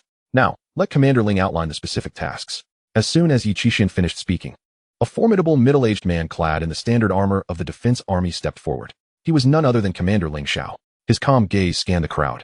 His tone icy. "Ladies and gentlemen, the scale of this beast tide is unprecedented. The aberrant beasts not only number in the thousands, but also seem to exhibit a degree of organization. Qingcheng has sustained severe damage, and the situation is critical. We must swiftly eliminate the mid to high-level aberrant beasts to contain the spread of the tide. Higher-ranked aberrant beasts will be handled by more powerful individuals. Our task is to stabilize the periphery and minimize civilian casualties." Ling Xiao's gaze darkened as he emphasized, "Let me reiterate, this mission carries inherent dangers, and those who enlist must be mentally prepared. Furthermore, I remind you all that although you may be exceptional talents on the battlefield, it is imperative to obey the commands and directives of the Defense Army. Should anyone act independently, do not blame the law for its severity." "Shen Han, are you going?" Li Tianhao looked at Shen Han with eager anticipation. "Of course, why wouldn't I?" Shen Han replied, eager to put his newly acquired skills to the test. In the end, over 1,000 students from Mingzhu Martial University signed up to participate in the battle. These passionate young individuals formed support teams, joining forces with volunteers from other martial universities, including the Mingzhu branch of Nanjing Martial University and Lingjiang Martial University. The support army marched resolutely towards Qingqing, the atmosphere tense and foreboding along the way. Soon, these students were taken to a camp located 5 kilometers from Qingqing, where they were organized into small groups based on their abilities and cultivation levels. Generally, the upperclassmen were already at the mid to late stages of martial emperor, naturally assigned to undertake more perilous tasks. Shen Han and his fellow freshmen, having recently entered university, were grouped together. Their group was assigned a centurion from the defense army named Chen Dahai, who commanded around 70 to 80 soldiers, creating a force close to 1,000 when combined with the volunteer students. In a steady voice, Chen Dahai stated, "Our mission is to eliminate the aberrant beasts in the southwestern outskirts of Qingqing. Given your cultivation levels, which are mostly at the martial spirit and martial king stages, your primary targets will be the low to mid-level aberrant beasts in the outer regions. Now, go collect the terrain maps and familiarize yourselves with the battlefield within 2 hours. We depart at dusk. Our objective is to eradicate and thoroughly cleanse the periphery." Among those grouped with Shen Han were several familiar faces: his roommate Li Tianhao, fellow classmate Lu Yanlin, Mingyu, as well as others from different departments like Lu Rian and Mu Bingyao. Suddenly, Shen Han felt a hostile gaze upon him. Turning around, he spotted Su Haojia, Song Ziqing, and Li Mingxian from Lingjiang Martial University. Shen Han chose to ignore them. As long as they did not seek trouble with him, he would regard them as mere shadows. As evening approached, Chen Dahai assigned his most experienced soldiers to oversee the student volunteers, each soldier leading a group of students to hunt down the aberrant beasts. Shen Han and several fellow students with lightning abilities were assigned to a soldier named Zhou Juanhao, whose primary responsibility was to provide firepower and execute ambush tasks. After walking approximately 10 kilometers, they arrived at the designated location arranged by their superiors. Zhou Juanhao instructed, "Listen closely. Our objectives over the next 2 days are to eliminate all aberrant beasts in the vicinity of a Yun Alley. This area is on the outskirts, with aberrant beasts ranging from tier 3 to 4, equivalent to the martial spirit and martial king stages of our warriors." He paused, continuing to emphasize, during combat, you may choose to form teams freely or operate solo. However, I warn you, should you find yourselves at a disadvantage, immediately fire a distress signal. Do not act recklessly. Preserving your lives is paramount. Once the area is cleared, I will establish a temporary base here to await regrouping. Shen Han and Li Tianhao formed a duo, swiftly merging into the labyrinthine streets and alleys. They traversed dilapidated passageways and crumbling walls, diligently searching for traces of exotic beasts. Before long, they became acutely aware of a peculiar atmosphere permeated by a faint, metallic stench. The two collaborated meticulously, cautiously advancing towards an abandoned shop ahead. Just as they were about to step inside, a creature the size of an adult calf suddenly lunged at them. It was a third-tier rift boar. Its body was covered in a hard, earth-like armor, with menacing tusks and blood-red eyes that indicated it had gone berserk. Let me warm up against this one, Li Tianhao exclaimed, eager to engage, as fiery flames began to rise around him. Don't let your guard down, Shen Han cautioned, electricity crackling in his hands, poised for action. The rift boar let out a low growl, propelling itself towards them with astonishing force. Li Tianhao clapped his hands together, unleashing 2 fiery pillars that sliced towards the beast's neck. The flames struck true, singeing its head, and after a few violent convulsions, it collapsed with a thunderous thud. How about that? My fire magic is quite impressive, isn't it? Li Tianhao boasted, a smirk on his face. Indeed, impressive, Shen Han replied, marveling as he skillfully extracted the beast core. Being from a wealthy family, you needn't squabble over such trivial gains. Thus, the two continued their coordinated efforts, slaying over 10 third-tier exotic beasts within the span of an hour. Naturally, the beast cores found their way into Shen Han's possession. As Li Tianhao was indifferent to such material concerns, his desire lay in the thrill of battle and honing his skills. One does not truly understand the plight of the impoverished until they shoulder the burden themselves, Shen Han mused. Wait, there's movement ahead, he suddenly remarked, swiftly employing his scent probe skill. It's a 4th-tier exotic beast, a chitinous giant lizard. Its strength rivals that of a mid-level martial king. What kind of skill is that? Why didn't I sense anything?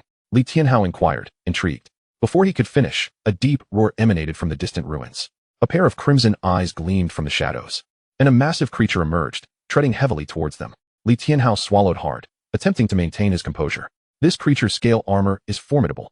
It seems we must exert our utmost effort. Chapter 67. United against the exotic beast, Shen Han and Li Tianhao stood before the chitinous giant lizard. The immense pressure it exuded rendering the air seemingly stagnant. Its rock-like armor reflected cold light under the rain, and its long tail swayed ominously, each strike against the ground resonating with a deep, ominous sound that signaled its tremendous attack power. Its scales are too thick. A frontal assault would be futile. We must devise a strategy to uncover its weaknesses, Shen Han stated, his eyes glinting with calm determination. How about targeting its underbelly, the area not covered by scales? Li Tianhao suggested, clenching his fists as flames danced in his palms. Shen Han nodded. Draw its attention while I probe from the side. With a fierce roar, the chitinous giant lizard opened its gaping maw, revealing razor-sharp teeth, and lunged towards them. Shen Han quickly retreated, casting a shadow blade that struck its left foreleg, momentarily hindering its movement. Seizing the opportunity, Li Tianhao unleashed a torrent of flames that soared like a dragon, aimed directly at the creature's underbelly. However, the flames merely charred the edges of its scales, inflicting little actual damage. Indeed, we must be more precise, Shen Han contemplated, swiftly darting to the right flank of the giant lizard. He flipped his hands as dark energy coalesced into countless small blades, the shadow blade forming a vortex that spiraled towards the joints of the lizard. Sensing the imminent threat, the lizard's tail swept around like a colossal hammer. Shen Han leaned back to evade, but the ground was left with a deep fissure from the impact. This creature is exceedingly tenacious, Li Tianhao panted, the flames hissing in the rain. Despite the ferocity of his fire attacks, they could not penetrate the lizard's defenses. Yet Shen Han remained composed, his gaze fixed on the creature's underbelly. Suddenly, he called out, "Create smoke. Obscure its line of sight." Understanding the command, Li Tianhao clapped his hands to the ground, igniting the debris around them into flames that billowed thick, black smoke, enveloping the upper half of the giant lizard. Seizing the moment, Shen Han charged towards the lizard's side, swinging his arms in rapid succession. Thunder Dragon breaks the void, transformed into several electric whips that ensnared its hind legs, slowing its movements. 2 inches left of the abdomen. That's our target, Shen Han directed, and Li Tianhao swiftly concentrated flames into a scorching fire arrow, launching it with precision. The arrow struck the lizard's underbelly, eliciting a pained roar. The chitinous giant lizard's movements noticeably slowed, blood seeping from its abdomen. Shen Han pressed forward, the shadow blade manifesting as a black tempest that pierced through the lizard's joints, unbalancing it and forcing it to kneel. Now's our chance, Shen Han shouted. Li Tianhao leaped into the air, channeling all his thunder and fire energy into a blazing thunderfire palm, crashing down onto the lizard's head. The creature emitted a final, anguished cry before crashing heavily to the ground, sending a spray of mud into the air. The two stood before the fallen lizard, breathless. Rain washed over their faces, yet their eyes shimmered with the light of victory. This beast was exceedingly troublesome, a true hard nut to crack. Li Tianhao sat on a nearby rock, wiping the mud from his face. The key lies in our cooperation, Shen Han replied solemnly, deftly slicing open the lizard's abdomen with a dagger, retrieving a shimmering crystal core. Though its scales were tough, the abdomen and joints ultimately proved to be its vulnerabilities. I wonder how the other groups are faring? Li Tianhao inquired. They're likely facing beasts similar to ours. I just hope they possess the strength to cope. At the very least, Meng Yu and Lu Yinjin's combination should be fine, Shen Han remarked, generously praising his opponents. Let us return. We've done enough for today. The two had collectively hunted 16 third-tier and 1 fourth-tier exotic beasts overnight. A commendable achievement. Upon returning to camp, they found that many groups had already returned, with numerous individuals bearing injuries. Zhou Juanhao, who had originally brought over 100 students from Mingzhou Martial University, comprising lightning, fire, and ice element students, found that after just one night of combat, many were injured and unable to continue fighting. For most of them, this was their first true confrontation with such a brutal battlefield. Although their training included simulated combat, it bore no comparison to actual battle. Engaging human opponents could be navigated through experience, but facing these exotic beasts, particularly those they had never encountered before, who behaved entirely outside human combat logic, left them utterly unprepared and unable to anticipate their actions. After 3 days of fierce fighting, the exotic beasts in the area had been nearly eradicated. Out of the original 100 students, barely 20 remained fit to continue the fight. Fortunately, due to timely logistical support, no tragic incidents of students succumbing to their injuries had occurred. Zhou Juanhao gazed at the dwindling group of 20 students, his expression grave as he sighed. The battles ahead will be even more perilous. The exotic beasts in this region have been largely cleared out. We will now push deeper into the city. As we advance towards the center, both the level and number of beasts will increase exponentially. Each of you must accurately assess your own capabilities. Recklessness at this juncture could prove fatal. In 1 hour, anyone wishing to continue the fight should gather here, and we will relocate to continue our battle. After a brief silence, several students ultimately chose to withdraw, leaving only 10 who wished to press on. Shen Han, Li Tianhao Mengyu, and Lu Yinjin, among the top-ranking lightning element students, remained steadfastly in the ranks. Shen Han, I didn't expect you to hold out this long. How about we bet on who can collect more beast cores? The winner takes it all, Lu Yinjin proposed, spotting Shen Han. Is that so? What are you wagering? Shen Han responded, unperturbed by Lu Yinjin's challenge, ready to turn the tables on him. 1,000 credits. Do you dare? Shen Han smiled, answering without hesitation, absolutely. However, how shall we account for beast cores of different tiers? Furthermore, how long will this wager last? Lu Yinlin swiftly delineated the rules. A 4th-tier beast core counts as 5 3rd-tier ones, while a 5th-tier beast core counts as 5 4th-tier ones. The time frame extends from the commencement of the next battle until the conclusion of this operation. Shen Han nodded in agreement. No problem. I shall team up with Li Tianhao, and you will pair with Mengyu. We shall see which group collects more beast cores. If you dare to wager, we are more than willing. He paused for a moment, his gaze sharpening. But shall we find someone to witness this? I would prefer to avoid any disputes later on. What a joke. How could I ever renege? My concern lies more with whether you can produce such a number of credits, Lu Yinlin retorted, suggesting instead that Officer Zhou serve as our witness. Once the operation concludes, we shall wager on which group can acquire more beast cores, with a stake of 1,000 credits. Zhou Juanhao, standing nearby, observed the fervor in their exchange and felt a flicker of approval. Certainly, I shall witness the bet, and at the end of the operation, I will assist you in tallying the beast cores. Both of you exhibit great enthusiasm. Continue to maintain that spirit.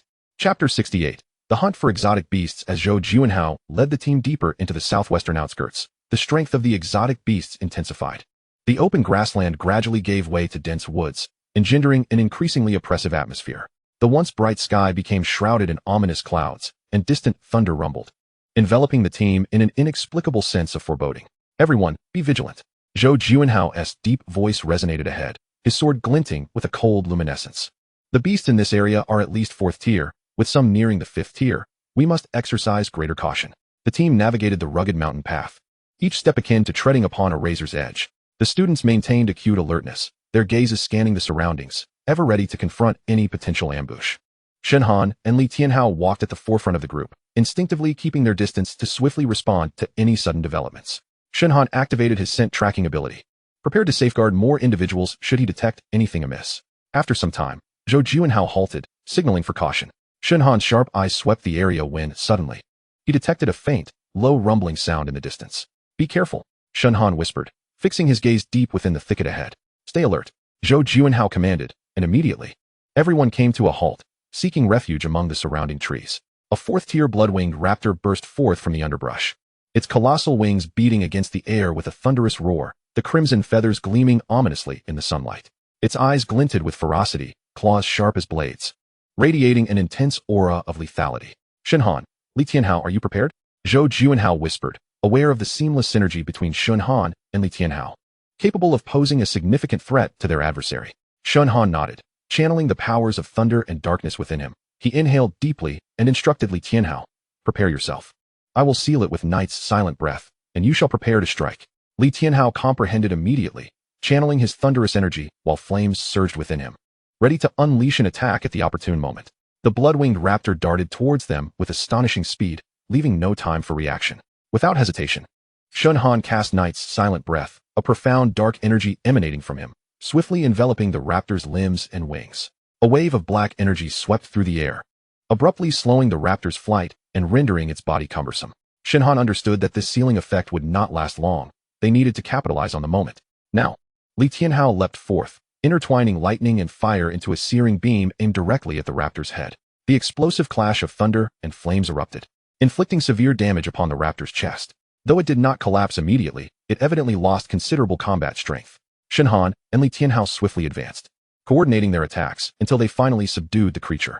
As the blood-winged raptor fell, dust billowed from the ground, and Shen Han and Li Tianhao expertly began to collect the beast cores. Although this raptor was not their most formidable foe, its wings and sharp claws posed a significant threat. The duo's harmonious cooperation rendered their battle exceedingly efficient. Meanwhile, Lu Yanlin and Ming Yu were engaged in their own skirmish. Unlike Shen Han and Li Tianhao's seamless collaboration, they relied on their formidable equipment and resources, delivering astonishingly powerful attacks. The flame burst magic cannon, bestowed upon Lu Yanlin by his family, played a pivotal role in their confrontation. It was a remarkably potent piece of equipment that harnessed fire-based abilities, unleashing devastating power. Each time he activated this weapon, it erupted with scorching energy waves. In an instant, not only did it release a strong shockwave, but it also accompanied a ferocious blaze. The flames rampaged through the air, swiftly consuming everything in their path, leaving no beast unscathed by such annihilating strikes. The shockwave was piercing, capable of reducing the surrounding landscape to ruins. "This is the power bestowed by my family," Lu Yanlin murmured, a flicker of disdain gleaming in his eyes. "What a cheat," Li Tianhao shouted, exasperation lacing his tone. "Lu Yanlin, do you have no shame? What? Have I violated our prior agreement?" Lu Yanlin shot back, his expression brimming with contempt. Li Tianhao was nearly beside himself with rage, unable to restrain himself, gnashing his teeth in anger. Clearly, he was leveraging his family's power. How could he not feel embarrassed by winning in such a manner? 3 days later, both groups completed their preliminary clearing and convened at the camp to compare their tally of beast cores. Their harvests were nearly equivalent, with Lu Yanlin and Shen Han seemingly neck and neck, neither willing to concede. Lu Yanlin scoffed, a glint of disdain in his eyes. "Well, it seems luck is on your side, but I wonder if you can maintain it moving forward." On the 7th day, Zhou Juanhao led the team deeper into the heart of the area. Aside from Shen Han and Lu Yanlin's groups, only 2 fire-type individuals remained. Forming a small team of their own, Zhou Juanhao cautiously advanced with the last 3 teams toward the center of Qingqing. Wait, there's a mid-level 5th-tier beast ahead. The Inferno Prison Lion. Shen Han detected through his scent tracking that this beast was rapidly approaching their direction. "Retreat," Zhou Juanhao decisively commanded, urgency lacing his tone. "None among us are a match for this beast." However, the 7-person team was astonished to find that the Inferno Prison Lion relentlessly pursued them, closing the distance swiftly. Split up, the 7 scattered in 3 directions, with Zhou Juanhao trailing the fire-type team, as their self-defense capabilities were the weakest among them. Yet, in that split second of separation, Lu Yanlin suddenly scattered a handful of beast-attracting powder from his pocket, silently directing it towards Shen Han and Li Tianhao. The powder adhered to them instantly, emanating a scent irresistible to the beast. The result was that Shen Han and Li Tianhao became the new targets of the Inferno prison lion. Lu Yanlin, you bastard! Li Tianhao bellowed in fury, venom lacing his voice. If I survive this, I will not let you off so easily. Shen Han's gaze turned frigid, silently vowing. This marks the second time Lu Yanlin has targeted him. If given the chance, he would ensure Lu Yanlin paid for his misdeeds. Before long, the trio of man and beast vanished from sight. Mengyu glanced at Lu Yanlin, initially inclined to speak, but ultimately chose silence. The Inferno prison lion rapidly closed the distance, unleashing a torrent of flame breath toward the two, the intensity of the flames instantaneously reducing the surrounding trees to ash. A fiery crimson shadow surged forth, akin to a demon born of raging flames, its speed astonishing. It's over.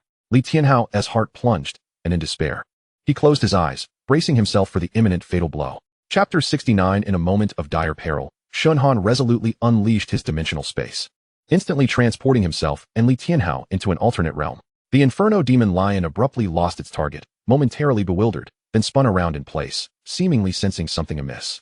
With a disgruntled roar, it ultimately chose to depart, continuing its hunt for other prey. Li Tianhao opened his eyes, momentarily taken aback by the surrounding scenery. Realizing he had been whisked away by Shen Han into an entirely different dimension, he gazed in astonishment at the environment, incredulously exclaiming, "Goodness, you possess spatial abilities?" In this realm, while everything outside continued unabated, Shen Han and Li Tianhao felt as though they were insulated within another dimension, able to clearly observe the happenings beyond. Shen Han, no, Han Ge no Han Yi, are you missing a charm on your leg? He gestured exaggeratedly, a broad grin on his face. Enough with the banter. I'm going to seek vengeance on Lu Yanlin shortly. Are you coming or not? Of course. That rascal is tired of living. How dare a mere member of the southern Jiang Lu family disturb the peace? Li Tianhao seethed with indignation at the mention of Lu Yanlin. After about an hour of recuperation, both were in peak condition. Li Tianhao was filled with curiosity regarding Shen Han's spatial abilities. But he understood that now was not the time for inquiries. What is your plan? Naturally, I shall repay him in kind. During my previous excursions, I would always carry some beast-attracting powder. This time, it should come in handy. Let me handle it. If you offend the Lu family, it could lead to complications. However, since they wish to target me, our esteemed Li family is not afraid of them. Li Tianhao displayed a sense of loyalty. It's fine. I've long had enmity with them, Shen Han replied nonchalantly. After changing their attire, Shen Han and Li Tianhao stealthily moved away from the territory of the Inferno demon lion. Once safe, Shen Han activated his scent detection skill, which now had a coverage of 5 kilometers. Before long, they spotted Lu Yanlin and Mengyu cautiously hiding amidst the ruins, gathering spoils of war. What should we do? Mengyu is innocent. How can we separate them? Li Tianhao did not wish to harm Mengyu. Simple, Shen Han replied with a faint smile. He then released his scent detection, locating several 4th and 5th tier beasts, and spatially shifted to a location not far from them. He then took out the beast-attracting powder, scattering it every 500 meters towards the direction of the beasts and Lu Yanlin and Mengyu. Soon, the beasts charged towards the duo, while Shen Han swiftly transported Li Tianhao into the dimensional space. Is it really that simple? Are you certain this won't implicate Mengyu? Li Tianhao still bore a look of skepticism. Rest assured, Mengyu will be unharmed. I possess spatial abilities. If necessary, I can rescue him. Before long, furious roars of beasts echoed from afar. Lu Yanlin and Mengyu looked up in horror, realizing a horde of beasts was racing towards them, including 2 5th-tier creatures. What is happening? Mengyu's face paled. Run. These beasts are beyond our capacity to handle. Lu Yanlin shouted, dragging Mengyu away in haste. Why are they fixated on us? Mengyu gasped, his breath ragged. This was entirely due to Shen Han's strategic application of the beast-attracting powder, continually adjusting its deployment based on their fleeing direction, and immediately retreating into the dimensional space after each dispersal, unnoticed by the fleeing duo. They're heading towards the main force. Once they join them, there will be no chance for us. Li Tianhao cautioned. I anticipated this. Ahead of their fleeing path lies an abundance of beasts awaiting them. Patience is key. Shen Han's voice remained calm, as if all were under his control. Indeed, Lu Yanlin and Mengyu soon discovered their hopes of rejoining the main force were futile. The path ahead was fraught with formidable beasts, and they were pursued by foes both behind and before them. Suddenly, Lu Yanlin scattered some beast-attracting powder towards Mengyu, then sprinted towards a route with fewer beasts. Lu Yanlin, you scoundrel! Mengyu roared, disbelief etched across his face. He had once held a glimmer of hope that he would not be betrayed, only to realize that Lu Yanlin was far colder than he had imagined. Swiftly, the horde of beasts was drawn to Mengyu, and due to the beasts obscuring his path, he vanished from Lu Yanlin's sight. Despair enveloped Mengyu. He vowed that if he escaped, he would make Lu Yanlin pay dearly. A moonlight-like glow enveloped Mengyu, and the beasts soon realized their target had vanished. Teleport. Shen Han retrieved Mengyu into the dimensional space, teleporting him 1,000 meters away. Change your clothes. Shen Han handed Mangyu a new outfit. You two stay here. I'll be back shortly. In a flash, Shen Han's figure disappeared from sight. My goodness, spatial abilities. Shen Han possesses such a trump card. Mangyu was astounded. Meanwhile, several kilometers away, Lu Yinlin hid in an unnoticed village, consuming recovery potions and gasping for breath. You seem quite at ease. Letting us take the brunt of the danger while you escape alone. Shen Han suddenly appeared before Lu Yinlin, a chilling smile adorning his face. Shen Han, you're alive. How is this possible? Lu Yinlin's pupils constricted in disbelief. Indeed, what a pity that I survived, but alas, you are about to meet your end. Shen Han slowly approached, his eyes glinting with frost. Shen Han, we are all merely striving to survive. There is no need for it to come to this. If you agree to spare me, I will meet any condition you set. Our Lu family will certainly comply. Lu Yinlin, still recovering, recognized he was no match for Shen Han. What, stalling for time? Shen Han scoffed. You cannot kill me. Otherwise, the Lu family will never let you go. Lu Yinlin stammered, fear creeping into his voice. Oh, at this juncture, you still dare to threaten me? I'm curious how the Lu family intends to pursue me. Initially, this was merely a personal grievance. I had no desire for a grand conflict. However, you have already made 2 attempts on my life. Do you truly believe I am a frail cat? Mine spike. A piercing scream reverberated through the village. Shen Han did not expect the effectiveness of the mind spike to be so profound. The agony inflicted upon the mind and soul was something an ordinary person could scarcely endure.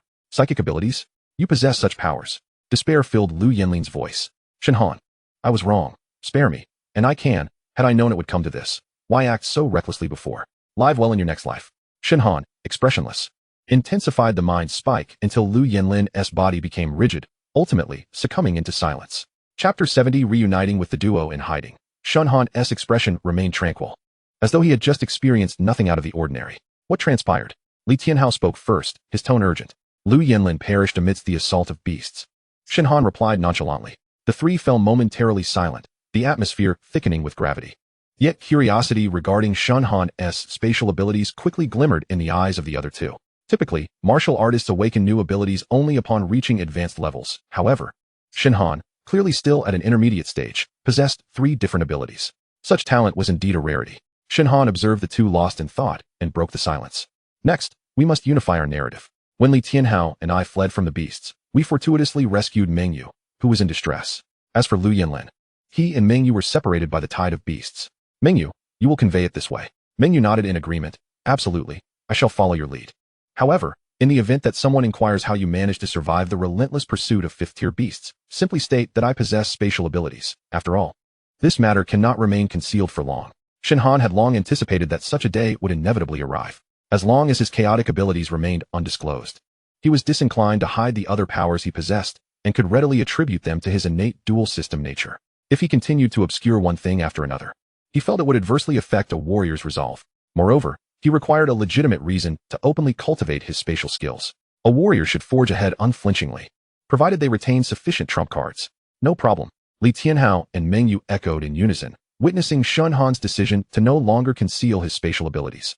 They transformed into inquisitive gossip mongers. What is the extent of your spatial prowess? Truly an innate dual system? Indeed, an innate dual system with an A-class spatial ability. Aside from teleportation and dimensional space, I possess nothing else, as I have utilized everything to escape. Upon returning to school, I must seek out additional spatial skills to cultivate.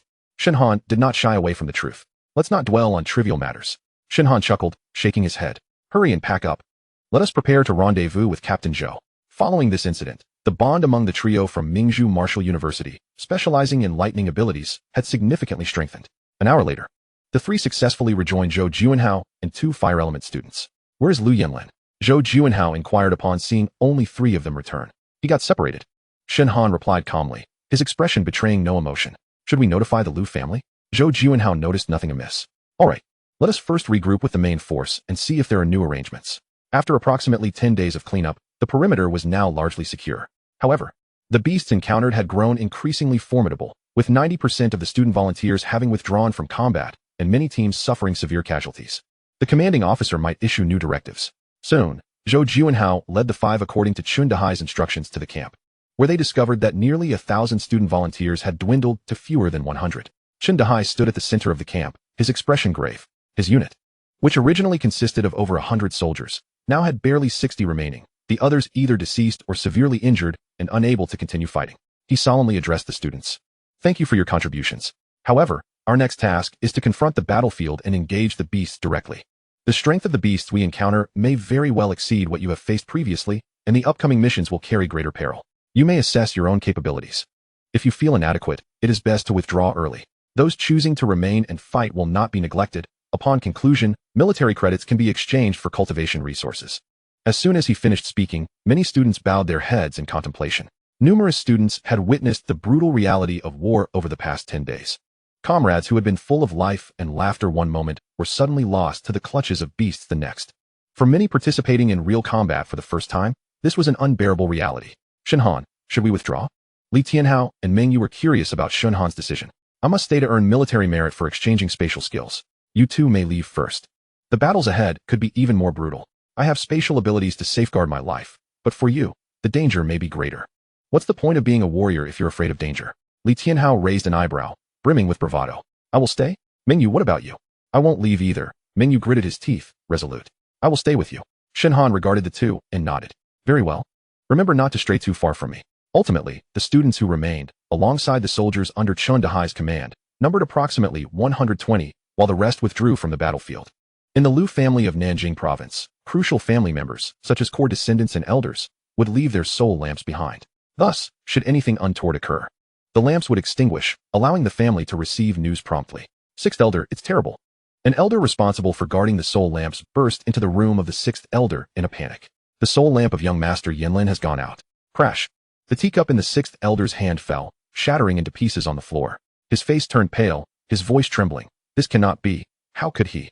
In the outskirts of Qingsheng, a group of Lu family members, guided by the family's internal tracking symbols, located Lu Yinlin's remains. The sight before them sent chills down their spines. Lu Yinlin's body was mangled, bloodied and scattered in different locations, evidently torn apart by beasts. The ground bore the marks of beastly footprints, with fragments of clothing and flesh strewn about. The sixth elder stood before the corpse, his hands trembling slightly, hesitant to confront the bloody scene. Did you find anything unusual? He suppressed his grief and asked another elder who was examining the body nearby. The elder crouched beside the remains, inspecting carefully before responding. Sixth elder, aside from the signs of being torn apart and trampled by beasts, there are no indications of a struggle. The storage ring remains, but has expended a significant amount of beast-attracting powder.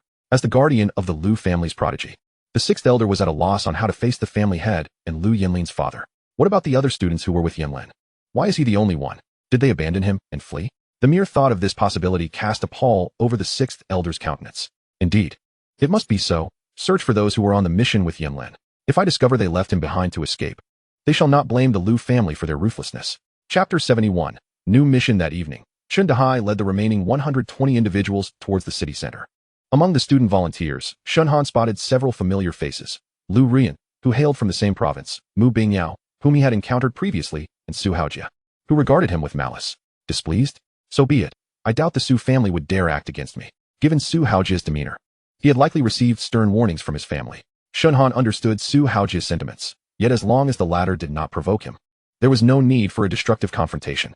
The remaining individuals were essentially the most elite from various universities at Mingzhou. However, as they were merely freshmen, their cultivation levels had yet to catch up, so they were assigned tasks of relatively lower danger. Upon reaching 5 kilometers from Qingqing city center, Chun Dahai's team chose to set up camp. Just as the campsite was completed, a torrential downpour commenced. The damp, chilly air, leaky tents, and muddy paths only served to irritate the warriors' spirits. Before long, distant roars of beasts echoed, rising and falling, growing ever closer. Surveillance equipment indicated that a new wave of beastly aggression was brewing, evidently more intense than before. In the command center, Ling Zhao's expression was grave. Having only recently cleared one wave, he had yet to arrange a counterattack before another onslaught began. This rain is suspicious. Ling Zhao furrowed his brow. Investigation into the rainwater composition immediately. Before long, a messenger rushed in to report, Commander, a new tide of beasts is surging from the depths of the West Mountain Forest, approaching our position. They are expected to clash with our forces in approximately 1 hour. Ling Zhao calmly issued orders. Shut the city gates, activate the anti-air artillery, and prepare all troops for battle. Everyone, get ready for the fight. His commands were swiftly relayed to each centurion. It seemed that the night would be anything but tranquil. With such heavy rain, visibility would be compromised, and everyone must remain vigilant. Listen to my orders, Chun Dahai cautioned. Form groups of 6 to 10, ensuring clear roles within each group, some for offense, others for healing, and balance the elemental abilities. We depart in 10 minutes. Prepare for battle. The gravity of the situation hung heavily in the air, and Shen Han quickly formed a team with several familiar allies from Mingzhu Martial University, readying themselves for the imminent conflict. Shortly thereafter, the personnel responsible for rainwater testing returned to the command center, bearing startling news. Report, sir. We have discovered that the rainwater has been tainted with a potent stimulant, effective solely on aberrant beasts. This substance significantly amplifies their aggression and endurance. The investigator relayed the findings to Ling Xiao. Indeed, this was a premeditated assault. Immediately deploy a contingent of advanced and elite water-type warriors. At once, Ling Xiao commanded decisively. Before long, the military engaged the aberrant beasts. Anti-aircraft artillery roared in unison, shells slicing through the deluge, detonating amidst the throng of beasts. The shockwaves stirring earth and flesh alike. Many lower-tier aberrant beasts were obliterated on the spot. Yet the scent of blood only served to further incite the fury of their higher-tier counterparts.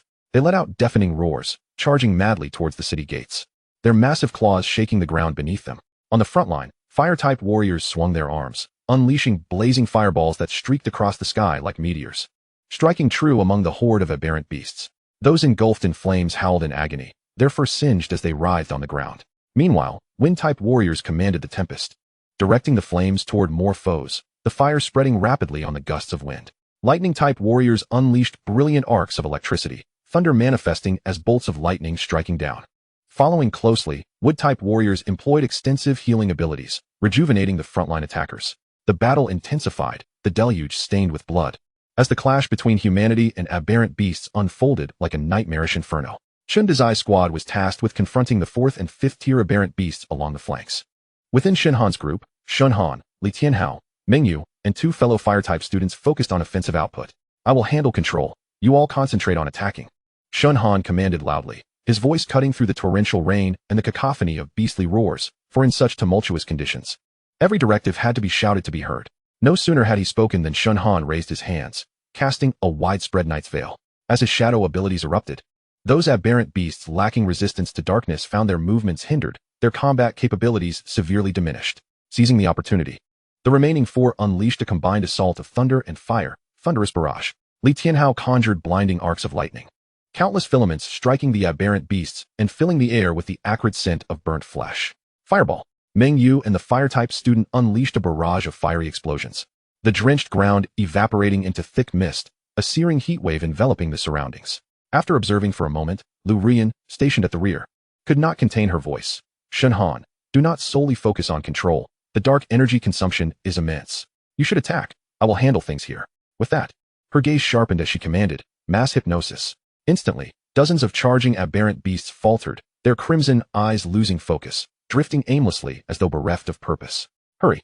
The mass hypnosis will not last long, Lu Rian urged, beads of sweat forming on her brow. Nodding in silence, Shen Han's hands surged with lightning, a torrent of electricity roaring forth towards the enemy, lightning dragon's wrath. A multitude of aberrant beasts were engulfed by the lightning, their cries echoing in despair. The fire-type warriors, witnessing the chaos, poured every ounce of their strength into a unified shout, wrath of the celestial flames. A torrential blaze surged forth, utterly consuming the aberrant beasts. Soon, this wave of foes was vanquished. However, before they could catch their breath, a piercing shriek resonated from the sky. Take cover. It's the 5th tier aberrant beast, Gale Shadow Eagle, a wind type known for its swiftness. Chen Dazai shouted. The group immediately dispersed. In the next moment, a shadow plummeted from the heavens, darting towards the 2 fire-type warriors like a bolt of lightning. Shen Han reacted swiftly, casting several soul pierces, the sharp shadows striking the Gale Shadow Eagle, leaving only shallow marks on its wings, failing to impede its advance. One of the fire-type warriors screamed as the Gale Shadow Eagle's talons raked deeply into their shoulders, tearing flesh, blood mingling with rainwater, the wounds exposing bone. After its assault, the Gale Shadow Eagle did not linger, flapping its wings and nimbly vanishing into the rain-soaked sky.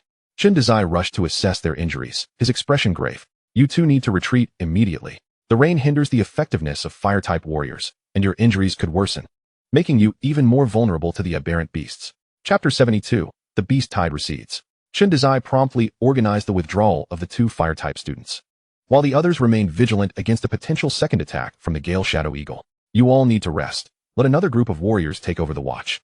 Chen Dazai recognized the exhaustion among the volunteer students and kindly sought to afford them more time to recuperate. 20 minutes later, yet another wave of aberrant beasts surged forth. The ear-splitting roars of the creatures once again pierced the downpour, accompanied by tremors in the ground as a group of massive aberrant beasts charged from the distant forest. Leading the pack were two 5th-tier aberrant beasts, a rock-armored rift demon rhino, and an ice-scaled giant wolf radiating an aura of frigid dread. Chen Dazai's expression darkened as he bellowed, 5th-tier aberrant beasts. All units, maintain formation. Crowd control is paramount. Offensive units, follow closely. As the command was relayed, the group swiftly entered combat mode. However, this wave of aberrant beasts was extraordinarily formidable, particularly the rift demon rhino, whose every charge tore deep gashes into the ground, causing many to stagger backward. The ice-scaled giant wolf utilized its chilling aura to freeze the ground, complicating movement for the warriors. Quickly, focus fire on the ice-scaled giant wolf.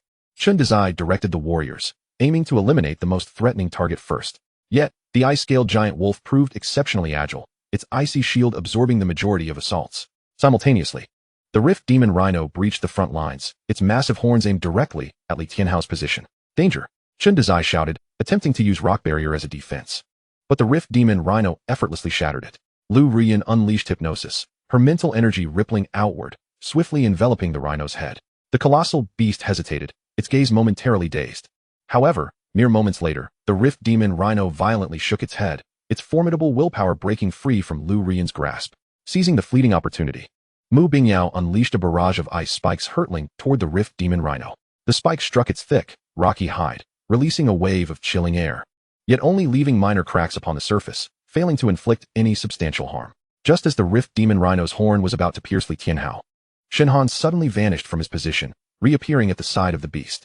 Teleport. Shen Han materialized beside the rhino, conjuring multiple soul pierces, which accurately embedded into the beast's unarmored eye, though it did not slay it. It successfully robbed the creature of its sight, plunging it into further chaos. In the ensuing turmoil, Shen Han rapidly utilized teleportation to relocate his teammates to safety. Many were curious about Shen Han's teleportation ability, yet in the heat of battle, no one questioned it.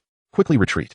This is not a place for a frontal confrontation, Shen Han shouted urgently. As the group withdrew, a thunderous explosion erupted where they had stood, the ground scorched black by the rift demon rhino's thunderstorm. That was close. The aberrant beasts are becoming increasingly powerful. This is beyond our squad's capacity to handle. Retreat. Chen Dazai relayed the new orders.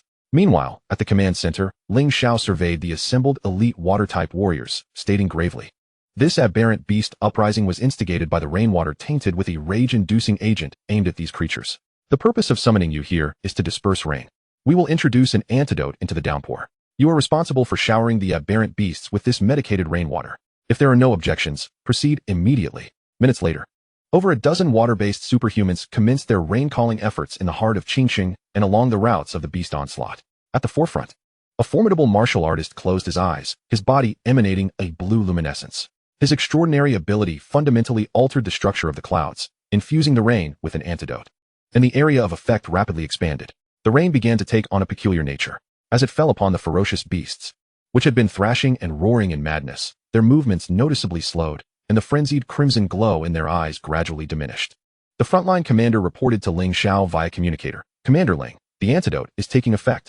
The majority of the beast's actions have been impacted, but some 5th-tier beasts are still resisting.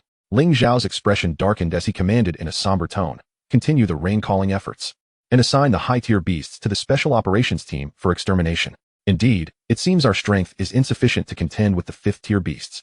The members of Chun Dahai's team hung their heads in despair. Everyone, there's no need to panic or blame yourselves.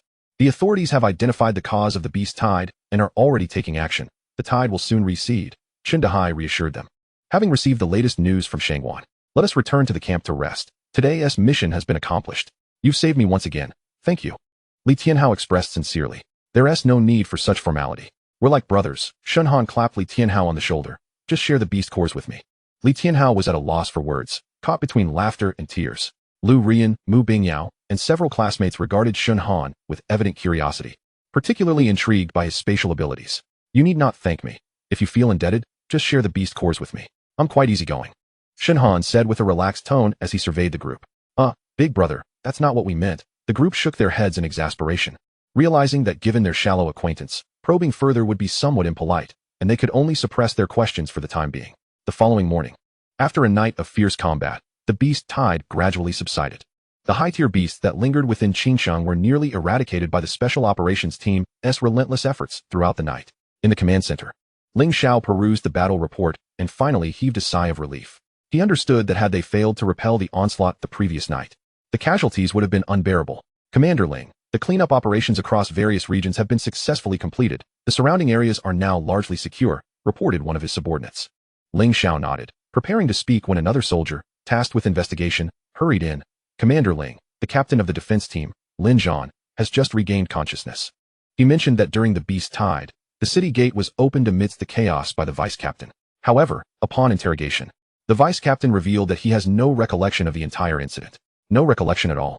Ling Zhao's brow furrowed, a glimmer of frost in his eyes. After a moment of contemplation, he coldly remarked, "It appears to be the handiwork of the Star Eclipse Council. These vermin have been silent for so long. Yet they have begun to stir again." Ling Zhao's gaze deepened. He realized that this beast tide was likely merely the beginning, and an even greater conspiracy was brewing. Chapter 73. Confrontation soon. News of the retreat of the beast tide spread throughout the city. Before a national audience, the Lord of Qingqing and Ling Xiao live broadcasted the details of the incident. The beast tide that plagued Qingqing has resulted in significant casualties among both civilians and martial artists. We mourn the courageous individuals who fought valiantly during this crisis.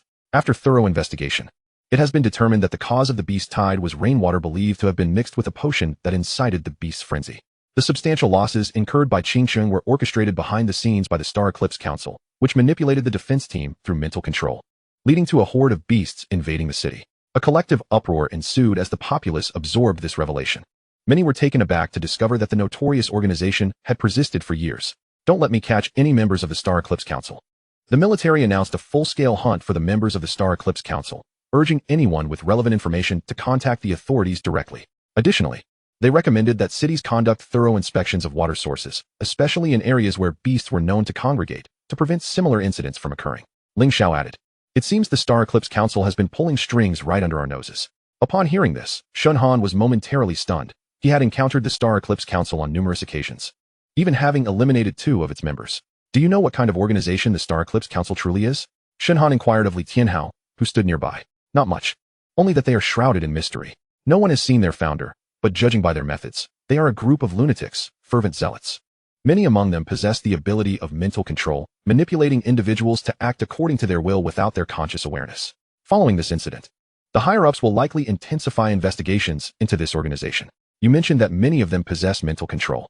But isn't that typically a skill reserved for those with psychic powers? Where do they find so many psychics? Such individuals are already exceedingly rare. Surely not all psychics have joined the Star Eclipse Council?" Shen Han recalled the chilling incident over a year ago, where the Star Eclipse Council had manipulated Assistant Principal Wang Xiyuan, sending shivers down his spine. "It seems we will have to grow stronger before we can delve into such matters," Li Tianhao sighed. At this moment, the number of individuals remaining in the military camp from the various martial arts schools was dwindling. With the beast tide having receded, many began to pack their belongings and spoils in preparation for their return to school. Just then, a group of individuals approached with unfriendly expressions. "Mengyu, is it? I am the 6th elder of the Lu family. I've heard that during the recent beast cleanup, you were teamed up with our Lu Yanlin. I wonder if you are aware of his current condition?" The 6th elder wasted no time in getting to the point. Many who were preparing to depart slowed their pace upon witnessing this exchange. The inevitable confrontation had arrived. Shen Han and Li Tianhao exchanged glances. "Yes, I was teamed with Lu Yanlin to eliminate the beasts, but we were subsequently separated by the onslaught," Mengyu replied. "Did you not return to search for him? He was your teammate. How could you abandon him?" The 6th elder's voice rose, seemingly intent on ensuring that everyone in the vicinity heard him. "Huh, a teammate? He regarded me as a teammate? If such a scoundrel were to be torn apart by a beast, it would be divine justice." Mengyu retorted unflinchingly in the face of the elder's aggressive demeanor. "So you acknowledge that Lu Yanlin was killed by a beast?" The 6th elder's eyes gleamed with intensity. As if ready to strike the moment Mengyu conceded. "Stand down, let us discuss this calmly." Chen Dahai and Zhou Juanhao approached upon witnessing the escalating situation. "Greetings. 6th elder. I am Zhou Juanhao, the leader of the team from that day. We encountered a 5th-tier beast, and our group of 7 was scattered." Zhou Juanhao hastily stepped in to mediate. Turning to Mengyu, he asked, "Could you tell us what transpired afterward?" Mengyu recounted. "Lu Yanlin and I were pursued by the beasts. In a moment of peril, Lu Yanlin tossed beast-attracting powder on me and fled. That is what transpired. As for what happened to Lu Yanlin afterward, I cannot say." Mengyu's expression was one of disdain when mentioning Lu Yanlin. "You lie. Yanlin could never act in such a manner. We, the Lu family, will not tolerate such slander. If you cannot provide evidence today, do not blame us for being heartless." The 6th elder declared, recognizing the likelihood of truth behind the beast-attracting powder and hurriedly intervening to prevent the situation from escalating further. "Lie? Why would I lie?" Mengyu retorted, angered by the Lu family's relentless questioning, his tone dripping with contempt. "Since you say you were doused in beast-attracting powder, How did you manage to escape the pursuit of the fifth-tier beast? I am quite curious about your capabilities. The sixth elder seized upon this critical point. It was I who saved him. A cool voice emerged from the crowd as Shen Han stepped forward. He raised his hand and flung 3 garments, caked in beast-attracting powder, before the sixth elder. You wanted evidence? Here it is. The sixth elder narrowed his gaze, his tone turning increasingly malevolent. And who might you be? Shen Han. Shen Han replied nonchalantly, gesturing towards Li Tianhao beside him. This is Li Tianhao. The matter is quite straightforward. Lu Yanlin first used beast lure powder to ensnare us. After we managed to escape, we encountered Meng Yu, who was entirely coated in beast lure powder, and I fortuitously rescued him. That is the crux of the matter. Do you truly believe you have the capability to save both of them? Indeed, I do, Shen Han asserted confidently. With that, Shen Han demonstrated his spatial ability, dimensional space, vanishing from the sight of the crowd. Moments later, he re-emerged from the dimensional space, standing before them once more. Now, do you believe in my strength? Shen Han crossed his arms, his demeanor neither servile nor arrogant. If you possess spatial powers, why did you not save my family's Lu Yanlin? How cruel of you. The sixth elder's veins bulged with fury. Are all members of the Lu family so unreasonable? Lu Yanlin was prepared to kill me. Would you save him if you were in my position? Shen Han remained unfazed by the sixth elder's imposing presence. The sixth elder was momentarily rendered speechless, his pent-up rage finding no outlet. A glimmer of malice flickered in his eyes as he resolved to act. First, I'll seize them. At the very least, I can provide an explanation to the family head. With that thought, he lunged towards Shen Han and his companions. Boom.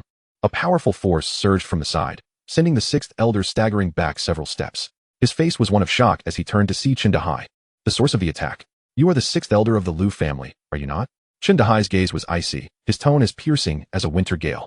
Do you dare to wreak havoc in my military camp? Lu Yanlin's betrayal of his comrades means that even if he survives, he shall face military justice.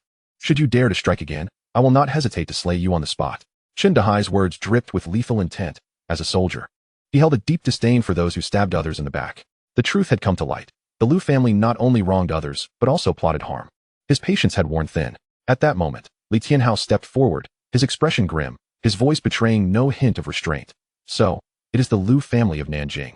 Is it? Very well. I tolerated Lu Yanlin's previous transgressions, but now you dare to come seeking trouble again. Do you truly believe my Li family can be trifled with? He took a step closer, his gaze sharp as a blade directed at the sixth elder. If you dare to harm any one of us today, your Lu family shall cease to exist. The sixth elder's countenance paled, his hand trembling slightly, and he found himself unable to make a move. Let us depart. Moments later, the sixth elder stormed off, seething with rage, accompanied by a throng of Lu family members. My young brother, you are indeed a spatial ability user. How about considering a career in my military after graduation? I can at least provide you with dozens of soldiers to command. What do you think? Chen Dahai's eyes sparkled with enthusiasm as he regarded Shen Han. Commander, let us discuss this after I graduate. Don't call me Commander, just call me Haigu. Zhou Jianhao informed me about last night's battle. You performed admirably, saving several individuals. You are far superior to those cowardly souls. Chen Dahai clapped Shen Han on the shoulder. If the Lu family troubles you again, just let me know. I refuse to believe we cannot handle this group of miscreants. Thank you, Haigu. Chapter 74. The Transaction. Haigu, may I speak with you privately? I have a transaction that might pique your interest, Shen Han whispered to Chen Dahai. Oh, what could you possibly want to trade with me? Chen Dahai inquired, his expression one of skepticism. It's regarding the Star Eclipse Council. What do you say? Good heavens, brother. That is no joking matter. Please do not jest with me, Chen Dahai replied, utterly unconvinced. I assure you, it is absolutely authentic.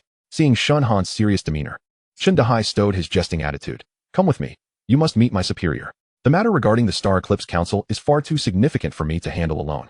In the command center, Ling Xiao was strategizing on how to counter the impending schemes of the Star Eclipse Council. Commander, we have news regarding the Star Eclipse Council, Chen Dahai reported. Having brought along a newcomer from Mingzhu Martial University who claimed to possess information, I haven't yet inquired about the specifics, but I thought it best to bring him to you first. Excellent, let him in. Ling Xiao raised his head, a glimmer of anticipation flashing in his eyes. Shen Han walked steadily into the command room. This was his second encounter with Commander Ling Xiao, yet this proximity was a novel experience. Despite standing before high-ranking military officials, his demeanor remained composed and dignified. Greetings, Commander.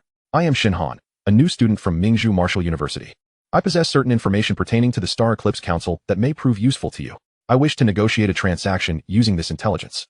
Ling Xiao regarded Shen Han with keen interest, his gaze probing. Go on. With a slight smile, Shen Han spoke calmly. 2 months ago, I accepted a mission to seek spirit fire in the Shilin secret realm. However, upon arrival, I discovered that this mission was a trap set by the Star Eclipse Council. A member of the council disseminated information to lure martial artists to the Shilin secret realm, intending to harness their mental energies to elevate the spirit fire's level.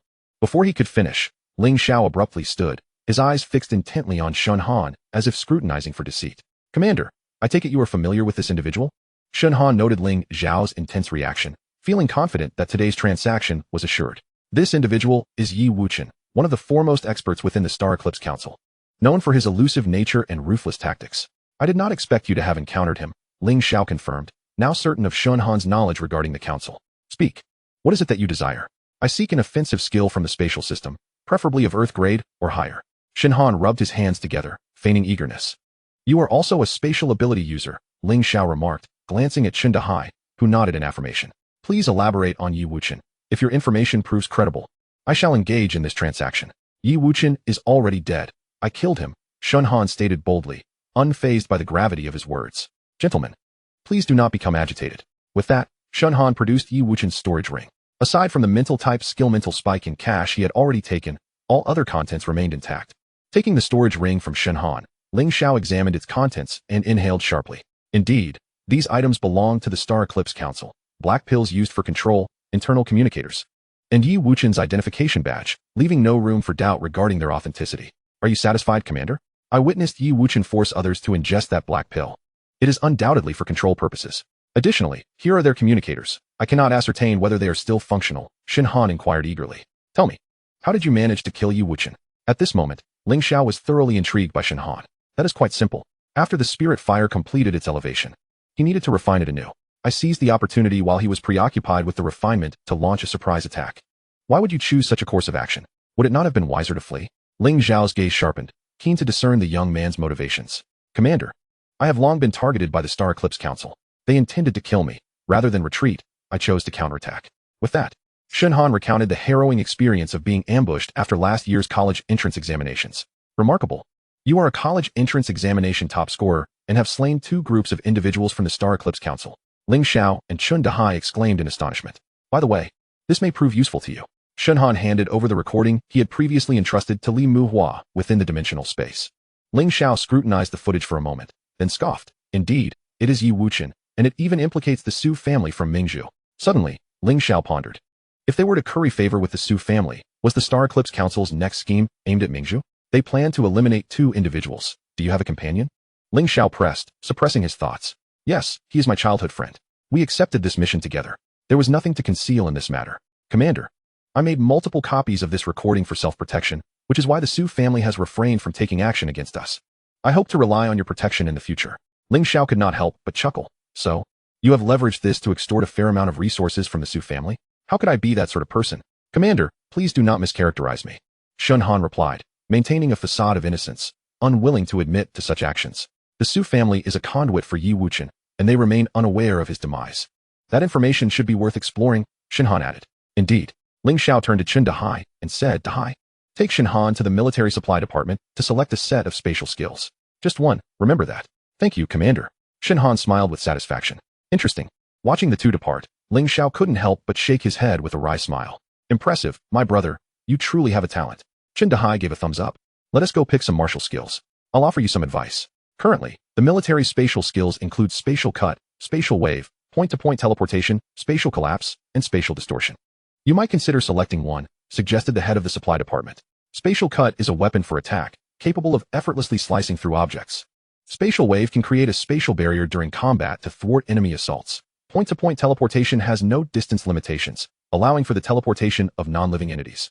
Spatial collapse can annihilate the void, erasing all beings and objects within a designated space. Spatial distortion serves as a defensive skill, misdirecting the enemy's attacks, explained Chen Dahai. My current spatial skills are solely for retreating. I lack offensive abilities. I already possess Shadow Blade, which is similar to spatial cut, and point-to-point teleportation is not particularly useful at the moment. So I will choose spatial collapse. Shen Han had a clear plan regarding his skill requirements. Are you sure you won't change your mind? The head of the department inquired. Absolutely. Very well. Here is the skill scroll for spatial collapse. It is already bound to your identity, and only you can view it. Others cannot. After speaking, the head handed the scroll to Shen Han. Bidding farewell to Chen Dahai, Shen Han returned to school with his classmates from Mingzhu Martial University. This time, the rewards were quite substantial. Not only did he acquire the skill spatial collapse by exchanging intelligence from the Star Erosion Council, but he was also able to convert beast cores into cultivation resources, further enhancing his strength. More importantly, He no longer had to conceal his spatial abilities. As for handing over the storage ring belonging to Yi Wuxian to the military, Shen Han was not merely trading for skills. His experience during the Beast Tide deeply impressed upon him the madness and threat posed by the Star Erosion Council. If he could use this opportunity to weaken their influence, it was a duty he felt compelled to undertake. Chapter 75, Spatial Crystal. Upon returning to school, the three organized their gains from the support mission to Qingqing. Mingyu. Be careful, the Lu family will not easily let this go. Behind Tianhao is the Li family of Mingzhu. I barely have my spatial abilities to keep me safe. Be cautious. If your strength is insufficient, stay on campus to improve. At least the Lu family cannot reach Mingzhu Martial University, Shen Han advised. I understand.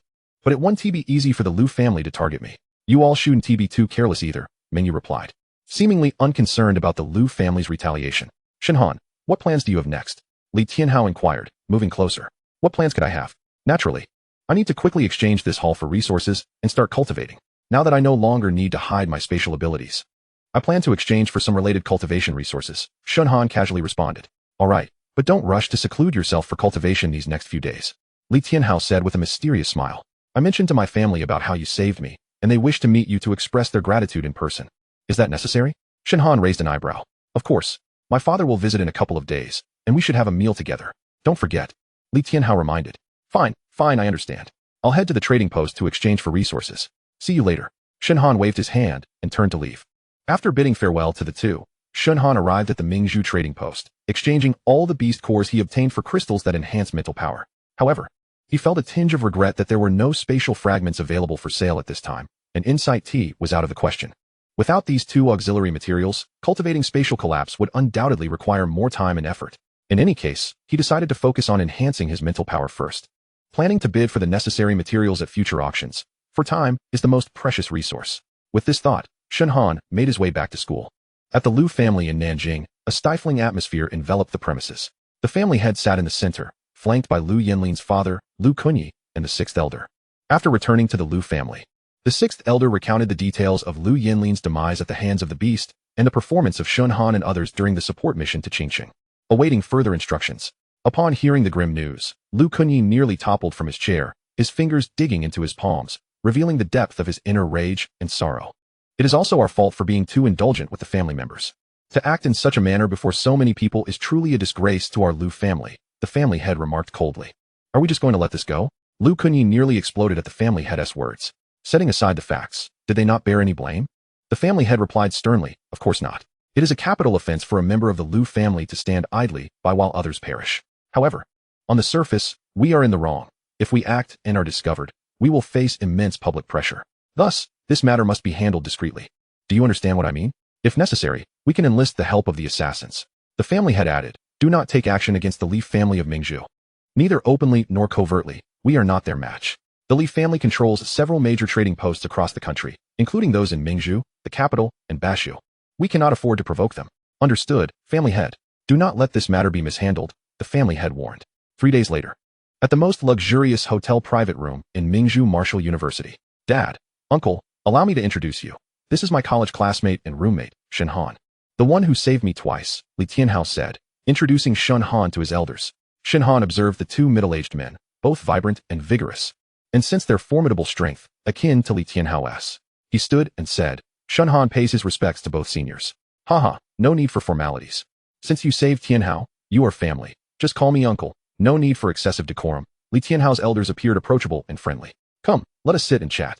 Li Tianhao's father is named Li Baijun, while his uncle is called Li Mingyang. Shen Han discreetly assessed their cultivation levels and was astonished to find both had made significant progress along the path of advanced martial artists. Name, Li Baijun mental power, 4th level martial sovereign ability level, Thunder System S class, Fire System A class. Metal System A class name, Li Mingyang mental power, 2nd level martial sovereign ability level, Earth System A class, Ice System B class. Metal System A class. Shen Han felt no need for formalities. Greetings, uncles. Tianhao and I are roommates and get along well. Saving him was simply my responsibility, so there is no need for concern. Li Baijun and Li Mingyang looked at Shen Han with interest. Tianhao mentioned you possess abilities in the thunder, shadow, and spatial systems? I didn't expect you to be a dual system talent. This young man has a bright future. Uncle is jesting. The path of cultivation is far from easy. To possess an additional system of abilities requires significantly more effort to keep pace with others. Haha, well said. We have come to meet you for 2 reasons. 1. To get to know the genius who saved our Tianhao, and the other, to assure you not to worry too much about any retaliation from the Liu family of Nanjing. If they dare to act, we will make them regret ever coming into this world. Upon mentioning the Liu family, Li Baijun's expression darkened. If it weren't for Shen Han, his only son would have perished at the hands of the Liu family's despicable scion. All right, there is nothing else for now. Please accept this. Li Baijun handed over a brocade box with a smile, saying, "Open it, and take a look." "What is this? Spatial crystal?" Shen Han exclaimed. Noticing the crystal within the brocade box radiating a potent spatial energy, far more powerful than the spatial fragments he had previously acquired at the trading post. This is precisely the resource of the spatial system that had been troubling him earlier. It is akin to receiving a pillow when one is already drowsy. Esteemed uncles, this is far too precious. I cannot accept it, but I appreciate the sentiment. Shen Han hastily declined. Since you are already calling us uncles, wouldn't it be disrespectful not to accept? They insisted. In that case, I am deeply grateful to both of you. Upon returning to his dormitory, Shen Han reclined in his chair with an air of relaxation and suddenly exclaimed, "So you two possess an ability from the supernatural realm. What do you mean?" "I have not concealed anything," Li Tianhao replied, perplexed. "The SSS-level monetary ability has an awakening probability even lower than that of the spatial system. In any case, thank you." Shen Han jested. "Next, I shall enter seclusion to cultivate spatial abilities. If someone challenges me in next month's ranking competition, could you assist me in fending them off?" "Absolutely, leave it to me." Li Tianhao laughed heartily. Chapter 76. The Martial Arts League. On the following morning, Shen Han entered the rented high-level training room, which was adorned with intricate formations, isolating him from external disturbances. He placed the skill scroll spatial collapse and a space crystal, exuding a dense spatial aura, before him. Inhaling deeply as he entered a state of cultivation. Taking a deep breath, he unfurled the skill scroll. The scroll was inscribed with a multitude of intricate runes, each embodying complex spatial principles. Shen Han closed his eyes, allowing his mental energy to gently probe the scroll. Instantly, the intricate runes flooded his mind, akin to countless stars falling from the heavens. He attempted to capture the trajectories of these runes, only to discover their complexity and variability. A moment's inattention would transform them into chaotic energy waves. Indeed, it is not simple. Shen Han opened his eyes, his brow furrowed, yet he remained undeterred. He lifted the space crystal, feeling the immense power of spatial energy within. Shen Han activated his spatial ability, cautiously guiding the crystal's energy into his body, transforming it into a controllable force. His mental energy, like fine threads, gradually integrated the crystal's energy into his spatial ability constellation.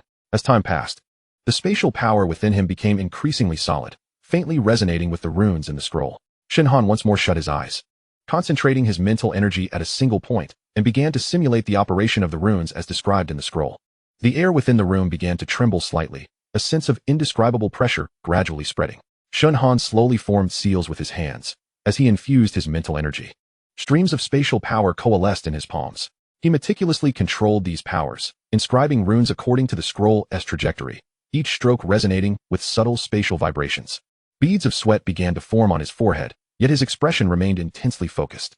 At last, with the completion of the final rune, he brought his hands together, the runes converging into a small vortex of space. The center of the vortex exuded a powerful suction, as if it sought to consume everything into oblivion. Shen Han sensed the terrifying strength of this force and immediately stabilized the vortex with his mental energy, preventing it from expanding uncontrollably. Upon opening his eyes, a glimmer of satisfaction appeared in his gaze. The vortex gradually dissipated under his control, and the power returned to a state of tranquility.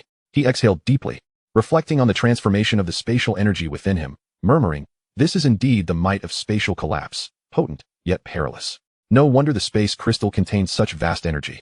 Having cultivated for so long, he could not afford to squander it. With a glance at the space crystal still imbued with considerable energy, Shen Han resolved to continue his training, believing that elevating spatial collapse to perfection should pose little challenge. Meanwhile, the outside world buzzed with excitement over a news announcement. The annual National Martial Arts League was about to commence. The competition comprised both team and individual events. The team competition required groups of 5 to compete, while the individual event allowed any enrolled martial artist to participate independently. With 3 months remaining until the league's commencement, numerous students had already begun to hastily form teams. For those aspiring to claim victory, selecting team members was of utmost importance. Factors such as the attributes of their abilities, compatibility of skills, and team synergy had to be meticulously considered, allowing no room for laxity. However, this year's league garnered unprecedented attention not solely for its annual occurrence, but because of a significant announcement that ignited everyone's enthusiasm. The top teams and individuals from the National Martial Arts League would have the opportunity to represent the Dragon Kingdom at the Quinquennial World Academy Championship. competing alongside elite martial artists from over 100 countries of the Lan Star. For any martial artist, this was undoubtedly an exceptional opportunity to ascend to the global stage. To shine in both the National League and the World Academy Championship was a coveted dream for many martial artists. Yet, the most crucial aspect was that the government would arrange a training camp for those who participated in the World Academy Championship, wherein selected individuals would not only receive top-tier national guidance, but also substantial support in terms of cultivation resources. For those constrained by a lack of resources, this was undeniably a shortcut to the pinnacle of their abilities. Countless martial artists had remained stagnant due to insufficient cultivation resources. The benefits of joining the national training camp were self-evident. As this news spread, martial arts schools across the nation erupted with excitement, particularly among the talented individuals from the leading institutions who were eagerly preparing for the competition. Soon, a fervor for cultivation swept across the country, with prices for related cultivation resources, be it potions for enhancing mental energy or various martial arts techniques, soaring significantly beyond their usual rates. Many had learned of Shen Han's abilities, thunder, darkness, and spatial manipulation. While most intermediate martial artists possessed only 2 abilities, the advantage of having an additional ability at this stage was exceedingly apparent. Consequently, numerous senior teams sought to recruit Shen Han. Unfortunately, he remained unaware of the outside world, engrossed in his training. Everyone, please return for now. Shen Han is still in seclusion. Once he concludes, I will relay your messages. Li Tianhao stood at the dormitory entrance, a look of helplessness on his face. For several consecutive days, he had been overwhelmed by the persistent visits from upperclassmen. Who do they think they are, truly believing they are remarkable geniuses?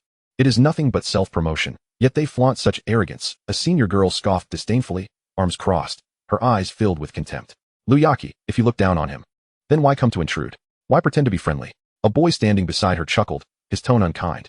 Dressed impeccably, he exuded the demeanor of a scion from a prestigious family, his arrogance barely concealed. Chu Feng, don't presume to dictate my affairs. When have my matters ever required your input? Lu Yaqi retorted sharply, thick with tension. Clearly, both had come with the intent of recruiting Shen Han, yet regrettably, they encountered only Li Tianhao instead. Chu Feng snorted, producing a business card from his pocket and handing it to Li Tianhao. Please convey to Shen Han that Chu Feng from the Chu family cordially invites him to join our team. Here are my contact details. Let him seek me out once he completes his training. With that, he turned and strode away, not glancing back. Lu Yaqi, witnessing this, let out a cold laugh. Arms still crossed. What is he hiding in the training room, pretending to be profound? Perhaps he is too afraid to show his face. Never mind. Our team does not require a coward. With that, she too turned to leave, her expression brimming with disdain. Watching the 2 retreating figures, Li Tianhao sighed helplessly. Truly troublesome. He closed the dormitory door behind him, privately contemplating the headache awaiting him when Shen Han emerged from seclusion. Merely selecting a team would be enough to exhaust him. Chapter 77. Team formation. Shen Han had spent nearly 1.5 months in the training room, marking the longest period of seclusion in his cultivation journey. After this extensive training, the energy of the space crystal had been completely depleted, and spatial collapse had successfully reached the perfected realm. While the remaining energy of the space crystal was utilized to further enhance his teleportation ability, the scope of spatial collapse has now expanded to approximately 100 meters. While teleportation has seen a remarkable enhancement from the previous 1,000 meters to around 2,000 meters. Although it remains within the realm of the great accomplishment stage, such an advancement is indeed considerable. Name, Shen Han. Mental strength, 59, 236,000. Second layer of Martial King. Ability level, Chaos System SSS grade, Lightning System SS grade, Darkness System S grade, Fire System S grade, Space System A grade, Mental System SS grade, Wood System SS grade. Skills, Space System Teleportation, great accomplishment. Dimensional Space, great accomplishment. Spatial Collapse, great accomplishment. In terms of cultivation, he has reached the pinnacle of the second layer of Martial King, standing merely a step away from the third layer. Having spent a month and a half in this place, he is curious about the outside world and decides to take a look. After leaving the training room and returning to his dormitory, Li Tianhao informs Shen Han of the recent happenings. Upon receiving Chu Feng's business card, Shen Han places it on the table, exhibiting little interest. Learning about the benefits of the national training camp, Shen Han is naturally intrigued and silently vows to strive for an excellent ranking. Registration for the National Martial Arts University League is set to commence next week, with only 2 days to complete the process. Your individual competition is certainly not a concern, but how do you plan to approach the team competition? Li Tianhao inquires. Is it really that urgent? Shen Han raises an eyebrow, seemingly surprised. Indeed, the geniuses from various schools began forming teams frantically half a month ago. If you don't emerge soon, I was prepared to kick down the training room door to drag you out. Li Tianhao complains with exasperation. All right then, what about you? Have you found a suitable team? Shen Han counters. Not yet. Some senior teams have approached me. but I would only be relegated to a supporting role without any real authority. As freshmen, we truly have little influence, and even if our power increases, we may not reach the day of the World Academy competition. Li Tianhao responds with a hint of resignation. If the team includes upperclassmen, they will undoubtedly retain the leading role. Perhaps we should gather a few individuals to form our own team. We can recruit some of the top freshmen. We can definitely hold our own, Shen Han suggests. To contend for a high ranking, we must recruit the strongest among the freshmen. Do you have any specific targets in mind? Li Tianhao's eyes light up, contemplating the idea of establishing his own team, yet the key remains in finding the right people. Both of our offensive capabilities are quite commendable, yet we lack defense and healing. Therefore, we need to seek out high-level earth and water system defenders, as well as wood system healers. Do you know anyone suitable? Shen Han analyzes. In terms of the wood system, Mu Bingyao is exceptional. She is the strongest wood system ability user of our cohort. As for earth and water systems, I will inquire further, Li Tianhao states, promptly activating his communicator to reach out to others. At that moment, a knock on the door interrupts them. Li Tianhao frowns, suspecting it to be another group of upperclassmen blocking their way. Shen Han opens the door to find Mu Bingyao and Lu Ruyan standing outside. Are you here to recruit me for your team? Shen Han guesses their intentions. Mu Bingyao smiles slightly indeed. We plan to form a team comprised solely of freshmen, so there is no need to worry about being overshadowed by seniors. What do you think? Are you interested? Shen Han steps aside, inviting the two in. Perfect timing. Li Tianhao and I were just discussing team formation. You are currently a duo? Yes, just the two of us. With you and Li Tianhao? We still need one more member, Mu Bingyao nods. We still lack a defensive ability. Let us see what news Li Tianhao has. By the way, do you know anyone from our cohort with strong earth or water abilities? Shen Han inquires. I know a water system student who has already teamed up with upperclassmen. Mu Bingyao replies regretfully. What is the update? The group asks as Li Tianhao approaches. I've contacted everyone. All suitable earth and water ability users have already formed teams. How about we create an all-offense team? Li Tianhao suggests. Can we invite individuals from other schools? I know a very capable water system ability user. Shen Han recalls when Tingting. What are you thinking?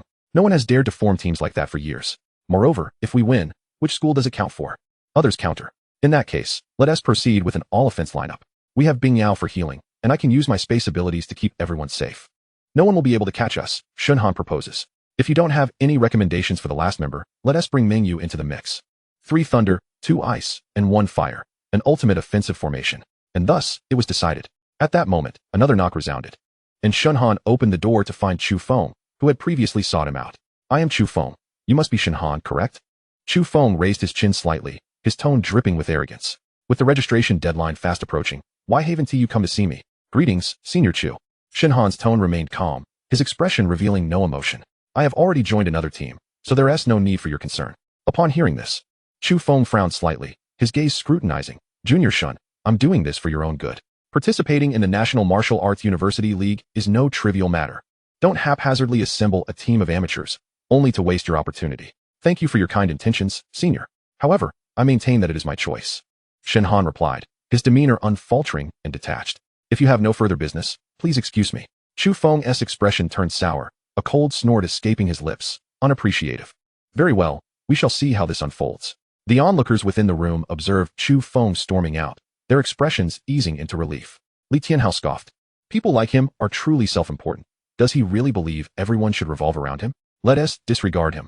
Our matters are of greater importance. Shen Han shut the door, disinterested in further commentary, and resumed discussing arrangements with his teammates. Before long, Mingyu conveyed her acceptance to join the team, thus finalizing the formation. Our team is now established. Who will take on the role of captain? Li Tianhao inquires. As long as we can secure victories, I have no preference. Mu Bingyao and Lu Rian concur. Shen Han, you should lead. Next, we need to come up with a team name. How about Lingyun Battle Team? Li Tianhao proposes. How utterly commonplace. Can you imagine how many teams named Lingyun Battle Team, Arrogant World Team, or War God Team there will be nationwide? The two girls unanimously oppose. How about the team you mentioned? What a resounding name, Shen Han half-jokingly suggests, prompting laughter from the group. That's it then. Chapter 78 with the team name and members confirmed. All that remains is to register within the stipulated time frame. Then let us wish our team success in clinching the championship. After registration, we will have about a month to prepare, so let us make the most of our training. A few days later, the day of official registration arrived, with each martial arts university establishing a registration point. The 5 of them arrived early to queue. Just then, a sharp voice cut through the air. You must be that triple ability user Shen Han?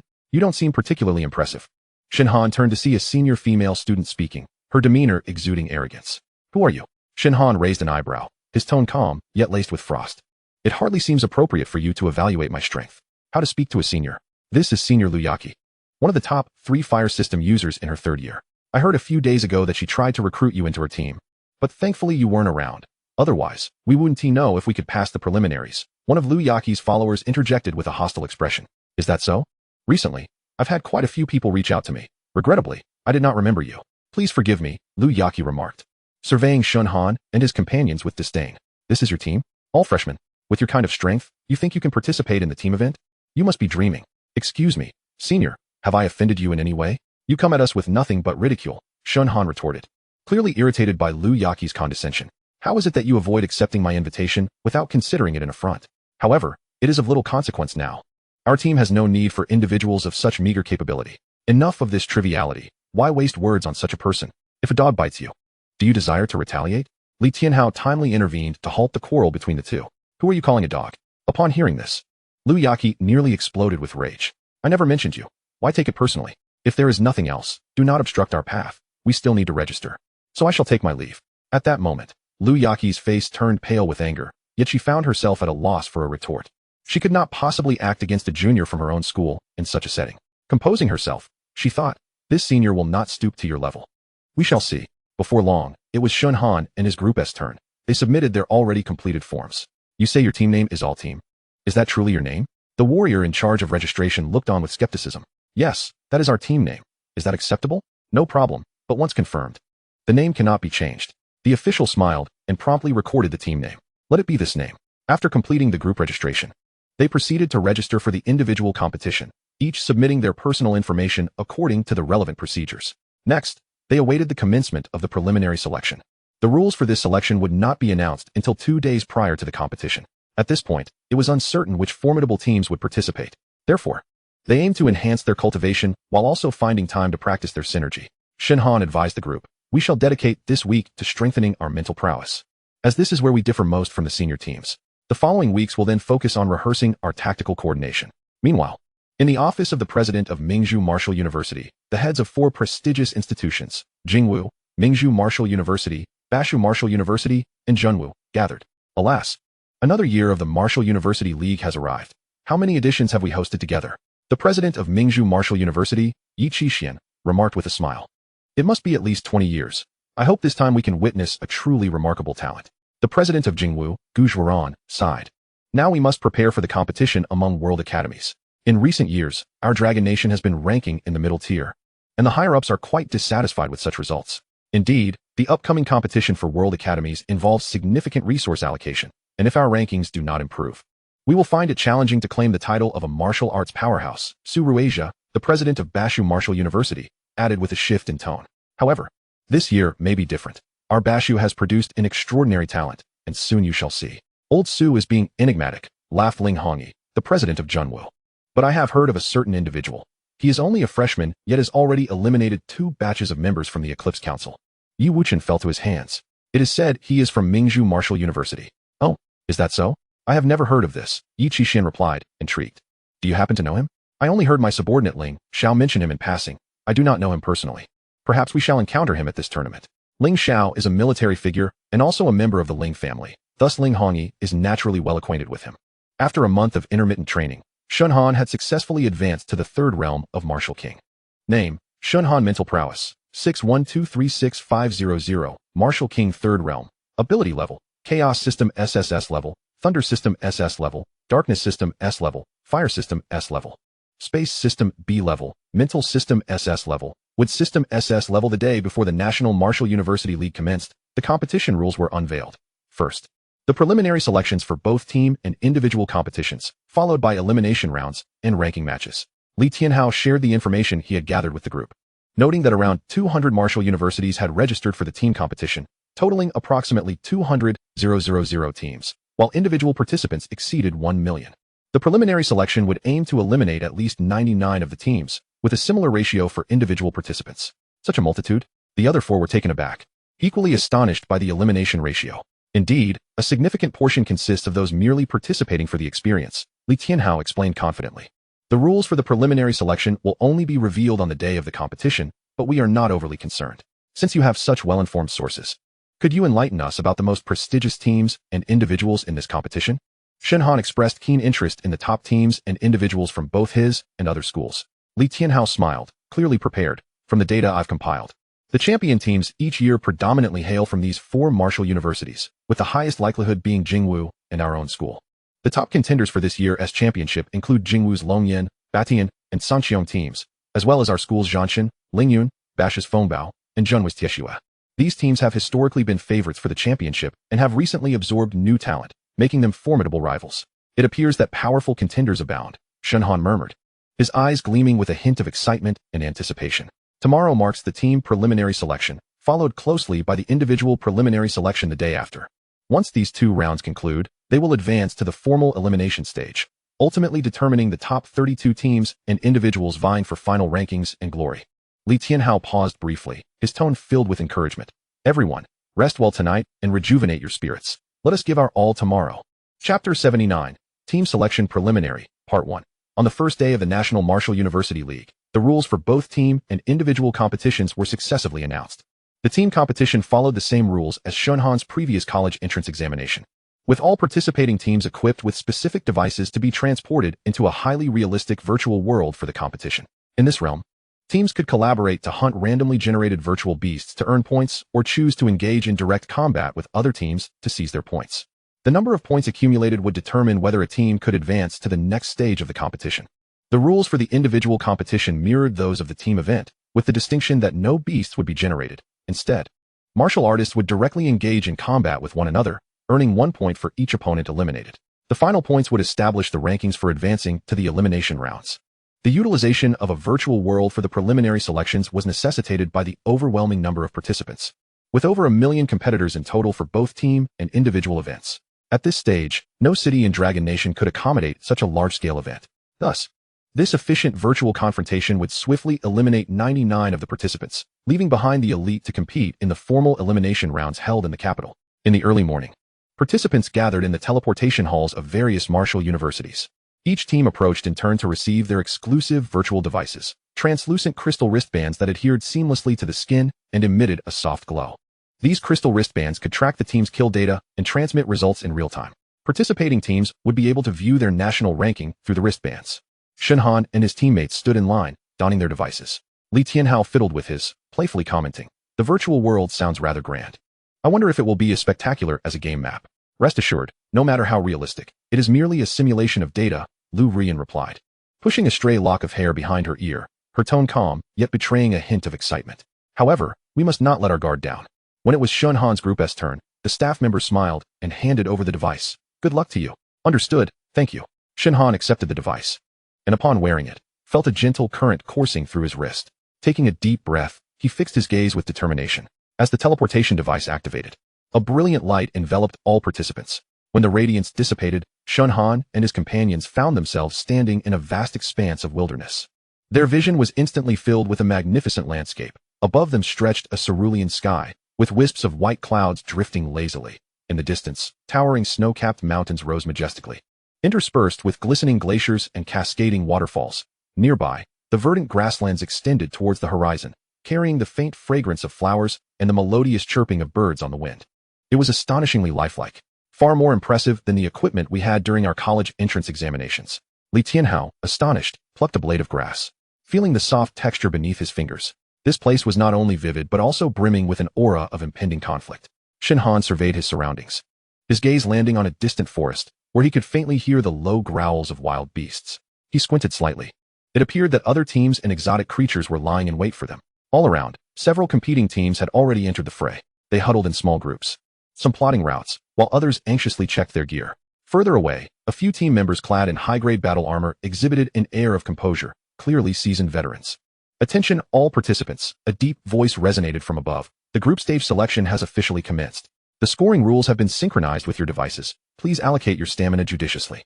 The timer begins now. After 6 hours, rankings will determine the teams moving forward to the next round.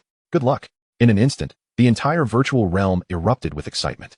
Teams began to act in their own ways. Some rushed into the depths of the forest, others gathered on high ground to observe, while some quietly prepared to ambush rival teams. It seemed there were plenty of individuals poised to strike at other teams. With only 6 hours for the competition, everyone was eager to engage their designated targets. If they recognized a team from their own school, they would let them be. unless provoked first. Shen Han felt a certain camaraderie with the team from Mingzhu University and suspected many were watching the livestream. Attacking fellow students would indeed reflect poorly on them. Before they could even make their move, another team approached menacingly. This group, evidently participants from another school, bore a fierce demeanor. The leader scrutinized Shen Han and his companions with disdain, a smirk crossing his face. "Oh, you look rather inexperienced. Could you be mere freshmen? If so, we thank you for delivering points to us." Seeing the opposing team launch an attack without hesitation, Shen Han's group naturally did not hold back. Spatial collapse. The 5 adversaries barely comprehended what was happening before a swirling vortex manifested before them, a tremendous force tearing at their beings until their section of space dissolved into nothingness. In an instant. Wow, Shen Han, your spatial skill is incredible. Did you just learn it? The other 4 were poised to retaliate, only to find their foes already defeated. A notification appeared on the crystal wristbands. You said it, team, gained 5 points. Activating scent tracking. Shen Han led his team towards areas dense with other teams and exotic beasts. Follow my lead. When we encounter other teams, try to corral them together. I'll use spatial collapse to eliminate them. This was his first attempt at the new skill, and he was quite pleased with its effectiveness. Conserving their strength for now would prove advantageous when they encountered formidable opponents later. Understood. Soon, the number of teams dwindled rapidly. Most had hastily banded together without strategy or tactics, becoming targets for the dominant teams to pick off. Shen Han's group advanced like a sharp arrow, swiftly clearing out exotic beasts while weaker teams stood no chance against them. In the virtual realm, the number of competing teams plummeted at an astonishing rate. 200, 000, 180. 000, 150, 000, 100, 000, 50, 000. Within just an hour and a half, only a quarter of the original teams remained. Glancing at the rankings. First place, Jingwu, Longyan 2985 points. Second place, Mingzhu, Zhanshen 2975 points. Third place, Jingwu, Batian 2950 points. Fourth place, Junwu, Tai Shui 2940 points. Fifth place, Mingzhu, Lingyun 2900 points. Sixth place, Bashu, Fengbao 2870 points. Seventh place, Jingwu, Sanqiong 2800 points. 179th place, Mingzhu, you said it, team 2315 points, with the remaining teams becoming increasingly formidable. The real competition was just beginning. Wiping the sweat from his brow, Shen Han's gaze hardened. Maintaining their current pace, they were on track to advance to the next round. Now, it was time to climb the ranks. Chapter 80 Team Competition Selection Round 2. As the 4th hour approached, fewer than 2,000 teams remained in the arena, with 2 hours until the selection's conclusion, leading to a staggering 99 elimination rate. Do not let your guard down. Now is the time to unleash your full potential. Should you encounter exotic beasts or other teams, regardless of who they are, send them packing, Shen Han urged. With the aid of the scent tracking skill and their adept coordination, they had gained a significant advantage in the earlier hours. In the first 4 hours, while Shen Han had exerted considerable energy, the others had managed to conserve theirs effectively. After Mu Bingyao healed their injuries and restored some of their mental stamina, Shen Han decided to shift strategies and take the offensive to accumulate points. To secure a favorable position in the upcoming elimination rounds, they needed a strong ranking. Only by placing high could they avoid facing tough opponents in the early rounds. Before long, they encountered a team charging toward them. Be cautious, they do not appear friendly, and their strength is at least equal to ours. Stay coordinated. Shen Han discerned their power level through the scent tracking skill. Seriously, what luck? They are a top 10 team from Jingwu, Sanqiao. Should we retreat? Li Tianhao recognized the opponents, suggesting in a hushed tone. Regardless, we will face strong teams eventually. So we might as well practice now.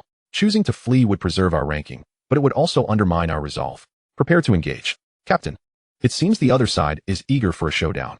It's the first time we've encountered such blatant disrespect from a top team. Remarked a short-haired girl from Jingwu's Sanqiong team. Hey, over there. We are a top 10 team. Why not surrender to avoid unnecessary pain? You are overly confident. Ruyan. Use hypnosis to lock onto her. Let's concentrate our fire and eliminate 1 or 2 of them first, Shen Han proposed. Hypnosis. A peculiar wave of mental energy rippled outward. The short-haired girl from Jingwu's Sanqiong team, before she could act, suddenly felt her head grow heavy, her vision blurred, as if her thoughts were shackled. Not good. They have a mental ability user. Quickly, create distance, warned a purple-haired man. At that moment, Shen Han, Li Tianhao, and Meng Yu unleashed their lightning attacks toward the short-haired girl. Thunder Dragon breaks void, lightning lock, and thunderstorm rending, converging into a colossal bolt of lightning aimed at her. Caught in the throes of the hypnosis attack, the short-haired girl was momentarily slow to react. As the defensive power of her team, she found herself unable to activate any skills in time, and her teammates had not yet regrouped to provide assistance. With a resounding thud, the short-haired girl vanished from the virtual realm, and a notification of her elimination appeared on the crystal wristbands. This transpired in the blink of an eye. As the members of Jingwu's Sanqiong team realized one of their own was missing, they were taken completely by surprise. Damn it, they focused their fire on her. Quickly, unleash all thunder, fire, and ice attacks. Target their captain. The leader of Jingwu's Sanqiong team, quick to respond, rallied all their offensive skills against Shen Han. Heavenly Thunder Dance, Flame Bomb, and Ice-based Ice Spike were unleashed in a torrential barrage towards Shen Han, engulfing him in a storm of elemental attacks. However, Li Tianhao and his companions harbored no concerns as they seized the opportunity to unleash their combined assault on the purple-haired man amidst the chaos of their adversaries attacking Shen Han. It was evident that this purple-haired individual possessed formidable combat awareness. Should he be vanquished, victory would nearly be assured. What was amiss? Why were their teammates not rushing to his aid, appearing utterly indifferent instead? Could it be that the opposing captain had the prowess to withstand such a barrage? A wave of doubt washed over the captain of the Jingwu Sanqian team. Soon, as the flashes of lightning and fire dissipated, a colossal crater emerged on the ground. Yet the captain could not find the shadow of the opposing leader, nor did the crystal wristbands signal any point scored. Alarmed, he called out, "Stay vigilant." To his dismay, when he turned to his own team, the purple-haired man had already been eliminated from the match. Initially, the plan was to slay the opposing captain and subsequently eliminate this weaker team, yet they had unexpectedly lost one of their own. The Jingwu Sanqian captain watched as the purple-haired man endured an onslaught akin to Shen Han's, while Shen Han had utilized dimensional space to evade. The purple-haired individual had taken the full brunt of the damage. Despite possessing a substantial Earth-type defensive skill, he could not withstand the combined might of 4 attackers. Just as the captain prepared to assist, a phantom spike pierced through the purple-haired man's body. 5 against 3, you stand no chance. Will you shatter your own wristbands, or shall we assist you in your departure? Shen Han remarked with a smile. The Jingwu Sanqian captain's expression darkened, retorting coldly, "Dream on. Jingwu never concedes defeat. Unleash the assault skills and concentrate them on a single target." Shen Han commanded the remaining 4. In the ensuing clash of lightning and fire, while the 3 members of the Sanqian team possessed superior strength, they found themselves overwhelmed, encircled, and gradually compressed into a diminishing space. Spatial collapse. A swirling vortex suddenly expanded within the space, engulfing the 3 and reducing their location to nothingness. At that moment, the audience observing the team selection tournament was engrossed in the shifting rankings. Many lamented that each year, the top positions were dominated by the 4 renowned martial universities, marveling at the formidable strength of their elite teams. Suddenly, a team's name vanished from the leaderboard, capturing the attention of those monitoring the rankings. It was the Jingwu Sanqian team that had been eliminated. Which team had dared to oust the Jingwu Sanqian team? Was the monopoly finally coming to an end? Who possessed such valor? The wristbands of Shen Han and his comrades illuminated with the scoring prompt. The team you mentioned gained an additional 3,510 points. The spectators soon noted the updated rankings, which appeared as follows. First place Jingwu, Longyan 6985 points. Second place Mingzhu, Zhanshan 6375 points. Third place Mingzhu, the team you mentioned 5850 points. Fourth place Jingwu, Badian 5750 points. Fifth place Junwu, Tieshua 5340 points. Sixth place Mingzhu, Lingyun 4400 points. Seventh place Lingjiang, Huanglong 4290 points. Eighth place Bashu, Fengbao 4170 points. Look, it was a team with an oddly named from Mingzhu Martial University that eliminated the Sanqian team. This name has never been heard of before, breaking the previous monopoly. Yet it still seems that the 4 major universities hold sway. Chapter 81, Team Selection Tournament. 3. We surged into the top 3. Li Tianhao exclaimed, nearly bursting with excitement, his joy evident on his face. His voice brimmed with exhilaration and disbelief. Captain, shall we press on? Let us elevate our ranking. With only an hour remaining, the teams ahead of us are led by our seniors, making them challenging targets. The first place is too distant. Targeting the lower-ranking teams will yield a mere few points, insufficient to alter our standings, Shen Han analyzed. Let us take a breather. We have individual competitions tomorrow and should conserve our strength for that. Li Tianhao opened his mouth, eager to voice his thoughts, but Shen Han continued. Rather than engaging in a futile struggle, it is wiser to preserve our energy. The team competition is one thing, but tomorrow's individual contest requires us to be at our best. Mu Bingyao and Meng Yu clenched their fists, somewhat dissatisfied, yet ultimately smiled and said, "All right. We'll heed the captain's advice. We're already in the top 3. That's quite an admirable achievement." The team gradually relaxed, settling on a high ground within the virtual battlefield, discussing the impending individual matches while keeping an eye on the ranking fluctuations. As the final hour dwindled, the rankings solidified, and most competitors who felt they had no chance of advancing opted to shatter their wristbands and withdraw. Those still fighting were primarily teams hovering around the qualifying line. Suddenly, an announcement reverberated. The team selection tournament has concluded. All participating teams exit the virtual battlefield immediately. Almost simultaneously, the scoring on all wristbands ceased, and the rankings were instantaneously finalized. The broadcast continued. Congratulations to the top 512 teams for advancing. Please report to the capital in 1 week for the next round of competition. Soon, the participants from Mingzhu Martial University shed their gear and exited the competition center. Many teams glancing at their rankings. The air was thick with a mingling of elation and disappointment. Some teams wore expressions of regret, while others beamed with excitement. Just a spot or two shy, 519th. What a pity. Oh no, 510th, just barely missed it. Junior, how did it go? My team ranked 250th, now that has strength. Shen Han could easily guess who was taunting him. Liu Yaqi, the senior who had come to gloat that morning. Just then, Shen Han and his 4 companions were reveling in their joy, and he playfully remarked, Senior, your team's ranking suits you perfectly. Still so stubborn, Liu Yaqi huffed. Liu Yaqi, as a third-year senior, what superiority are you trying to flaunt before your juniors? Chu Feng chimed in, reveling in their misfortune. Shen Han, look, our team is also in the top 300. It's fortunate you didn't join us. Who knows if you would have made the cut. Hey, dear seniors. Could you please check the rankings before you speak? We need to prepare for tomorrow's individual selection and can't linger here chatting. Li Tianhao rolled his eyes and pulled the others away. What ranking? Nonsensical. Liu Yaqi and Chu Feng exchanged glances. Our Mingzhu has 3 teams in the top 10. Surpassing Jingwu, it's the first time in years. Indeed, 2 of our teams are among the top 3. Jingwu must be furious about this. Especially since it was our university's team that eliminated them. By the way, who comprises the team you mentioned? Which senior or junior formed such a formidable group? Overhearing the discussions around them, Liu Yaqi and Chu Feng glanced up at the top of the leaderboard, spotting the subject of their curiosity. The team you mentioned? Have you heard of them? Liu Yaqi turned to Chu Feng. Chu Feng shook his head. When did such a strong team emerge from our school? Upon returning to the dormitory area, the 5 shared a light-hearted atmosphere, reveling in the joy of their advancement. We collaborated splendidly. Shen Han smiled at the other 4. Next week, we'll head to the capital with the goal of claiming victory. However, tomorrow marks the individual competition, where we will no longer be allies but rivals. He paused before adding, let us show some mercy to our own and focus our efforts on eliminating competitors from other schools. Upon hearing these words, the crowd shared a knowing smile, and Mingyu jestingly remarked, rest assured, I can take down others with ease, but when it comes to you, I truly dare not. Lu Rian nodded with a smile, let us do our best tomorrow. Our strengths are not to be underestimated, and supporting one another until the end would be even better. Shen Han agreed. All right, let us return to our quarters and adjust our states. See you tomorrow. Once back in the dormitory, Shen Han calmed his mind and opened the window, letting the night breeze disperse the weariness of the day. He turned to Li Tianhao beside him and asked, Tianhao, with your extensive information, who do you think are the strongest contenders in this year's individual competition? We need to understand our opponents. Li Tianhao revealed a confident smile and retrieved a neatly organized stack of documents from beside his bed, beginning his analysis with practiced ease. Among the participants from our school, most of the top 10 are scions of prominent families. Their prowess is formidable, and many are third-year seniors. He raised the documents. For instance, there's Chu Feng's cousin, Chu Xian. He is a high-level martial king, adept in both gold and fire duel abilities, and also the captain of the war god team. His combat strength is exceptional, especially in direct confrontations where weaknesses are hard to find.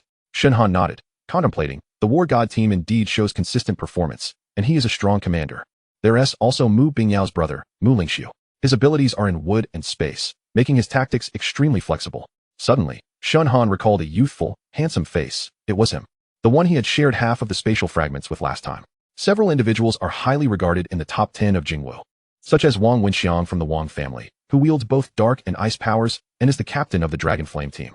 Currently ranked first in the team competition, Han Qi from the Han family, adept in water and wind, known for explosive power, yet intricate tactics. And finally, there is Zhuo Ran, captain of the Celestial team, with wood and fire abilities.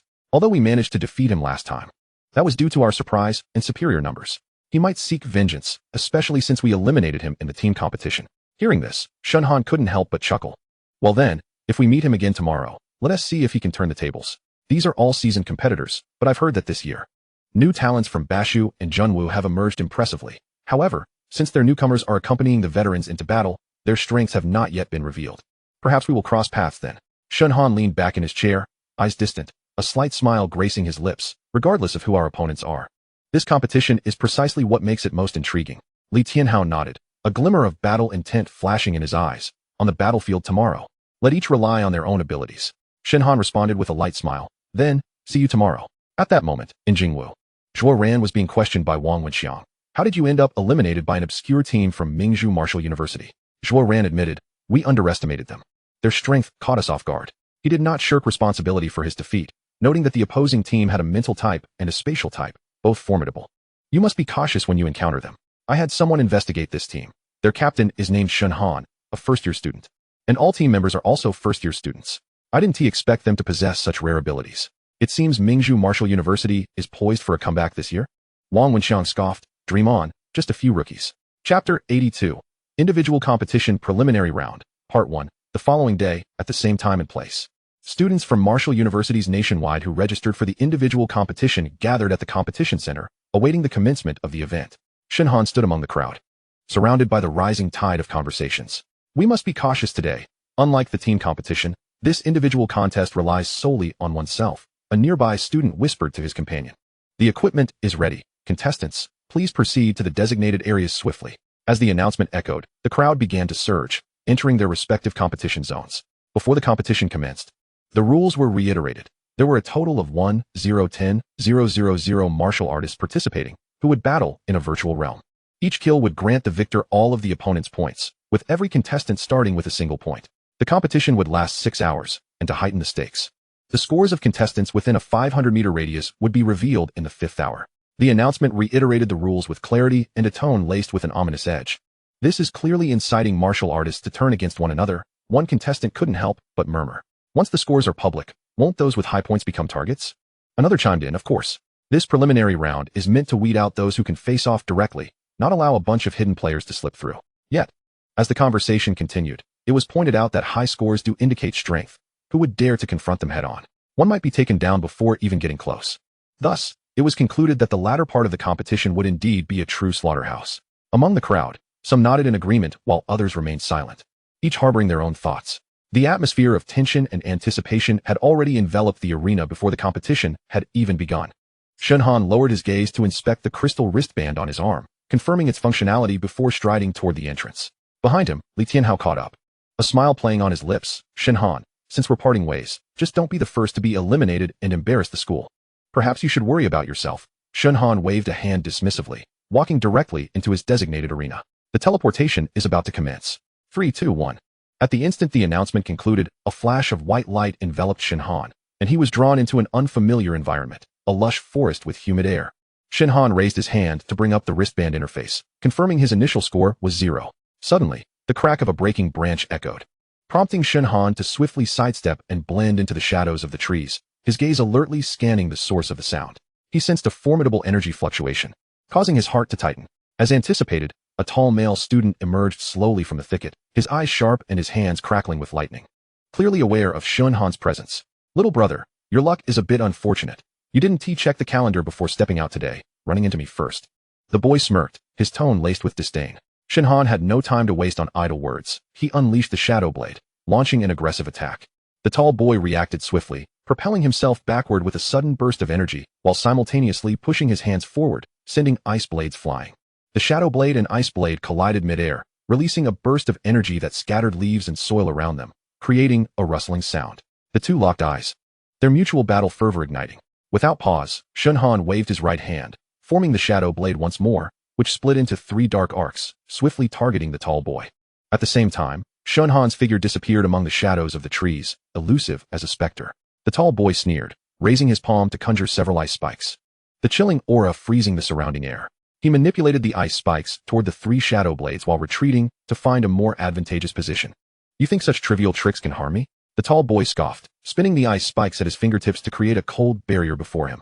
However, Shen Han's shadow blades did not approach directly. Instead, they suddenly split into 3, evading the frontal defense and flanking from 3 different angles. Is it possible to control dark energy in such a manner? The boy furrowed his brow, rapidly gesturing with his hands to create more ice spikes, targeting the shadow blades with precision. Bang, bang, bang.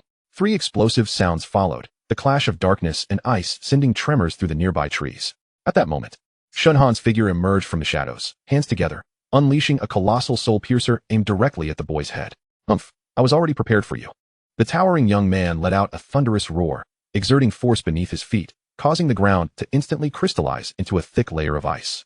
The barrier of ice rose majestically, effectively blocking the phantom spike. Yet, he had underestimated Shen Han's swiftness. In the very moment the phantom spike was thwarted, Shen Han had already maneuvered to his flank, his energy coalescing into a slender shadow blade that sliced towards the boy's crystal wristband with lightning speed. It was over. Shen Han's voice echoed, followed by a sound of air being torn apart, The towering boy's crystal wristband shattered into countless fragments, his figure enveloped in a radiant glow, instantly teleporting him off the battlefield. Mingzhu Wuda Shen Han points. 1. On to the next round. Shen Han murmured to himself, turning to blend into the depths of the dense forest, guided by the direction indicated by his scenting skill.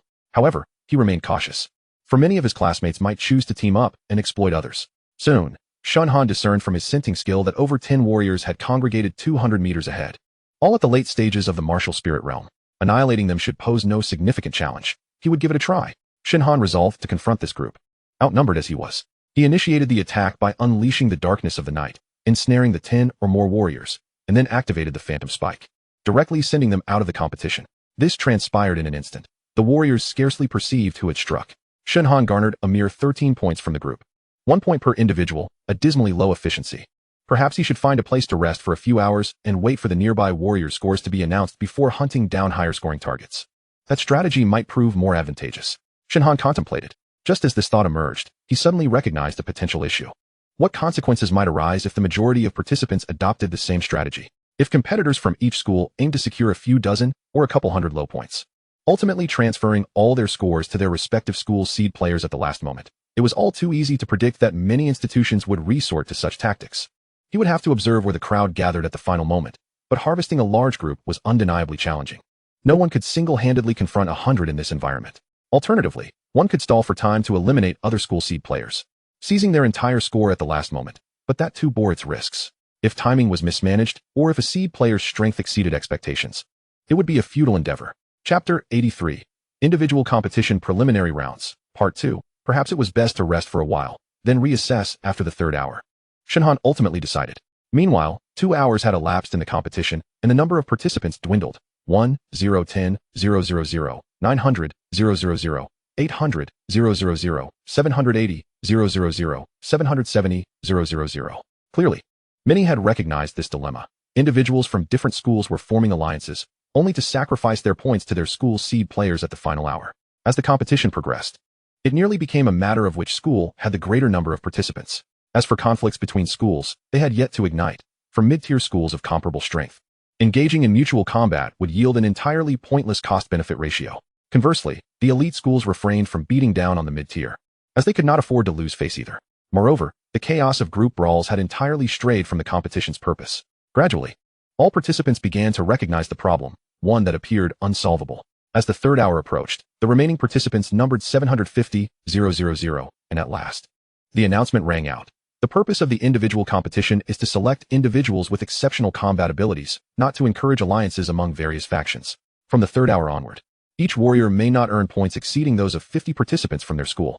Additionally, if the total number of points accrued by participants from a single school within a 1,000 square meter area exceeds 1/10 of their school's total points, that school's participants will be randomly repositioned. Following the announcement, many warriors who had intended to win through sheer numbers were left dumbfounded, promptly reassessing their strategies and venturing out to hunt. While this could not entirely eradicate school alliances, it would at least mitigate them. Next, it was time to seek out groups with substantial numbers and high-scoring participants. Shen Han mused. Having rested for over 2 hours, it was time to get to work. Scenting activated, Shen Han soon sensed a considerable gathering of warriors within the woods ahead. Stealthily approaching, he discovered the familiar faces of Su Haojie and 2 of his high school classmates, Song Ziqing and Li Mingxian. It appeared to be a contingent from Linjiang Wudao. He was curious about their purpose for congregating there. Shen Han expanded his consciousness and finally grasped their intentions. Su Haojie stood before the group, composed and self-assured, declaring, "Our team consists of 60 members. Each of you will venture out to hunt participants from other schools.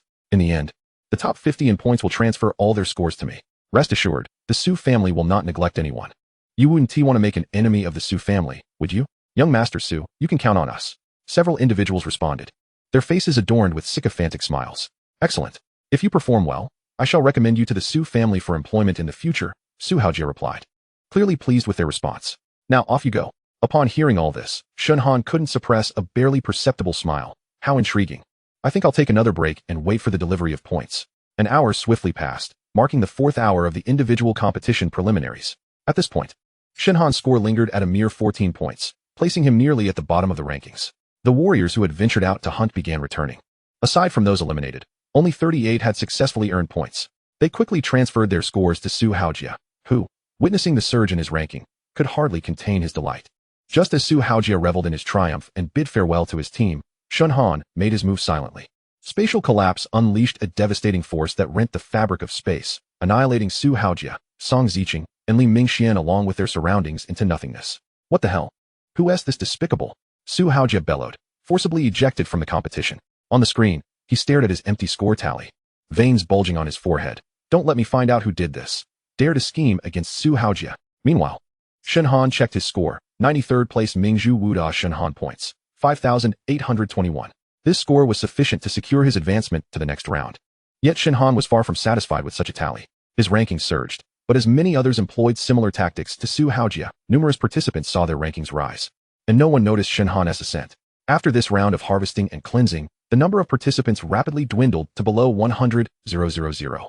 As the 5th hour commenced, the announcement echoed. We will now reveal the point standings of all participants within a 500-meter radius. Please adjust your strategies accordingly. The voice of the broadcast rang out. Only 1 hour remains. Act swiftly and seek out the prime targets. If you venture too far ahead, you might encounter ferocious foes. Keep your eyes peeled. Within 2 minutes, Shen Han spotted someone sprinting towards him, clearly perceiving Shen Han as an easy target. The newcomer, an ordinary-looking individual clad in a gray jacket, taunted, "Classmate, do you mind if I borrow your points? Allow me to introduce myself. I am Su Chuan, a sophomore at Basha Wuda, ranked in the top 10. Just go ahead and crush your wristband." Shen Han regarded the man with exasperation. Why was it that he kept encountering such inexplicable confidence lately? If you desire my points, come and claim them. Su Chuan, seeing Shen Han refuse to surrender, let out a cold laugh. A gust of wind-like spiritual energy erupted beneath his feet, and he vanished from sight.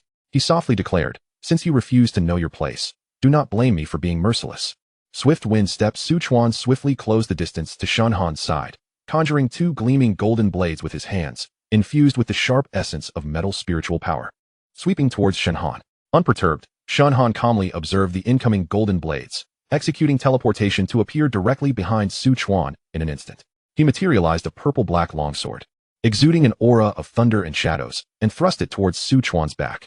Su Chuan reacted with remarkable speed, rolling sideways almost instinctively to narrowly evade the strike. Rising to his feet, his gaze sharpened with heightened vigilance. Space system? Even so, you shall still be defeated. With a flick of his hand, a fierce gale erupted, swiftly forming a swirling wall of wind around him, enveloping him in protection. Concurrently, Su Chuan's other hand began to coalesce golden spiritual energy, sharp metal spikes emerging from the ground, hurtling towards Shen Han with great speed. Yet Shen Han remained unflustered, his spiritual energy surging beneath his feet as he leaped into the air, evading the spike's assault. In that moment, the Thunder Shadow longsword vanished from his grasp, replaced by a crackling bolt of lightning pulsating in his palm.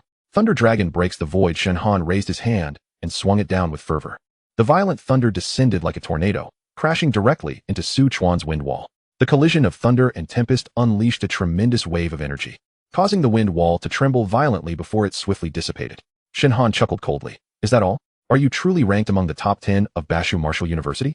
Su Chuan's expression darkened, his eyes fixed intently on Shen Han as he gritted his teeth. Don't get too smug. I haven't lost yet. With that, he raised both hands high, intertwining the powers of metal and wind to form a massive vortex, clearly intent on making a final stand.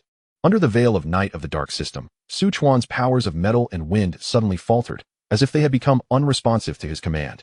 With your possession of space and thunder systems, where does your dark system come from? I shall see you again. With that, a soul piercer shattered Su Chuan's wristband.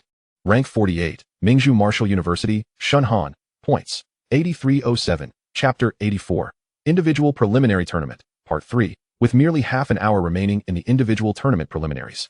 The number of contestants had dwindled to less than 2,000. Just as Shen Han prepared to seek his next target, he heard a voice from behind. Shen Han. Stop right there. Turning around, Shen Han couldn't help but chuckle. What's this? Haven't you had enough humiliation from the team match, and you still dare to come? The newcomer was Zhuo Ran, who had brooded over his elimination from the team match for quite some time. He had analyzed the reasons for the defeat of the Zhangqiong team, convinced that they had been caught off guard. Humph, kid, last time we underestimated you. This time, without your teammates around, you don't think you can defeat me, do you? It seems Brother Zhuo is quite confident this time. Shen Han teased, wondering if he would be too embarrassed to return to Jingwu if he lost again. You arrogant brat. Zhuo Ran narrowed his eyes, flames dancing in his palms as the surrounding temperature surged. He retorted coldly, winning the team match is nothing to boast about. The individual battle is the true test of strength. Zhuo Ran took the initiative, raising his hand as a fiery pillar roared towards Shen Han, causing the ground to crack slightly from the heat. Shen Han calmly raised his hand, gathering lightning between his fingers, and suddenly unleashed a bolt of thunder to precisely intercept the fire pillar. The two elemental forces collided in midair, erupting violently, sending shockwaves that pushed back many onlookers, raising clouds of dust. Amidst the explosion's smoke, Zhuo Ran's figure vanished quietly. In the next moment, he had stealthily approached Shen Han with the aid of Wood System's spiritual power, a green vine snaking towards Shen Han's limbs like a serpent. Shen Han smiled faintly, his figure flickering and disappearing from the spot. Zhuo Ran's strike missed its mark, and as he swiftly turned around, he found Shen Han had appeared at his right side. Shadows coalescing in Shen Han's palm into a sharp longsword, imbued with a chilling aura aimed at him. Zhuo Ran snorted, flames igniting instantly around him, forming a barrier that repelled the shadow longsword. Meanwhile, with his left hand, he secretly channeled Wood System's spiritual energy, hastily recovering his expended mental power. Shen Han, if this is all the strength you possess, it won't suffice. Come again. Shen Han unleashed a relentless offensive. Utilizing the explosive force of the Thunder System to restrain Zhuo Ran's movements, he employed Dark System's spiritual energy to create threats while using his spatial abilities for agile repositioning, never allowing Zhuo Ran a moment's respite. Despite Zhuo Ran's solid defense, he sustained multiple injuries from Shen Han's fierce onslaught, with lightning and shadows leaving marks on his body. However, his Wood System healing abilities exhibited remarkable resilience.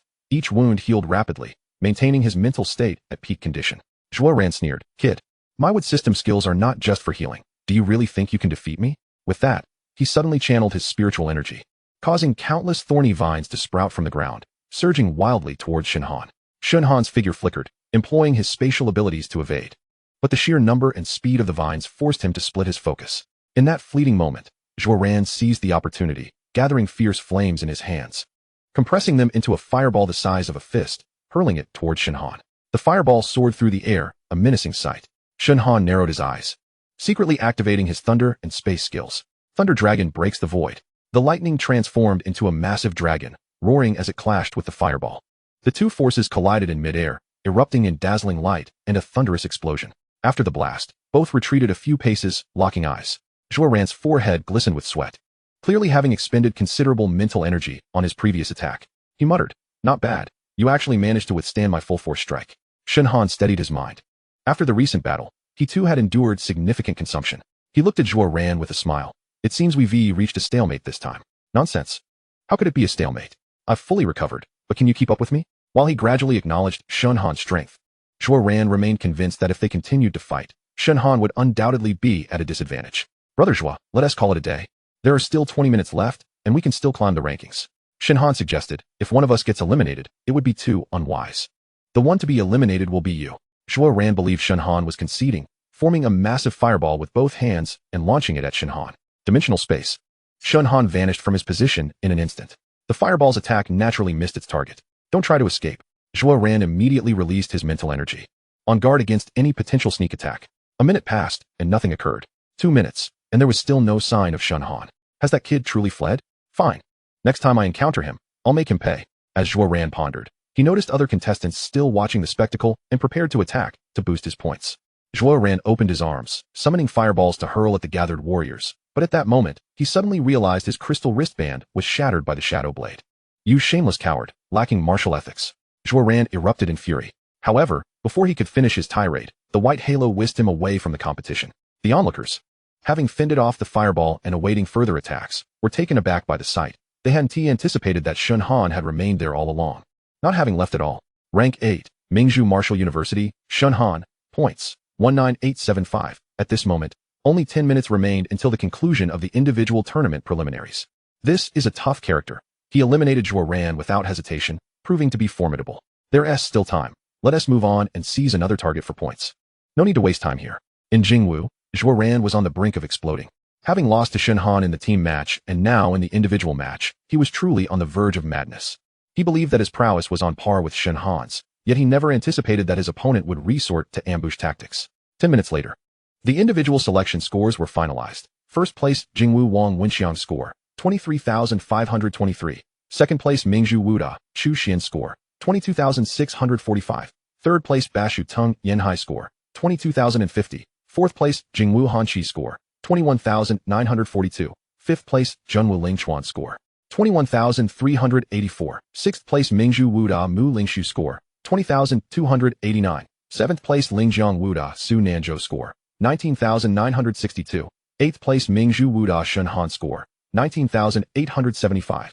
9th place Jingwu Lu Jingheng score, 18,942. 10th place Bashu Su Shui score, 18,526. Chapter 85. The journey begins.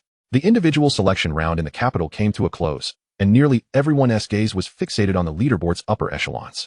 At the exit of the Mingzhu Wuda Competition Center, Lord Han, you are truly remarkable. I heard you took down Jingwu's captain, Zhuoran.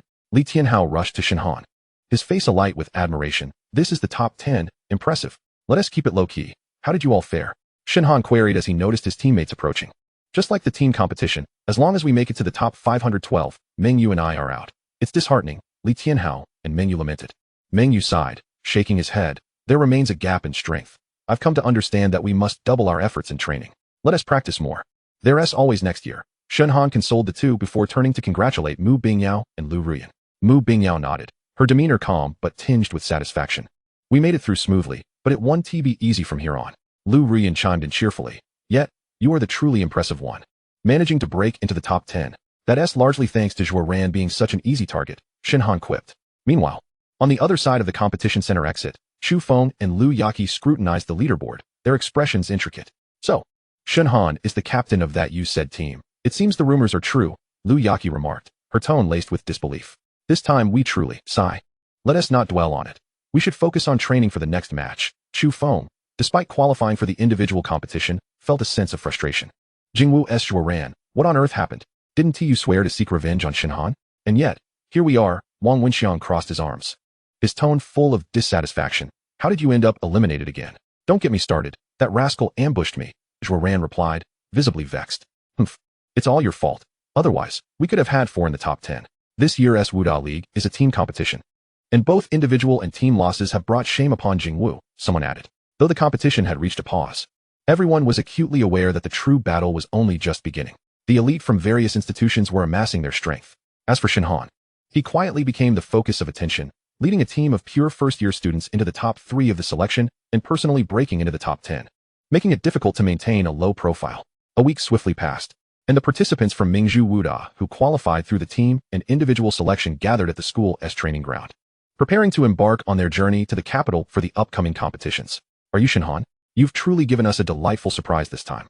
A familiar face approached Shen Han, specifically, a friend of Wang Gang's. The newcomer was Mu Bingyao's brother, Mu Lingxiu, whom Shen Han had met at the auction when he sold half of his space fragments to him. Hello, Senior Mu. Shen Han greeted warmly, feeling quite fond of Mu Lingxiu. Indeed, to achieve a top 10 placement in both categories as a first-year student and to take down our old rival Zhuoran is quite commendable, Mu Lingxiu remarked, then leaned closer to Shen Han, whispering, Junior, you bear a striking resemblance to an old acquaintance of mine. She too possesses spatial abilities. Is that so?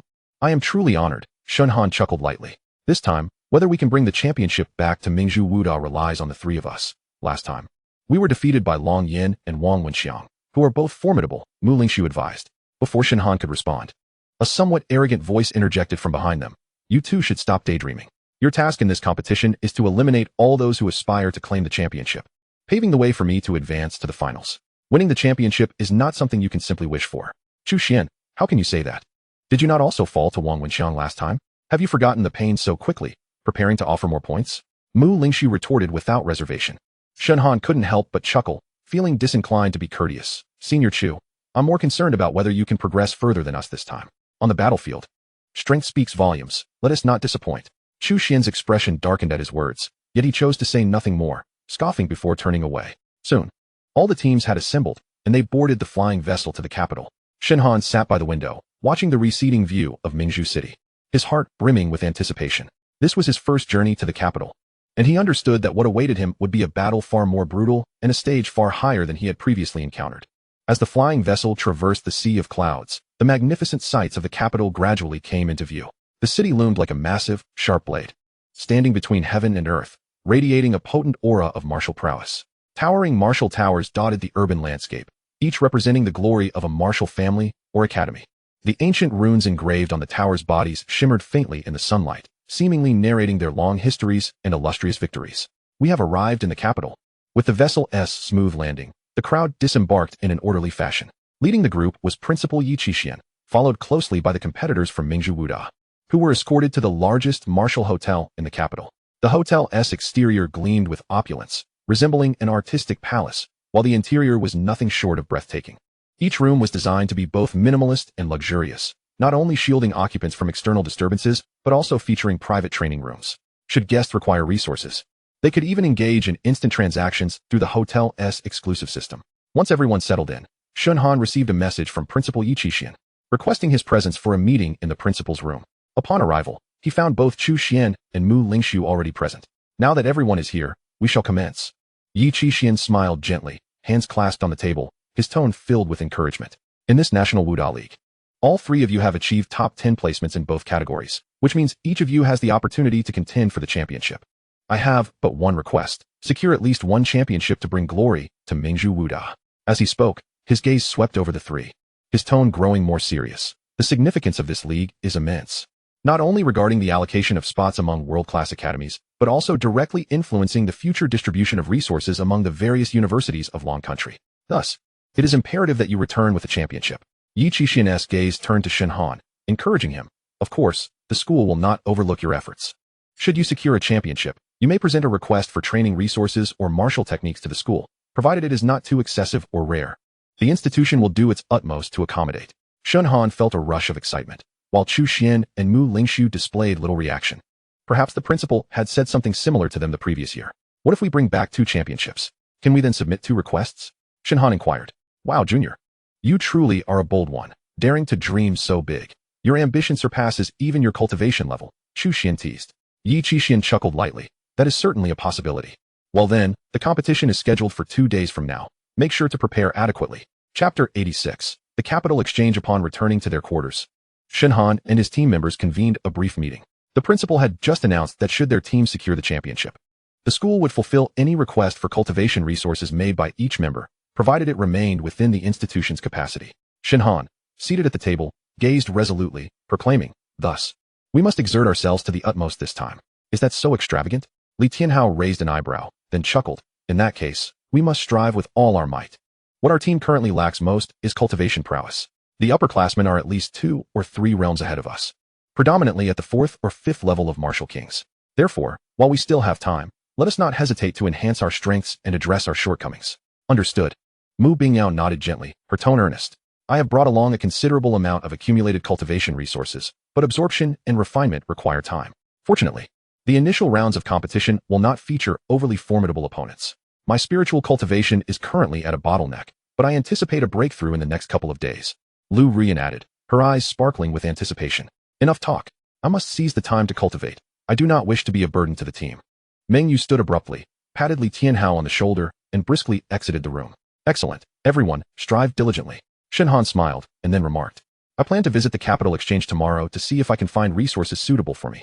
I hear it is the largest exchange in the nation, so I might as well try my luck. The following morning, guided by a map, Shen Han arrived at the grandest exchange in the capital. This immense structure spanned an entire block, its outer walls adorned with countless spirit stones, exuding an air of magnificence akin to a temple of martial arts. Having nearly exhausted his cash reserves, Shen Han was left with 50 million in usable funds. Given the time constraints for practicing various martial techniques, he resolved to allocate his remaining finances entirely toward enhancing his mental strength, as this would yield the most immediate benefits for the competition. Upon entering the section dedicated to mental enhancement resources, Shen Han was greeted by a dazzling array of products. The spirit crystals and mind-refining liquids he had previously used in high school seemed trivial in comparison to many unfamiliar resources and potions on display. Hello, esteemed student. Are you in search of resources to enhance your mental strength? May I assist you with some recommendations? A sales assistant discerned his student status at a glance. Yes, please. He replied. This is a mid-level soul crystal. The sales associate presented a crystal, encased in an ornate box. This soul crystal can rapidly restore and enhance mental strength while stabilizing the mental sea for a brief period. The price is 5 million per piece. Following this, the sales associate picked up a small bottle of shimmering potion. The potion was semi-transparent, resembling a nebula swirling in the night sky. This is the Star Mist Potion, which nourishes the mental sea rapidly and alleviates mental fatigue from prolonged cultivation, making it ideal for warriors engaged in sustained combat. Next, the sales associate unveiled the most expensive mental enhancement potion in this section. This is the Nirvana Crystal Liquid, a premier resource for mental fortification that provides a significant boost without any side effects. It harbors immense power, typically requiring considerable time for a warrior to refine, priced at 30 million. Hearing the price, Shen Han felt a jolt of anxiety. Yet considering the benefits of securing the championship, he decided to disregard his reservations. I will take the Nirvana Crystal Liquid and 4 Soul Crystals. That totals 50 million, please check. Seeing Shen Han complete the transaction so readily, the sales assistant beamed as she took his card and efficiently processed the paperwork. At that moment, a cool yet melodious voice interrupted. Wait, I wonder if I could procure that Nirvana Crystal Liquid from you. I am willing to offer an additional 5 million. Shen Han turned toward the voice, spotting a strikingly elegant girl standing there, her expression tinged with urgency. Under different circumstances, one might have succumbed to her allure. But having encountered countless beauties in his past life, Shen Han was immune to such charms, especially considering the critical importance of the Nirvana Crystal Liquid for his advancement.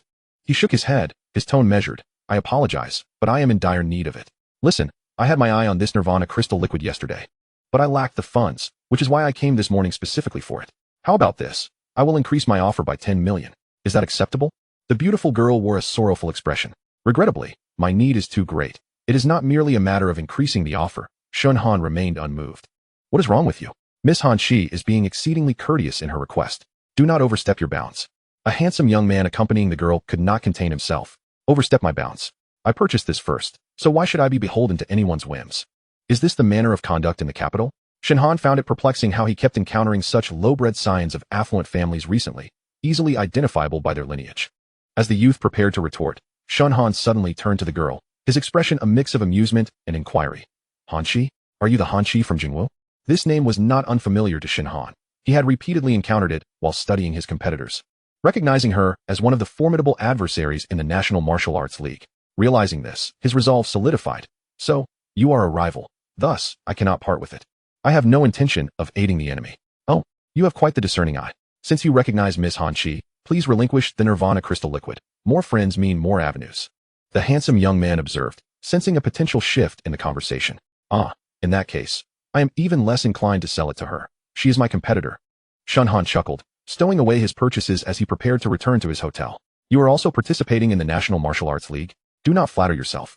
You are no match for Miss Hanshi. Surely, you are unaware of her ranking in the preliminary selection? The handsome young man taunted with icy sarcasm. Shen Han shrugged, uninterested in prolonging the argument, and casually remarked about his recent acquisitions. We shall see who prevails on the field. Farewell. With that, he departed without a backward glance. Miss Hanshi, he is undoubtedly returning to the hotel arranged by Jingwu. Should we not have someone intercept him on the way? The handsome young man suggested. That would be unwise. With participants from the National Martial Arts League present, a misstep could severely tarnish Jingwu and the Han family's reputation. Other mental enhancement potions may not be as effective as the Nirvana Crystal Liquid, but they will suffice for now. Let us avoid trouble, she replied, her fingers tightening slightly. Revealing her displeasure at being rebuffed, Hanshi glowered at Shen Han's retreating figure, feeling a rare sting of rejection she had never before experienced in her life. Chapter 87. The plan of the Star Eclipsing Council. After depleting his cash reserves, Shen Han continued to explore other sections of the exchange, considering it an opportunity for enlightenment. Approaching the afternoon, he departed the exchange, making his way back to the hotel. Along the route between the hotel and the exchange, there lay a desolate and uninhabited stretch of road. As he traversed this segment, Shen Han began to feel a wave of lethargy wash over him. Suddenly, he jolted awake, realizing with alarm that someone was lying in wait for him. Who could it be? Fortunately, Shen Han possessed formidable mental skills, granting him a degree of immunity and resistance against mental attacks. Activating his scent detection ability, he quickly discerned the presence of an assailant lurking in the shadows ahead. Fortunately, it appeared to be a solitary figure. If it had been a group, he would have had to contemplate an escape via spatial manipulation. Name: Qi Gyue. Mental strength, 6th level of Martial King ability rank, Dark S-class mental system. A-class. Are you a member of the Star Eclipsing Council? Shen Han inquired. To my surprise, your mental strength is formidable enough to detect my presence. A cold sneer emanated from the shadows as Qi Gyue stepped into view. Her black cloak billowing in the wind, evoking a spectral presence that sent chills down the spine. I don't believe I have offended anyone from the Star Eclipsing Council recently. Are you attempting to recruit me? Shen Han remained unfazed. Oh, it appears that someone has sought you out before, and yet you remain alive. It seems those who came for you have met their demise at your hands. Qi Gyue expressed his astonishment. Pray tell, who might that be? First, divulge to me why you sought my presence. Perhaps if I am pleased, I may share my insights in return. Shen Han replied with a smile. Isn't it true that once I have you under my control, I shall obtain what I desire regardless? As soon as Qi Gyue finished speaking, the ambient light around them dimmed abruptly, as if consumed by an invisible force. Shen Han instantly shifted into a state of alertness, with a slight movement of his feet. Spatial ripples flickered, and his figure vanished from the spot, reappearing several dozen meters away. Impressive reflexes, Chi Gyue scoffed coldly. With a mere gesture, a profound shadow energy clawed towards Shen Han with astonishing speed, its trajectory elusive and incomprehensible. Dimensional space, Shen Han swiftly activated his spatial skill to evade Chi Gyue's assault. Is fleeing your only recourse? Chi Gyue taunted, initiating his mental hypnosis skill, sending waves of influence radiating outward from his core. Let us see how you evade this. A resonant hum echoed as Chi Gyue's sea of consciousness endured a violent blow. Shen Han retaliated with a mental piercing attack against Chi Gyue's hypnosis. Psychic abilities? How is it that you possess them? Chi Gyue inquired, astonished. In that moment of distraction, Shen Han intensified his mental assault, combining it with a physical attack, the majority of which penetrated Chi Gyue's body. A piercing scream erupted from Chi Gyue's throat, for he had been impaled by the spectral strike through vital joints, rendering him incapable of escape. Now, can you enlighten me as to why you sought my company? Shen Han inquired, a smile gracing his lips as he fixed his gaze upon Chi Gyue. The Star-Eclipsed Council wishes to recruit new talents, and I am tasked with enlisting geniuses. Chi Gyue replied, such deceit. If that were the case, why have you not approached other geniuses? You have one last opportunity to speak. Otherwise, I shall resort to soul-searching. Shen Han threatened. At the mention of soul-searching, Chi Gyue shuddered, recalling Shen Han's psychic prowess. Perhaps he truly possessed the ability. However, when he pondered the organization's punishment for traitors, he chose to remain silent, firmly believing that Shen Han was attempting to deceive him, aware of the rarity of soul-searching, a skill only mastered by a select few at the pinnacle of the Star-Eclipsed Council. Doubt me if you will, but I harbor no pity for those of the Star-Eclipsed Council, Shen Han declared, summoning countless strands of psychic energy with his hands, each thread piercing deep into Chi Gyue's sea of consciousness. Chi Gyue emitted even more harrowing screams, as Shen Han rifled through fragments of Chi Gyue's memories. He unearthed several pertinent images. Elder Lu of the Lu family remarked, this time, I must trouble Steward Chi to take a trip. Not only has this individual covertly harmed our Lu family's prodigy, but he is also one of the foremost competitors in this martial arts league. For the sake of our plan, he must be eliminated. Chi Gyue responded, fear not, this mere martial king of the second realm shall not survive until the competition begins. Work seamlessly with the head priest, and you shall earn your due credit. Elder Lu replied, that is a given. Oh, is it possible that the Star-Eclipsed Council and the Lu family are conspiring during this national martial arts league? Shen Han continued to delve deeper into Chi Gyue's memories, most of which were trivialities. Suddenly, a particular image caught his attention. In the image, he beheld Lu Jingheng, his body ensnared by crimson threads, the other end of which was connected to a martial artist. To Shen Han's astonishment, he observed the martial artist's spiritual energy being slowly siphoned into Lu Jingheng through the crimson threads, resulting in a rapid augmentation of Lu Jingheng's strength. Remarkable. This technique surpasses my devour skill by a significant margin. It appears capable of absorbing nearly half of another's cultivation. I wonder if there are any side effects or limitations. As my devour skill can only absorb around 10, Shen Han mused. Withdrawing the soul-searching technique, Chi Gyue found himself as if submerged in water, on the brink of unconsciousness, devoid of the strength to scream. To think the Lu family sent you, engaging in your service. What is your scheme? Shen Han interrogated. If you refuse to disclose, I shall continue. Hearing this, Chi Gyue sighed. Spare me a swift end. I am beyond salvation. I am aware of the existence of a plan, but I lack knowledge of the specifics. Did you not conduct a soul search? Have you not uncovered the details? Shen Han felt a twinge of regret, shifting the conversation. What is the matter with Lu Jingheng? What do the crimson threads signify? Chi Gyue offered a bitter smile. They serve to graft one person's cultivation onto another, the rest. You shall have to ascertain for yourself. I am merely of the lower ranks, with limited information. Upon hearing this, Shen Han's gaze sharpened slightly, pondering, grafting cultivation? Such a technique, even if effective, must bear considerable side effects. Lu Jingheng's willingness to employ it suggests either indifference to the consequences or a means to mitigate its drawbacks. Shen Han activated his devour skill, summoning a vortex that absorbed a portion of Chi Gyue's cultivation, subsequently dispatching him with a fire explosive orb. Quite impressive. Do the members of the Star-Eclipsed Council possess such wealth?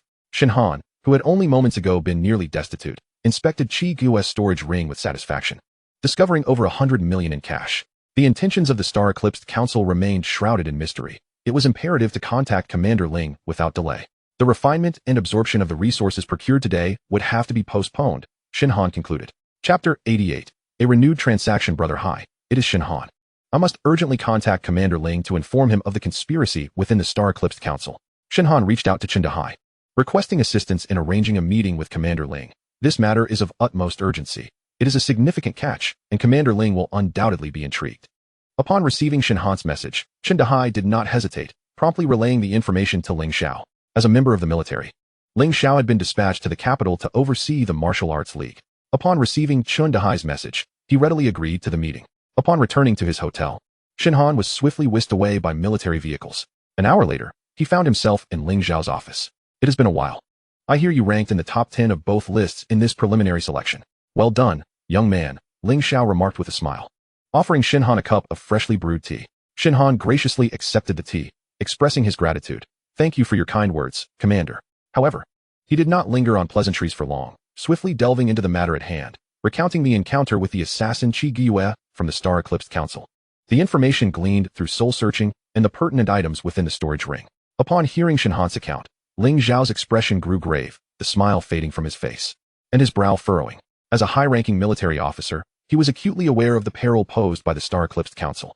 Under ordinary circumstances, he could monitor the Liu family to draw out a larger fish, but during the crucial period of the National Martial Arts League, any uncontrollable incidents could lead to losses that the nation could scarcely bear. This information is indeed significant. Immediate action is required. Ling Xiao pondered for a moment before fixing a sharp gaze upon Shen Han. However, I must confirm one thing. How did you acquire this intelligence? I possess dual elemental abilities and have concealed a psychic aspect. I have mastered the skill of soul searching, and I ask that you keep this secret for now, Commander Ling. Shen Han replied, aware that the secret of his psychic abilities would eventually come to light, yet not intending to conceal it for long. Ling Xiao was taken aback by this revelation but quickly regained his composure. Rest assured, a soldier's lips are tightly sealed. The information you have provided is not only crucial but also urgent. I must contact higher-ups to arrange a response. Speak, what do you wish to trade for? I will not participate in the Martial Arts League. As a newcomer, my psychic prowess pales in comparison to the senior competitors. I hope to receive sponsorship for resources to enhance my psychic abilities. Shen Han articulated his request. Not a problem. Dahai, take Shen Han to retrieve resources for psychic training. With a budget of 100 million. Just say it is my command. Having concluded his business, Ling Xiao did not linger with them, stating that they would converse again once matters were settled. With that, he entrusted the cash from Qi Gyue's storage ring to Shen Han and departed the office with the remaining items. After receiving the military's resources for mental power cultivation, he returned to the hotel in the dead of night. Wasting no time, he entered the training room within his quarters, seated himself cross-legged, and began to absorb the resources. Time was of the essence, so he decided to employ the devour skill, taking in as much as possible. Should there be a shortfall, he could always rely on Qi Gyue's cash. Anything he could not absorb would simply be wasted. Shen Han closed his eyes, conjuring a pitch-black vortex of devouring energy in his hands, and a powerful wave of mental energy enveloped the entire training room, as the resources gradually transformed into pure energy, continuously flowing into his sea of consciousness.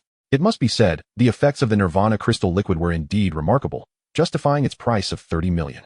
The devour skill had nearly absorbed the entirety of the Nirvana crystal liquid's potency. The following noon, Shen Han successfully utilized the devour skill to assimilate and refine the mental power cultivation resources valued at 100 million, which he had purchased and received as military sponsorship the previous day. In other words, Shen Han's night of cultivation had cost him 1.5 billion, allowing him to break through from the 3rd to the 6th level of the Martial King realm. Name, Shen Han Mental Power, 77, 888. 000, Martial King 6th level, Ability level, Chaos System SSS level, Lightning System SS level, Dark System S level, Fire System S level, Space System A level. Mental System SS level, with System SS level skills, Chaos System Scent, level 410, Replication, level 410, Devour, level 410, Skill Bomb, level 410, at last. He had caught up with the pace of the more senior practitioners. Witnessing this outcome, Shen Han felt a wave of relief wash over him. Although he had squandered quite a bit, he had at least achieved his objective. After all, no one would disdain higher cultivation. He might as well spend the remaining 100 million as well. Meanwhile, at the Liu family, Qi Gyue's soul token shattered, indicating a mishap. Bishop Feng sighed slowly, a flicker of imperceptible coldness flashing in his eyes. This won't affect our plans, will it? Has the scheme already been leaked? The Liu family instantly grew tense and uneasy, trembling at the thought of the dreadful consequences. Shall we arrange for someone to eliminate Shen Han? Bishop Feng calmly shook his head, his tone laced with an undeniable reassurance. There is no need for concern or unnecessary complications. Qi Gyue could never betray the Star Erosion Council. Moreover, he knows almost nothing of the core details of the plan. His demise would not significantly impact us. We shall proceed with the plan as intended. However, Elder Liu Six still appeared anxious, furrowing his brow. After a moment's contemplation, he could not help but voice his concerns. Is Shen Han truly so fortunate? Could it be that he has a skilled protector in the shadows? I have a strong instinct that he is not an ordinary individual. Regardless, this individual must not be allowed to remain. However, The priority is our plan. We shall address Shen Han after our objectives are successfully achieved, lest we lose sight of what truly matters. A glimmer of cold determination flashed in Bishop Feng's eyes. You are correct, my lord, Elder Lu Six replied, bowing his head in agreement. For now, settling matters at hand was paramount. The success of the plan was the most critical aspect. That afternoon, after procuring sufficient mental power cultivation resources, Shen Han returned to the hotel without incident. He had never anticipated that one day he would be able to utilize cultivation resources so extravagantly and without concern for cost. Shen Han chuckled wryly. In his quest to elevate his cultivation to greater heights, he had once again become a pauper. However, once he secured the championship and exchanged it for rare martial techniques, all would be worthwhile. Before the competition commenced, Shen Han finally absorbed and refined the second batch of mental power resources. The last 100 million in cultivation resources had only elevated him by one level, a wasteful extravagance indeed. If he did not recoup this loss, it would be a grievous misfortune, Shen Han pondered. Name, Shen Han Mental Power, 83, 888, 500, Martial King 7th Level, Chapter 89, Team Competition, Part 1. The next day, the offline segment of the National Martial University League officially commenced, with martial artists from hundreds of universities across the nation gathering early at the competition venue in the western suburbs of the capital. The venue, located near Jingwu University, was the largest in the country, capable of accommodating tens of thousands of spectators, exuding a grandiose atmosphere. For the first time, Shen Han stepped into such an expansive arena, which was easily tenfold larger than the top 10 concerts he had attended. The spectator seating formed a circular arrangement around the vast arena, where over a dozen platforms were set up at the center, each encased in a transparent energy barrier to shield the audience from the residual impacts of the battles. Indeed, this was a venue of the highest national caliber, its scale invigorating to behold. Shen Han surveyed his surroundings, feeling a surge of competitive spirit welling within him. Soon after, a robust and authoritative voice resonated throughout the venue, calling for silence. The speaker was Gu Zhuoran, the principal of Jingwu University, clad in a deep blue ceremonial gown, exuding composure and confidence. I am Gu Zhuoran, the principal of Jingwu, and on behalf of the university, I extend a warm welcome to martial artists from all corners of the nation gathered here in the capital for this National Martial University League. As Gu Zhuoran's voice echoed, the previously raucous crowd gradually quieted, all eyes fixated on the leader of this esteemed institution of Langhua. Gu Zhuoran scanned the audience, his gaze brushing over each youthful and spirited face. With a slight smile, he continued, the National Martial University League is the most competitive and representative event for our nation's youth. Each participant here is a beacon of hope for the future of Langhua. I look forward to witnessing your most splendid performances in the upcoming competitions. Now, I invite the judging panel to explain the rules and arrangements of the competition. As Gu Zhuoran concluded, thunderous applause erupted throughout the venue. He smiled and nodded before departing the main stage, handing over the floor to the judges. While the judges spoke, the central screen displayed the rules and schedules synchronously. Shen Han listened intently, mentally organizing the key points. A total of 512 teams would participate in the team competition, with a knockout format determined by draw, featuring 3 rounds of matches each day. Day 1, 3 rounds to determine the top 64 teams. Day 2, further eliminations to identify the top 8 teams. Day 3, the top 8 teams would face off to decide the final 4 and the bottom 4, with the top 4 determining the first and second places, while the bottom 4 would compete for 3rd and 4th. The latter would battle in 2 rounds for 5th to 8th places. The rules and arrangements were clear and concise, devoid of convoluted details. The world of martial artists has always prioritized efficiency, valuing the strength of one's abilities. Shen Han glanced toward the podium, where, in addition to many university principals, he spotted several military figures. It appeared that the military had begun to take action based on the information he had provided. As the competition commenced, team captains stepped forward to draw lots. Soon, Shen Han had received his group number, 099. With only 10 platforms available, his team was slated to compete in the 9th group. The large screen promptly displayed the names of the 20 teams about to take the stage. Look, there's a match featuring one of the top 10 teams. It's Jingwu's Longyan team, the first in the preliminary rounds and a favorite for the championship. Which unfortunate team is pitted against last year's champions right off the bat? What a shame. The opposing team is quite formidable, and had they not faced Longyan, they might have had a shot at the top 200. Alas, it seems they will be eliminated in the first round. The audience erupted with laughter at the expense of the opposing team from Shilin Martial University, known as the Pride of the World team. Shen Han stood quietly at the side, observing the battle unfolding on stage. Indeed, the match quickly showcased a one-sided affair. Within 3 minutes, a member of the Pride of the World team had already been taken down single-handedly by Wang Wenxiang. Is this truly last year's individual champion? It's utterly terrifying. He took down 5 opponents without even allowing them a moment to breathe. A strong competitor is indeed a strong competitor. Their first place ranking in the preliminaries was well-deserved. The strength of the Dragon Flame team is indeed formidable, he murmured to himself. Yet securing consecutive championships is no simple feat. The matches proceeded in rapid succession. And soon it was time for Shen Han's group to compete. The large screen displayed the battle information. Pearl Martial University USAID team versus Southern River Martial University Battle Soul team. What a ridiculous name. The more peculiar the title, the weaker the team. Someone couldn't help but scoff, eliciting laughter from those around. Brother, are you still half asleep? Look at the overall rankings of the preliminary rounds. Yes. Right there. Go further up. A bystander interjected, unable to contain himself. Huh. Third in the preliminaries? That's quite an unusual name. The warrior fell silent upon seeing the ranking. Let us go? Shen Han glanced at the battle information with indifference and waved to his teammates. We should wrap this up within 5 minutes. Is that all right? 3 minutes. Li Tianhao rolled up his sleeves, confidence radiating from him. I'm feeling incredibly strong right now. The teammates erupted in laughter, the atmosphere light and jovial. On the other side of the arena, the members of Battle Soul team wore expressions starkly contrasting with their opponents.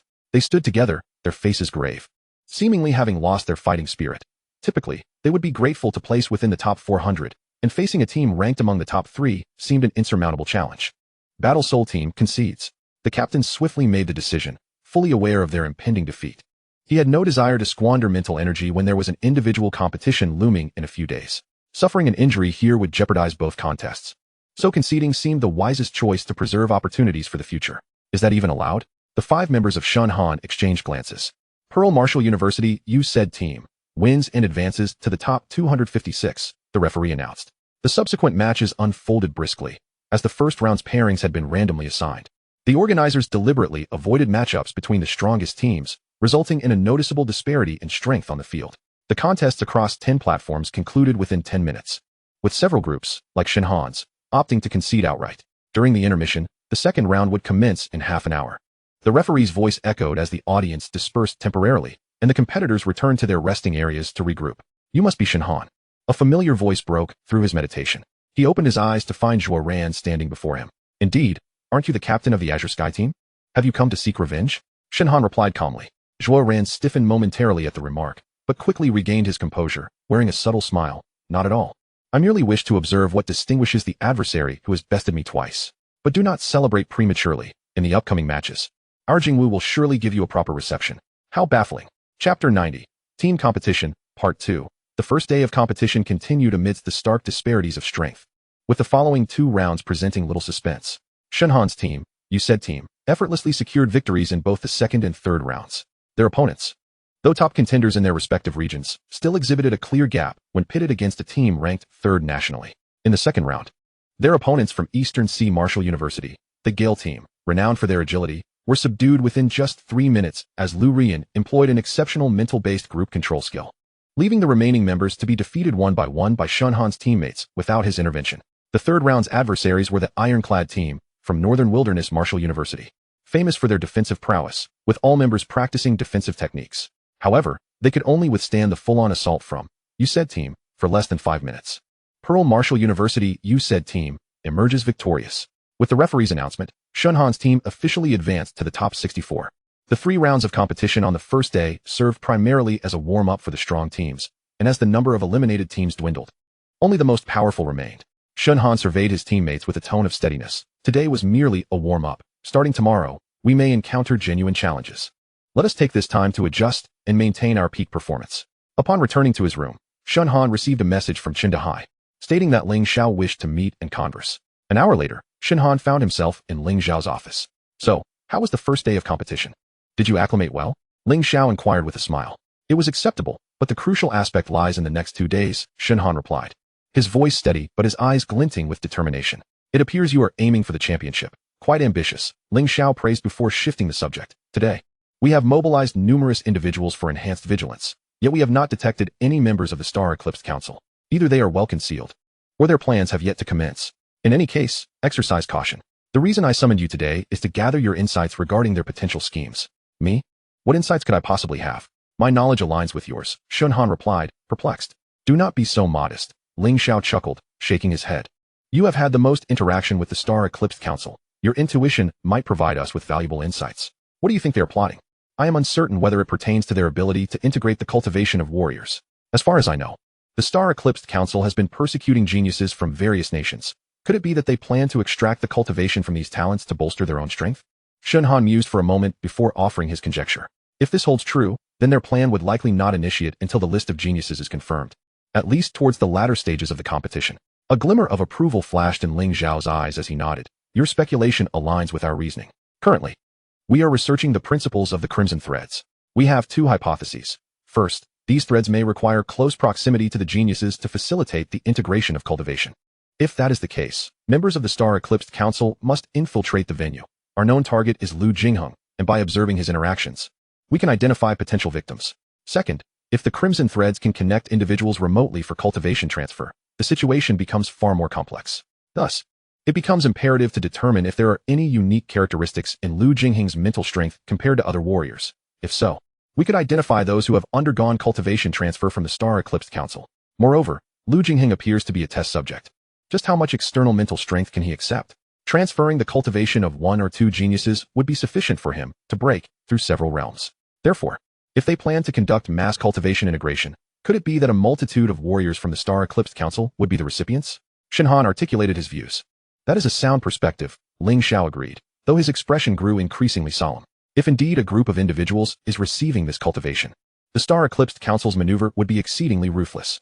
On one hand, it undermines the future strength of various nations, while on the other, it significantly augments their own. Thus, I believe the likelihood of the crimson threads being controlled remotely is quite high.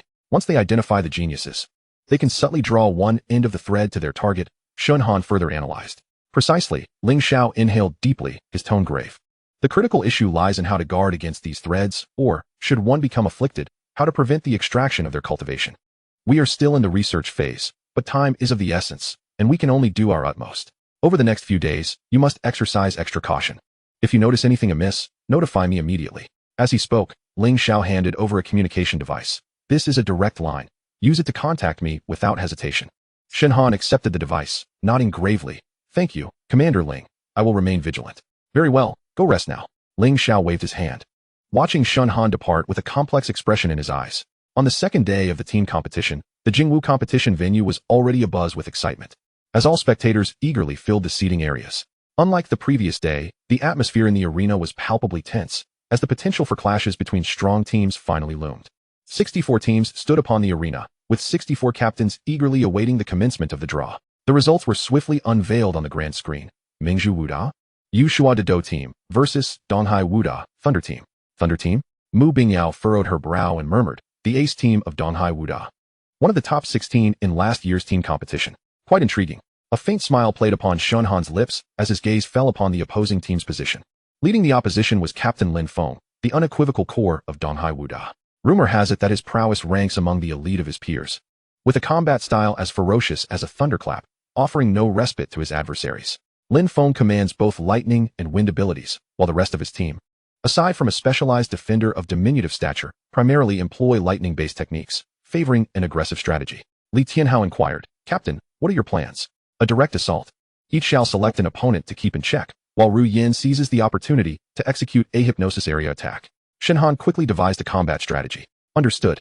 As the referee announced the commencement of battle, the atmosphere grew tense, the air thick with the palpable pressure of impending thunder. Thunder Team initiated their offensive. Lin Feng's eyes gleamed with intensity as he waved his hands, conjuring two formidable lightning spears that crackled in his grasp, while a gentle whirlwind swirled around him. Courtesy of his wind abilities, his presence was akin to the tempest before a storm, propelling his entire team forward with urgency. The other members of Thunder Team fanned out in a wide arc, arcs of electricity slicing through the arena accompanied by the sharp crack of thunder, all aimed at the core of Mingzhu Team, Shen Han. Chapter 91. Team Competition, Part 3. The lightning-based attacks from the four members of Thunder Team intertwined in the air, forming a net of lightning spears. The dense electric light shimmered, accompanied by a piercing wail as it aimed directly at Shen Han from unexpected angles. The addition of wind abilities significantly enhanced the speed of the lightning spears, resembling a ferocious storm. Shen Han remained composed, his pupils narrowing slightly, and in the next heartbeat, his figure vanished like a wraith. Teleportation. In an instant, the frenzied assaults of the four left numerous cracks in the arena, yet their target had eluded them. The next moment, Shen Han materialized behind Lin Feng, a shadow blade hurtling toward Lin Feng's back. What? Lin Feng was momentarily taken aback, before he could contemplate. He felt a chilling presence behind him. His eyes widened in alarm, and he instinctively leaped to the side. Almost simultaneously, a dark blade of light surged from behind him, slicing through the air with a deadly intent. Lin Feng narrowly avoided the strike, but was unable to regain his footing in time. Catching a glimpse of more shadows morphing into piercing strikes, weaving an impenetrable web of assault that sealed off all his escape routes. Damn it! Lin Feng exhaled sharply, commanding wind blades to roar forth against the shadow attacks. Yet, as he attempted to retreat, he suddenly felt a constricting sensation at his ankle. What? He glanced down to find several rapidly growing vines ensnaring him, covered in tiny barbs that began to penetrate his boot. It's Mu Bingyao. It turned out that while Mu Bingyao had been engaged in combat with Thunder Team's lightning users, she had been quietly observing the battlefield. Seizing the moment, Lin Feng retreated to deftly deploy her wood abilities, allowing the vines to sprout rapidly from the cracks in the arena, completely immobilizing him. Lin Feng, you cannot escape. Shen Han's voice was chilling. Immediately, more shadow stabs surged forth, accompanied by the sound of slicing air, closing in on Lin Feng. Gritting his teeth, Lin Feng summoned wind blades to swirl around him, forming a thin defensive barrier, while simultaneously channeling a robust bolt of lightning directly towards the shadow stabs. However, the speed and agility of the shadow stabs exceeded his expectations, twisting and turning in the air, evading his wind blades and targeting the most vulnerable points on Lin Feng's body. This guy can manipulate like that? Sweat beaded on Lin Feng's forehead as his defense became increasingly arduous. Although he was the ace of Donghai Wuda, he had never faced such a vexing opponent. Suddenly, the members of Thunder Team felt a wave of dizziness wash over them, their skills nearly interrupted. It's the mental ability of hypnosis, scatter, Lin Feng shouted. Just as he struggled to cope, Shen Han's shadow blade reappeared, this time more ferocious than before, bearing down on Lin Feng's chest with an unstoppable force. Lin Feng exerted all his might to summon lightning and wind blades in defense, yet his hasty protection was utterly insufficient to withstand Shen Han's strike. Bang! The shadow blade shattered his defenses completely, the immense force sending Lin Feng hurtling several meters away. When he landed, he was breathless and pale, utterly devoid of the strength to continue fighting. Thunder Team, Lin Feng is eliminated. At that moment, the warriors of Mingzhu Wuda erupted into jubilant cheers. Capturing the opposing corps had virtually sealed their victory, especially with their numerical superiority. Soon, Shen Han assisted Mengyu in dispatching the diminutive defender, leaving Thunder Team with no chance of recovery. The referee promptly announced the result. Mingzhu Wuda, Yushua Dado Team, victorious. Meanwhile, numerous principals at the podium were closely monitoring the match. Thunder Team had been a top 16 contender last year, yet they were swiftly eliminated by this rookie team. This year's newcomers are indeed impressive. Mingzhu's team possesses the potential to challenge for a top 4 finish, and with a stroke of luck, they might even reach the finals. Certain principals held particularly high hopes for these new students. The next group took the stage, Jingwu Longyan versus Beijiang Wuda Liang. The grand screen displayed the upcoming teams, and Shen Han had always held a keen interest in Jingwu. Aside from being their greatest rival, Lu Jingheng was of particular significance to Shen Han. We concede. The captain of Liang did not hesitate for a moment, immediately raising the white flag. Shen Han shook his head with a wry smile. He had not even had the chance to observe his most formidable competitor up close, hoping instead that their next opponents would not concede. On the second day, the top-ranked teams continued to dominate the competition. In their group, Shen Han and his team faced Pai Lai Team, comprising several members who were direct seniors to Shen Han, Li Tianhao, and Mengyu. This internal battle within Mingzhu Wuda piqued considerable interest. It was said that the captain of Pai Lai Team was the third-year senior Lei Zhan, who had been the champion of the Lightning Freshman competition. Indeed, I've heard his lightning abilities are exceptionally advanced. This internal clash should be quite a spectacle. However, once the match commenced, the audience quickly realized that the anticipated spectacle existed only in pre-match imaginings. Yushua Dado Team sustained their dominant performance, affording Pai Lai Team almost no opportunities. From Shen Han's agile and multifaceted command to Lu Rian's precise control of the battlefield, complemented by Mu Bingyao, Li Tianhao, and Mengyu's steady output, their teamwork was seamless, swiftly seizing the upper hand. Senior, I concede. Shen Han concluded the battle with a decisive shadow blade in the final moments, addressing Lei Zhan with an expression of calm indifference. Lei Zhan smiled wryly, shaking his head. You are indeed formidable. Help our school clinch the championship. Simultaneously, the much-anticipated Jingwu, Longyan Team, returned to the spotlight. As the frontrunners for this tournament, Longyan Team exhibited astonishing dominance. Prior to the match, spectators clustered around the venue, eager to witness the formidable prowess of Longyan Team. Yet once again, their expectations were dashed as their opponents declared surrender, yielding victory without contest. The final round of the second day officially commenced, the knockout stage of 16-8. This round was the focal point of the event, serving as the grand climax for the day's competitions. Currently, the top 8 teams from the preliminary rounds have all advanced to the top 16, their prowess beyond dispute. However, in a contest where formidable competitors abound, The true test lies in whether they can uphold the honor of their ranking. This final round will serve as a pivotal moment in assessing their capabilities. Indeed, it is the ultimate touchstone. A student in the audience murmured his thoughts, affirming that, although they had sailed through the earlier matches with ease, from the top 16 onwards, the strength of all teams approaches its zenith. A moment's misstep could lead to elimination. What heightens the anticipation is that from this round onward, the top 8 teams are destined to confront one another prematurely. As the draw results were unveiled, the clash of titans was imminent, with each battle steeped in suspense. Chapter 92, Team Competition, Part 4. At this moment, the atmosphere in the arena was thick with tension. Reaching this stage was no small feat, and none wished to be ousted at this critical juncture. Among the 16 captains, several were already sweating with anxiety, fervently hoping for a favorable draw. Soon, the large screen displayed the matchups. Mingzhu Wuda Yushuada team versus Jingwu Batian. The announcement ignited a stir among the spectators. These were 2 of the top 8 teams from the preliminaries, and their early encounter meant that one would inevitably face elimination. The magnitude of this confrontation sent the atmosphere in the venue soaring, prompting animated discussions among the audience. On the other hand, the members of Batian breathed a sigh of relief, as they had not drawn their formidable rivals, Longyan, a team renowned for both its reputation and strength. To accommodate the heightened intensity of the matches, this round was modified from 10 platforms to 4, significantly expanding the arena. This not only provided participating teams with greater maneuverability, but also introduced a plethora of strategic possibilities. Shen Han's team was assigned to the first group, and they would be the first to face Batian. Shen Han had previously encountered Batian's captain, Han Shi, during a recent visit to the trading house for mental energy resources. Captain Han Shi of Batian possessed dual SS-level abilities in water and wind, excelling in offense with wind and in defense with water. Her team members predominantly featured offensive abilities in thunder, fire, and ice, rendering their overall strategy wildly aggressive.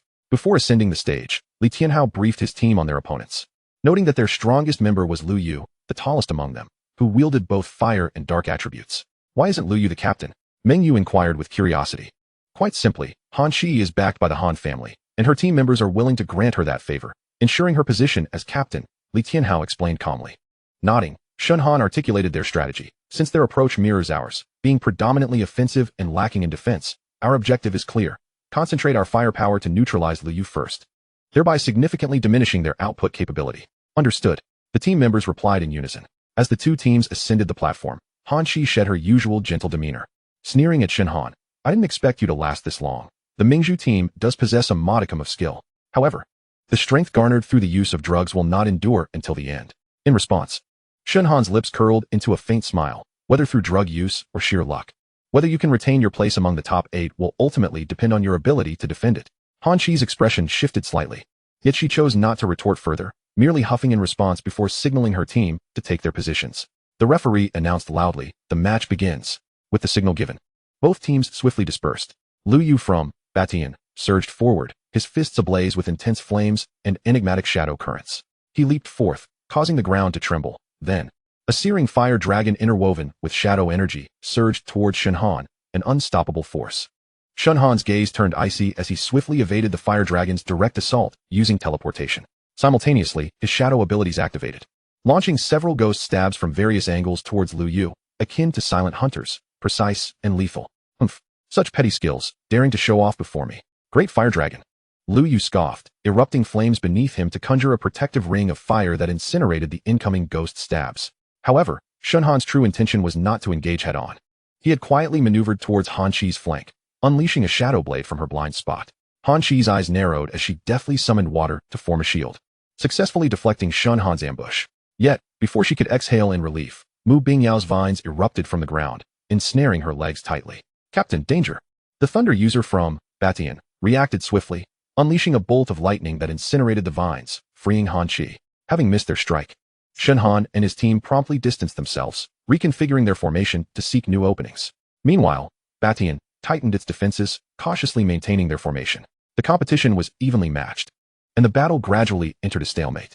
The members of Batian were wary of Lu Rian's hypnotic crowd control, hesitant to draw too close for fear of being overwhelmed. Lu Yu engaged Shen Han, their confrontation a clash of titans, as the battlefield shifted from the center of the platform to its periphery. Meanwhile, Lu Rian was locked in a fierce battle against Batian's ice user, while the rest instinctively maneuvered the fight away from her vicinity. Phoenix Flame. Lu Yu unleashed his most potent fire attack, infused with a hint of phoenix power. Ah, this is spiritual fire, spectators gasped. recognizing the legendary flames infused with the true blood of the mythical phoenix, capable of significantly enhancing the fire's enduring burn. Many fire users were stirred with excitement and envy at witnessing spiritual fire in action during the match. The fire phoenix spiraled above, transforming into a torrent of searing flames directed at Shen Han. Accompanying the phoenix's onslaught were torrents of flaming rain, sealing off all avenues of escape for Shen Han. The temperature on the platform surged dramatically, with spectators in close proximity feeling the scorching heat against their faces. Moments later, as the flames subsided, there was no sign of Shen Han where the phoenix had struck, and Lu Yu could not see him fleeing. Trouble, he must have used teleportation. I forgot he possesses spatial abilities. Realizing he had been outmaneuvered, Lu Yu quickly activated his dark abilities for protection, bracing for a potential ambush from Shen Han. 1 second, 2 seconds, 3 seconds. Lu Yu awaited an attack, yet instead heard the referee's voice resound. Batian, Lung Chuan is eliminated. Lung Chuan was the ice user who had been entangled with Lu Rian. It turned out that Shen Han had teleported directly behind Lung Chuan amidst the fire's glow, executing Thunder Dragon Breaking Void to flank Lu Rian and take down the unsuspecting Lung Chuan. Only then did Lu Yu realize he had been outsmarted, hastily preparing to shift to another battlefield, only to find Shen Han had returned to continue their confrontation. At this moment, Batian found itself in a precarious position. If they could not withstand this brief period of being outnumbered, the entire situation would swiftly unravel. Meanwhile, their strongest member, Lu Yu, was stretched thin, with Lu Rian joining Mu Bingyao in their assault, quickly leading to further attrition for Batian. Han Qi now faced a three-pronged assault. Despite her wind-based agility and water-based defenses allowing her to barely hold her ground, Lu Rian's mental control began to overwhelm her. A single misstep disrupted her wind-enhanced speed, and she was sent hurtling away by the combined might of three adversaries, utterly stripped of her ability to retaliate. 5 minutes later, Lu Yu continued his fierce exchange with Shen Han. The dazzling clash of lightning and fire, and the intricate interplay of dark abilities could not alter the inevitable outcome. Lu Yu knew he stood no chance against 5 opponents. Ultimately, the referee declared in a booming voice, Mingzhu Wuda Yushua Dedo team is victorious. Chapter 93. The Group Stage. The quarterfinals. At this moment, Han Qi's expression was as dark as water, her eyes filled with resentment and fury. She had never held Shen Han in high regard, yet she found herself defeated by him, a reality that was utterly unacceptable for someone as inherently proud as she was, especially in such a public setting. Her pride and arrogance, once perceived as the hallmarks of a genius, had now suffered a profound blow. Moreover, this defeat had barred the Batian team from entering the top 8, marking the poorest performance in the team's history. For Han Qi, this was not merely a setback. It was a humiliation. Standing at the edge of the arena, she coldly glared at Shen Han, her voice laced with deep-seated hatred. Shen Han, I shall remember you. Soon after, the second match of the quarterfinals commenced, with Longyan facing off against Ba Jun from Xiling. As the top-ranked team from Xiling, they naturally opted for combat. Precisely what Shen Han had anticipated. He refrained from watching the other matches, keeping his scenting skill activated to monitor every action of Lu Jingheng, fearing he might miss something vital. Shen Han mused to himself that if the Star Eclipsing Council intended to act, the best opportunity would be now or tomorrow. If Lu Jingheng was a key part of their plan, he would undoubtedly take action, and by staying vigilant, Shen Han hoped to uncover some clues. The entire battle lasted less than 10 minutes, culminating in a swift defeat for Ba Jun. Shen Han discerned no anomalies. Was Ba Jun not worth their effort? 30 minutes later, all matches of the round of 16 concluded. Aside from Batian being eliminated by Usaid team, Bashu Wu University's Storm had ousted Mingzhu Wu University's Lingyun, while the remaining 6 teams from the preliminary rounds advanced smoothly. Notably, 2 new faces emerged in the top 8, Guangzhan from Jingwu and Xing Chao from Donghai Wu University. Although Jingwu had lost Batian, there, Guangzhan had stepped up, resulting in both Jingwu and Mingzhu Wu University securing 2 spots each in the top 8. Thus, the second day's matches came to an end. On the third day, the final day of the group stage, the rankings of the top 8 would be determined. The most keenly anticipated contests were, of course, the battles for the championship, with numerous betting markets opening both domestically and internationally, speculating on which 2 teams would reach the finals and which would ultimately claim victory. Amidst the clamor, the big screen displayed the matchups: Storm vs. Guangzhan, Usaid team vs. Guanglong, Longyan vs. Tieshua, Xingchao vs. War God. The 4 matches were divided into 2 groups, and the victors would draw lots to determine who would advance to the championship. The name, Guanglong, from Lingjiang Wu University, caught Shen Han's attention, reminding him of the grievances with the Su family. He pondered whether Ling Xiao had devised any strategies against them. This, Guanglong, was intriguing. The captain, Su Nanzhou, was a member of the Mingzhu Su family and considered one of its most outstanding prodigies, wielding both wood and fire elements. However, his chosen teammates primarily focused on defense, predominantly utilizing water and earth elements. Nonetheless, caution was warranted regarding Su Nanzhou, who was rumored to possess a domineering spirit fire. Li Tianhao cautioned the team. As the referee's command echoed, the match commenced instantaneously. In the dark forest, a thick shadow of darkness swiftly enveloped the entire arena. Be wary of ambushes. Shen Han immediately warned his teammates. He attempted to sense the enemy's movements, only to be astonished to find that although the skill shrouded the arena, it did not impede the operation of any abilities. However, all around was an impenetrable darkness, rendering it impossible to discern the location of any adversaries, or even the silhouettes of his own teammates. Suddenly, the scene before Shen Han transformed, and he found himself back on Earth, reliving the ordinary days of working overtime. Feeling the icy river water seep into his skin as he jumped in to save someone. Could it be that this was all a dream? Moments later, he saw his high school self, grappling with the anxiety of potentially failing to awaken his powers. What was happening? One moment he was on Earth. The next he was on launching. This was bad. These were all illusions. With his psychic abilities, Shen Han quickly realized what was transpiring. These were mere phantoms. And his teammates were likely still oblivious to the illusion. Were they not fire and wood element users? Where did this psychic power originate? With these questions in mind, Shen Han activated scenting. Name, Su Nanzhou Cultivation, Martial King Level 5 Ability, Wood Element S-Class, Fire Element S-Class. This was incorrect. There was no psychic element. Could it be a skill from another element? The enveloping darkness not only made the illusion seem more authentic, but also left one disoriented, even upon awakening. One could not locate the enemy. However, for Shen Han, these concerns were trivial. A psychic spike shot towards Su Nanzhou. The latter, fully engaged in manipulating the illusion, was taken aback by the enemy's swift recognition and counterattack. In an instant, his psychic energy was jolted, and the illusion shattered. The darkness still shrouded the arena. But with the illusion dispelled, the team gradually regained their composure. This was a particularly unique skill of the wood element, known as flower soul control, which could create illusions through manipulated pollen. Tianhao, cover the area with fire and incinerate the pollen, quickly. Mu Bingyao, familiar with the wood element, directed the team upon regaining her senses. Understood. Li Tianhao unleashed his firebomb and fire rain as if they were free, striving to cover a vast area, quickly clearing the scattered pollen from the space. Quite the impressive reaction, Su Nanzhou remarked, as they had previously employed this tactic successfully against several opponents, only to be caught off guard here. It seemed this strategy had failed against them. Su Nanzhou shifted to offensive fire element skills, standing at the center of his team. His demeanor stern as he slowly raised his hands, the air around him rapidly heating up with the sound of flames at his fingertips. His flames were black, perfectly blending into the surrounding darkness. This was the spirit fire dark flame, capable of inflicting lasting burns. Be careful not to get touched, Li Tianhao warned. Everyone, gather around me, quickly, Shen Han called out. At this moment, Su Nanzhou was being shielded by several teammates in a defensive formation, with two water element users collaborating to create a flowing barrier known as water curtain, heavenly wall around him. Simultaneously, two earth element users set up a thick rock barrier on the arena. This was indeed a turtle shell formation, designed to evade the black flames. As the teammates gathered around Shen Han, he promptly activated dimensional space. Su Nanzhou's dark flames spiraled through the arena for a long while, sweeping through every corner. Yet it encountered no opponents. Meanwhile, the audience outside was utterly perplexed, questioning the situation. The arena was engulfed in darkness, rendering everything invisible. Only the highly skilled martial artists in the VIP section could penetrate with their formidable psychic abilities to grasp the state of the battle. Are the two teams hiding and playing hide and seek? Someone couldn't help but complain. Referee, turn on the lights.